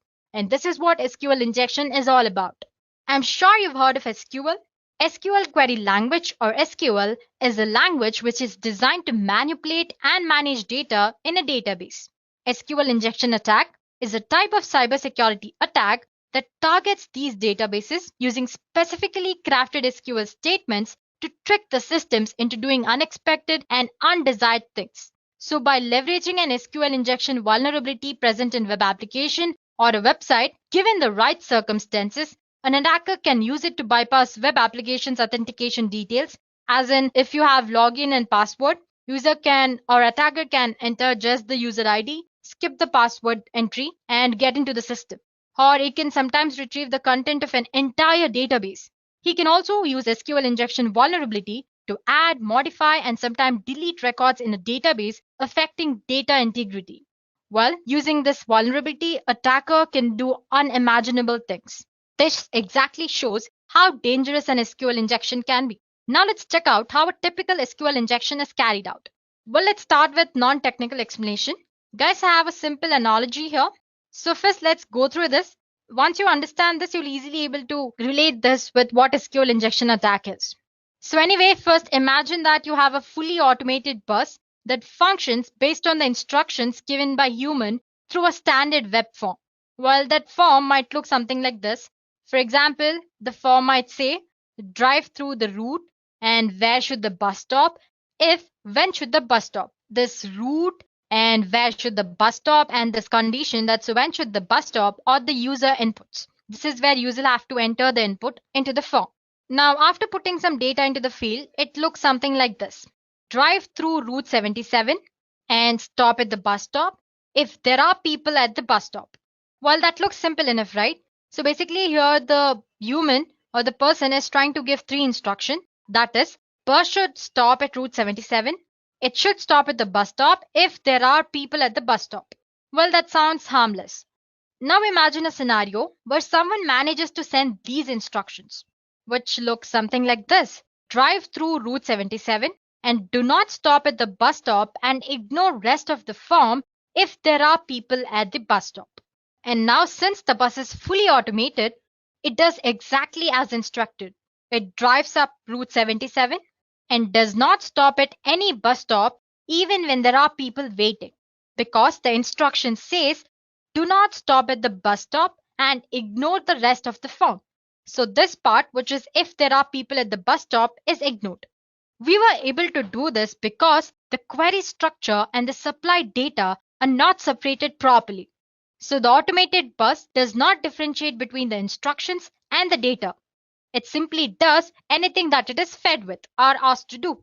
While SQL injection attacks are based on the same concept. Attackers are able to inject malicious instructions into good ones, all of which are then sent to database server through a web application. And now the technical explanation. An SQL injection needs two conditions to exist, which is a relational database that uses SQL and a user-controlled input which is directly used in an SQL query. Let's say we have an SQL statement, a simple SQL statement. The statement says select from table users where username is so-and-so and password is so-and-so. Basically, you can think of it as a code for a login form. It's asking for the username and the password. This SQL statement is passed to a function that sends the entire string to connect a database where it will be passed, executed, and returns a result at the end. If you have noticed, the statement contains some special characters, right? We have asterisk here to return all the columns for selected database row. And then there is equals to only returns values that match the search string. And then we have single quote here and here to tell the SQL database where the search string starts or ends. So for user, you have starting here, ending here, and for password here. So basically a pair. Now consider the following example in which a website user is able to change the values of this user and password such as in login form. So if the values are put into user and password, it looks something like this. Select from users table where username is Dean and password is Winchesters. And the SQL statement is simple enough. It's very direct. So if there is a user called Dean with password Winchesters, then all the columns of table users are extracted. Now suppose if the input is not properly sanitized by the web application, the attacker can easily insert some malicious SQL statement like this. The username might be Dean or 1 is equal to 1, and then you have double hyphen followed by password is equal to Winchesters. So basically, along with the data, the user or the attacker has tried to enter a malicious SQL statement disguising it as a data here. So guys, you need to notice two things here. First one, we have or 1 is equal to 1. It's a condition that will always be true. Therefore, it is accepted as a valid input by application. For example, if Dean is not a valid user or if there is no user called Dean in the database, application would consider the next value because there is or in between. Our next value is 1 is equal to 1, which always returns true. So basically, our input will be something like this, Dean or true. And if there is no user called Dean, the next input will be true and it will be taken as an input value and the values will be displayed. So the next part, which is double hyphen. I'm sure you know what double hyphen represents, right? Basically, it's commenting the next part of the SQL query. So it instructs the SQL parser that the rest of the line is a comment and should not be executed. So the part, that's password part, will be ignored. So basically what we're trying to do is we're trying to bypass the password authentication here. So once the query executes, the SQL injection effectively removes the password verification, resulting in an authentication bypass. By using double hyphen, we're commenting rest of the comment. And before that, using 1 is equal to 1, which is translated to true, we are trying to enter the database without even giving an valid value. So the application will most likely log the attacker in with the first account from the query result. And as you guys know, most of the time, the first account in a database is that of an administrative user. So basically by doing nothing or basically by giving some random data here, the attacker was able to extract the admin details. It sounds very dangerous, right? So that's all an SQL injection attack is all about. Basically, you're trying to manipulate the valid or the correct SQL statement as a malicious code and trying to extract data from the database. Now, what's the worst that could happen when you suffer an SQL injection attack? There are a number of things that an attacker can do when exploiting an SQL injection on a vulnerable website. First of all, he can access data without authorization, for example, by tricking the database into providing too many results for a simple query. Then he can extract sensitive information like social security numbers or credit card details. Next thing, he might somehow get in touch with authentication details of users registered on a website, and then he can use this information to log in during other attacks. He can also alter data in the database without authorization.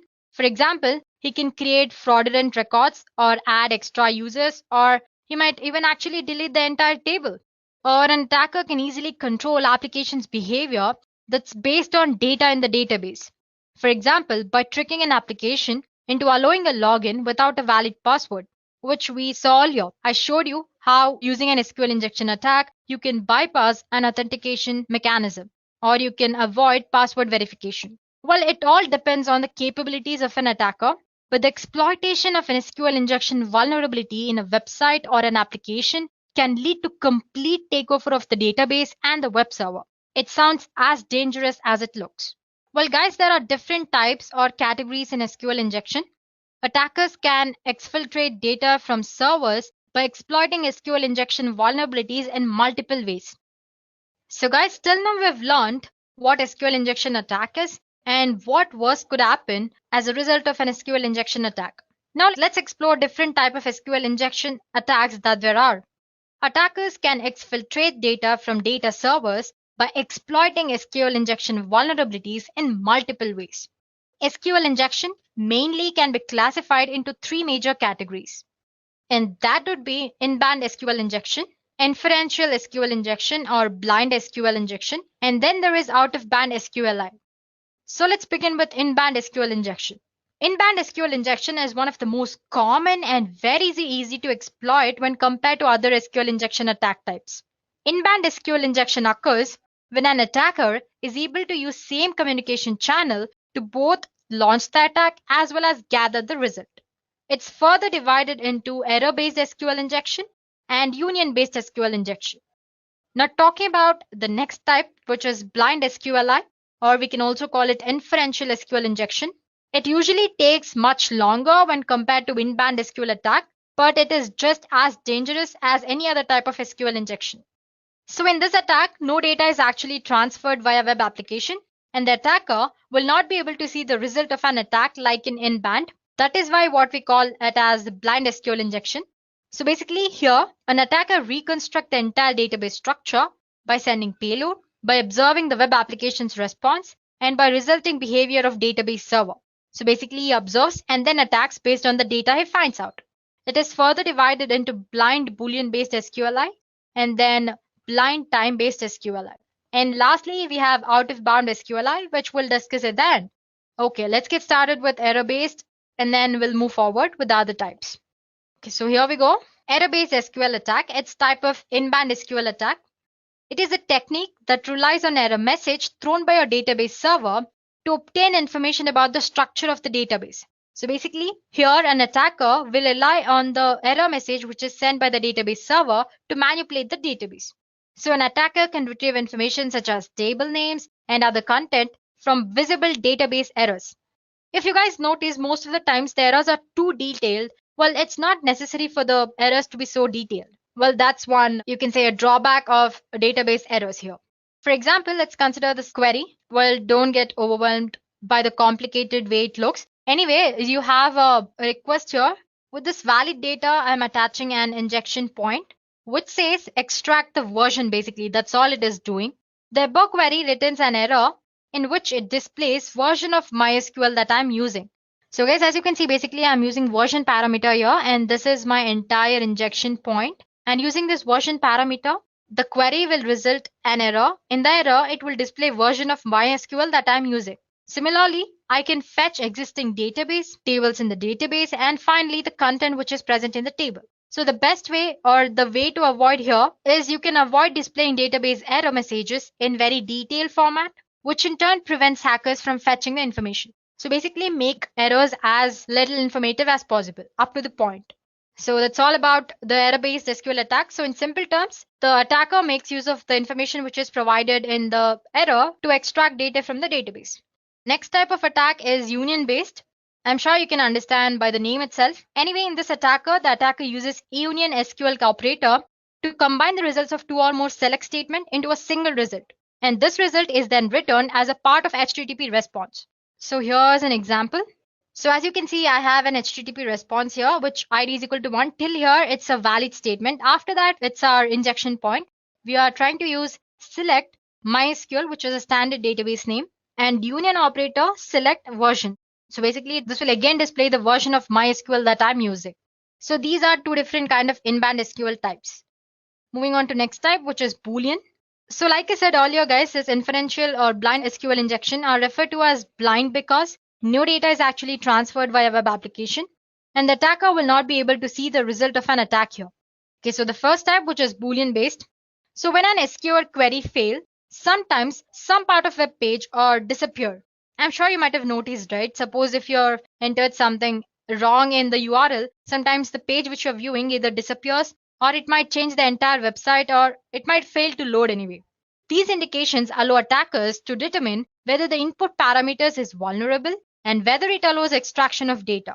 This attack is typically very slow, especially on large databases, since an attacker would need to enumerate a database character by character. So guys, for example, you can see the query which is on the screen. With this request, the page should load as usual if the database version is 5x, but if it behaves differently, for example, like it might display an empty page or half the details of the website are gone, then you can consider the website version is different, indicating if the website is vulnerable to an SQL injection or not. So basically what he does is here, the attacker gives some sort of input. He observes what kind of response does a database server gives to that query. Based on that, he'll determine if it's possible to exploit the SQL vulnerability present in that application, or if at all the SQL vulnerability is present or not. So that's all about Boolean based. Then comes the time-based SQL injection. In some cases, even though a vulnerable SQL query does not have any visible effect on the output of the page, it may still be possible to extract information from an underlying database.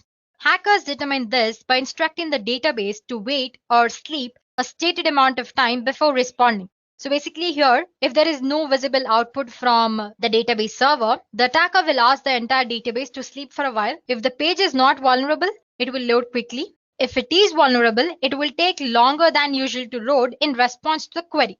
So to execute that, the true function is changed to something like sleep 3, which instructs the database to sleep for 3 seconds. So basically, as you can see in this example, we are instructing the database to be sleep for 3 seconds. If the page takes longer than usual to load, we can assume that the database version is 5.x. Okay, then comes our final SQL injection type, which is out-of-bound SQL. It's not very common. Sometimes only way an attacker can retrieve information from a database is use some sort of out-of-band techniques. Usually these type of attacks involve sending data directly from the database server to a machine that is controlled by the attacker. So guys, these are the major categories of an SQL injection. And now that we have learned the theory part, it's better if we know how to actually perform them in reality. So let's explore at least a few of these types, if not all. So to show you guys how to perform an SQL injection, first of all, I need a web application or a website on which I can actually perform an SQL injection. There are a lot of web applications which are vulnerable. So all you have to do is just type php id is equal to 1.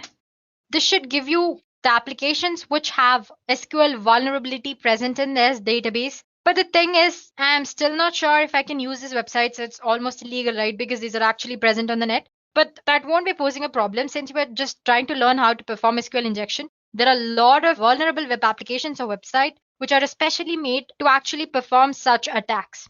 I'm sure you might have seen in other previous videos related to ethical hacking and cybersecurity, where we used Kali Linux and we used Metasploit level 2. We had different other kind of vulnerable web applications like DAM vulnerable application and Mutiliday and many others. As for today's session, we'll be using another such web application, which is called WebGoat. As you can see, it says WebGoat is a deliberately insecure web application maintained by OWASP designed to teach web application security lessons.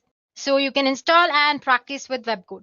It not only has SQL injection, it also has other kind of vulnerabilities, which you might have seen when we were discussing the WordPress website vulnerabilities, like cross-site scripting, SQL injection, and content delivery, many others. Okay, the latest version of WebGoat that's running right now is version 8. So basically all you have to do is you can search for WebGoat 8. So here you go, you have a GitHub version here, you can click on that. So that's a brief introduction about WebGoat. So basically it's a vulnerable web application where you can test your skills or actually see how the attacks happen. So all you have to do is install WebGoat. Right now the current running version is WebGoat 8. All you have to do is type for WebGoat. You can see the WebGoat GitHub link here. Click on that. And if you scroll down here, it says download the latest release of WebGoat. You can run it as a container using Docker. Anyway, you can just click on this. And there you have your jar file. Just click on that, it'll be downloaded. I already have it downloaded. You can store it in your favorite folder or the folder which you access very easily. So one more point is that there's a prerequisite which you need to have to use WebGoat, which is your Java, latest version of Java. So let's say cmd command prompt. Let me just check if I have Java version. So as you can see, I have latest version, which is Java 11.0.2. So if you have older versions, delete them or just update them to the new version. And sometimes it also says that to actually use WebGoat, you need to have Tomcat, but it runs without Tomcat as well, as when it comes with the pre-installed JVM and Tomcat. But to be on the better side, please do make sure you are using JVM. Okay, guys, I have my WebGoat stored in my D folder. So all I have to do is and dir. Let me maximize the screen for you guys. So here you go. You can see my WebGoat jar file here. So now to start using that, all you have to do is java -jar and WebGoat. Let me just press tab. There it goes. Click enter. Well, it starts a WebGoat application for us. It might take about like half a minute.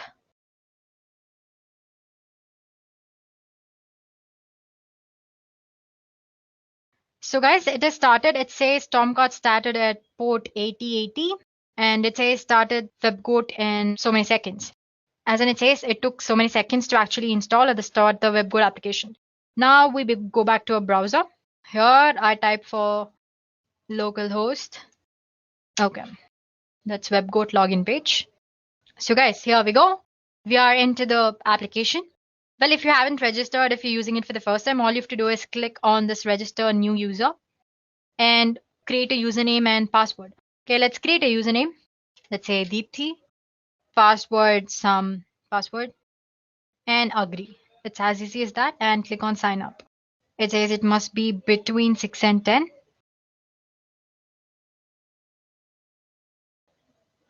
So yeah, and I'm gonna say save. Here you go. This is the WebGoat application. As you can see, it's a deliberately insecure application that allows interested developers just like you to test vulnerabilities, which are commonly found in Java-based application that use common and popular open source components like SQL and other components. So you have different other kinds of vulnerabilities here as well discussed. You have insecure deserialization, you have access control flaws, you have cross-site scripting. Under that, you have different categories. And then you have authentication flaws like JWT tokens. Then you have authentication bypass. You have password reset. And then there is injection flaws, which we're going to discuss today. Under that, you have cross-site scripting as well, or XXE. And then other general like HTTP basics and proxies. So let's go for our today's topic, which is SQL injection. The first thing that you want to do is not go for advanced. It's a little complicated. So just click on injection here, SQL injection. You will land upon this page. So basically the first page is all about what SQL query languages, that's SQL is about. Different type of SQL injection, not the types which we discussed. String-based SQL injection and numeric-based SQL injection. And then just click next. Ignore this, it's mostly because of the network error anyway. It's all about basic SQL details, that DML, data manipulation language, data definition language, which includes create, alter, drop, and truncate. Then you have data control language, which is grant and revoke. So it basically described what an SQL injection attack is. Basically, if you recall, SQL injection is basically entering a malicious data into an actual data, this way getting access to the database content. So the things that you can do using SQL injection, you can read and modify sensitive data from the database. You can execute administration operations on the database by getting access to admin data. You can shut down the entire database. You can truncate the tables, and you can add malicious users as well. You can recover the content of a given file from the file system. You can issue commands to operating system as if the application is of your own. There you go. Then what all you can do, you can spoof identity, you can tamper with existing data, you can destroy, you can pick an administrator. And it says SQL injection is more common in PHP, Classic, ASP, Code Fusion, and the other languages. If you remember, we just use PHP ID equals 1 to check if the application is SQL vulnerable or not. So yeah, it's more common in PHP. Moving on to next thing. So like I said, the extent to which a damage can be created by an SQL injection attack totally depends on the attacker and his level of knowledge and what countermeasures you have taken to avoid SQL injection attacks and all that, and the database technology that you're using. Moving on for the sixth. So this also we discussed in the theory part, as in I showed you an example on how to actually perform an SQL injection attack. So this is string-based SQL injection attack. You can see there's an SQL query which says select from user table where name is username. But you can see it's using some sort of quotations here. It's using single quotes to indicate that's the start of the content and a single quote here to indicate the end of the content. Using this misplaced quotations or unnecessary quotations is how an injection attack can be easily performed. So same for the ID, it's just that there are no single quotations because it's not a string. So instead of giving some normal output like maybe a dean or something, user can give something like this, a name which ends with quotation or 1 is equal to 1. Basically, by making use of the quotations or actual characters which are present in the string, an attacker can perform SQL injection. Or you can also give it as some this way. So yeah, basically you can give malicious SQL statements. Let's start with our first exercise, which is this one. Okay, so it says try it SQL injection attack. This is the user or the SQL query. It says this SQL query can be used to fetch all the information about a user if you know a username. So you don't need to know any specific username to get a complete list. But I've given a sample value, which is Smith. But let's say I don't know Smith. Let me give some other value.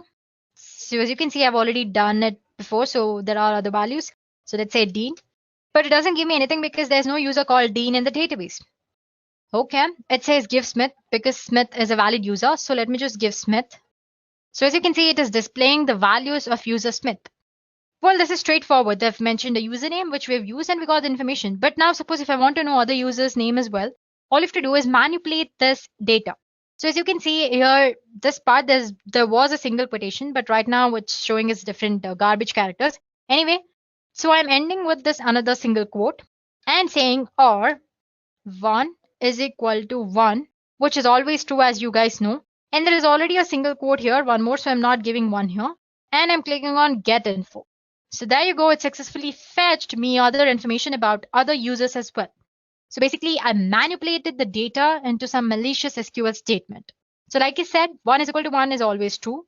So basically, it accounts to Smith or true when it actually goes to database. Since true is a valid input, it's displaying me the content. Now let's say I just want to know the first user. Or you guys actually, you can give that as this as well, as in you don't have to use the quotations, just give 1 is equal to 1. This also works. I'm saying comment rest of the SQL query like we did earlier, as in we avoided password verification, right? So whatever is after the username, it's going to avoid rest of the query. So get info. So you can see it's worked again. Let's say now I want to fetch just one user or the first or second users. Okay, let's use another name. Okay, just let me clear it. Plain or 1 is equal to 1, and I want to limit the content to 1. So as you can see, it has limited the content to the first user. It's not taking the first input, it's skipping, it's coming to this part, 1 is equal to 1, and it's limiting to the one user. Let's say Dave. So yeah, since the Dave user is not there, it's skipping this part and it's going to this part, which is 1 is equal to 1 and limiting to 1. Let's say 2 here. It should give the next username. Let's say 5 users. So there you go. Similarly, the way you want using malicious SQL statement, you can manipulate and get the data. Let's go to next exercise, which is 8. It's same as the previous one. Before it was string and now it's just number. So they say give 101 for the valid user. Let's give 100. But as you can see, there's no result because there's no user with 100 as user ID. And if I give 101, it's giving me the user 101. Let's say, let me give 110. I don't know if the user is there or not. Or 1 is equal to 1 and comment. I want to limit, let's limit to 3 users. Okay, it says it's number, right? My mistake. So yeah, it's displaying 3 users. So guys, this is a simple explanation of an SQL injection attack, or you can say an error-based injection attack. Now moving on to next exercise. So this is a basic SQL injection. Now going to advanced. Again, click on the first. It says the purpose of this lesson is to combining multiple SQL techniques and use blind SQL injection as well. Okay, I'm going to click on one here. That's one. Okay, second one. Like we discussed, if you have misplaced special characters in your SQL statement, using that you can make use and you can extract data. For example, we used comment character to comment rest of the SQL query. We have colon, which command, or see, as you can see, it says star select from users, and the command drop table users. Basically, I'm using two queries here. One is to select display all the users, which is a valid according to the given form details. And next statement or the injection I'm adding is drop table users. And then you have concatenation plus is again the concatenation, string without quotes and all that. Let's get with our third exercise. It says try it pulling data from other tables. It says one of the table in WebGo database is user system data, which has a username of character, password, which is again a character, and a cookie, which is again a character. So the first thing that we have to do is execute a query to union or join these two tables. The other table was users, if you've forgotten. Let me just take you back to the exercise. As you can see, the first table is users, which I've used in this query. So going back to advanced, we were in this exercise. So yeah, we need to join users table as well as user system table, or do whatever you want. But the final thing they want is see if we can fetch Dave's password. Dave is one of the user. So guys, like I said earlier, the union operator is used in SQL injection to join a query. And the result of this forged query will be joined to the result of actual query. So you have one query, for example, let's say you're giving username and I'm giving union there. I'm attaching another statement. So basically for the result of the previous query, I'm adding my injection point via union. We are asked to fetch Dave's password here. Well, there are a lot of ways you can do it. We can do it without using union as well. Let me show you one way. Let's say I have Smith. I'm going to end this here.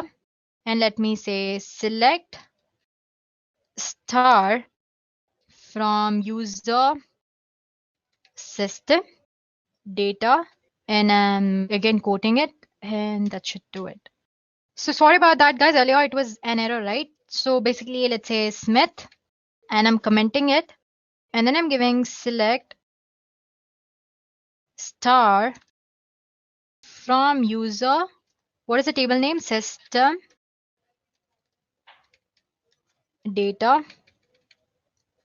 in the query and comment the rest. So as you can see, it has fetched the password of Dave. This is one way of doing it. But then we explored error-based SQL injection earlier. Now I want to show you how to use union command to extract or to perform this exercise. Anyway, so basically, like I said earlier, again, you can use union to combine two results. So the first thing you need to do is you need to know the number of columns in your user tables. For that, the simple thing that you can do is Smith. You can use group by or order by. Both of them works fine. I'm using order by 1 and let me comment it. It is giving me some sort of output. So I can say number of columns is more than 1 or actually 1. Let me try one more. 2, comment. It's still giving output. Let's give 3, 4, 5, 6, 7. It's still giving me output. Let me try go for 8. Yeah, as you can see, when I've given till 8, it says invalid order by expression. It's because, so you can see if I give 7, the number of columns here are 7. User ID, that's 2, first name, 3, 4, 5, 6, and 7. Total number of columns is 7. And when I give it 8, it's giving me error because the number of columns are just 7. So this way, based on the error it's displaying, you can actually extract data or you can actually know. So now that we know there are 7 columns, I'm going to use union statement. Remember guys, when you're giving union, in the select statement, the number of fields or the number of columns that you're giving should be the same number of columns as in the users table. That's 7. That's why we found the number of columns. The values are needed because the two queries must have equal number of columns in order to avoid syntax error. If you have like 5 columns in your second table and if you have 7 columns in the first table, the union won't happen properly and you're going to get the syntax error. To avoid that, we found out the number of columns so that you can manipulate it in the query. For example, let's say Smith and now the union select user ID, 7 columns, user ID, then password. Let's give username as well, username, password, then cookie. Make sure the data types is right as well, matching, then cookie, then user ID. Let me just count. So I have 1, username 2, that's 3, password 4, 5, 6 the field, and 7 user ID. From which user table? That's user SYSTEM system. Sorry about the mistakes, guys. Data, and comment the rest of the session. Now if I give get info, as you can see, it is fetching the information. So basically we used union operator. We combined that with actual getting, which was name. So basically we gave Smith as the username. Along with that, we attached our next query, which is select. We found there are 7 columns in our user tables. Since we're using union, we are adding 7 tables in the query as well, and asking it to display the information. So as you can see, it displays Dave password, which was same as before. That was when we performed Smith in the query, and select star from user data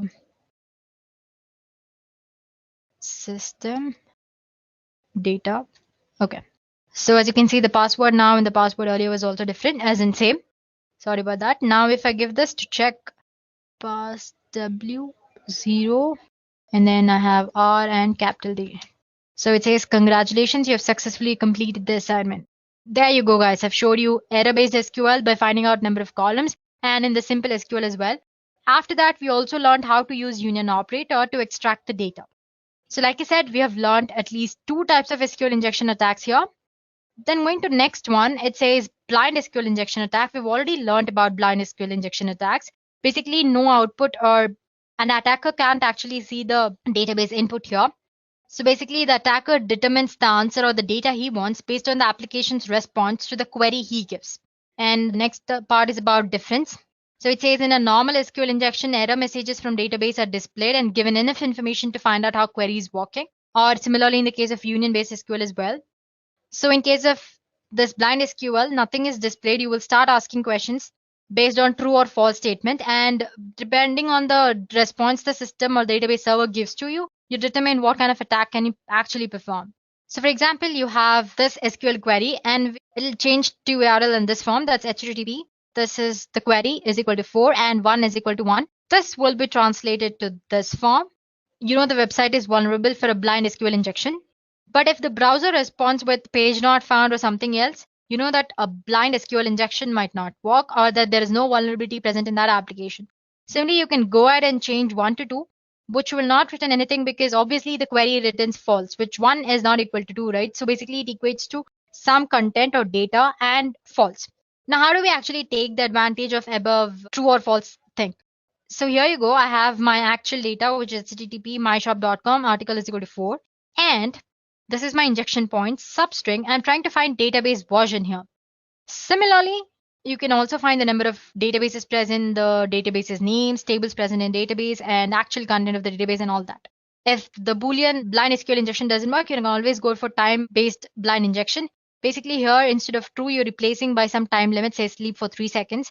Even after giving that, if the application actually loads properly, it means there's no SQL vulnerability. If it takes a little time to load, then it means that there is some sort of SQL vulnerability and you can exploit that. So there you go. And our next assignment is, it says, now that you know all the basics of SQL injection, go ahead and log in as a Tom. Well, you can obviously cannot do the thing which we did earlier, that's try Smith or 1 is equal to 1, because as you know, there's no user called Tom there. So guys, go ahead and try this exercise on your own and see if you have understood the concept properly. If not, you can always post in the comment section below and we'll get back to you guys. So as for this session, this is more than enough. We have explored the basic SQL injection as well as advanced. So there you go, guys. Now you know what SQL injection attack is and how an actual SQL injection is performed in reality. So the first step you do is to discover SQL injection vulnerabilities by routinely testing your application using both static testing as well as dynamic testing. Secondly, you avoid and repair SQL injection vulnerabilities by using parameterized queries. I'm sure you know that programming languages talk to SQL databases using database drivers, right? These database drivers allow an application to construct and run different types of SQL statements against the database extracting and manipulating data as they need it. And these parameterized statements make sure that the parameters or the input which user gives passed into SQL statement are treated same way as the data rather than a part of SQL command. So what I'm saying is that earlier I said that all you have to do in a SQL injection attack is insert malicious data into a actual proper data, right? So, and this malicious data is treated as an SQL statement. So if you used parameterized queries, this malicious SQL code won't be treated as an SQL statement. Instead, it will be treated equal as some data, input data. And there's one more way you can protect against SQL injection. Many development teams prefer to use object relational mapping or ORM frameworks to make the translation of SQL result sets into code object more seamless.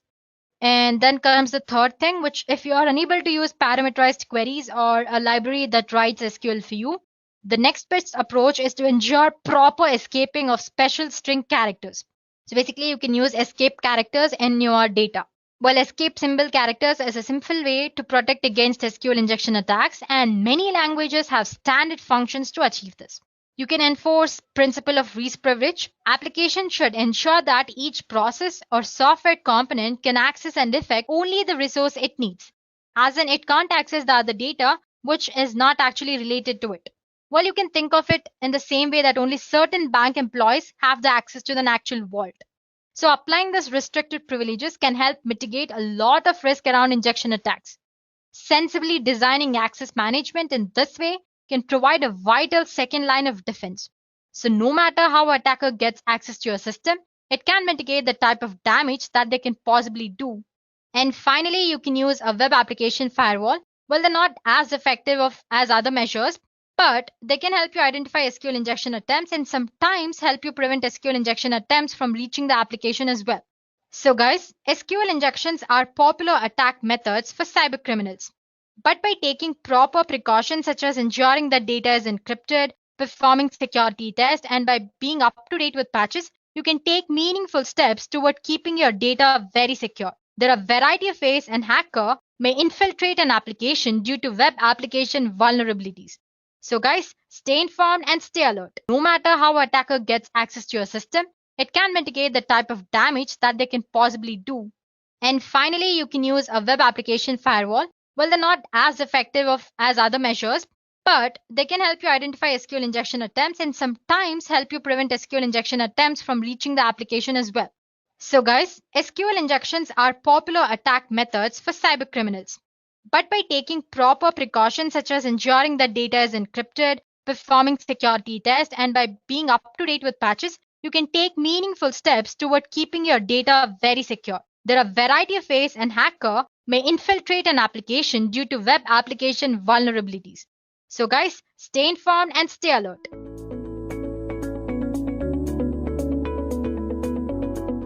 So you remember the last time you went shopping online? Remember all the pictures of clothes, books, and electronics that you looked at? What if I tell you that those images weren't really for you? What if those pants you were looking at were really detailed blueprints of military installments? You would never know, right? This is the nature of steganography. Steganography is science of hiding information from plain sight. Secret communication is very important because if your message is important and if you do not want others to know about your message, then you use different kind of techniques to hide your message from third person. And steganography is one such technique. However, criminals and terrorist organizations are using this for their own purpose. So understanding how to hide data using steganography and prevent the data from being misused will be very helpful. However, to talk about steganography, we should consider its predecessor, cryptography, which is science of writing its secret codes. Basically, cryptography makes messages meaningless to the casual reader by encrypting the data using set of rules which are known to both sender and receiver. Only the intended receiver with the decryption key can extract the actual message. Thus, when an attacker discovers the message, it is still difficult for him to get the secret message. If cryptography is a strong way to encrypt and secure a communication, then why do we need a new technique? Answer is very simple. When we are using any cryptography technique, we need to send a secret key and third person can easily judge that some secret kind of communication is going on. In simple terms, cryptography does not try to hide the fact that secret message is being sent. This is where steganography comes into picture. The main reason of using steganography is that you're hiding your secret message behind an ordinary file. No one will suspect the fact that a communication or some sort of secret message is being sent. People will generally think it is an ordinary file, and your secret message will go without any suspicion.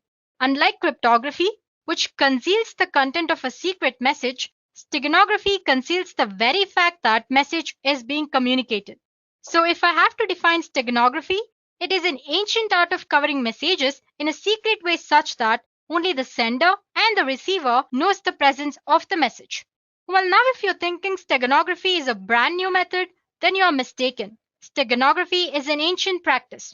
The word steganography is derived from Greek word steganos, meaning hidden or concealed, and graphen, which means writing or drawing. Before moving further, let's get a glimpse of how steganography evolved from past. The concept of steganography was first introduced in 1499, but the idea itself has existed since ancient times. There are stories of a method being used in Roman Empire whereby a slave choosing to convey a secret message had his scalp shaved clean and a message was tattooed onto his skin. When the messenger's hair grew back, he was dispatched on a secret mission. On the other end, the receiver shaved the messenger's scalp again and read the secret message. Well, that was one way of doing it. Demaratus, the king of Sparta, sent a secret message on tablet covered with wax. When it was received at the other end, the wax was scraped off to recover the message. Another oldest and the most fascinating and common way to hide message is to use invisible inks. The actual message can be made visible if document was heated gently. Next came the null cipher. Null cipher refers to the method of encrypting where plain text is mixed with actual message. Next was hiding data in the images. Microdots were used to conceal a message. A microdot is a simple text or an image which is reduced in size to hide its contents. And this microdot or the images or the text which are present in a microdot are then read using magnifiers. Apart from these techniques, there were others as well, like spread spectrum, semograms, etc. So like I said earlier, steganography is an ancient practice.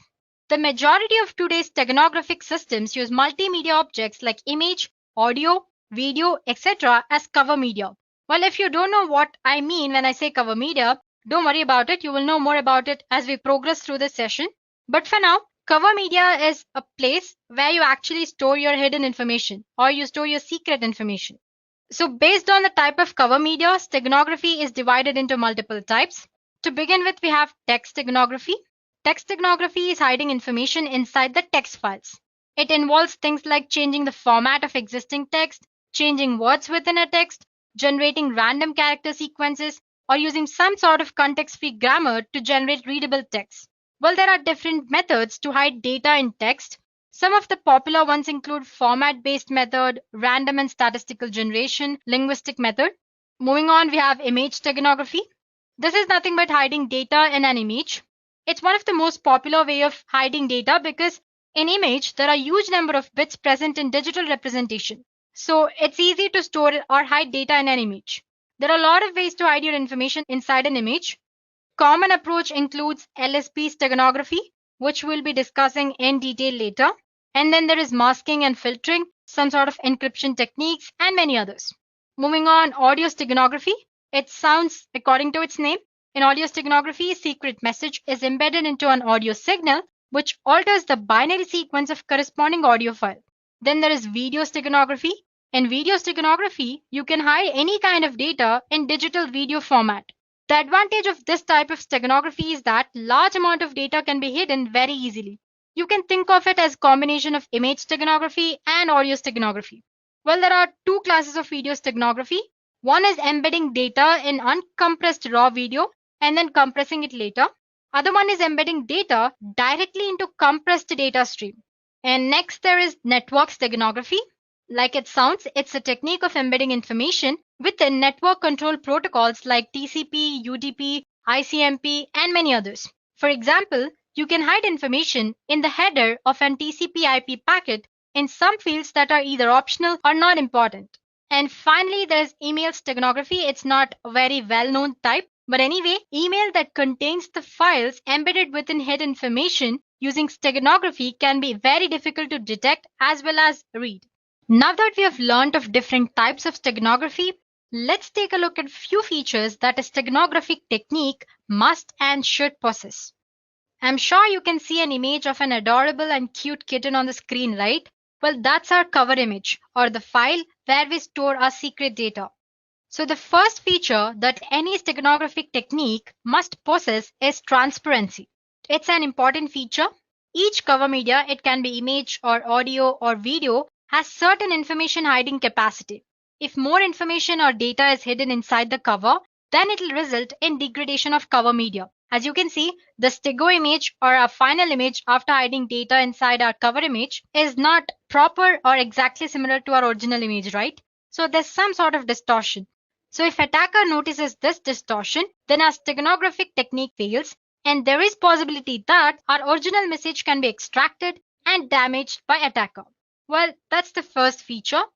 Next feature is robustness. Robustness is the ability of hidden message to remain undamaged even if the stego media undergoes some sort of transformation like cropping or scaling and blurring or linear and non-linear filtering or some sort of hindrance. So we have to make sure that technique in any way doesn't affect our secret message. And the last property, tamper resistance. This is one of the most important feature because if attacker is successful in destroying the steganographic technique, then the tamper resistant property makes it difficult for the attacker to alter or damage the original data. Well, you can think of it as a last step that as a sender you can do to protect your data from other people. Okay, so till now we have covered what steganography is, a bit about its history and its types. Now let's go through a basic steganographic model. Well, it's pretty simple concept. But before we start, we should be aware of few technical terms that I was using earlier and which I said I'll explain later. So here we go. We have something called cover object or cover file. This is the file that we will use to hide the information. It could be an image or a video or an audio or networked or the different types which we discussed earlier. And then there is our secret message. As you know, this is the secret information that we want to hide into cover object. And sometimes you also have something called stego key, and I'll explain you what that is when we encounter it. So let's get started then. So there is an steganographic encoder, which uses some sort of steganographic method or function to embed the secret message, which is represented by M, into our cover object or cover file X. So as you can see, there's a function which takes X, which is our cover file, M that is secret message, and another input that's K.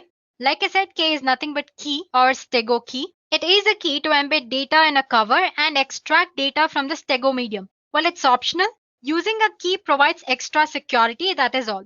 So basically our steganographic encoder method or function takes this cover image, secret message and key as an input and embeds our secret message into cover object. Embedding process generates a stego object and this stego object looks exactly like our cover object. Now this stego object is sent to receiver through the network without any encryption here. So this is where our steganographic encoding process ends. Now if on the other end, receiver wants to extract the secret message, all he has to do is feed the stego object into steganographic decoder, which also takes key as one of its input, and then as a result, he gets secret message which was intended for him. So like I said, it's a very simple process, right? So if I summarize, you have your cover file, which could be image, audio, or anything. And then you have your secret message. Both of them, along with the key, if you want, are fed into steganographic encoder. As a result, you get your stego object, which looks exactly same as cover object. And this stego object is sent to receiver through secure communication channel with or without encryption. On the other end, if receiver wants to extract the secret data, he feeds this stego object into steganographic decoder and he gets cover object and secret message as an output. So this is how steganography actually works. Well, if I want to make this process more secure, I can add one more step, which is encryption. Let's see how to do that. So like I said, there's a sender. Before actually feeding the secret information into steganographic encoder, he encrypts this secret message along with an encryption key. As a result, he gets a ciphertext, or like we discussed when we were discussing cryptography, the meaningless text or the ciphertext. This ciphertext along with steganographic key or stego key and cover file is fed into steganographic encoder. Embedding process generates a stego object, and this is where our encoding process ends. This stego object, which looks exactly like our cover object, is sent to receiver using a secure communication channel. Now on the other end, if the receiver wants to extract the secret message, he feeds the stego object along with stego key into steganographic decoder. As a result, he gets a ciphertext, and to decrypt the data, he feeds the ciphertext and the key, that's decryption key, into decryption algorithm.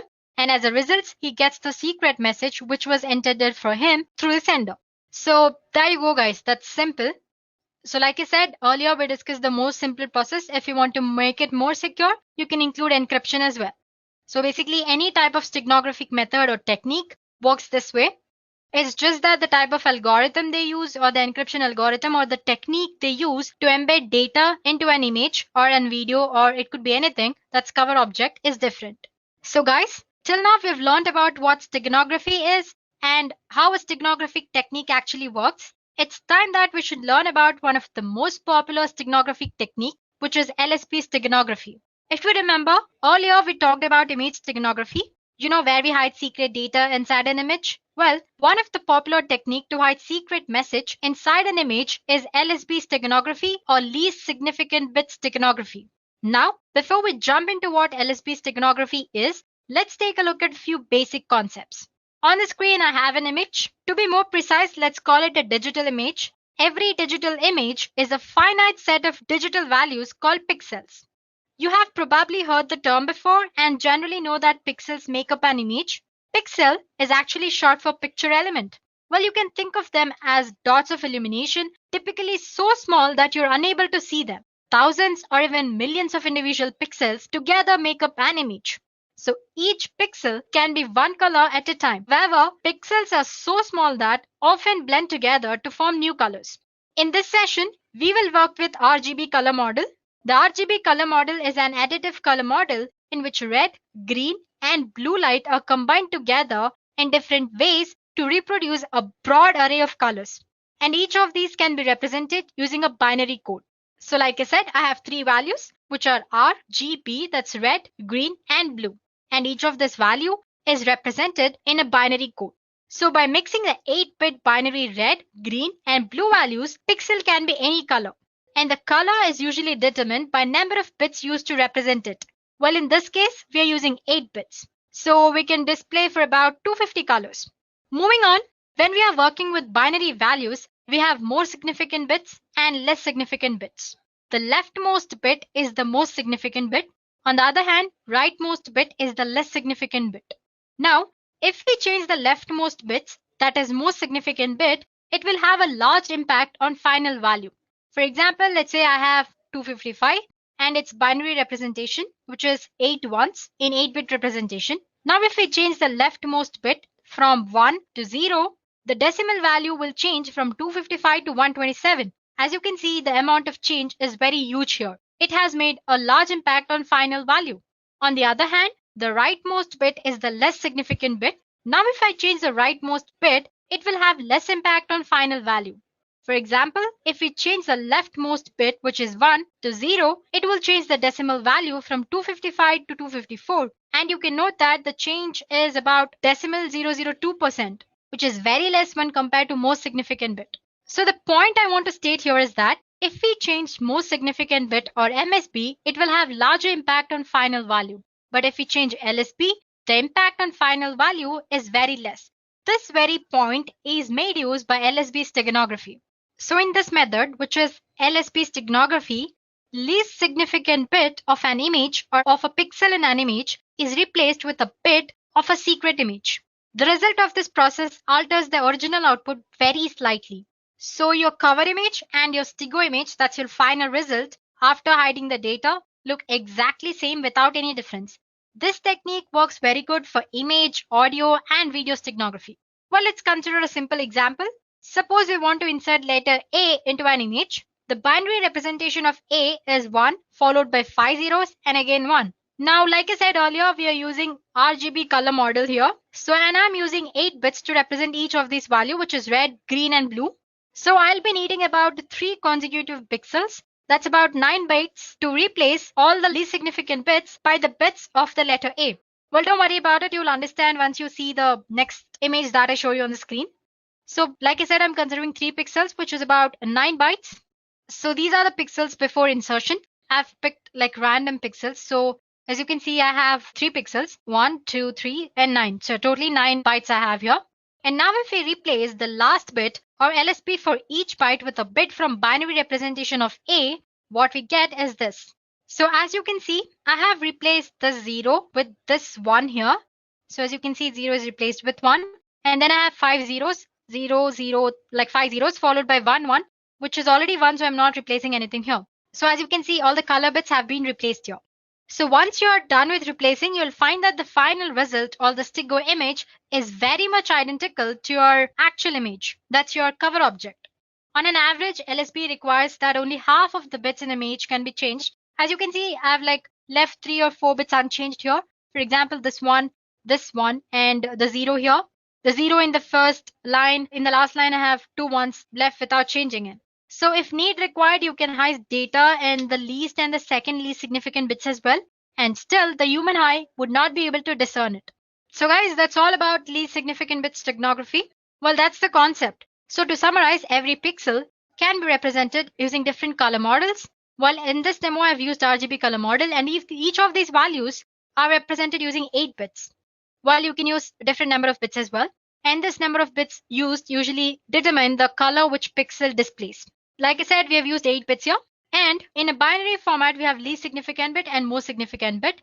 Like I said, changing most significant bit makes more changes to our final value. But that does not happen when we change the least significant bit. So we made use of that point. So basically, the least significant bit steganography make uses of the fact that changing LSB doesn't make much change to our actual image. So it replaces the LSBs in the cover object by the binary bits of secret message. So there you go, guys. Now you know the theory part of the concept. It's time to perform a small demo. In this demo, we'll see how to use the concept of LSB steganography and hide secret text in an image. So here are the steps involved. First, to encode the text into image, the program loads an image and looks or considers each pixel hexadecimal's value. Then the program asks you for the secret text and converts it into its binary form. And then one by one, it stores the secret message bits into LSB of image pixels, which is our blue value bits of RGB model. After the message is embedded into an image, program adds delimiter to the end to determine when the text ends. So here ends the encoding process. Suppose you want to retrieve the data, then the program extracts all the zeros and ones from the StickGo image until delimiter is found, and there goes our secret message. So these are the steps we'll be performing in the program. So guys, this is what a program does. Well, to summarize, it takes our image, it converts that into hexadecimal values, it takes our secret text and converts it into its binary value, then replaces the LSB of cover image with the bits of secret message. Once it does that, it adds some delimiter at the end so that we know that this is where the text ended. So this is how encoding is done. Suppose you want to retrieve the message, all you have to do is extract zeros and ones from the StickGo object and convert the binary form into string format. That way you can get your secret message, or the receiver can extract the secret message. Well, I'm using the code which I found in GitHub. And suppose if you guys want to experiment as well, please do post your email IDs in the comment section below and we'll get back to you with the code. Now let's get started with the demo. So guys, I'll be using my Ubuntu system here. So as you can see, I have a code. Let me show it to you guys. I have code here and I have certain images of different formats. I have one of JPG and one of PNG as well. Okay, let me delete this file, move to trash. So going back to terminal, let me show you guys the code first. The file name was hide py. Okay, I think I've misspelled it wrong anyway. Let me just check it anyway. It's HID. Silly mistake, hide.py. Here we go, guys. I already have code because I've already extracted it from Git and I'm using it here. So I'm just going to explain you the basic concept of how this code works actually. So like I said, we're going to convert our image into its hexadecimal format. So I have a code which converts RGB values to hexadecimal values. Before that, since we're using images here, we need to import certain libraries. We need Python library image or PIL, which is below. Well, if you're using Windows operating system, you need to separately download it. But if in Ubuntu, it comes by default. And suppose if it doesn't work, let me go back. Well, if it doesn't work, all you have to do is make sure you have Python 3 version installed. For that, check Python 3 version and make sure you have pip installed. Again, you can check using version command itself. Okay. So as you can see, I have pip installed. And suppose if you don't have, please do install it. The command is simple. All you have to do is sudo apt install python 3pip. That's it.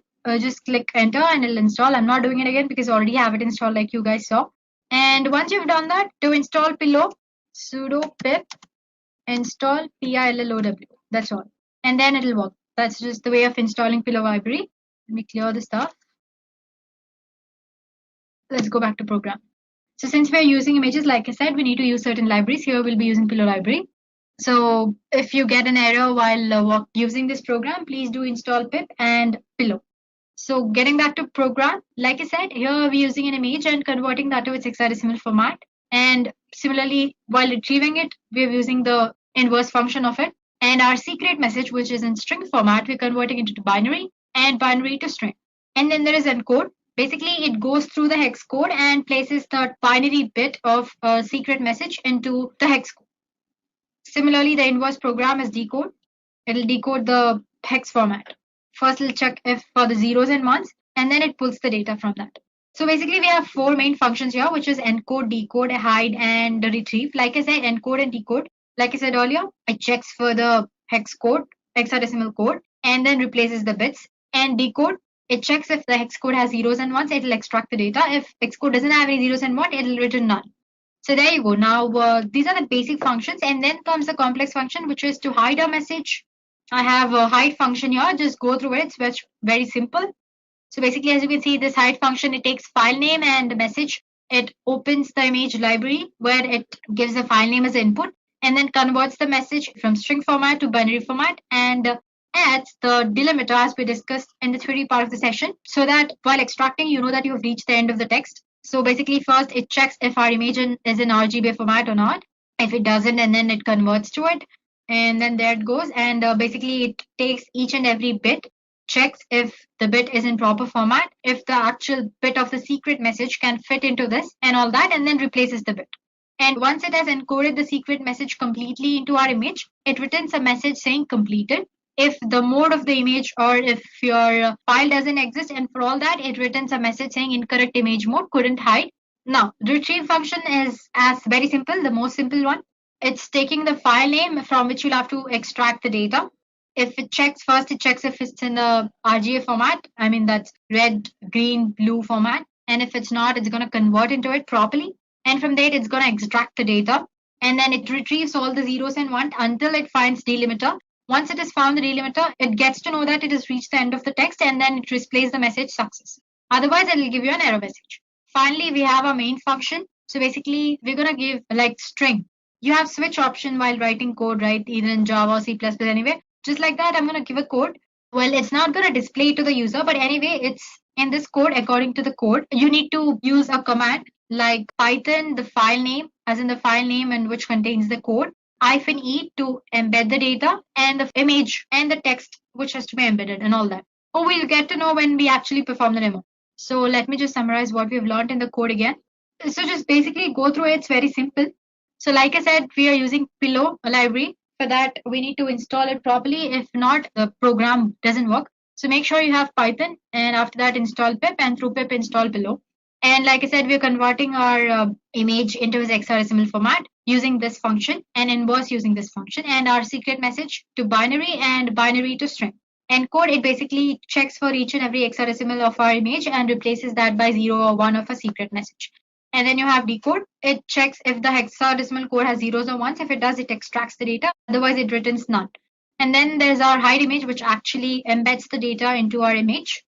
So it'll take file name and message as input. It checks if the image is actually in RBF format. And before that, it converts our message into binary format and all that.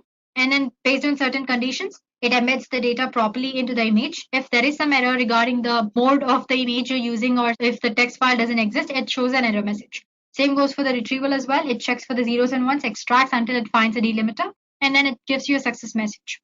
So there we go, guys. The program is simple. So if you guys want a copy of the code, and please do post your email ID in the comment section below, and we'll get back to you with the code. Now that you've understood the code, let's go ahead and see if this works properly. For that, I'm going to exit. Before that, like I said, I have my few images here, dogs.jpg, then cat and cube and all that. I need a text file to hide, right? So here I go. Okay, I've just typed some random message. Board meeting is on Tuesday. Please do send weapons, lawyers, and food. So I'm going to save it in my home page itself. Let me just give it a name, msg.text, and click. Let me close it. So now going back to files, as you can see, I have a file here which says msg.text. Now I'm going to use a docs.jpg, the image. Oh, sorry, I forgot to tell you this program only works for PNG images, so I can't use docs image. Let's take cube.png. So Python, because we are using the Python code. I mean the file is in Python format, right? Python, and the file name is py e to embed, and the file name, which is cube.png. Enter a message to hide. Well, basically this doesn't actually take a file which contains the message. It directly asks you to enter the message to hide. But don't worry, the file which we just created, I'll show how to use it for while we are discussing the steganographic tools. Anyway, getting back to what we were doing, hide a message. So it says it's completed. Now let's get back to files. Now, if in case I open QPNG, it's same as before. You won't find any changes here. Getting back to terminal. If I want to extract the message, -d and enter. Success. It says the message is extracted, which is hi, send your weapons to you know where. So that's easy, guys. Well, it's a very simple program. It's just taking an image. It's asking you to enter the message, and it's embedding in that. So, well, you can take this as a base code and create your own code, which performs many things, or advanced steganography as well.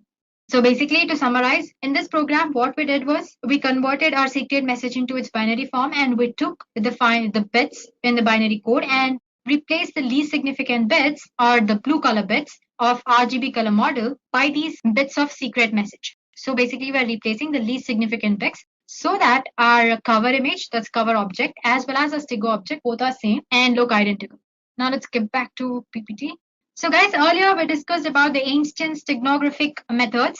There are various ways of achieving the steganography in this digital communication world. However, you do not need to perform coding to achieve this. There are various software tools are available for steganography. This software can hide your secret message behind the image file or audio file or video file or any kind of file, basically.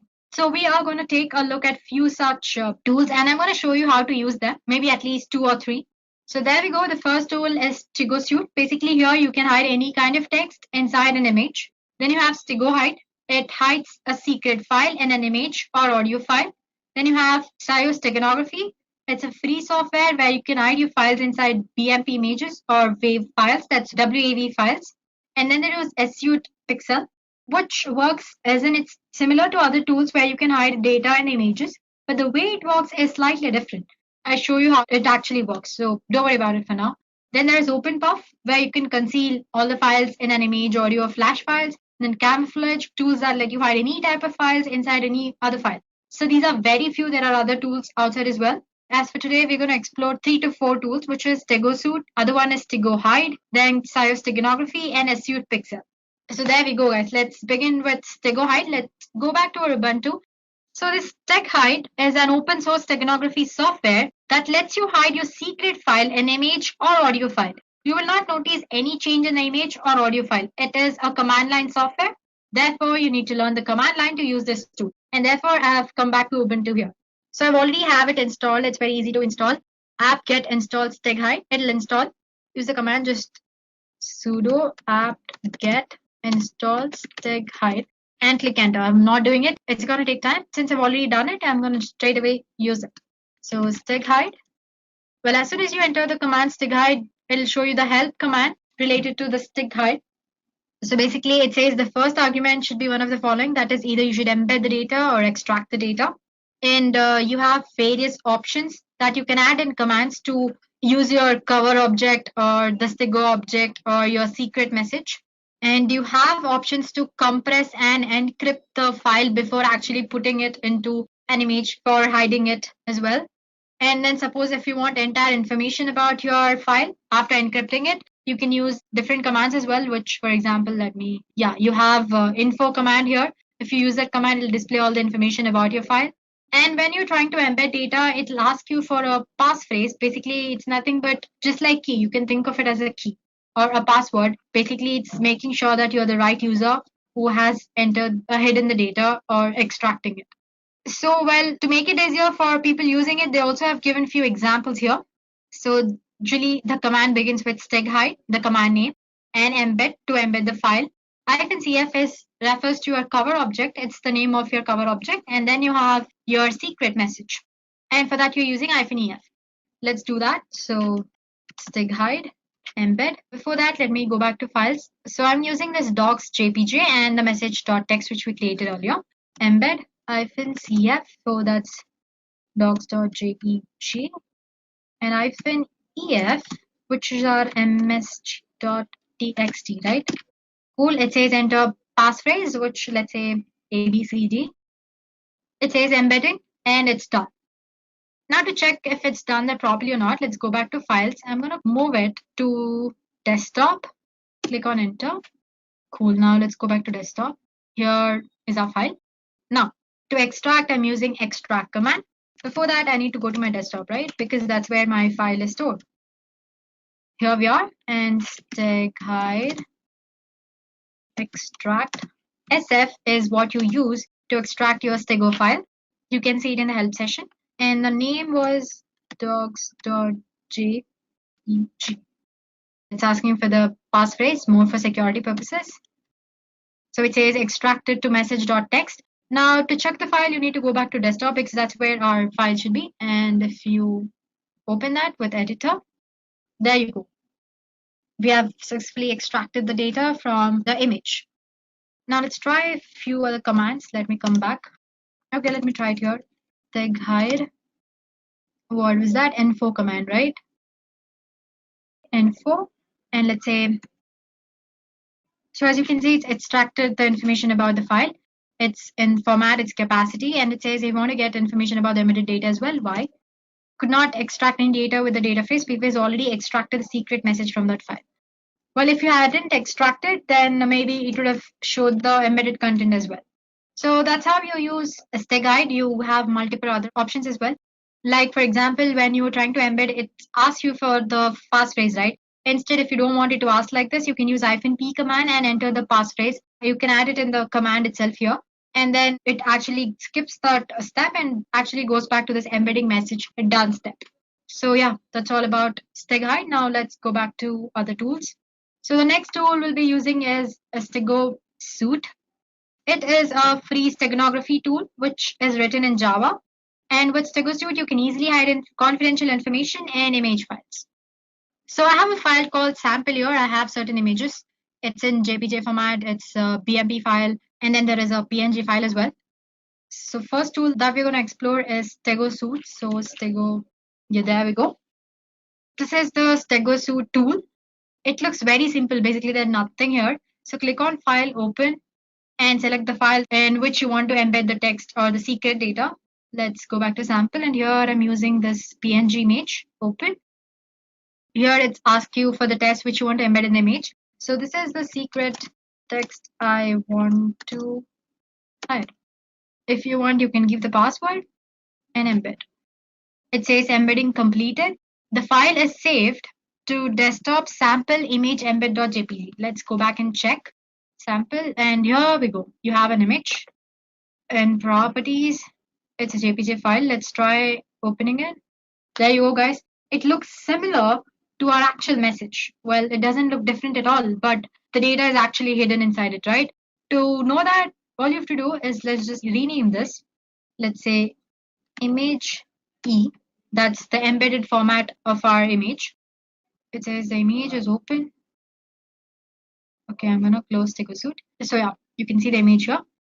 Let's rename it image E.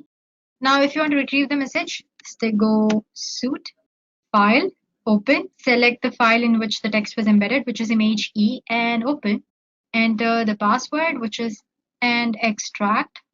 So as you can see, it has extracted the text message, which earlier I hid into the image. Hey, this is a secret test I want to hide. Well, go ahead and try to use it. It's fun. It doesn't have any other functionalities apart from these. It's a very basic, simple tool. Let's go to our next tool, which is Cybersecurity. Well, it's a free software that can be used to hide secret files in BMP, that's bitmap images. or WAV files. Use of this tool is very easy. You can just open the software, load any BMP image or WAV file to its interface, and then add a file which you want to hide. And this also supports encryption, multiple formats. Well, instead of telling all this to you, let me just show it to you. So as you can see, I have it already installed. It's just one step installation. And to add the file, as in to encode, you need to click on this add files option. To extract, you can use this. First, let's try to add files. So the first name, all you have to do is load your BMP or WAV file. And sample, I have one BMP image. I'm gonna load it, open. Well, as you can see, this size is slightly bigger.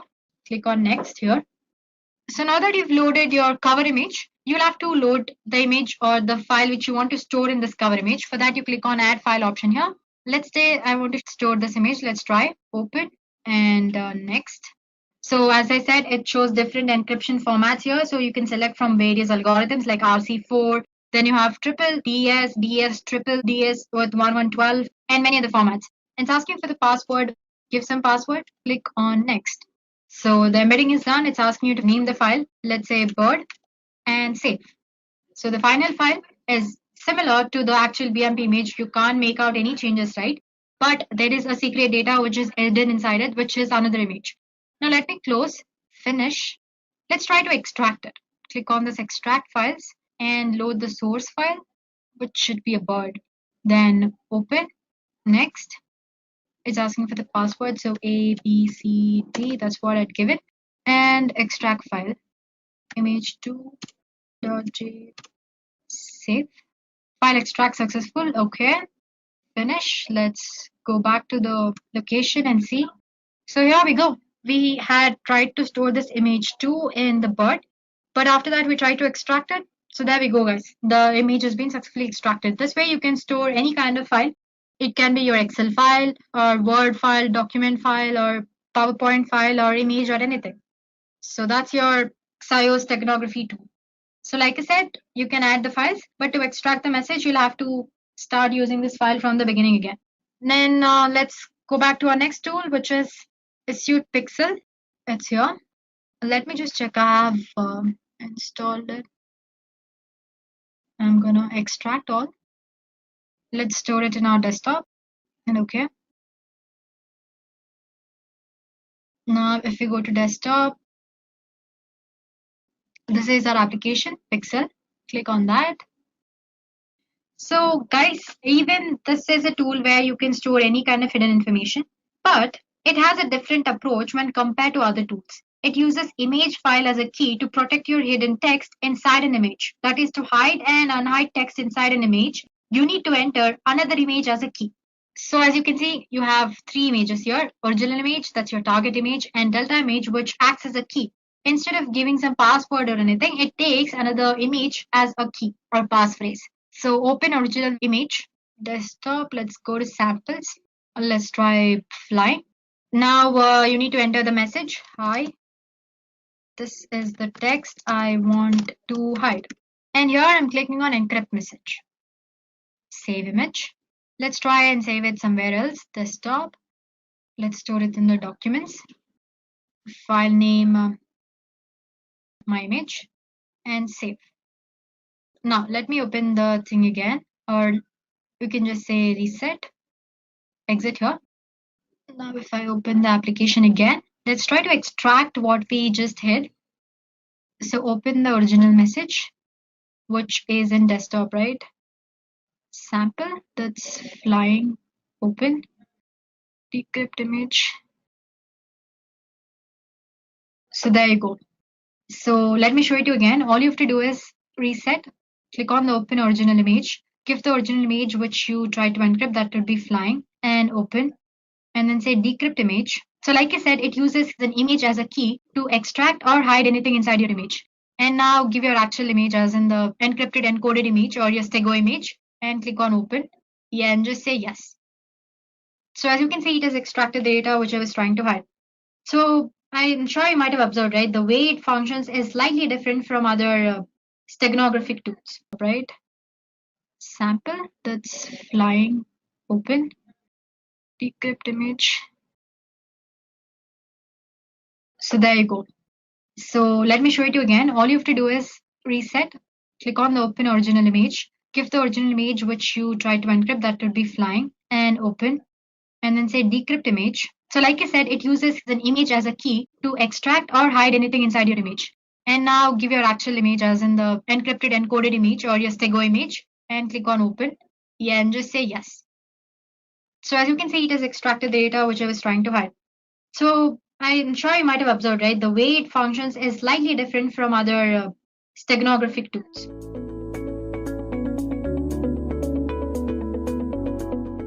Now let's talk about the roadmap to become an ethical hacker. How your ethical hacking career begins depends on your current field of work. If you're not in an information technology field, you should definitely try shifting into one. Even though most jobs require you to have a bachelor's degree in computer science or cybersecurity related fields, exceptions are made for people with sound knowledge of operating systems, databases, and networking. Also, it is nigh impossible to directly become an ethical hacker. Most ethical hackers begin their career as tech support engineers who climb their way up by earning certifications like CCNA and CISSP before working towards the ultimate CE certification. After earning your CE certification, it is time to market yourself as an ethical hacker. Okay, now let's go over the roles and responsibilities of an ethical hacker. Now, there seems to be a general misconception that a person with an ethical hacking career is only responsible for penetration testing of systems and applications. This is not true, and an ethical hacker is responsible for much more. For example, he is responsible for scanning open and closed ports using reconnaissance tools like Nessus and Nmap. Scanning is a set of procedures for identifying live hosts, ports and services, discovering operating systems and architecture of target systems, identifying vulnerabilities and threats in the network. Network scanning is used to create a profile of the target organization. Secondly, it is the responsibility of an ethical hacker to engage his organization's member in social engineering awareness activities. Social engineering for the purpose of general hacking has proven to be one of the most effective ways over time, and knowing how to avoid any form of social manipulation is key to organization security. Thirdly, an ethical hacker also gets to test new patch releases and software updates pertaining to the company's product and peripherals. It is their responsibility to identify any vulnerability that might exist in the patch and notify the appropriate team to fix them. Fourth, ethical hackers are also responsible for building and maintaining effective intrusion prevention systems and intrusion detection systems.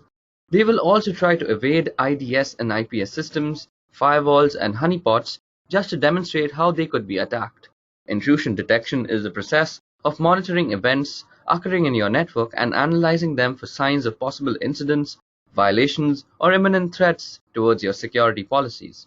Intrusion prevention, on the other hand, is the process of performing intrusion detection and then stopping the detected incidents. These security measures are available as IPS and IDS systems, which become a part of your network to detect and stop potential attacks. Last but not the least, ethical hackers are responsible for employing strategies like sniffing networks, bypassing and cracking wireless encryption, and hijacking web servers and web applications for testing and security of a system. An ethical hacker strives to replicate the working of a black hat hacker by analyzing the defense protocols and social engineering aspects of an organization. His job is to make sure an organization reacts to these situations well enough if they're not already doing so. Okay, so those were the roles and responsibilities of an ethical hacker. Now let's go over the skill sets that you might need to become an ethical hacker yourself. Now, a person with an ethical hacking career is expected to be proficient in database handling, networking, and operating systems, and also have excellent soft skills as they need to communicate problems regarding security to the rest of the organizations. Other than these generalized skill sets, an ethical hacker also has to have a good grasp on the following skills that we're going to discuss now. Now, the first skill is network traffic sniffing. Sniffing is the process of monitoring and capturing all the packets through a given network using sniffing tools. It is a form of tapping phone wires and to get to know about the conversation. It is also called wiretapping and applied to the computer networks. Next, ethical hackers should also know how to orchestrate different types of network and database attacks, as their main job is to predict black hat hackers, and to do this, one must be able to think and act like a black hat hacker. Third, ethical hackers have to deal with different kinds of operating systems on a daily basis, with Linux being the daily driver. So, it is obvious that an ethical hacker needs to have an in-depth knowledge of the working of operating systems in general For example, they should know how to look for exploits in buffer vulnerabilities. Next, ethical hackers also have to deal with different kinds of database formats, whether it be SQL, PostgreSQL, NoSQL. An ethical hacker at least needs to have a general knowledge of their working and architecture. Fifth, an ethical hacker should also be proficient in cryptography and cryptanalysis, which is basically the deciphering of ciphertext without knowing the key. This is also the fundamentals of password cracking using different methods like brute force, dictionary attacks, rainbow table attacks, and so on. Now, ethical hackers generally are endowed with the responsibility of network traffic monitoring. Therefore, they must be proficient in intrusion detection and prevention techniques, session hijacking knowledge, and an overall in-depth knowledge of networking in general.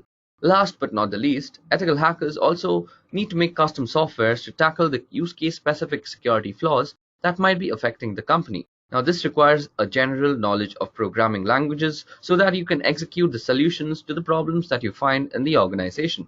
Above that, programming will also help you automate a lot of tasks that would generally take a lot of precious time. Apart from all this, an ethical hacker must be a creative thinker because black hat hackers are constantly coming up with ingenious ways to exploit a system, and it is an ethical hacker's job to predict and prevent such breaches. Now let's talk about the job trends that is in ethical hacking industry. Now, as I had discussed in the beginning of this video, cybersecurity has emerged as a high-growth field of 2017 and possibly of the entire decade.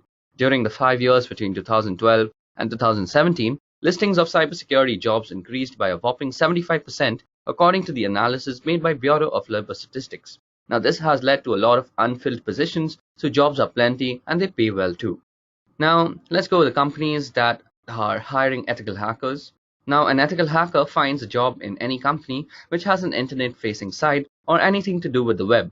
These include college institutions like MIT and even private companies ranging from logistics services to data warehousing companies, for example, Wipro, Ernst & Young, Infosys, and even IBM. Now, apart from these, you can also get a chance to work for the military and top-secret intelligence gathering agencies like CIA, Mossad, or NSA. Now, coming to the final question, that is, how much money does an ethical hacker make? So, a certified ethical hacker makes an average annual income of $88,000 according to payscale.com. Now, the average starting salary for a certified ethical hacker is around $95,000 according to the EC Council Senior Directive Stephen Graham. Also, the founder of Novaya Security, Eric Geyer, estimates a more or conservative $50,000 to $100,000 per year in the first years of working depending on your employer, experience, and education. And those with a few years of experience can pull up to $120,000 and upwards per year, particularly those who work as an independent consultant. Okay guys, so that was all about ethical hacking and a career in ethical hacking. We spoke about how you can become an ethical hacker yourself, and the roles and responsibilities and skills of an ethical hacker. Above that, we also discussed how much salary you'll get as an ethical hacker and the different companies that you could work for.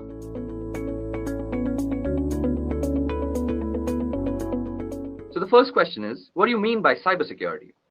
So as an interviewee, I'd expect that the candidate should first tell me the need for cybersecurity, his views on cybersecurity.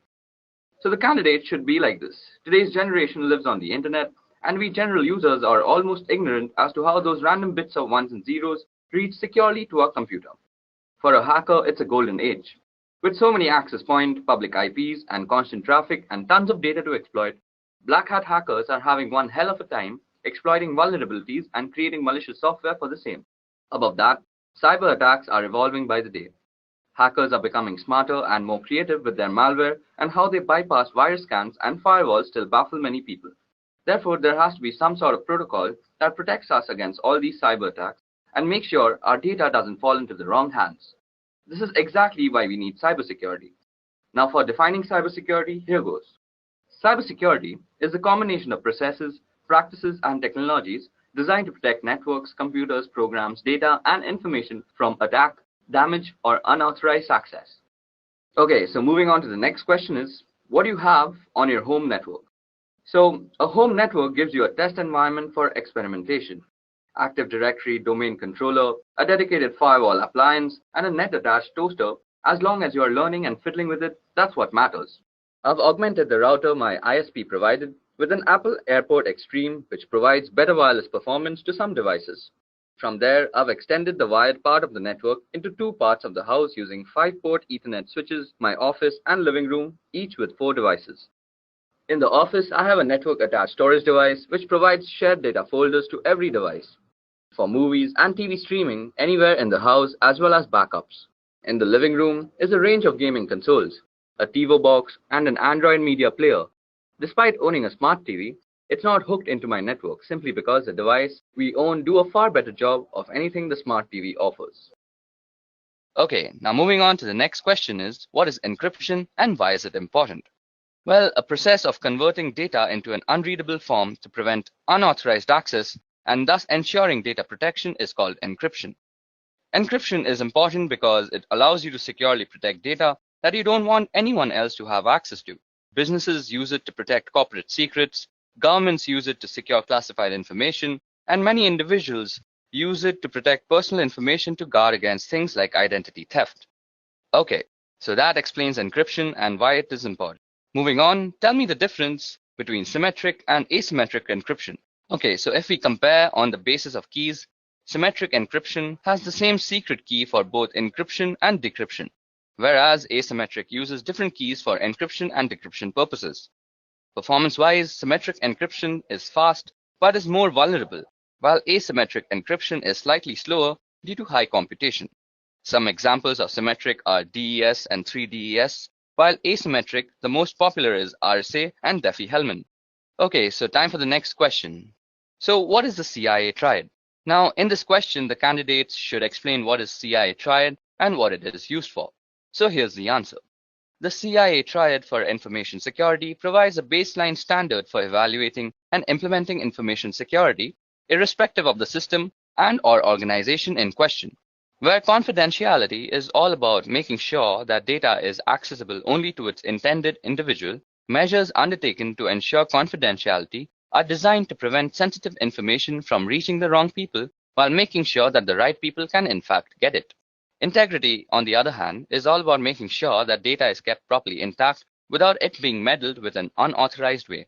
Data must be changed in transit, and steps must be taken to ensure that data can be altered by unauthorized people. These measures include file permission and user access controls. On the topic of availability, well, it is all about making sure that data and computers are available as needed by authorized parties.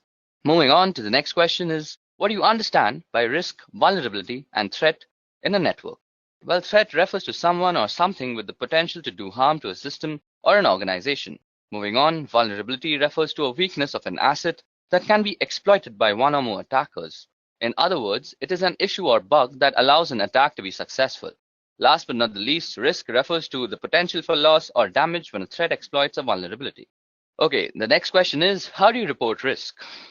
Well, risk needs to be assessed first before it can be reported. There are two ways you can actually analyze risk. The first is, it can be either quantitative or qualitative. This approach is suitable for both technical and business guys. The business guys will see the probable loss in numbers, while the technical guys will monitor and assess the impact and frequency. Now, depending on the audience, the risk can then be reported. Moving on, how do you differentiate between IPS and IDS systems? Well, first of all, IDS stands for Intrusion Detection System, and IPS is Intrusion Prevention System. Now, IDS just detects the intrusion and leaves the rest to the administrator for assessment and evaluation or any further action. IPS, on the other hand, detects the intrusion and takes necessary actions to further prevent intrusion. Also, there is a difference in the positioning of devices in the network. Although they work on the same concept, the placement is very, very different. Moving on, what do you know about cybersecurity frameworks? Well, cybersecurity framework is a voluntary guidance based on existing guidelines and practices for organizations to better manage and reduce cybersecurity risks. Besides helping associations oversee and decrease probable risks, it was intended to cultivate risk and cybersecurity administration communications among both inner and outer authoritative partners. Most frequently adopted cybersecurity frameworks are PCI DDS, which stands for Payment Card Industry Data Security Standards, the ISO 27001 and 27002, which is the International Organization for Standardization, then CIS, which stands for Critical Security Control, and the most famous cybersecurity framework is NIST. Moving on to the next question, which is, what is weak information security? Well, information security policy is considered to be weak if it does not meet the criteria of an effective one. The criteria include distribution, review, comprehension, compliance, and uniform. Information security is weak if the policy has not been made readily available for review by every employee within an organization, or the organization is unable to demonstrate that the employees understand the content of the policy document. This is when an information security is considered weak. Moving on to the next question is, what's the better approach of setting up a firewall? Okay, so following are the steps you should take to configure your firewall. The first is a username and password. Modify the default password for your firewall device. Next is the remote administration, which will disable the feature of remote administration from the outside network. Then comes port forwarding. For certain applications to work properly, such as a web server or FTP server, you need to configure appropriate port forwarding. Next comes the DHCP server, which is installing a firewall on a network with an existing DHCP server will cause conflict unless the firewall's DHCP server is disabled. Then is logging. Now, in order to troubleshoot firewall issues or potential attacks, you want to make sure to enable logging and understand how to view the logs. Last but not the least, we need to actually go through the policies. Now, if you want to have solid security policies in place, make sure that your firewall is configured to enforce those policies. Moving on to the next question is, can you explain SSL encryption? Now, SSL stands for Secure Socket Layer, and it is a protocol which enables safe conversation between two or more parties. It is designed to identify and verify that the person you are talking to on the other end is exactly who they pretend to be.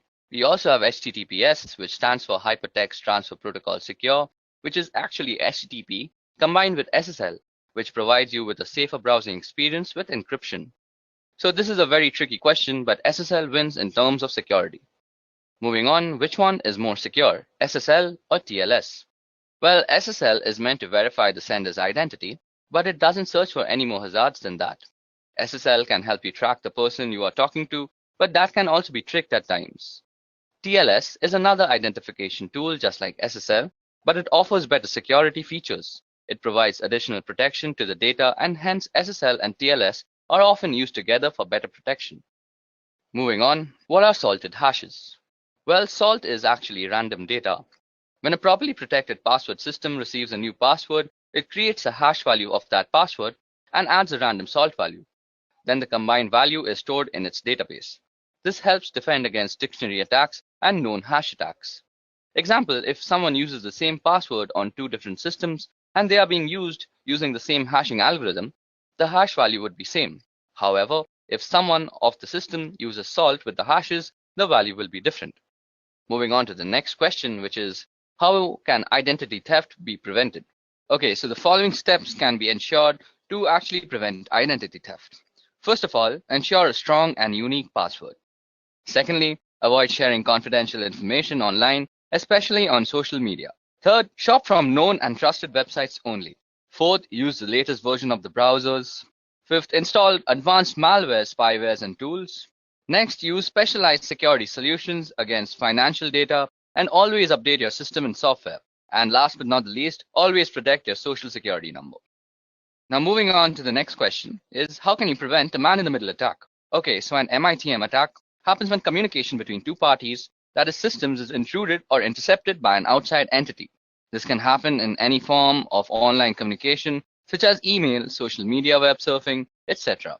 Not only they are trying to eavesdrop on your private conversation, they can also target all the information inside your devices, and the outcome could be pretty catastrophic.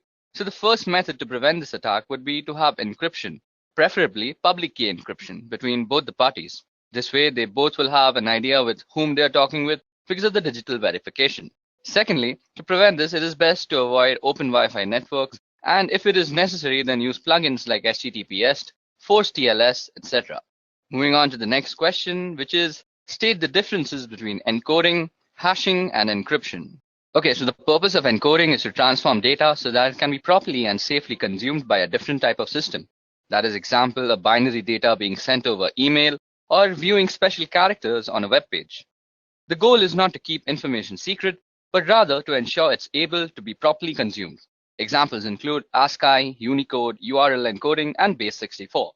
Now, the purpose of encryption is to transform data in order to keep it secret from others. Example, sending someone a secret letter that only they should be able to read, or securely sending a password over the internet. Rather than focusing on usability, the goal is to ensure that data cannot be consumed by anyone other than the intended recipients. Examples include AES, Blowfish, and RSA. Now, hashing serves the purpose of ensuring integrity. That is, it makes sure that if something has changed, you know that some change has taken place. Technically, hashing takes arbitrary inputs and produces a fixed length of string. Example are SHA-3, MD5, which is now obsolete, and SHA-256, etc. Now, moving on to the next question, which is what steps will you take to secure a server? Now, Secure Server uses the Secure Socket Layer protocol for data encryption and decryption to protect data from unauthorized interception. Here are 4 simple ways you can actually secure a server. So the first way is that you make sure that you have a secure password for your root and administrator user. The next thing you need to do is to make new users on your system. These will be the users you'll use to manage the system. Step 3 is remove remote access from the default or root administrator accounts. And the last step is to configure your firewall rules for remote access. Okay, so the next question is, what is a DDoS attack and how is it mitigated? Okay, so DDoS stands for Distributed Denial of Service.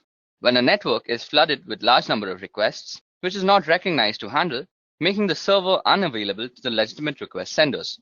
DDoS can be mitigated by analyzing and filtering the traffic in the scrubbing centers, and the scrubbing centers are centralized data cleaning stations wherein the traffic to a website is analyzed and malicious traffic is removed.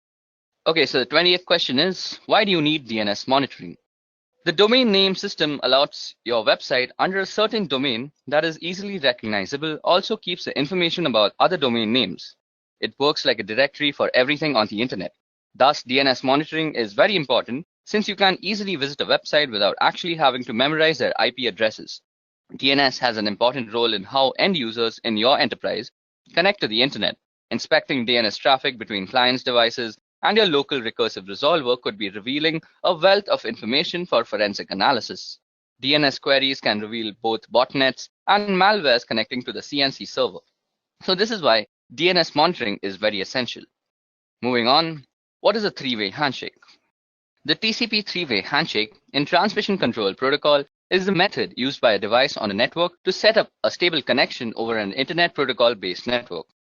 TCP's three-way handshaking technique is often referred to as the SYN, SYNAC, or more accurately SYN, SYNAC, and ACK because there are 3 messages transmitted by the TCP to negotiate and start a TCP session between 2 computers. Moving on to the next question is, what are black hat hackers, white hat hackers, and gray hat hackers? So like all hackers, black hat hackers usually have extensive knowledge about breaking into computer networks and bypassing security protocols. They are responsible for writing malware, which is a method used to gain access to these systems. Their primary motivation is usually for a personal or financial gain, but they can also be involved in cyber espionages, protests, or perhaps just addicted to the thrill of cybercrime. Now, white hat hackers choose to use their power for good rather than evil. Also known as ethical hackers, white hat hackers can sometimes be paid employees or contractors working for companies as security specialists that attempt to find security holes via hacking. They employ the same method of hacking as black hats with one exception, that is they do it with permission from the owners of the system first, which makes the process completely legal. Now there comes grey hat hackers. As in life, they are grey areas that neither black nor white. Grey hat hackers are a blend of both black hat and white hat hackers. Often grey hat hackers will look for vulnerabilities in a system without the owner's permission or knowledge. If issues are found, they will report them to the owner, sometimes requesting a small fee to fix the issue. Okay, now moving on. How often should you perform patch management? Well, patch manage should be done as soon as it is released. For Windows, once the patch is released, it should be applied to all machines not later than 1 month. Same goes for network devices. We should patch it as soon as it is released. And proper patch management process should be followed too. Question number 24. What do you know about application security? Application security is the practice of improving the security of applications using software, hardware, and other procedural methods. Countermeasures are taken to ensure application security, the most common being an application firewall that limits the execution of files or the handling of data by specific installed programs. Moving on to the next question, which is differentiate between penetration testing and software testing. Now, penetration testing helps identify and address the security vulnerabilities, whereas software testing focuses on functionality of the software and not the security aspect. A good penetration tester truly thinks differently than the other two. They don't care about the proper behaviors of the system or software, and they are crafty, looking for that one small chink of vulnerability that was not mitigated. And software security testers generally have a fair amount of crossover, as they usually know the full details of the system or software, and they know how it's supposed to properly behave when properly used, and they can test for a lot of the common end user misbehaviors. Moving on, when to use traceroute or traceroute.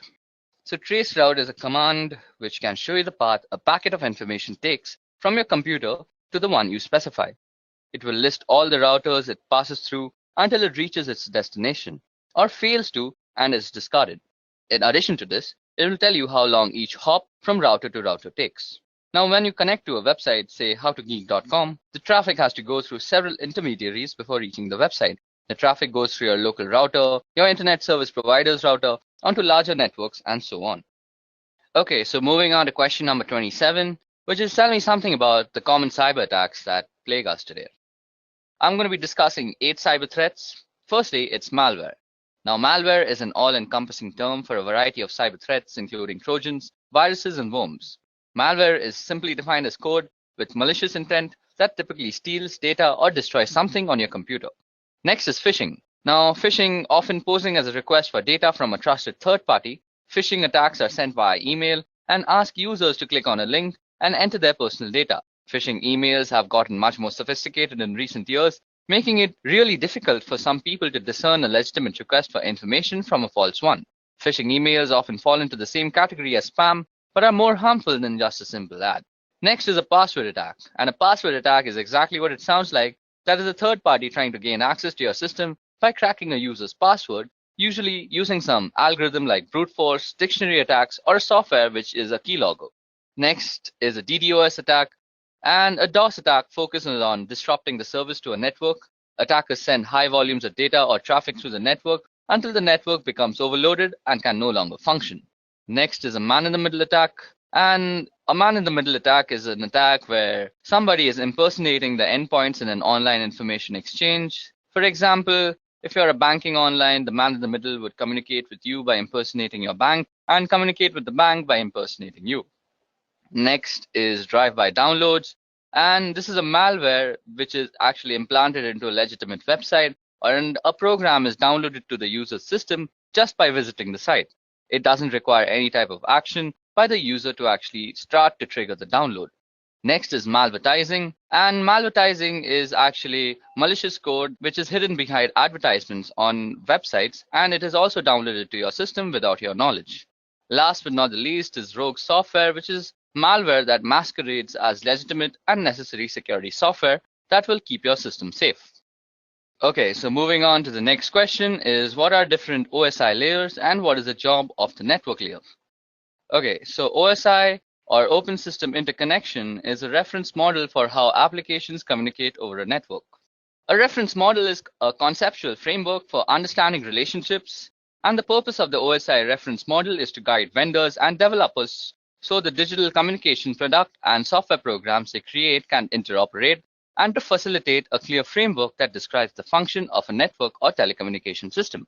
The 7 OSI layers are application layer, presentation layer, session layer, transport layer, network layer, data link layer, and the physical layer. Okay, so the network layer is actually used for controlling the operations of the subnet, and the main job of this layer is to deliver packets from a source to a destination across multiple links. Moving on to the next question, which is how would you reset a password-protected BIOS configuration? Now, since BIOS is a pre-boot system, it has its own storage mechanism for its setting and preferences. In the classic scenario, simply popping out the CMOS battery will be enough to have the memory storing these settings lose its power supply, and as a result, it will lose all its setting. Other times, you'll need to use a jumper or a physical switch on the motherboard. Still other times, you'll need to actually remove the memory itself from the device and reprogram it in order to wipe it out. The simplest way by far, however, is if the BIOS has come from the factory with the default password enabled, try the whole word password. Now for question number 30. What is cross-site scripting or XSS? Now XSS refers to client-side code injection attacks wherein an attacker can execute malicious scripts, also commonly referred to as malicious payload, into a legitimate website or web application. XSS is amongst the most rampant of web application vulnerabilities and occurs when a web application makes use of unvalidated or unencoded user input within the output it generates. By leveraging XSS, an attacker would exploit a vulnerability within a website or web application that the victim would visit, essentially using the vulnerable website as a vehicle to deliver a malicious script to the victim's browser. Now, what is data protection in transit versus data protection at rest? So the answer to that is that data in transit or data in motion is data actively moving from one location to another, such as across the internet or through a private network. Data protection in transit is the protection of this data while it's traveling from network to network or being transferred from a local storage device to a cloud storage device. Wherever data is moving, effectively data protection measures for in-transit data are critical as data is often considered less secure while in motion.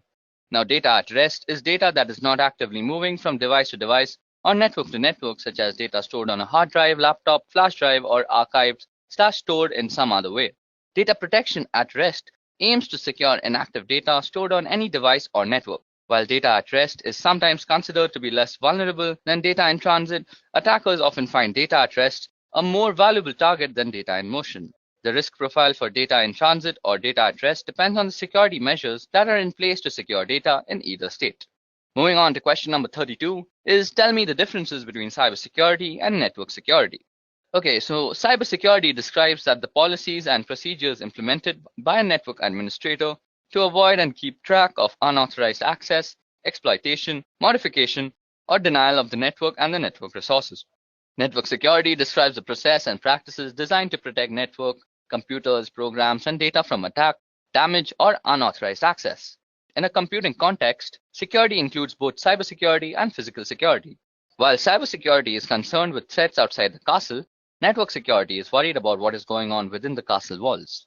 The cybersecurity specialist is the crusading knight defending the kingdom, and network security focuses on the barbarians at the gate and how the castle connects to the world around it. Moving on to question number 33, which is how will you prevent data leakage? Data leakage is when data gets out of the organization in an unauthorized way. Data can get leaked through various ways, that is emails, prints, laptops getting lost, unauthorized upload of data to public portals, removable drives, photographs, etc. A few controls can be restricting uploads on internet websites, following an internal encryption solution, restricting the mails to internal networks, or restriction on printing confidential data, etc. Moving on to the next question, which is what is ARP and how does it work? Okay, so Address Resolution Protocol, or ARP, is a protocol for mapping an internet protocol address to a physical machine address that is recognized on the local network. On the topic of how it works, when an incoming packet destined for a host machine on a particular local area network arrives at a gateway, the gateway asks the ARP program to find a physical host or MAC address that matches the IP address. Now the ARP program looks into the ARP cache, and if it finds the address, it provides it so that the packet can be converted to the right packet length and format and send it to the machine. Now if no entry is found for the IP address, ARP broadcasts a request packet in a special format to all machines on the LAN to see if one machine knows that it has the IP address associated with it. So for question number 35 is what is 2FA and how can it be implemented for the public websites? So an extra layer of security that is known as multi-factor authentication requires not only a password and username but also something that only that user has on them. That is a piece of information only they should know or have immediately to hand, such as a physical token. Authenticator apps replace the need to obtain verification code via text, voice call, or email. For example, to access a website or web-based service that supports Google Authenticator, the user types in their username and password. That is a knowledge factor. Okay, now time for question number 36, which is what techniques can we use to prevent brute force login attacks? So here the attacker tries to determine the password for a target through a permutation of fuzzing process. As it is a lengthy task, attackers usually employ software such as Fuzzer to automate the process of creating numerous passwords to be tested against target. To avoid such attacks, password best practices should be followed, mainly on critical resources like servers, routers, exposed services, and so on. Okay, so now time for the next question, which is what is cognitive cybersecurity? Now, the applications of artificial intelligence technologies pattern on human thought process to detect threats and protected physical and digital system. Self-learning security systems use data mining, pattern recognition, and natural language processing to simulate the human brain, albeit in a high-powered computer model. This is exactly what cognitive cybersecurity is. So what is port blocking within LAN? Well, restricting the users from accessing a set of services within the local area network is called port blocking. Stopping the source to access the destination node via ports as applications work on the port, so ports are blocked to restrict the access, filling up the security holes in the network infrastructure. Okay, so time for question number 39, which is what is the difference between VPN and VLAN? Okay, so VPN is related to remote access to the network of a company, while VLAN basically means to logically segregate networks without physically segregating them with various switches. Now, while VPN saves the data from prying eyes while in transit and no one on the net can capture the packets and read the data, VLAN does not involve any encryption technique, but it is only used to slice up your logical network into different sections for the purpose of management and security. Okay, so it's time for question number 40. So the question is, what protocols fall under the TCP/IP internet layer? Okay, so I'll be going through the 5 layers that consist the TCP/IP protocol, and I'll also be listing out the protocols that are inside every layer. So starting with the physical layer, the protocols that reside in the physical layer are the Ethernet IEEE 802.3 and the RS-232 from one of the many protocols. And moving on to the data link layer, we have the PPP protocol, the IEEE 802.2 protocol. Then moving on to the network layer, it's governed by the IP protocol, the ARP protocol, which is basically the address resolution protocol, and the ICMP protocol. Then moving on ahead is the transport layer. Now the transport layer has 2 main protocols, namely the TCP and the UDP protocols.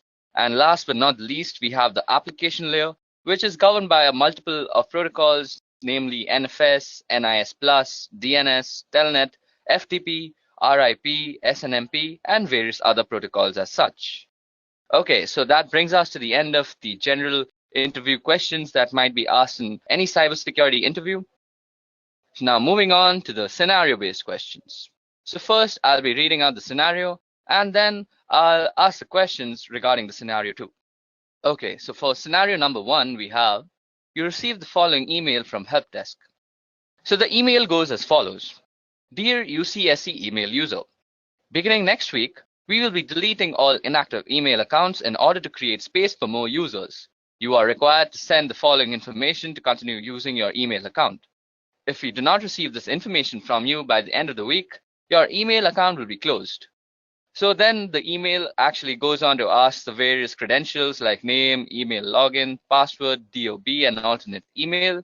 And then it says, please contact the webmail team with any questions and thank you for your immediate attention. So in such a scenario, what do you do and justify your actions for doing so? Okay, so this email is a classic example of phishing trying to trick you into biting. The justification is the generalized way of addressing the receiver, which is used in mass spam mails. Above that, a corporate company will never ask personal details on mail. They want your information, so don't respond to the mail, instant message, text, phone calls, etc. asking you for your password or other private information. You should never disclose your password to anyone, even if they say they work for the UCSC, ITS, or any other campus organization. Moving on to the next scenario, which is a friend sends an electronic Hallmark greeting card to your work email. You need to click on the attachment to see the card. What do you do and justify your actions? Well, this one has 4 big risks. Firstly, some attachments contain viruses or other malicious programs. So just in general, it's risky to open unknown or unsolicited attachments. Secondly, also in some cases, just clicking on a malicious link can infect a computer. So unless you are sure a link is safe, don't really click on it. Third, email addresses can be fake. So just because the email says it is from someone you know, you can't be certain of this without checking with the person. Fourth, finally, some websites and links look legitimate, but they're really hoaxes designed to steal your information. So what we have to do is actually not click on the email and actually ignore it completely. Moving on to the next scenario, which is one of the staff members in ITS subscribes to a number of free IT magazines. Among the questions she was asked in order to activate her subscriptions, one magazine asked her for a month of birth, a second asked for a year of birth, and a third asked for her mother's maiden name. What do you infer is going on in this situation and justify? Well, all 3 newsletters probably have the same parent company or are distributed through the same service. The parent company or service can combine individual pieces of seemingly harmless information and use or sell it for identity theft. Then it is even possible that there is a fourth newsletter that asks for a day of birth as one of the activation questions. Often questions about personal information are optional. In addition to being suspicious about situations like the one described here, never provide personal information when it is not legitimately necessary or to people or companies you don't personally know. So now time for scenario number 4. Well, in our computing labs and departments, print billing is often tied to users' login. People log in, they print, and then they get a bill. Sometimes people call to complain about bills for printing they never did, only to find out that the bills are indeed correct. So what do you infer is going on in this situation and justify your inference? Sometimes they realize they loaned their account to a friend who couldn't remember his or her password, and the friend did the printing and thus the charges. It's also possible that somebody came in from behind them and used their account. Now, this is an issue with shared or public computers in general. If you don't log out of the computer properly when you leave, someone else can come in from behind and retrieve what you were doing and use your accounts. Always log out of accounts, quit programs, and close browser windows before you walk away from a general public computer. Now, moving on to scenario number 5, we have that we saw a case a while back where someone used their Yahoo accounts at a computer lab on a campus. She made sure her Yahoo account was no longer open in the browser window before leaving the lab. Now, someone came in behind her and used the same browser to re-access her accounts. They started sending emails from it and caused all sorts of mayhem. So what do you think might have gone wrong here? Well, the first person probably didn't log out of her account, so the new person could just go into the history and access it.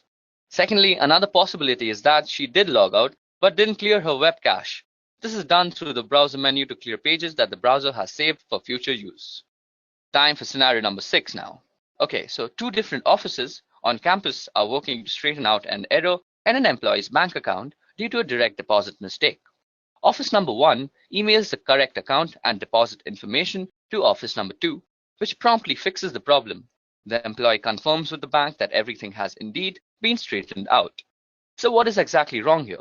Well, account and deposit information is sensitive data that could be used for identity theft. Sending this or any kind of sensitive information by email is very, very risky because email is typically not private or secure. Anyone who knows how can access it anywhere along its route. So as an alternative, the 2 offices could have called each other or worked with the ITS to send the information in a more secure fashion. Okay, moving on to the next scenario, which is the mouse on your computer screen starts to move around on its own and click on things on your desktop. What do you do in such a situation? A. Call your coworker over so they can see. B. Disconnect your computer from the network. C. Unplug your mouse. D. Tell your supervisor. E. Turn the computer off. F. Run an antivirus. Or G. All of the above. So we have to select all the options that apply in this situation. So the options that apply are B and D, which is basically disconnect your computer from the network and tell your supervisor. So this is definitely suspicious. Immediately report the problem to your supervisor and the ITS support center. Also, since it seems possible that someone is controlling the computer remotely, it is best if you can disconnect the computer from the network and turn off wireless if you have it until help arrives. If possible, don't turn off the computer. Okay, time for scenario number 8. So below are a list of passwords pulled out of a database. Now, which of the following passwords meet the UCSC's password requirement? Okay, so the third password, which is option number C, is the only one that meets all the following of the UCSC's requirement. It has at least 8 characters in length. It contains at least 3 of the following 4 types of characters, which are lowercase characters, uppercase characters, numbers, and special characters. And not a word is preceded or followed by a digit. So it's the third option which is correct in this situation. Moving on to the second last scenario we have for today is you receive an email from your bank telling you there is a problem with your account. The email provides instructions and a link so you can log in to fix your account and fix the problem in doing so. So what should you do? Well, we have to delete the email, and better yet, use the web client that is Gmail, Yahoo Mail, etc. and report it as spam or phishing and then delete it. Any unsolicited email or phone call asking you to enter your account information, disclose your password, financial account information, social security number, or any other private or personal information is suspicious, even if it appears to be from a company you are familiar with. Always contact the sender using a method you know is legitimate to verify that the message is indeed from them. Okay, so it's time for our last scenario of the day. which is a while back, the IT folks got a number of complaints that one of our campus computers was sending out Viagra spam. They checked it out, and the reports were true. A hacker had installed a program on the computer that made it automatically send out tons of spam email without the computer's own knowledge. So how do you think the hacker got into the computer to set this up? Well, this was actually the result of a hacked password. Using passwords that can be easily guessed and protecting your password by not sharing them or writing them down can help to prevent this. Passwords should be at least 8 characters in length and use a mixture of uppercase, lowercase letters, and numbers and symbols. Even though in this case it was a hacked password, other things could possibly lead to this are that out-of-date patches and updates, the lack of an antivirus software or an out-of-date antivirus software, or clicking on an unknown link or attachment, or downloading unknown or unsolicited programs onto your computer. Okay guys, so that was it for the session on cybersecurity interview questions. If you all have any questions regarding any of the questions that were discussed here, please put a comment down below. If you all also want the PowerPoint presentation that's shown out here, you all can also comment for that. And if you all want any other cybersecurity related specific interview questions, please do comment for that. I'll make a video on them soon. That's it from me. Goodbye. I hope you have enjoyed listening to this video. Please be kind enough to like it, and you can comment any of your doubts and queries, and we will reply them at the earliest. Do look out for more videos in our playlist and subscribe to EduReka channel to learn more. Happy learning!